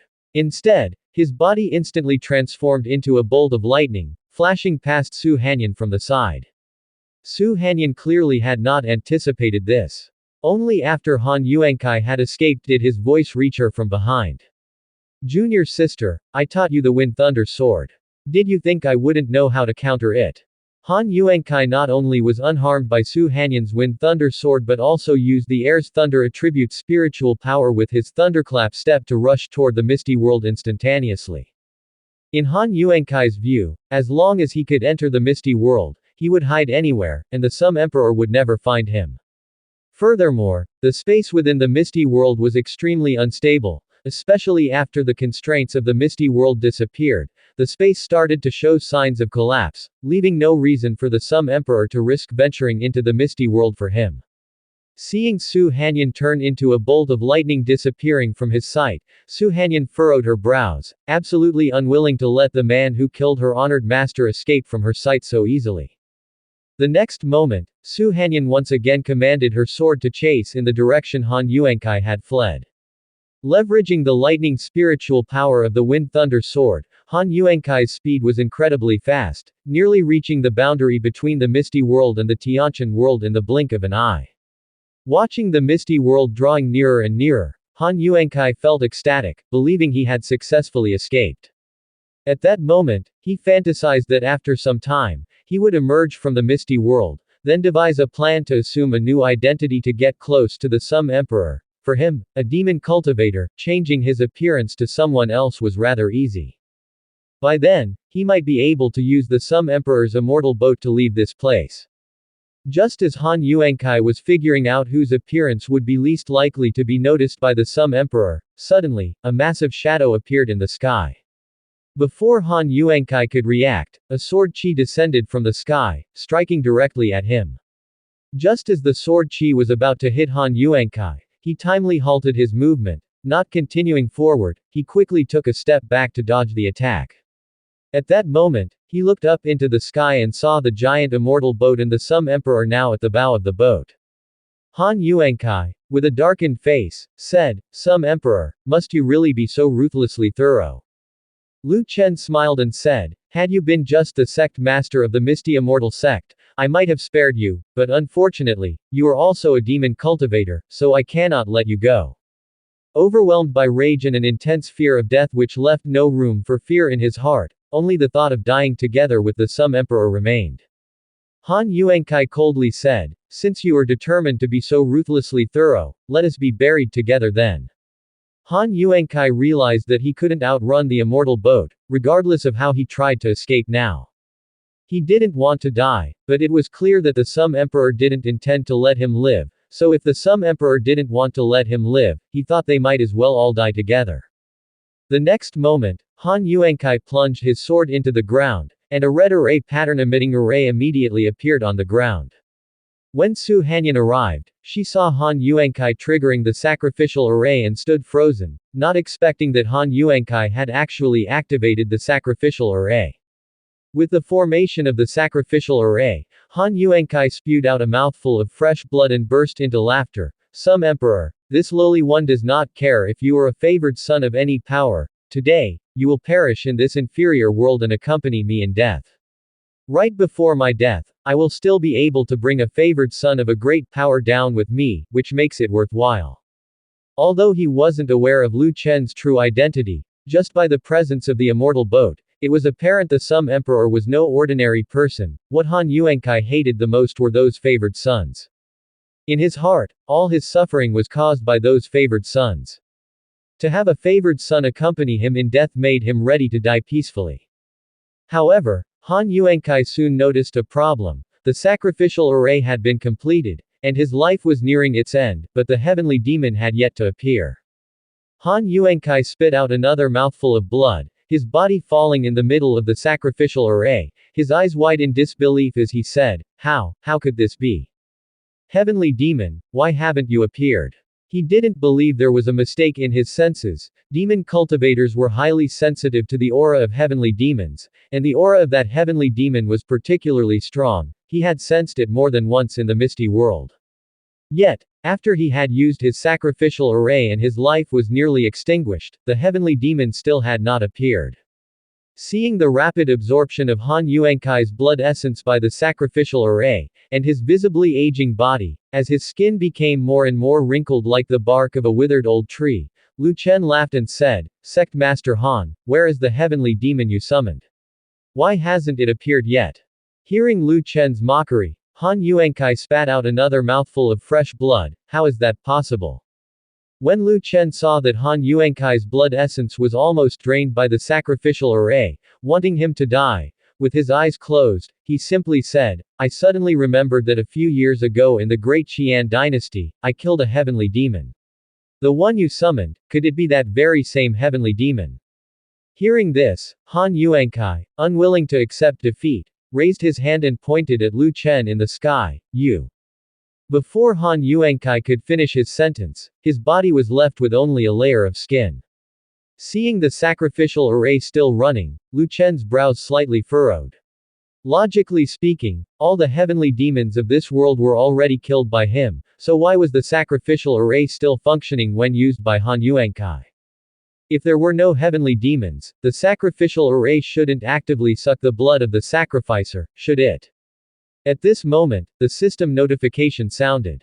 The demon cultivator's ritual to summon heavenly demons calls for heavenly demons from all worlds. Although the host has annihilated the heavenly demons of this world, those from other worlds require a considerable amount of time to arrive in Tianqian world. However, the sacrificial array has already been activated, and there's no way to retract the sacrifice. Hearing the system's explanation, Lu Chen realized what was happening. Lu Chen thought to himself, so, other worlds' heavenly demons might still come to this world after sensing Han Yuankai's sacrificial array. The system responded, yes. Lu Chen frowned, sensing trouble ahead, but fortunately, he had his demon-expelling banner, though he wasn't sure if it could manage heavenly demons from other worlds. The heavenly demon he had killed last time in the Great Qian dynasty was only an injured one. If a stronger heavenly demon were to come, he might not be able to handle it. With that thought, Lu Chen thrust his sword towards Han Yuankai's sacrificial array, and with one swing, the whole array was thoroughly destroyed. After destroying the sacrificial array, Su Hanyan stood expressionlessly, staring at the dried-up corpse. Her mind went blank, not knowing what to think. She had always believed Han Yuankai was a kind and amiable senior disciple, but he turned out to be the mastermind behind their honored master's death and even caused a split in the Misty Immortal sect. Just now, he plotted to enhance his strength by setting up the bloodthirsty great array to absorb the blood essence of fellow sect disciples. Gradually regaining her senses, Su Hanyan felt immense regret. Why didn't she see the true nature of this demon, Han Yuankai, earlier? If she had discovered it a day sooner, perhaps none of the subsequent events would have occurred, and even her honored master might still be alive. But now it was all too late. Luckily, Han Yuankai, the demon who killed her honored master, was dead. Seeing Su Hanyan standing motionlessly, just quietly looking at Han Yuankai's corpse, Lu Chen couldn't help feeling some emotion. The cultivation world was full of deceit. Indeed, one should not trust others easily. Su Hanyan had trusted Han Yuankai, her senior disciple, too much.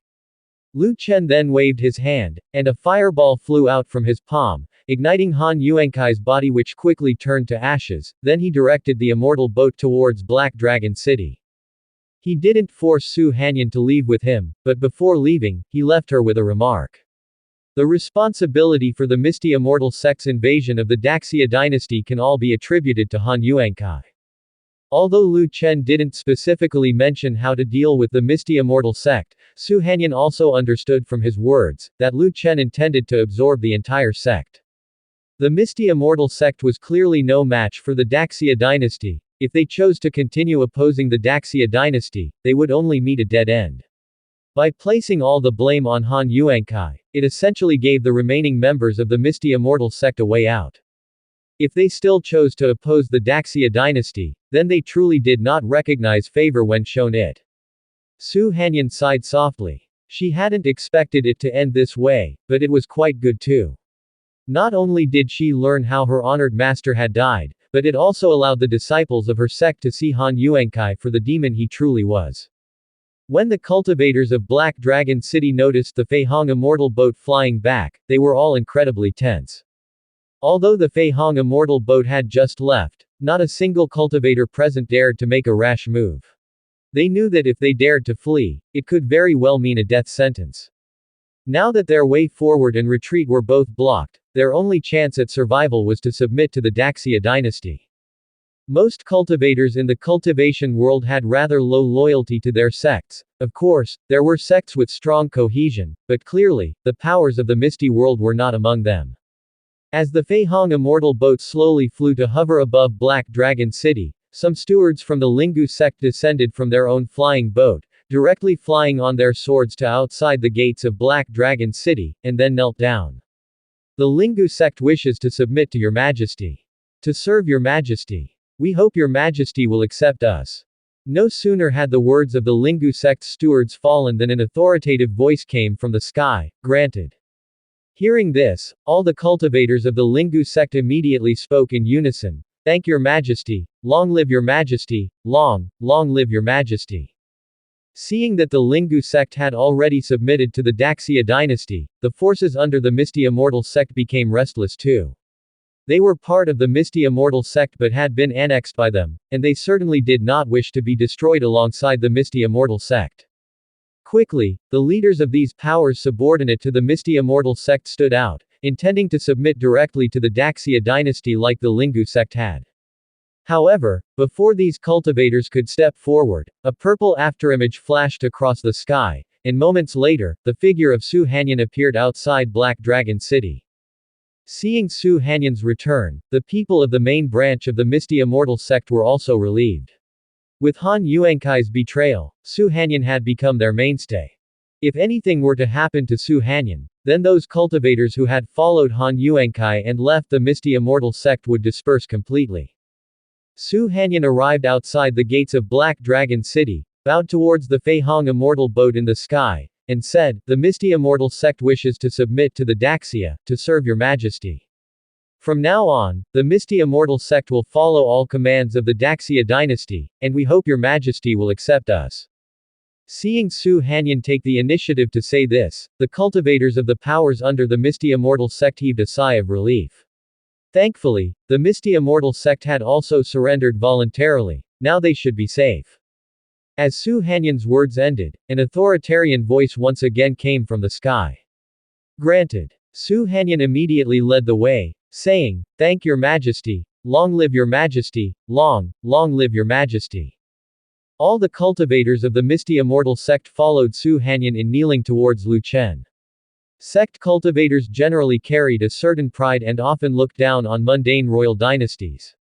Some cultivators, when going to royal dynasties, behaved condescendingly. But at this moment, the cultivators present understood that the Daxia dynasty was not a mundane dynasty at all, but a cultivation dynasty, and submitting to the Daxia dynasty was not shameful. In some higher realms of the cultivation world, there were cultivation dynasties established by cultivation families, which often had great authority over the sect forces within the dynasty's realm. Some of the cultivators from the Misty World came from such cultivation dynasties. For most cultivators, being governed by the Daxia dynasty was not much different from being governed by sect forces. Perhaps the only downside would be more rules and less freedom in the future, but that was still better than losing one's life. Even Han Yuankai, the Great Devil, after using the bloodthirsty Great Formation, was no match for the Sum Emperor. These cultivators were even less a match for the Sum Emperor. Surrender would cost them half, but it wasn't dishonorable. At this time, Lu Chen stood at the bow of the flying boat, sweeping a glance at the flying boats in the sky and the cultivators from the misty world. Most of the cultivators had low loyalty, which was expected. Having low loyalty now was of no consequence, loyalty was something that could be improved. Since the forces of Misty World had already surrendered to the Great Sum Dynasty, the next issue was how to handle these powers. Several years ago, the Great Sum Dynasty had dissolved all sects apart from the mysterious Moon Palace. Although those sect powers still existed in other forms, such as corporations, they no longer had such strong independence. Now that so many forces from Misty World had arrived, they were nominally swallowed up by the three major powers, but internally they were not fully integrated, they remained a loose collection of individuals. If these forces were allowed to continue existing in the form of sects, perhaps in a few years, the troubles caused by the sects would arise again. But if all sect powers were dissolved, then the cultivators would lose restraint. At present, the Daxia dynasty lacked clear legislative provisions for cultivators, and it was also difficult for the dynasty to manage all cultivators. How to handle these cultivators from Misty World was a difficult problem for Lu Chen. After thinking for a while, Lu Chen decided to let these sect powers continue to affiliate with the three great powers for now, until he came up with a suitable solution to address this matter. Having witnessed the upper echelons of cultivators from the Misty Immortal sect and Lingu sect being eliminated by the Great Sum dynasty, the cultivators of Misty World wouldn't dare to act rashly for a short time. Feeling that there was nothing pressing, Lu Chen convened the high-ranking elders of the 10,000 Immortal sect in the meeting hall of the Immortal Boat. When Ji Hongwen and others came into close contact with Lu Chen for the first time, they were all incredibly excited. They had gotten in touch with Lu Chen long ago, and only today had they finally seen their emperor. Ji Hongwen, leading the elders, bowed to Lu Chen and said, "We greet your majesty, long live, long live, long live." Lu Chen replied indifferently, "All rise. Thank your majesty." Immediately, everyone stood up and looked at Lu Chen. With a smile, Lu Chen said, "Sect Master Ji, you have worked hard these past years." Hearing this from Lu Chen, Ji Hongwen quickly responded, "It's my duty." Lu Chen continued, "Now that the greatest threats of the Misty World have been dealt with, the cultivators of Misty World have become another issue. Sect Master Ji, do you have any way to arrange these cultivators?" Hearing Lu Chen's question, the elders present fell into thought. Indeed, the biggest challenge for the Daxia at the time was how to manage the relationship between cultivators and ordinary people. If those cultivators were allowed to freely enter the cities of ordinary people, some cultivators might continue acting haughtily based on their previous habits, bringing a lot of trouble to the common folks. After thinking for a while, Ji Hongwen spoke up, "Your Majesty, forgive my bluntness, but I cannot think of a good solution at the moment. However, I believe we can temporarily disband the Misty Immortal sect and the Lingu sect, and allocate the former territories of Black Dragon County to the various powers of the Misty World, strictly forbidding them from entering other counties of the Great Sum dynasty without permission. Of course, what I have suggested is just a temporary measure." Lu Chen thought about it and felt that doing so was feasible. Placing all powers of the Misty World in one area, then selecting loyal cultivators to enter Tianshan World, could lead to the formation of an even more formidable War Dragon army. The number of Celestials in the Misty World was countless. In the future, the War Dragon army could directly use Celestials for military expansion. Celestials wielding rune weapons could unleash the full potential of these weapons. Lu Chen said, "Sect Master Ji's suggestion is good. I will leave the matter of settling the powers of Misty World to Sect Master Ji, to the 10,000 Immortal sect." Ji Hongwen immediately bowed and said, "Thank your Majesty for your trust, I shall not fail your expectations." Lu Chen continued, "The order of the cultivator gathering area will also be managed by the 10,000 Immortal sect. If there are still those who are blind enough to seek privilege and dominance in other counties, you no longer need me to explain how to deal with them." Ji Hongwen continued, "Your servant understands." I will manage the sect powers of the Misty World well, ensuring that those cultivators dare not venture beyond the former Black Dragon County. After deciding how to settle the cultivators from the Misty World, Lu Chen immediately issued a proclamation. Soon, the proclamation of the Great Sum Dynasty was disseminated throughout all the factions in the Misty World, and when people saw the content of the proclamation, they finally felt at ease. Although they were confined to a specific area, Black Dragon County was large in itself and could accommodate the cultivators from the Misty World. As for the dismantling of the Misty Immortal Sect and the Lingu Sect, the vast majority of the cultivators voted in favor with both hands and feet. Originally, they were not disciples of the Lingu Sect or Misty Immortal Sect. When the three major forces of the Misty World united to exterminate other factions, most of the cultivators had been forced to join one of the three powers. For them, this division actually meant a return to freedom, but of course, it was not good news for the Misty Immortal Sect and Lingu Sect. Especially for the Lingu Sect, as most of its elders had been dealt with and there were hardly any strong cultivators left. Once the Lingu Sect was disbanded, it would likely dissolve. The Misty Immortal Sect, comparatively, was still faring better, with disciples from the actual sect still present, and with Su Hanyan, a Yin-Yang realm cultivator, still alive, the Misty Immortal Sect would not dissolve for the time being.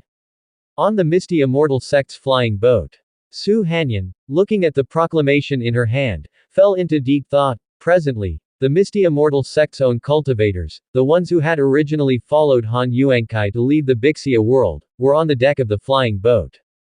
An outer sect elder then spoke. Elder Su, now that the demon has died, our sect cannot be without a sect master for a day.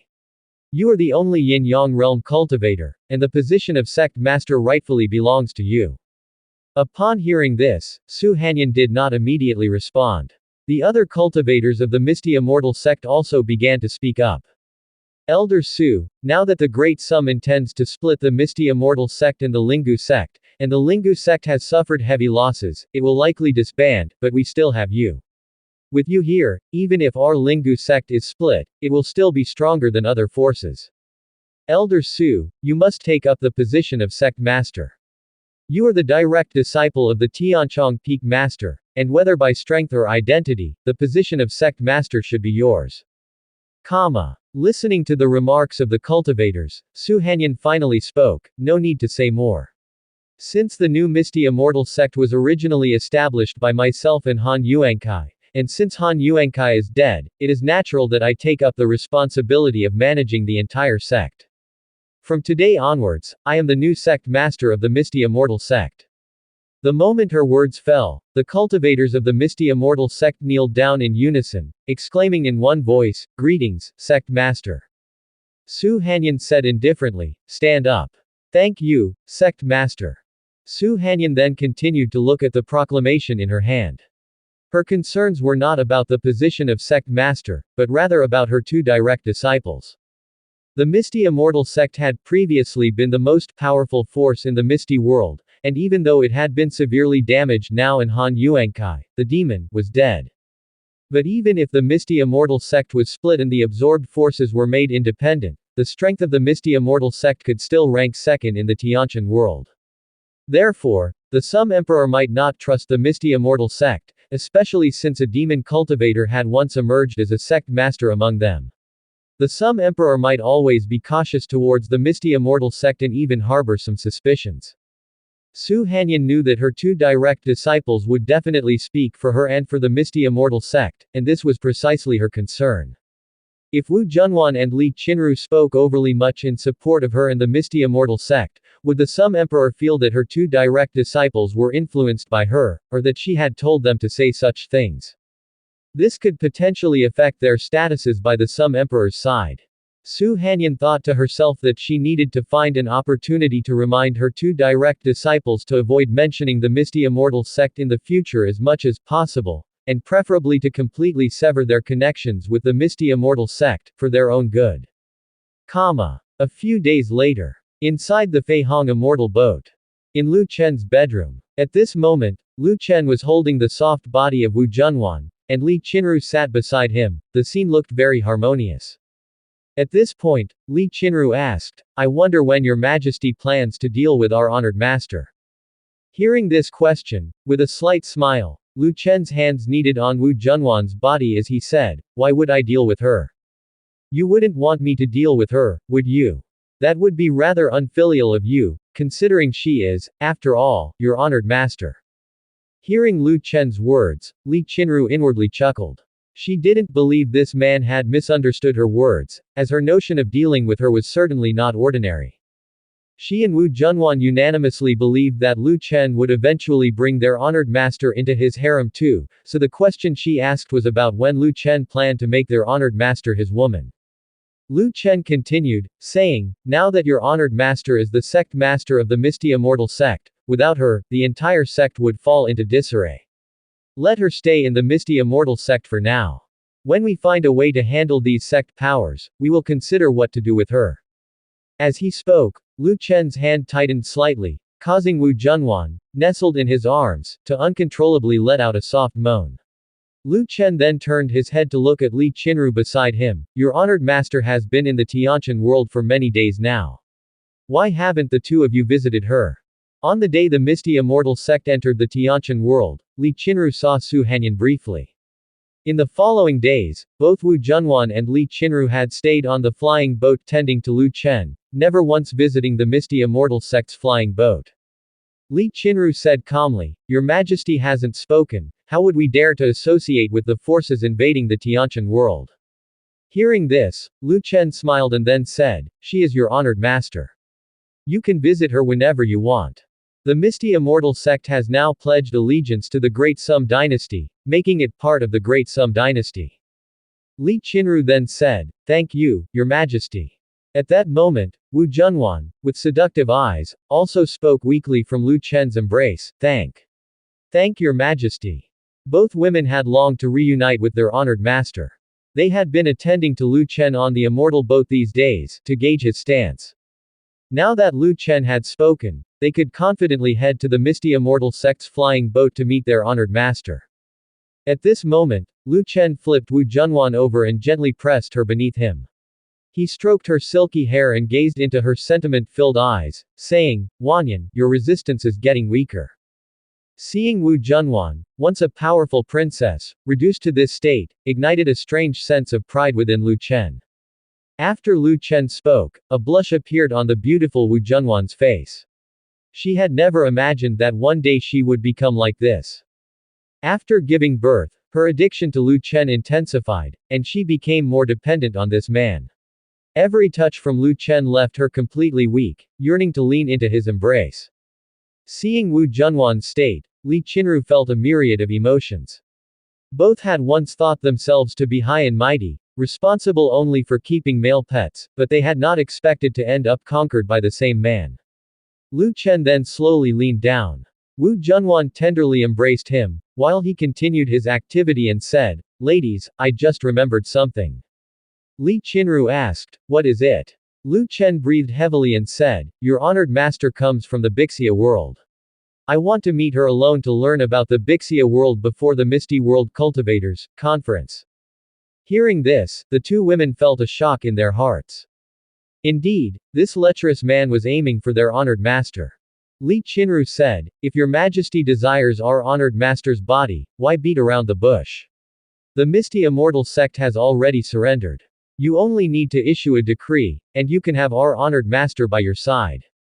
Lu Chen, while continuing his actions, looked at Wu Junwan's beautiful face and laughed at Li Qinru's remark, "Look at what you're implying.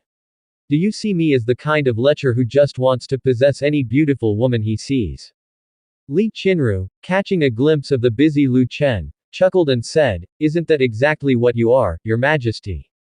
Lu Chen said, "Well, since you're accusing me of that, I'll just declare it. I am indeed captivated by your honored master and would like to have a heartfelt talk with her, to discuss poetry and romance of the seasons." Seeing that Lu Chen had openly expressed his thoughts, Li Qinru found herself at a loss for words. A woman who caught Lu Chen's eye never escaped his grasp, and Li Qinru had no intention of helping Su Hanyan escape his clutches. Her current thought was about how to lessen Su Hanyan's resistance. Their honored master had remained chaste, focusing on her cultivation without any interest in men. If Lu Chen were to force their honored master to become his woman, it might lead her to despise him. Li Qinru glanced at the humming Wu Junwan and then said, "My honored master has always stayed away from men. How does your majesty plan to take her virginity? Will it be through the threat of power or by forcible strength?" Having always been ruthless in obtaining the women he desired, Lu Chen had taken virginity from both her and Wu Junwan directly, so Li Qinru was curious about his approach to their honored master. Lu Chen did not answer this question. He turned his head to look at Li Qinru, smiling as he said, "Qinru, why do I feel that you still harbor a lot of resentment over me forcibly taking your virginity?"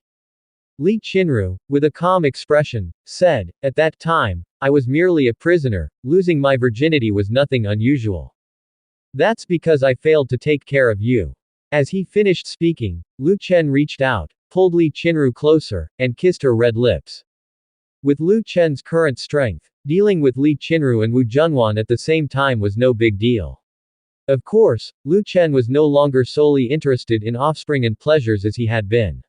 He was more focused on cultivation. After cultivating with the two women for several days, they headed together to the Misty Immortal Sect's flying boat.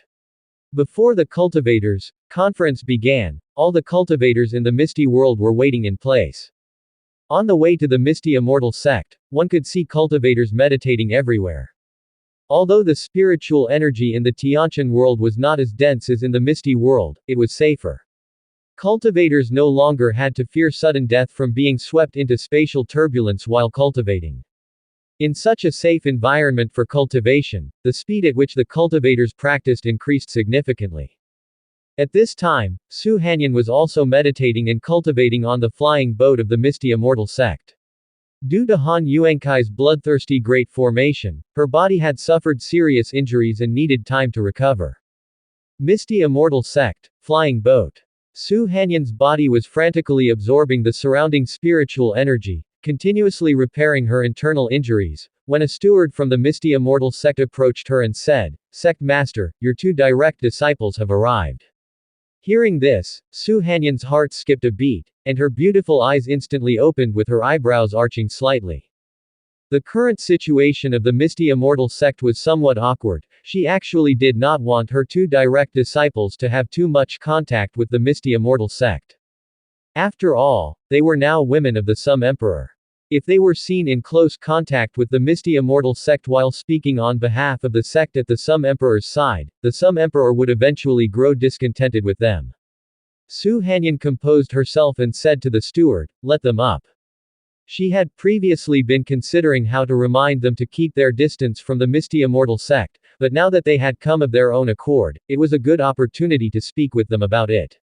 Moments later, Wu Junwan and Li Qinru appeared in front of Su Hanyan. Seeing them, Su Hanyan immediately took out several spirit stones, tossed them around them, and promptly set up a soundproofing formation. Within the soundproofing formation, whatever they said could not be heard from outside. After the formation was set, Su Hanyan opened the conversation with Li Qinru and Wu Junwan. "Qinru, Junwan, you should not have come."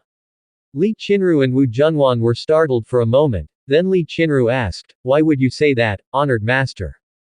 Su Hanyan said, "You are now women of the Sum Emperor, and Misty Immortal Sect is considered an invading force. If the Sum Emperor were to see you being so close to the Misty Immortal Sect, it might raise some doubts.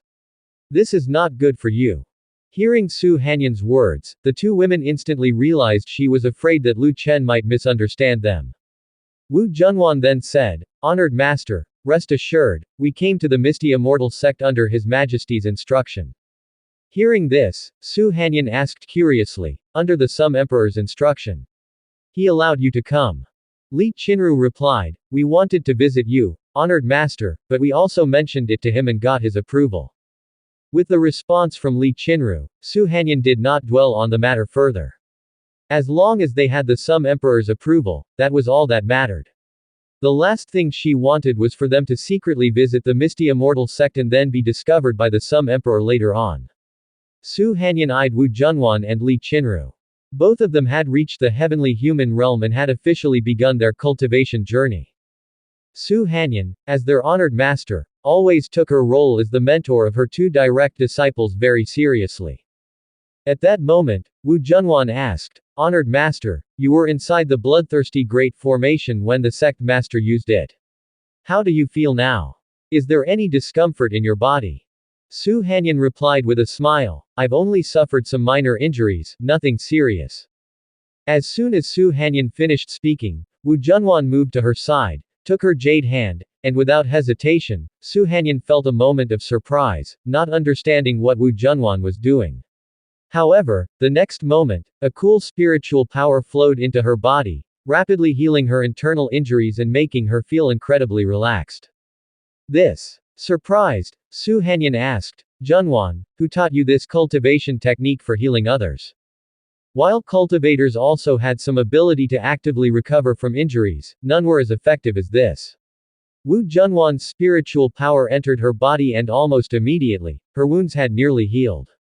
Clearly, it was a special cultivation technique. Su Hanyan did not recall ever teaching such a technique to Wu Junwan, nor did she possess it. Wu Junwan replied, This is a cultivation technique taught by the Sum Emperor. It is known to all his wives and concubines. Su Hanyan said, I see. It made sense why Wu Junwan had such an effective healing art, it was from the Sum Emperor. Considering both the immortal boat and the cultivation technique the Sum Emperor had taught Wu Junwan, it was clear his identity was far from simple. In that moment, Su Hanyan's curiosity about the Sum Emperor increased once again. She was eager to know which power the Sum Emperor came from and how he learned about Han Yuankai's matters. If the Sum Emperor had not taken the initiative to reveal Han Yuankai's affairs, it is likely that she and the people of her own sect at Misty Immortal Sect would still be unaware that their honored master had been killed by Han Yuankai, the eldest senior brother.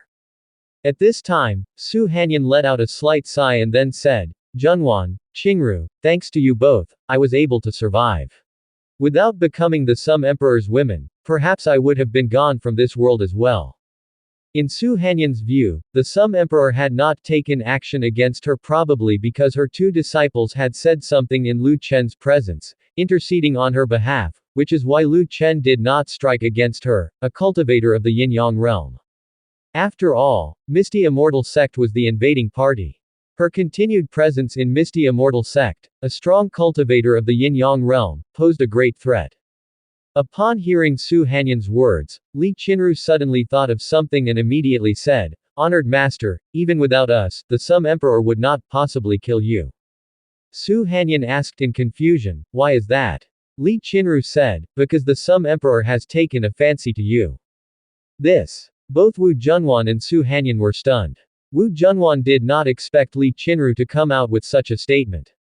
She had initially planned to do more groundwork, to give her honored master some time to accept it. Speaking directly, their honored master might not be able to accept it. And Su Hanyan equally had not expected the Sum Emperor to actually covet her beauty. She was not without pursuers in the cultivation world, but she thought that the Sum Emperor was someone from a great power-gaining experience, so his main focus would be on cultivation, with little interest in female charms. Why would the Sum Emperor be interested in her? Coming to her senses, Su Hanyan immediately said, Qingru, don't speak nonsense. I am your honored master, how could I become the Sum Emperor's woman?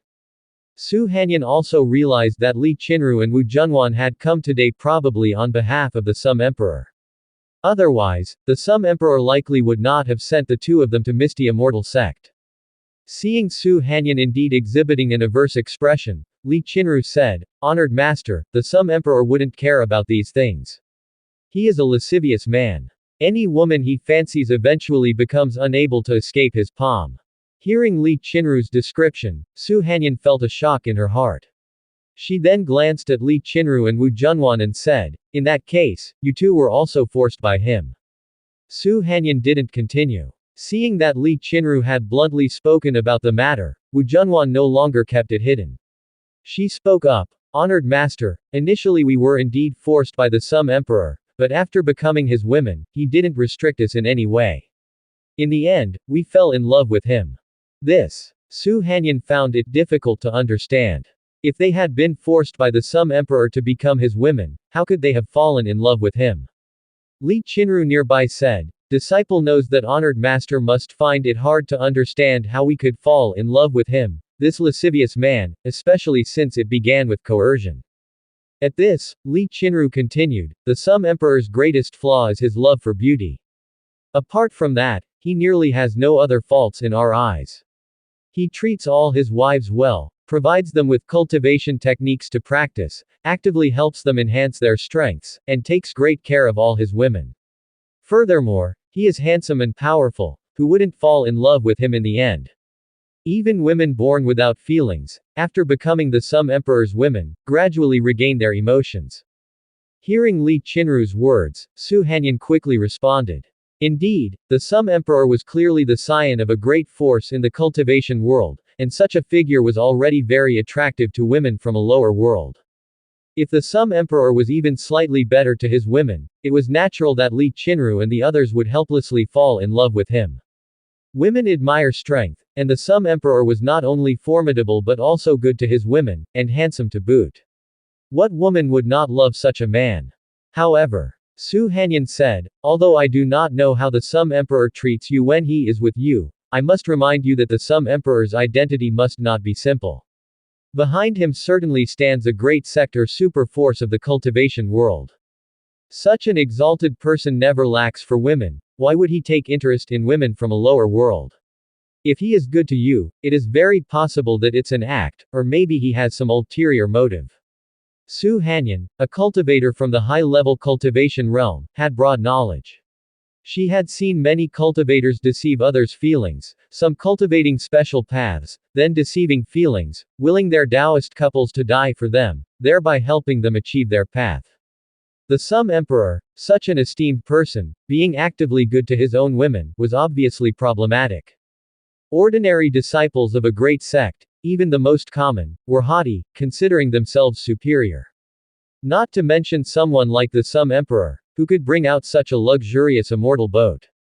Su Hanyan now seriously suspected whether the Sum Emperor considered her two disciples as furnace cauldrons or as sacrifices for achieving his path. Upon hearing Su Hanyan's reminder, Li Qinru and Wu Junwan were slightly taken aback. At first, they hadn't considered these things. When they first became Lu Chen's women, they just thought that Lu Chen was a lecherous person by nature. However, after later discovering that Lu Chen's strength was even more terrifying than they had imagined, they knew that Lu Chen must have come from the high-level cultivation realm and had an extraordinary identity. It was then that they wondered why Lu Chen was so good to them. Of course, at that time, they had only occasionally thought about it and had not pondered the specific reasons. They simply assumed that was just the kind of person Lu Chen was. Su Hanyan continued to remind Li Qinru and Wu Junwan, Qinru, Junwan, having come from a lower realm, you might not realize the immense value of the immortal boat owned by the Sum Emperor and thus cannot comprehend the prestige of his identity. Let me put it this way, she said, in the high-level cultivation realm where I come from, even the rulers controlling entire worlds can hardly possess an immortal boat of this caliber. Judging from the array patterns on the immortal boat, it's very likely that its grade has reached the heaven rank, or perhaps even the saint grade.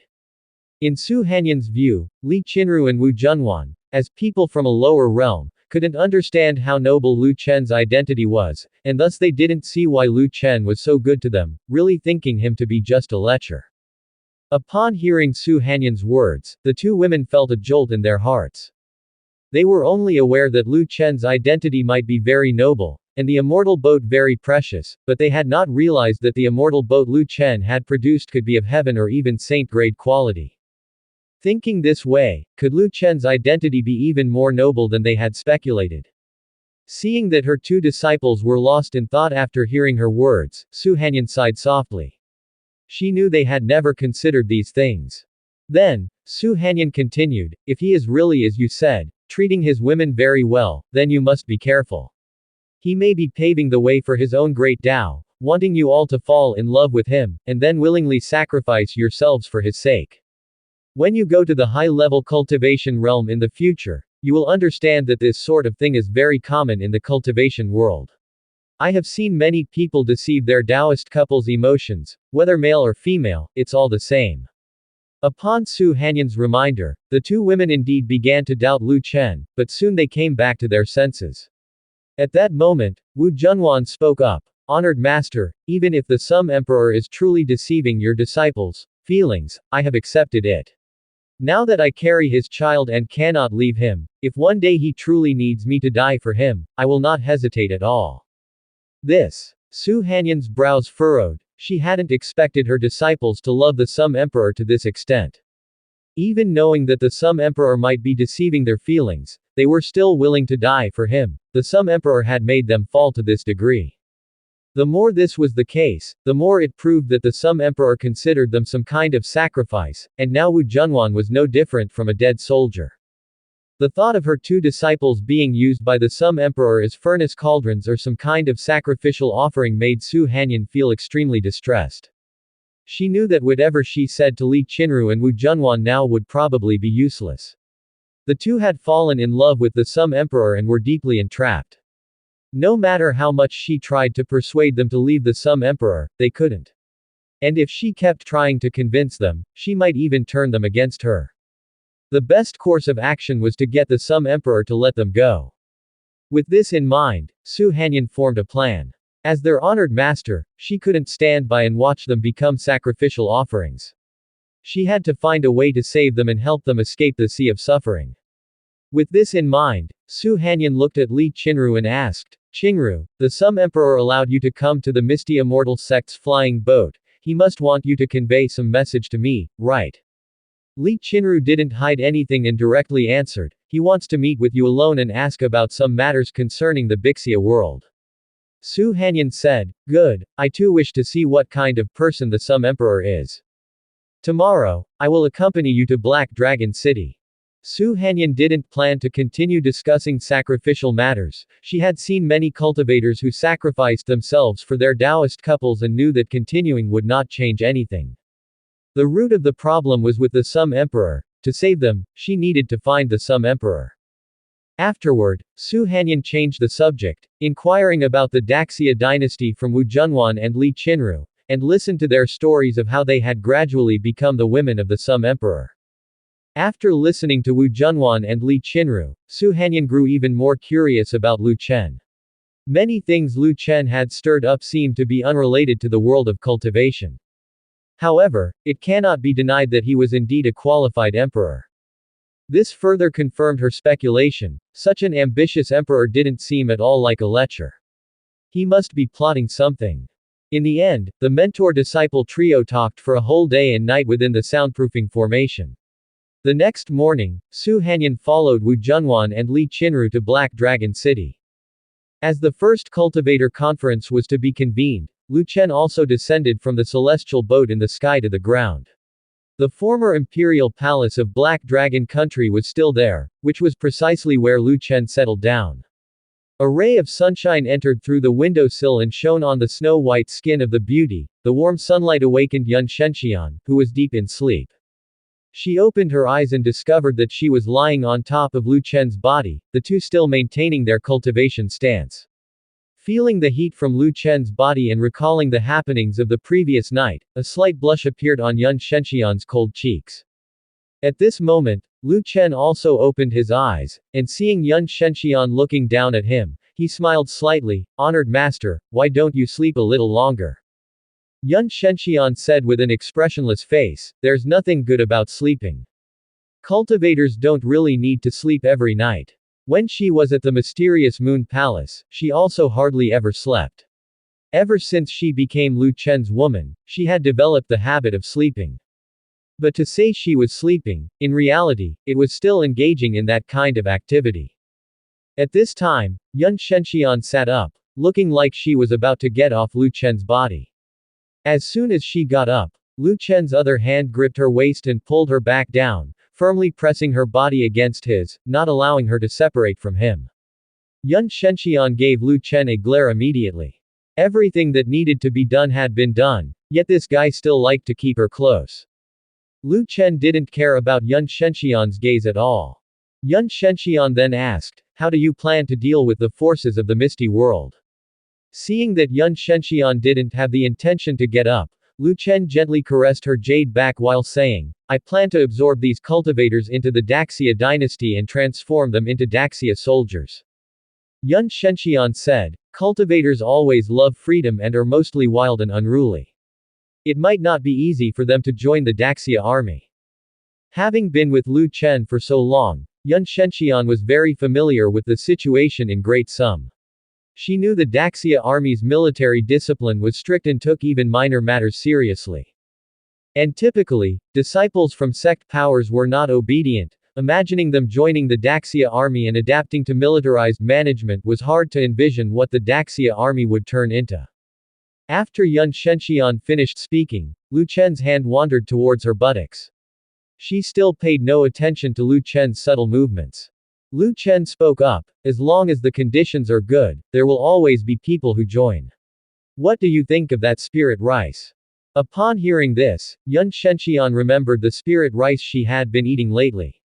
Lu Chen had planted those quite early, and she was aware of it. However, at that time, the world's spiritual energy was not abundant, so although the spirit rice that was cultivated could enhance one's strength, the effect was very average, not as effective as the common spiritual plants in the cultivation world. But ever since the resurgence of spiritual energy in the Tianqian world, the spiritual power contained in the spirit rice became richer, and its effect on enhancing cultivation state became more noticeable. The overall cultivation state of the Daxia army's soldiers was improving so quickly because they consumed spirit rice in the barracks from time to time. Yun Shenxian then said, "Spirit rice indeed has a significant attraction for the average cultivator, but if we use benefits to attract them to join the army, even if they join, it's difficult to form combat power. They won't truly fight for you, for Great Sum."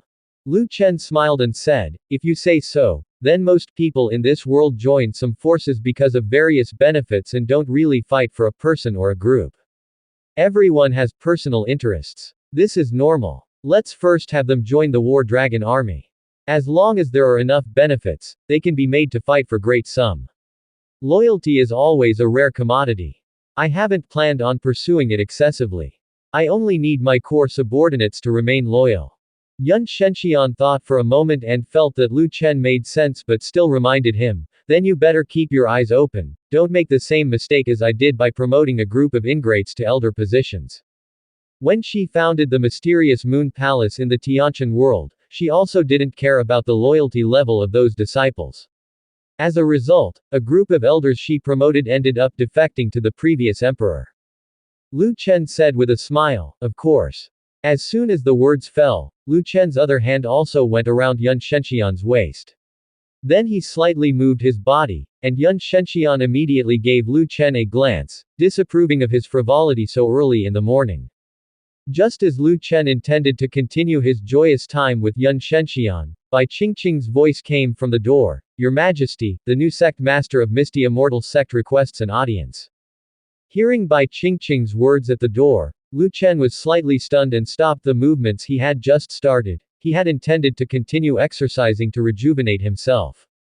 Yun Shenxian looked at Lu Chen with a regretful expression and said emotionlessly, "It seems your harem is about to gain another woman." Hearing Yun Shenxian's words, Lu Chen looked down at her cold and frost-like face and said with a smile, "Shaner, why do I detect a whiff of sourness? Do you smell it too?" "What sourness? I haven't sensed any," Yun Shenxian replied indifferently. Lu Chen asked teasingly, "Are you jealous?" "Why would I be jealous? If I were, considering the women in your harem, I'd have to live in a vinegar vat day in and day out," Yun Shenxian said nonchalantly. Although Yun Shenxian had always wanted to monopolize Lu Chen, with strong possessiveness, she also knew she couldn't hog him all to herself. If she did manage to monopolize Lu Chen one day, she'd probably be the first to suffer from it. Yun Shenxian had come to terms with that realization.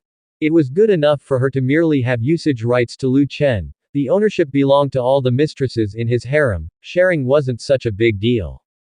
With the other women in Lu Chen's harem around, his attention wouldn't always be on her, and she could occasionally rest, which was quite nice. At that moment, Yun Shenxian propped herself up, intending to get off Lu Chen, but his hands remained firmly on her waist, so she couldn't separate from him. Yun Shenxian looked into Lu Chen's eyes and said, "Your new plaything has arrived, aren't you in a hurry to find her? Why cling on like this?" Smiling, Lu Chen replied, "Since we've already started, we should finish properly." As he spoke, Lu Chen hugged Yun Shenxian, turned over, placing her delicate body beneath him, and continued with his business. To get Lu Chen to finish up quickly and meet his new lover, Yun Shenxian immediately activated the mysterious female technique.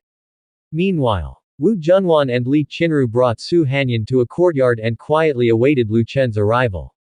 The three women waited nearly 2 hours without seeing Lu Chen. Li Qinru and Wu Junwan naturally suspected what Lu Chen was up to. Aside from when occupied with certain activities, he was always able to appear immediately at any other time. As they waited for Lu Chen's arrival, Li Qinru warned Su Hanyan, "Honored master, no matter how you feel about Lu Chen, he presents himself as a lecher. When he meets you, he might grope you. If you are unwilling, try to keep your distance." Li Qinru knew Su Hanyan believed Lu Chen's lecherous behavior was an act, so she reminded her to be cautious, even if it was indeed a pretense. Lecherous behavior could be faked, but Lu Chen's actions were real. Upon seeing a woman he liked, he never hesitated to make a move and claim her as his own. So no matter if Lu Chen was truly a lecher or not, if Su Hanyan didn't wish to become one of his women, it was crucial to distance herself from him and avoid provoking him, lest she couldn't leave Black Dragon City intact today.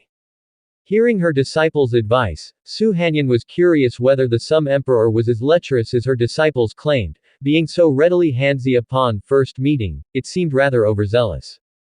In the world of cultivation, only demonic cultivators practicing yin-yang balance would grope a woman on sight. The cultivators from the great sects would at least put on a facade. As Su Hanyan's impression of Lu Chen deteriorated, a voice sounded. "Qinru, what are you saying? Your honored master is also my honored master. How could I possibly disrespect my own master?" Hearing this voice, the three women looked towards the courtyard entrance and saw Lu Chen, clad in a black gold dragon robe, slowly walking toward them. Seeing Lu Chen approach, Li Qinru said with a composed face, "We are all too aware of the kind of man you are. You've been absent for so long, you've probably been bullying your honored master." Laughing, Lu Chen responded, "Bullying? I've been assisting her in her cultivation, don't think so ill of me." Seeing Li Qinru speak so bluntly to Lu Chen, Su Hanyan was taken aback. Leaving aside that Lu Chen was a cultivator from a great sect, he was now the emperor of the Daxia dynasty. Despite being his noble concubine, Li Qinru dared to speak to him so forthrightly. The key point was that Lu Chen appeared so affable and not the slightest bit angry. It seemed Lu Chen was just as his women described, treating his mistresses extremely well, indeed indulging them. The more it seemed so, the more it proved Lu Chen was intentionally nurturing these women's affections, possibly intending to have them willingly sacrifice themselves to aid him in achieving the great path someday. Thinking this, Su Hanyan firmed her internal resolution, she must help her two disciples leave Lu Chen's side and not allow them to become sacrificial offerings to his grand path. At that moment, Su Hanyan stood up from the stone bench, turned towards Lu Chen outside the pavilion, and greeted him with a bow, "Greeting your majesty." Lu Chen replied with a smile, "There's no need for formalities, Sect Master Su. You are Junwan's and Qinru's honored master, which makes us practically family." Then, Lu Chen said to Li Qinru and Wu Junwan, "Junwan, Qinru, I'd like to have a private talk with your honored master." Upon hearing this, the two women knew what Lu Chen was planning to do, and they immediately grew a touch more worried in their hearts. However, both of them still rose from their seats and left the pavilion. Once Li Qinru and Wu Junwan had both left the courtyard, Lu Chen went inside the pavilion and sat opposite Su Hanyan, saying with a smile, "Sect Master Su, please have a seat."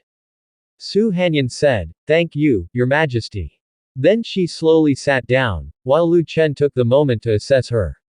Su Hanyan was stunningly beautiful, exuding an ethereal grace, much like a fairy descending to earth, clad in a purple dress that radiated the charm of a mature woman. Seeing Lu Chen staring at her, Su Hanyan was initially taken aback but soon realized what was happening. She still believed that Lu Chen's lechery was just an act. Afterward, Su Hanyan took the initiative to ask, "May I know why your majesty sought to meet?" Lu Chen didn't answer immediately but picked up the teapot on the table and poured a cup of tea for her. "This tea is quite nice and can aid in cultivation as well, Sect Master Su might want to try some." Without overthinking, Su Hanyan said, Thank you, Your Majesty. The tea had been prepared by the maids before Lu Chen's arrival, and she had drunk some earlier, hence, Su Hanyan didn't suspect anything amiss with it. After pouring the tea, Lu Chen finally spoke. Sect Master Su, Junwan and Qingru must have told you about my situation already, right? Su Hanyan replied, they have indeed, which has raised many questions for me. Lu Chen took a sip from his teacup and replied, oh.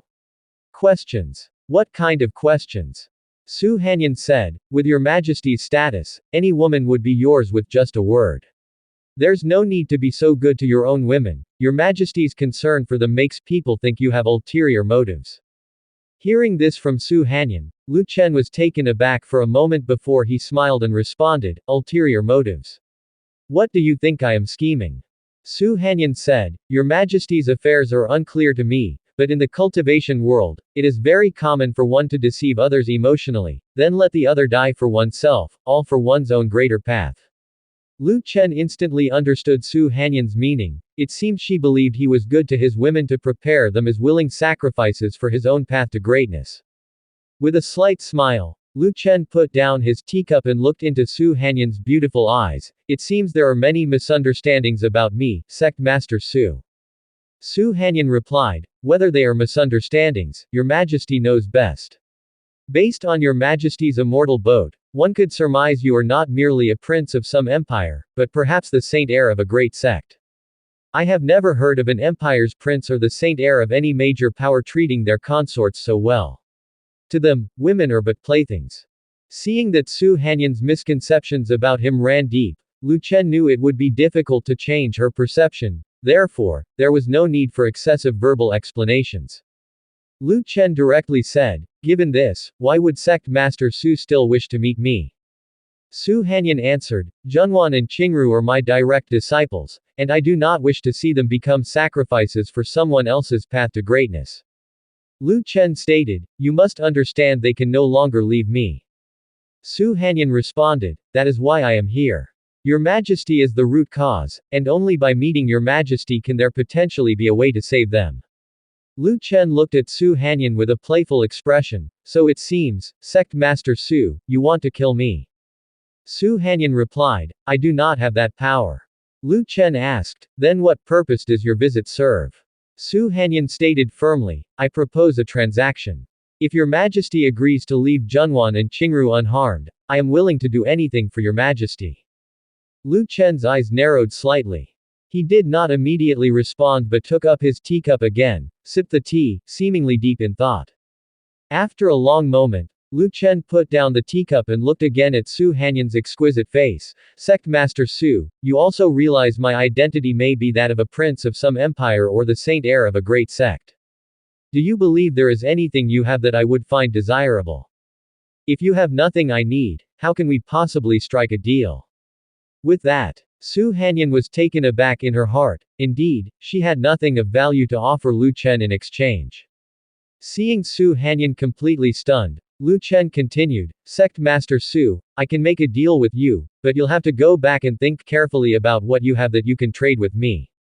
As soon as Lu Chen finished speaking, he stood up and walked towards the outside of the pavilion, saying as he went, let's leave it at that for today. Seeing that Lu Chen had left so abruptly, Su Hanyan wanted to say something but found herself unable to speak. Although Wu Junwan and Li Qingru were her direct disciples and she had deep affection for them, that affection did not extend to the point where she would sacrifice herself for them. And aside from herself, she truly did have nothing of value to offer for the trade. As Lu Chen left the courtyard, he happened to see Li Qingru and Wu Junwan.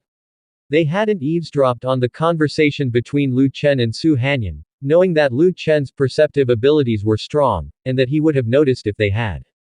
Seeing Lu Chen come out so quickly left the two women very confused. They were eager to know what had been said between Lu Chen and Su Hanyan. Wu Junwan looked at Lu Chen and asked, what did Your Majesty and honored master discuss? Why did it end so quickly? Lu Chen had initially said he wanted to inquire about the Bixia world, and there should have been quite a lot to ask about. It hadn't even been half an hour. How could he have finished so soon? The quicker the talk ended, it suggested the less pleasant their conversation was. Both women feared that Su Hanyan may have angered Lu Chen, which might be why he didn't care to continue speaking with her. Lu Chen said with a smile, "Nothing much, I just directly asked her if she wanted to be my woman, and she said she'd consider it." This. Hearing Lu Chen's words, the women were taken aback. That direct. But then again, Lu Chen had always been quite forthright, which indeed was his style. However, what surprised them today was that Lu Chen hadn't been forceful, which seemed out of character for him. In the past, he was known to take what he wanted by force. Wu Junwan and Li Qingru themselves had been taken by him in that manner, and they did not expect him to show such a gentle side to a surrendered enemy. At that moment, Lu Chen added, "I have other matters to attend to, you go inside and keep her company." After he spoke, Lu Chen turned and headed for the room where he and Yun Shenxian had been intimate. He guessed that Yun Shenxian might not have woken up yet, which would be perfect for him to continue his cultivation. Once Lu Chen had left, Li Qingru and Wu Junwan immediately entered the courtyard. Su Hanyan was sitting on a stone bench in the pavilion, her expression incredibly conflicted. The women approached Su Hanyan, and Wu Junwan asked, "Honored master, what did you discuss with Lu Chen?" Su Hanyan came back to her senses, sighed lightly, and then said, "It was nothing." She didn't want Li Qingru and Wu Junwan to know about the trade with Lu Chen, as it would surely put a great deal of pressure on them if they found out. Shortly thereafter, Su Hanyan rose from the stone bench and glanced at Wu Junwan and Li Qingru. "I shall return home today. I will come to see you again when the cultivators' conference is convened." Su Hanyan immediately mounted her sword and left the Black Dragon Empire Palace. The sight of her lonely departing silhouette led Wu Junwan and Li Qingru to exchange glances. They couldn't help but wonder, could Lu Chen have threatened her honored master just now? Lu Chen always liked doing things like that. Even if they knew Lu Chen had done so, the two of them were helpless. They were now Lu Chen's women. Naturally, they were on Lu Chen's side. If Su Hanyan was unwilling, they could only advise Lu Chen to give up, but if Lu Chen insisted on forcing Su Hanyan to become his woman, they wouldn't intervene to stop him either. That's just the way the era was. Follow your husband no matter what. Moreover, they couldn't separate themselves from Lu Chen neither spiritually nor physically. Their stance was naturally on Lu Chen's side. On her return journey, Su Hanyan thought a great deal. Lu Chen must be aware that it was highly unlikely she had the object he desired. For someone who owned heaven rank, even saint-grade immortal boats, they might not even spare a second glance for heaven-rank magic treasures. How could she, a mere cultivator from an ordinary sect, possibly produce something remarkable enough to catch Lu Chen's eye? Since Lu Chen knew she didn't have any treasures of interest to him and still offered a trade, that indicated one thing: Lu Chen was interested in her. Linking this to what her disciple had told her, it became even more evident that Lu Chen probably wanted to make her a furnace cauldron, or a sacrifice like his other two disciples. With this realization, Su Hanyan's heart struggled tremendously. To be honest, though she held deep affection for her two direct disciples, their bond was not yet strong enough for her to die for them. If Lu Chen truly intended to use her as a bargaining chip in exchange for their freedom, a part of her was still reluctant. But Su Hanyan also realized something else. If she refused to trade with Lu Chen, judging from what her direct disciples had conveyed about him, any woman Lu Chen took an interest in would not be let go so easily. He would likely employ other means to make her his woman. So regardless of her response, she actually had no choice. At this thought, Su Hanyan sighed once more, unsure of what to do next, currently unable to leave this world. To leave this world, one would need the aid of Lu Chen's immortal boat. In the end, she would still need to get close to Lu Chen. If she did not improve her relations with Lu Chen and instead found a place to hide, it wouldn't be easy to depart this world anytime soon. Only when one advanced to the All-Law realm could they possess the means to open interworld passageways. Already a Yin-Yang realm cultivator, it seemed she needed only a breakthrough to the All-Law realm to have the capacity to leave this world. However, the gap between the Yin-Yang realm and the All-Law realm was a mere step, yet breaking through was incredibly challenging. Furthermore, even if she found a place to hide, Lu Chen might still manage to find her. For some reason, whenever she thought of escaping, her mind was flooded with visions of being captured by Lu Chen. she now felt as though she was entirely under Lu Chen's control. After much contemplation, Su Hanyan finally came to a decision. Since escape was impossible, she might as well use herself as a bargaining chip to secure her two direct disciples, freedom first. Once she left Tianqian with Lu Chen, she would find a way to leave him, at most sacrificing her body. For cultivators without a Taoist couple, the older they were, the lesser their moral scruples. While they sometimes held chastity in high regard, in the face of substantial benefits, they would still opt for the practical route. Su Hanyan considered her conditions: she had no Taoist couple and no man she was fond of. Even if she became Lu Chen's woman, her Tao heart wouldn't be unsettled, nor would she develop inner demons. Cultivators first consider whether making a certain decision will destabilize their Tao heart or breed any inner demons. Su Hanyan was certain that even if she became intimate with Lu Chen, it wouldn't spawn any inner demons. Lu Chen's handsome appearance would rank highly even in the upper reaches of the cultivation world. Besides his appearance, Su Hanyan also pondered another aspect. With Lu Chen's identity, he surely had a plethora of cultivation resources. If she could obtain more cultivation resources through Lu Chen and swiftly enhance her power, she would later have a chance to escape from his side. Lu Chen sought her for one of two reasons: one was to have her serve as a furnace cauldron, and the other, to make her fall in love with him so that in the future she might die for him and become a sacrificial offering to shield him from tribulation. Since Lu Chen intended to nurture a willing sacrificial offering, he would certainly treat her well, attempting to make her fall in love with him. This way, she could leverage this opportunity to acquire more cultivation resources from Lu Chen and become stronger. Cultivators who needed to transcend tribulations generally required a late stage in their cultivation state. Although Lu Chen was powerful, the oppressive aura he exuded suggested that his cultivation state was at most that of the Genesis realm. With Lu Chen's cultivation state in the Genesis realm, reaching a realm needing to transcend tribulations would be impossible without at least tens of millions of years. The scenario Su Hanyan could envision that would require her willing sacrifice would only be necessary at the moment Lu Chen became an emperor. Before Lu Chen's ascension, she would have plenty of time to plan her escape from this man. As for whether she would end up falling in love with Lu Chen, she deemed that completely impossible.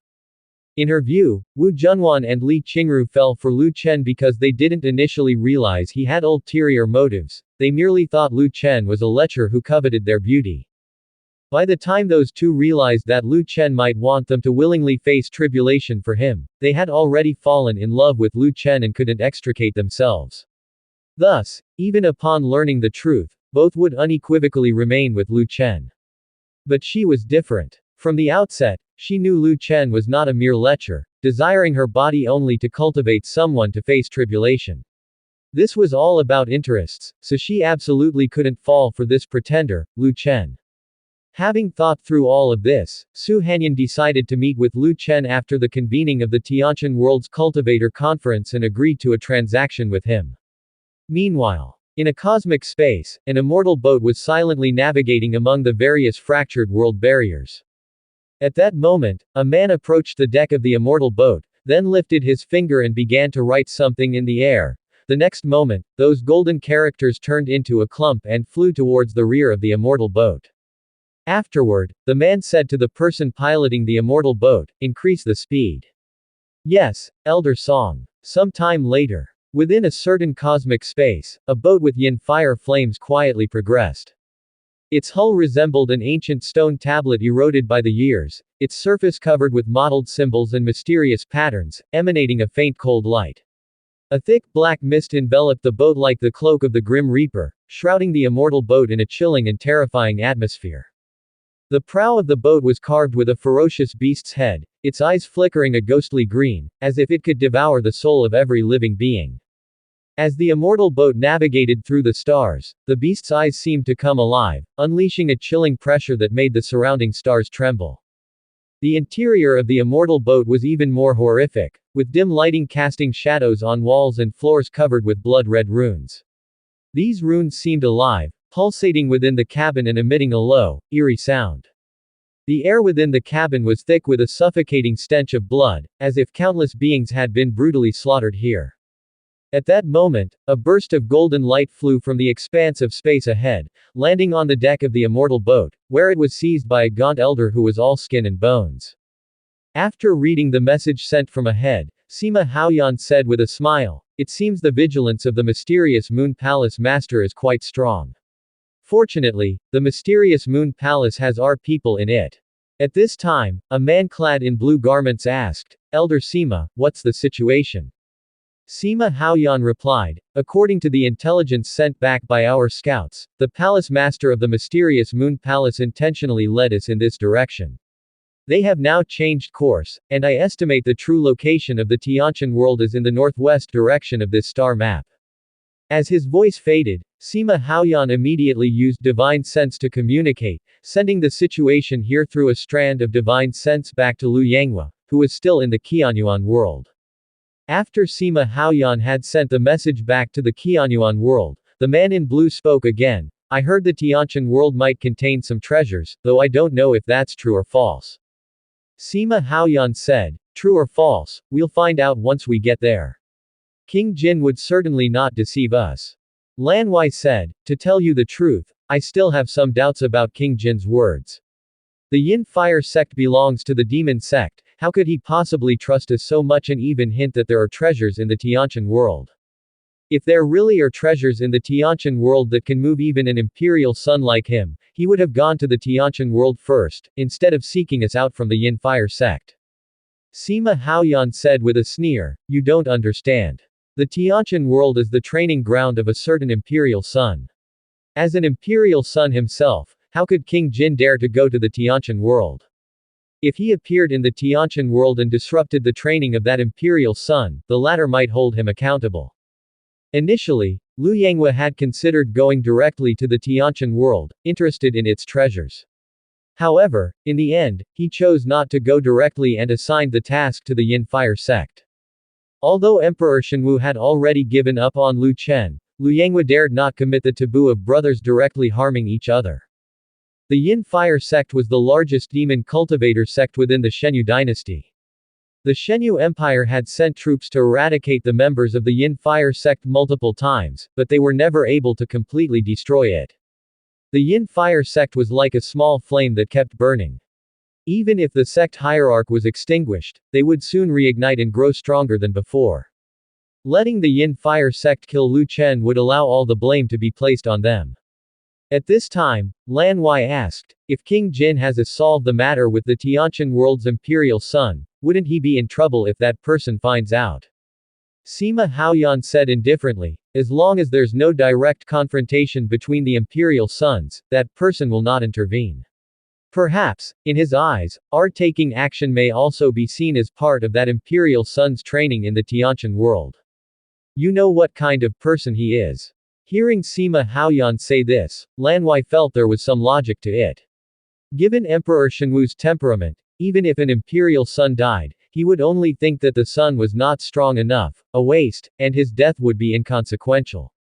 Then, Sima Haoyan lifted his hand, which looked like the bark of a withered tree, and infused spiritual power into the control formation of the immortal boat, personally steering the ship toward the astral coordinates sent by Song Yuan.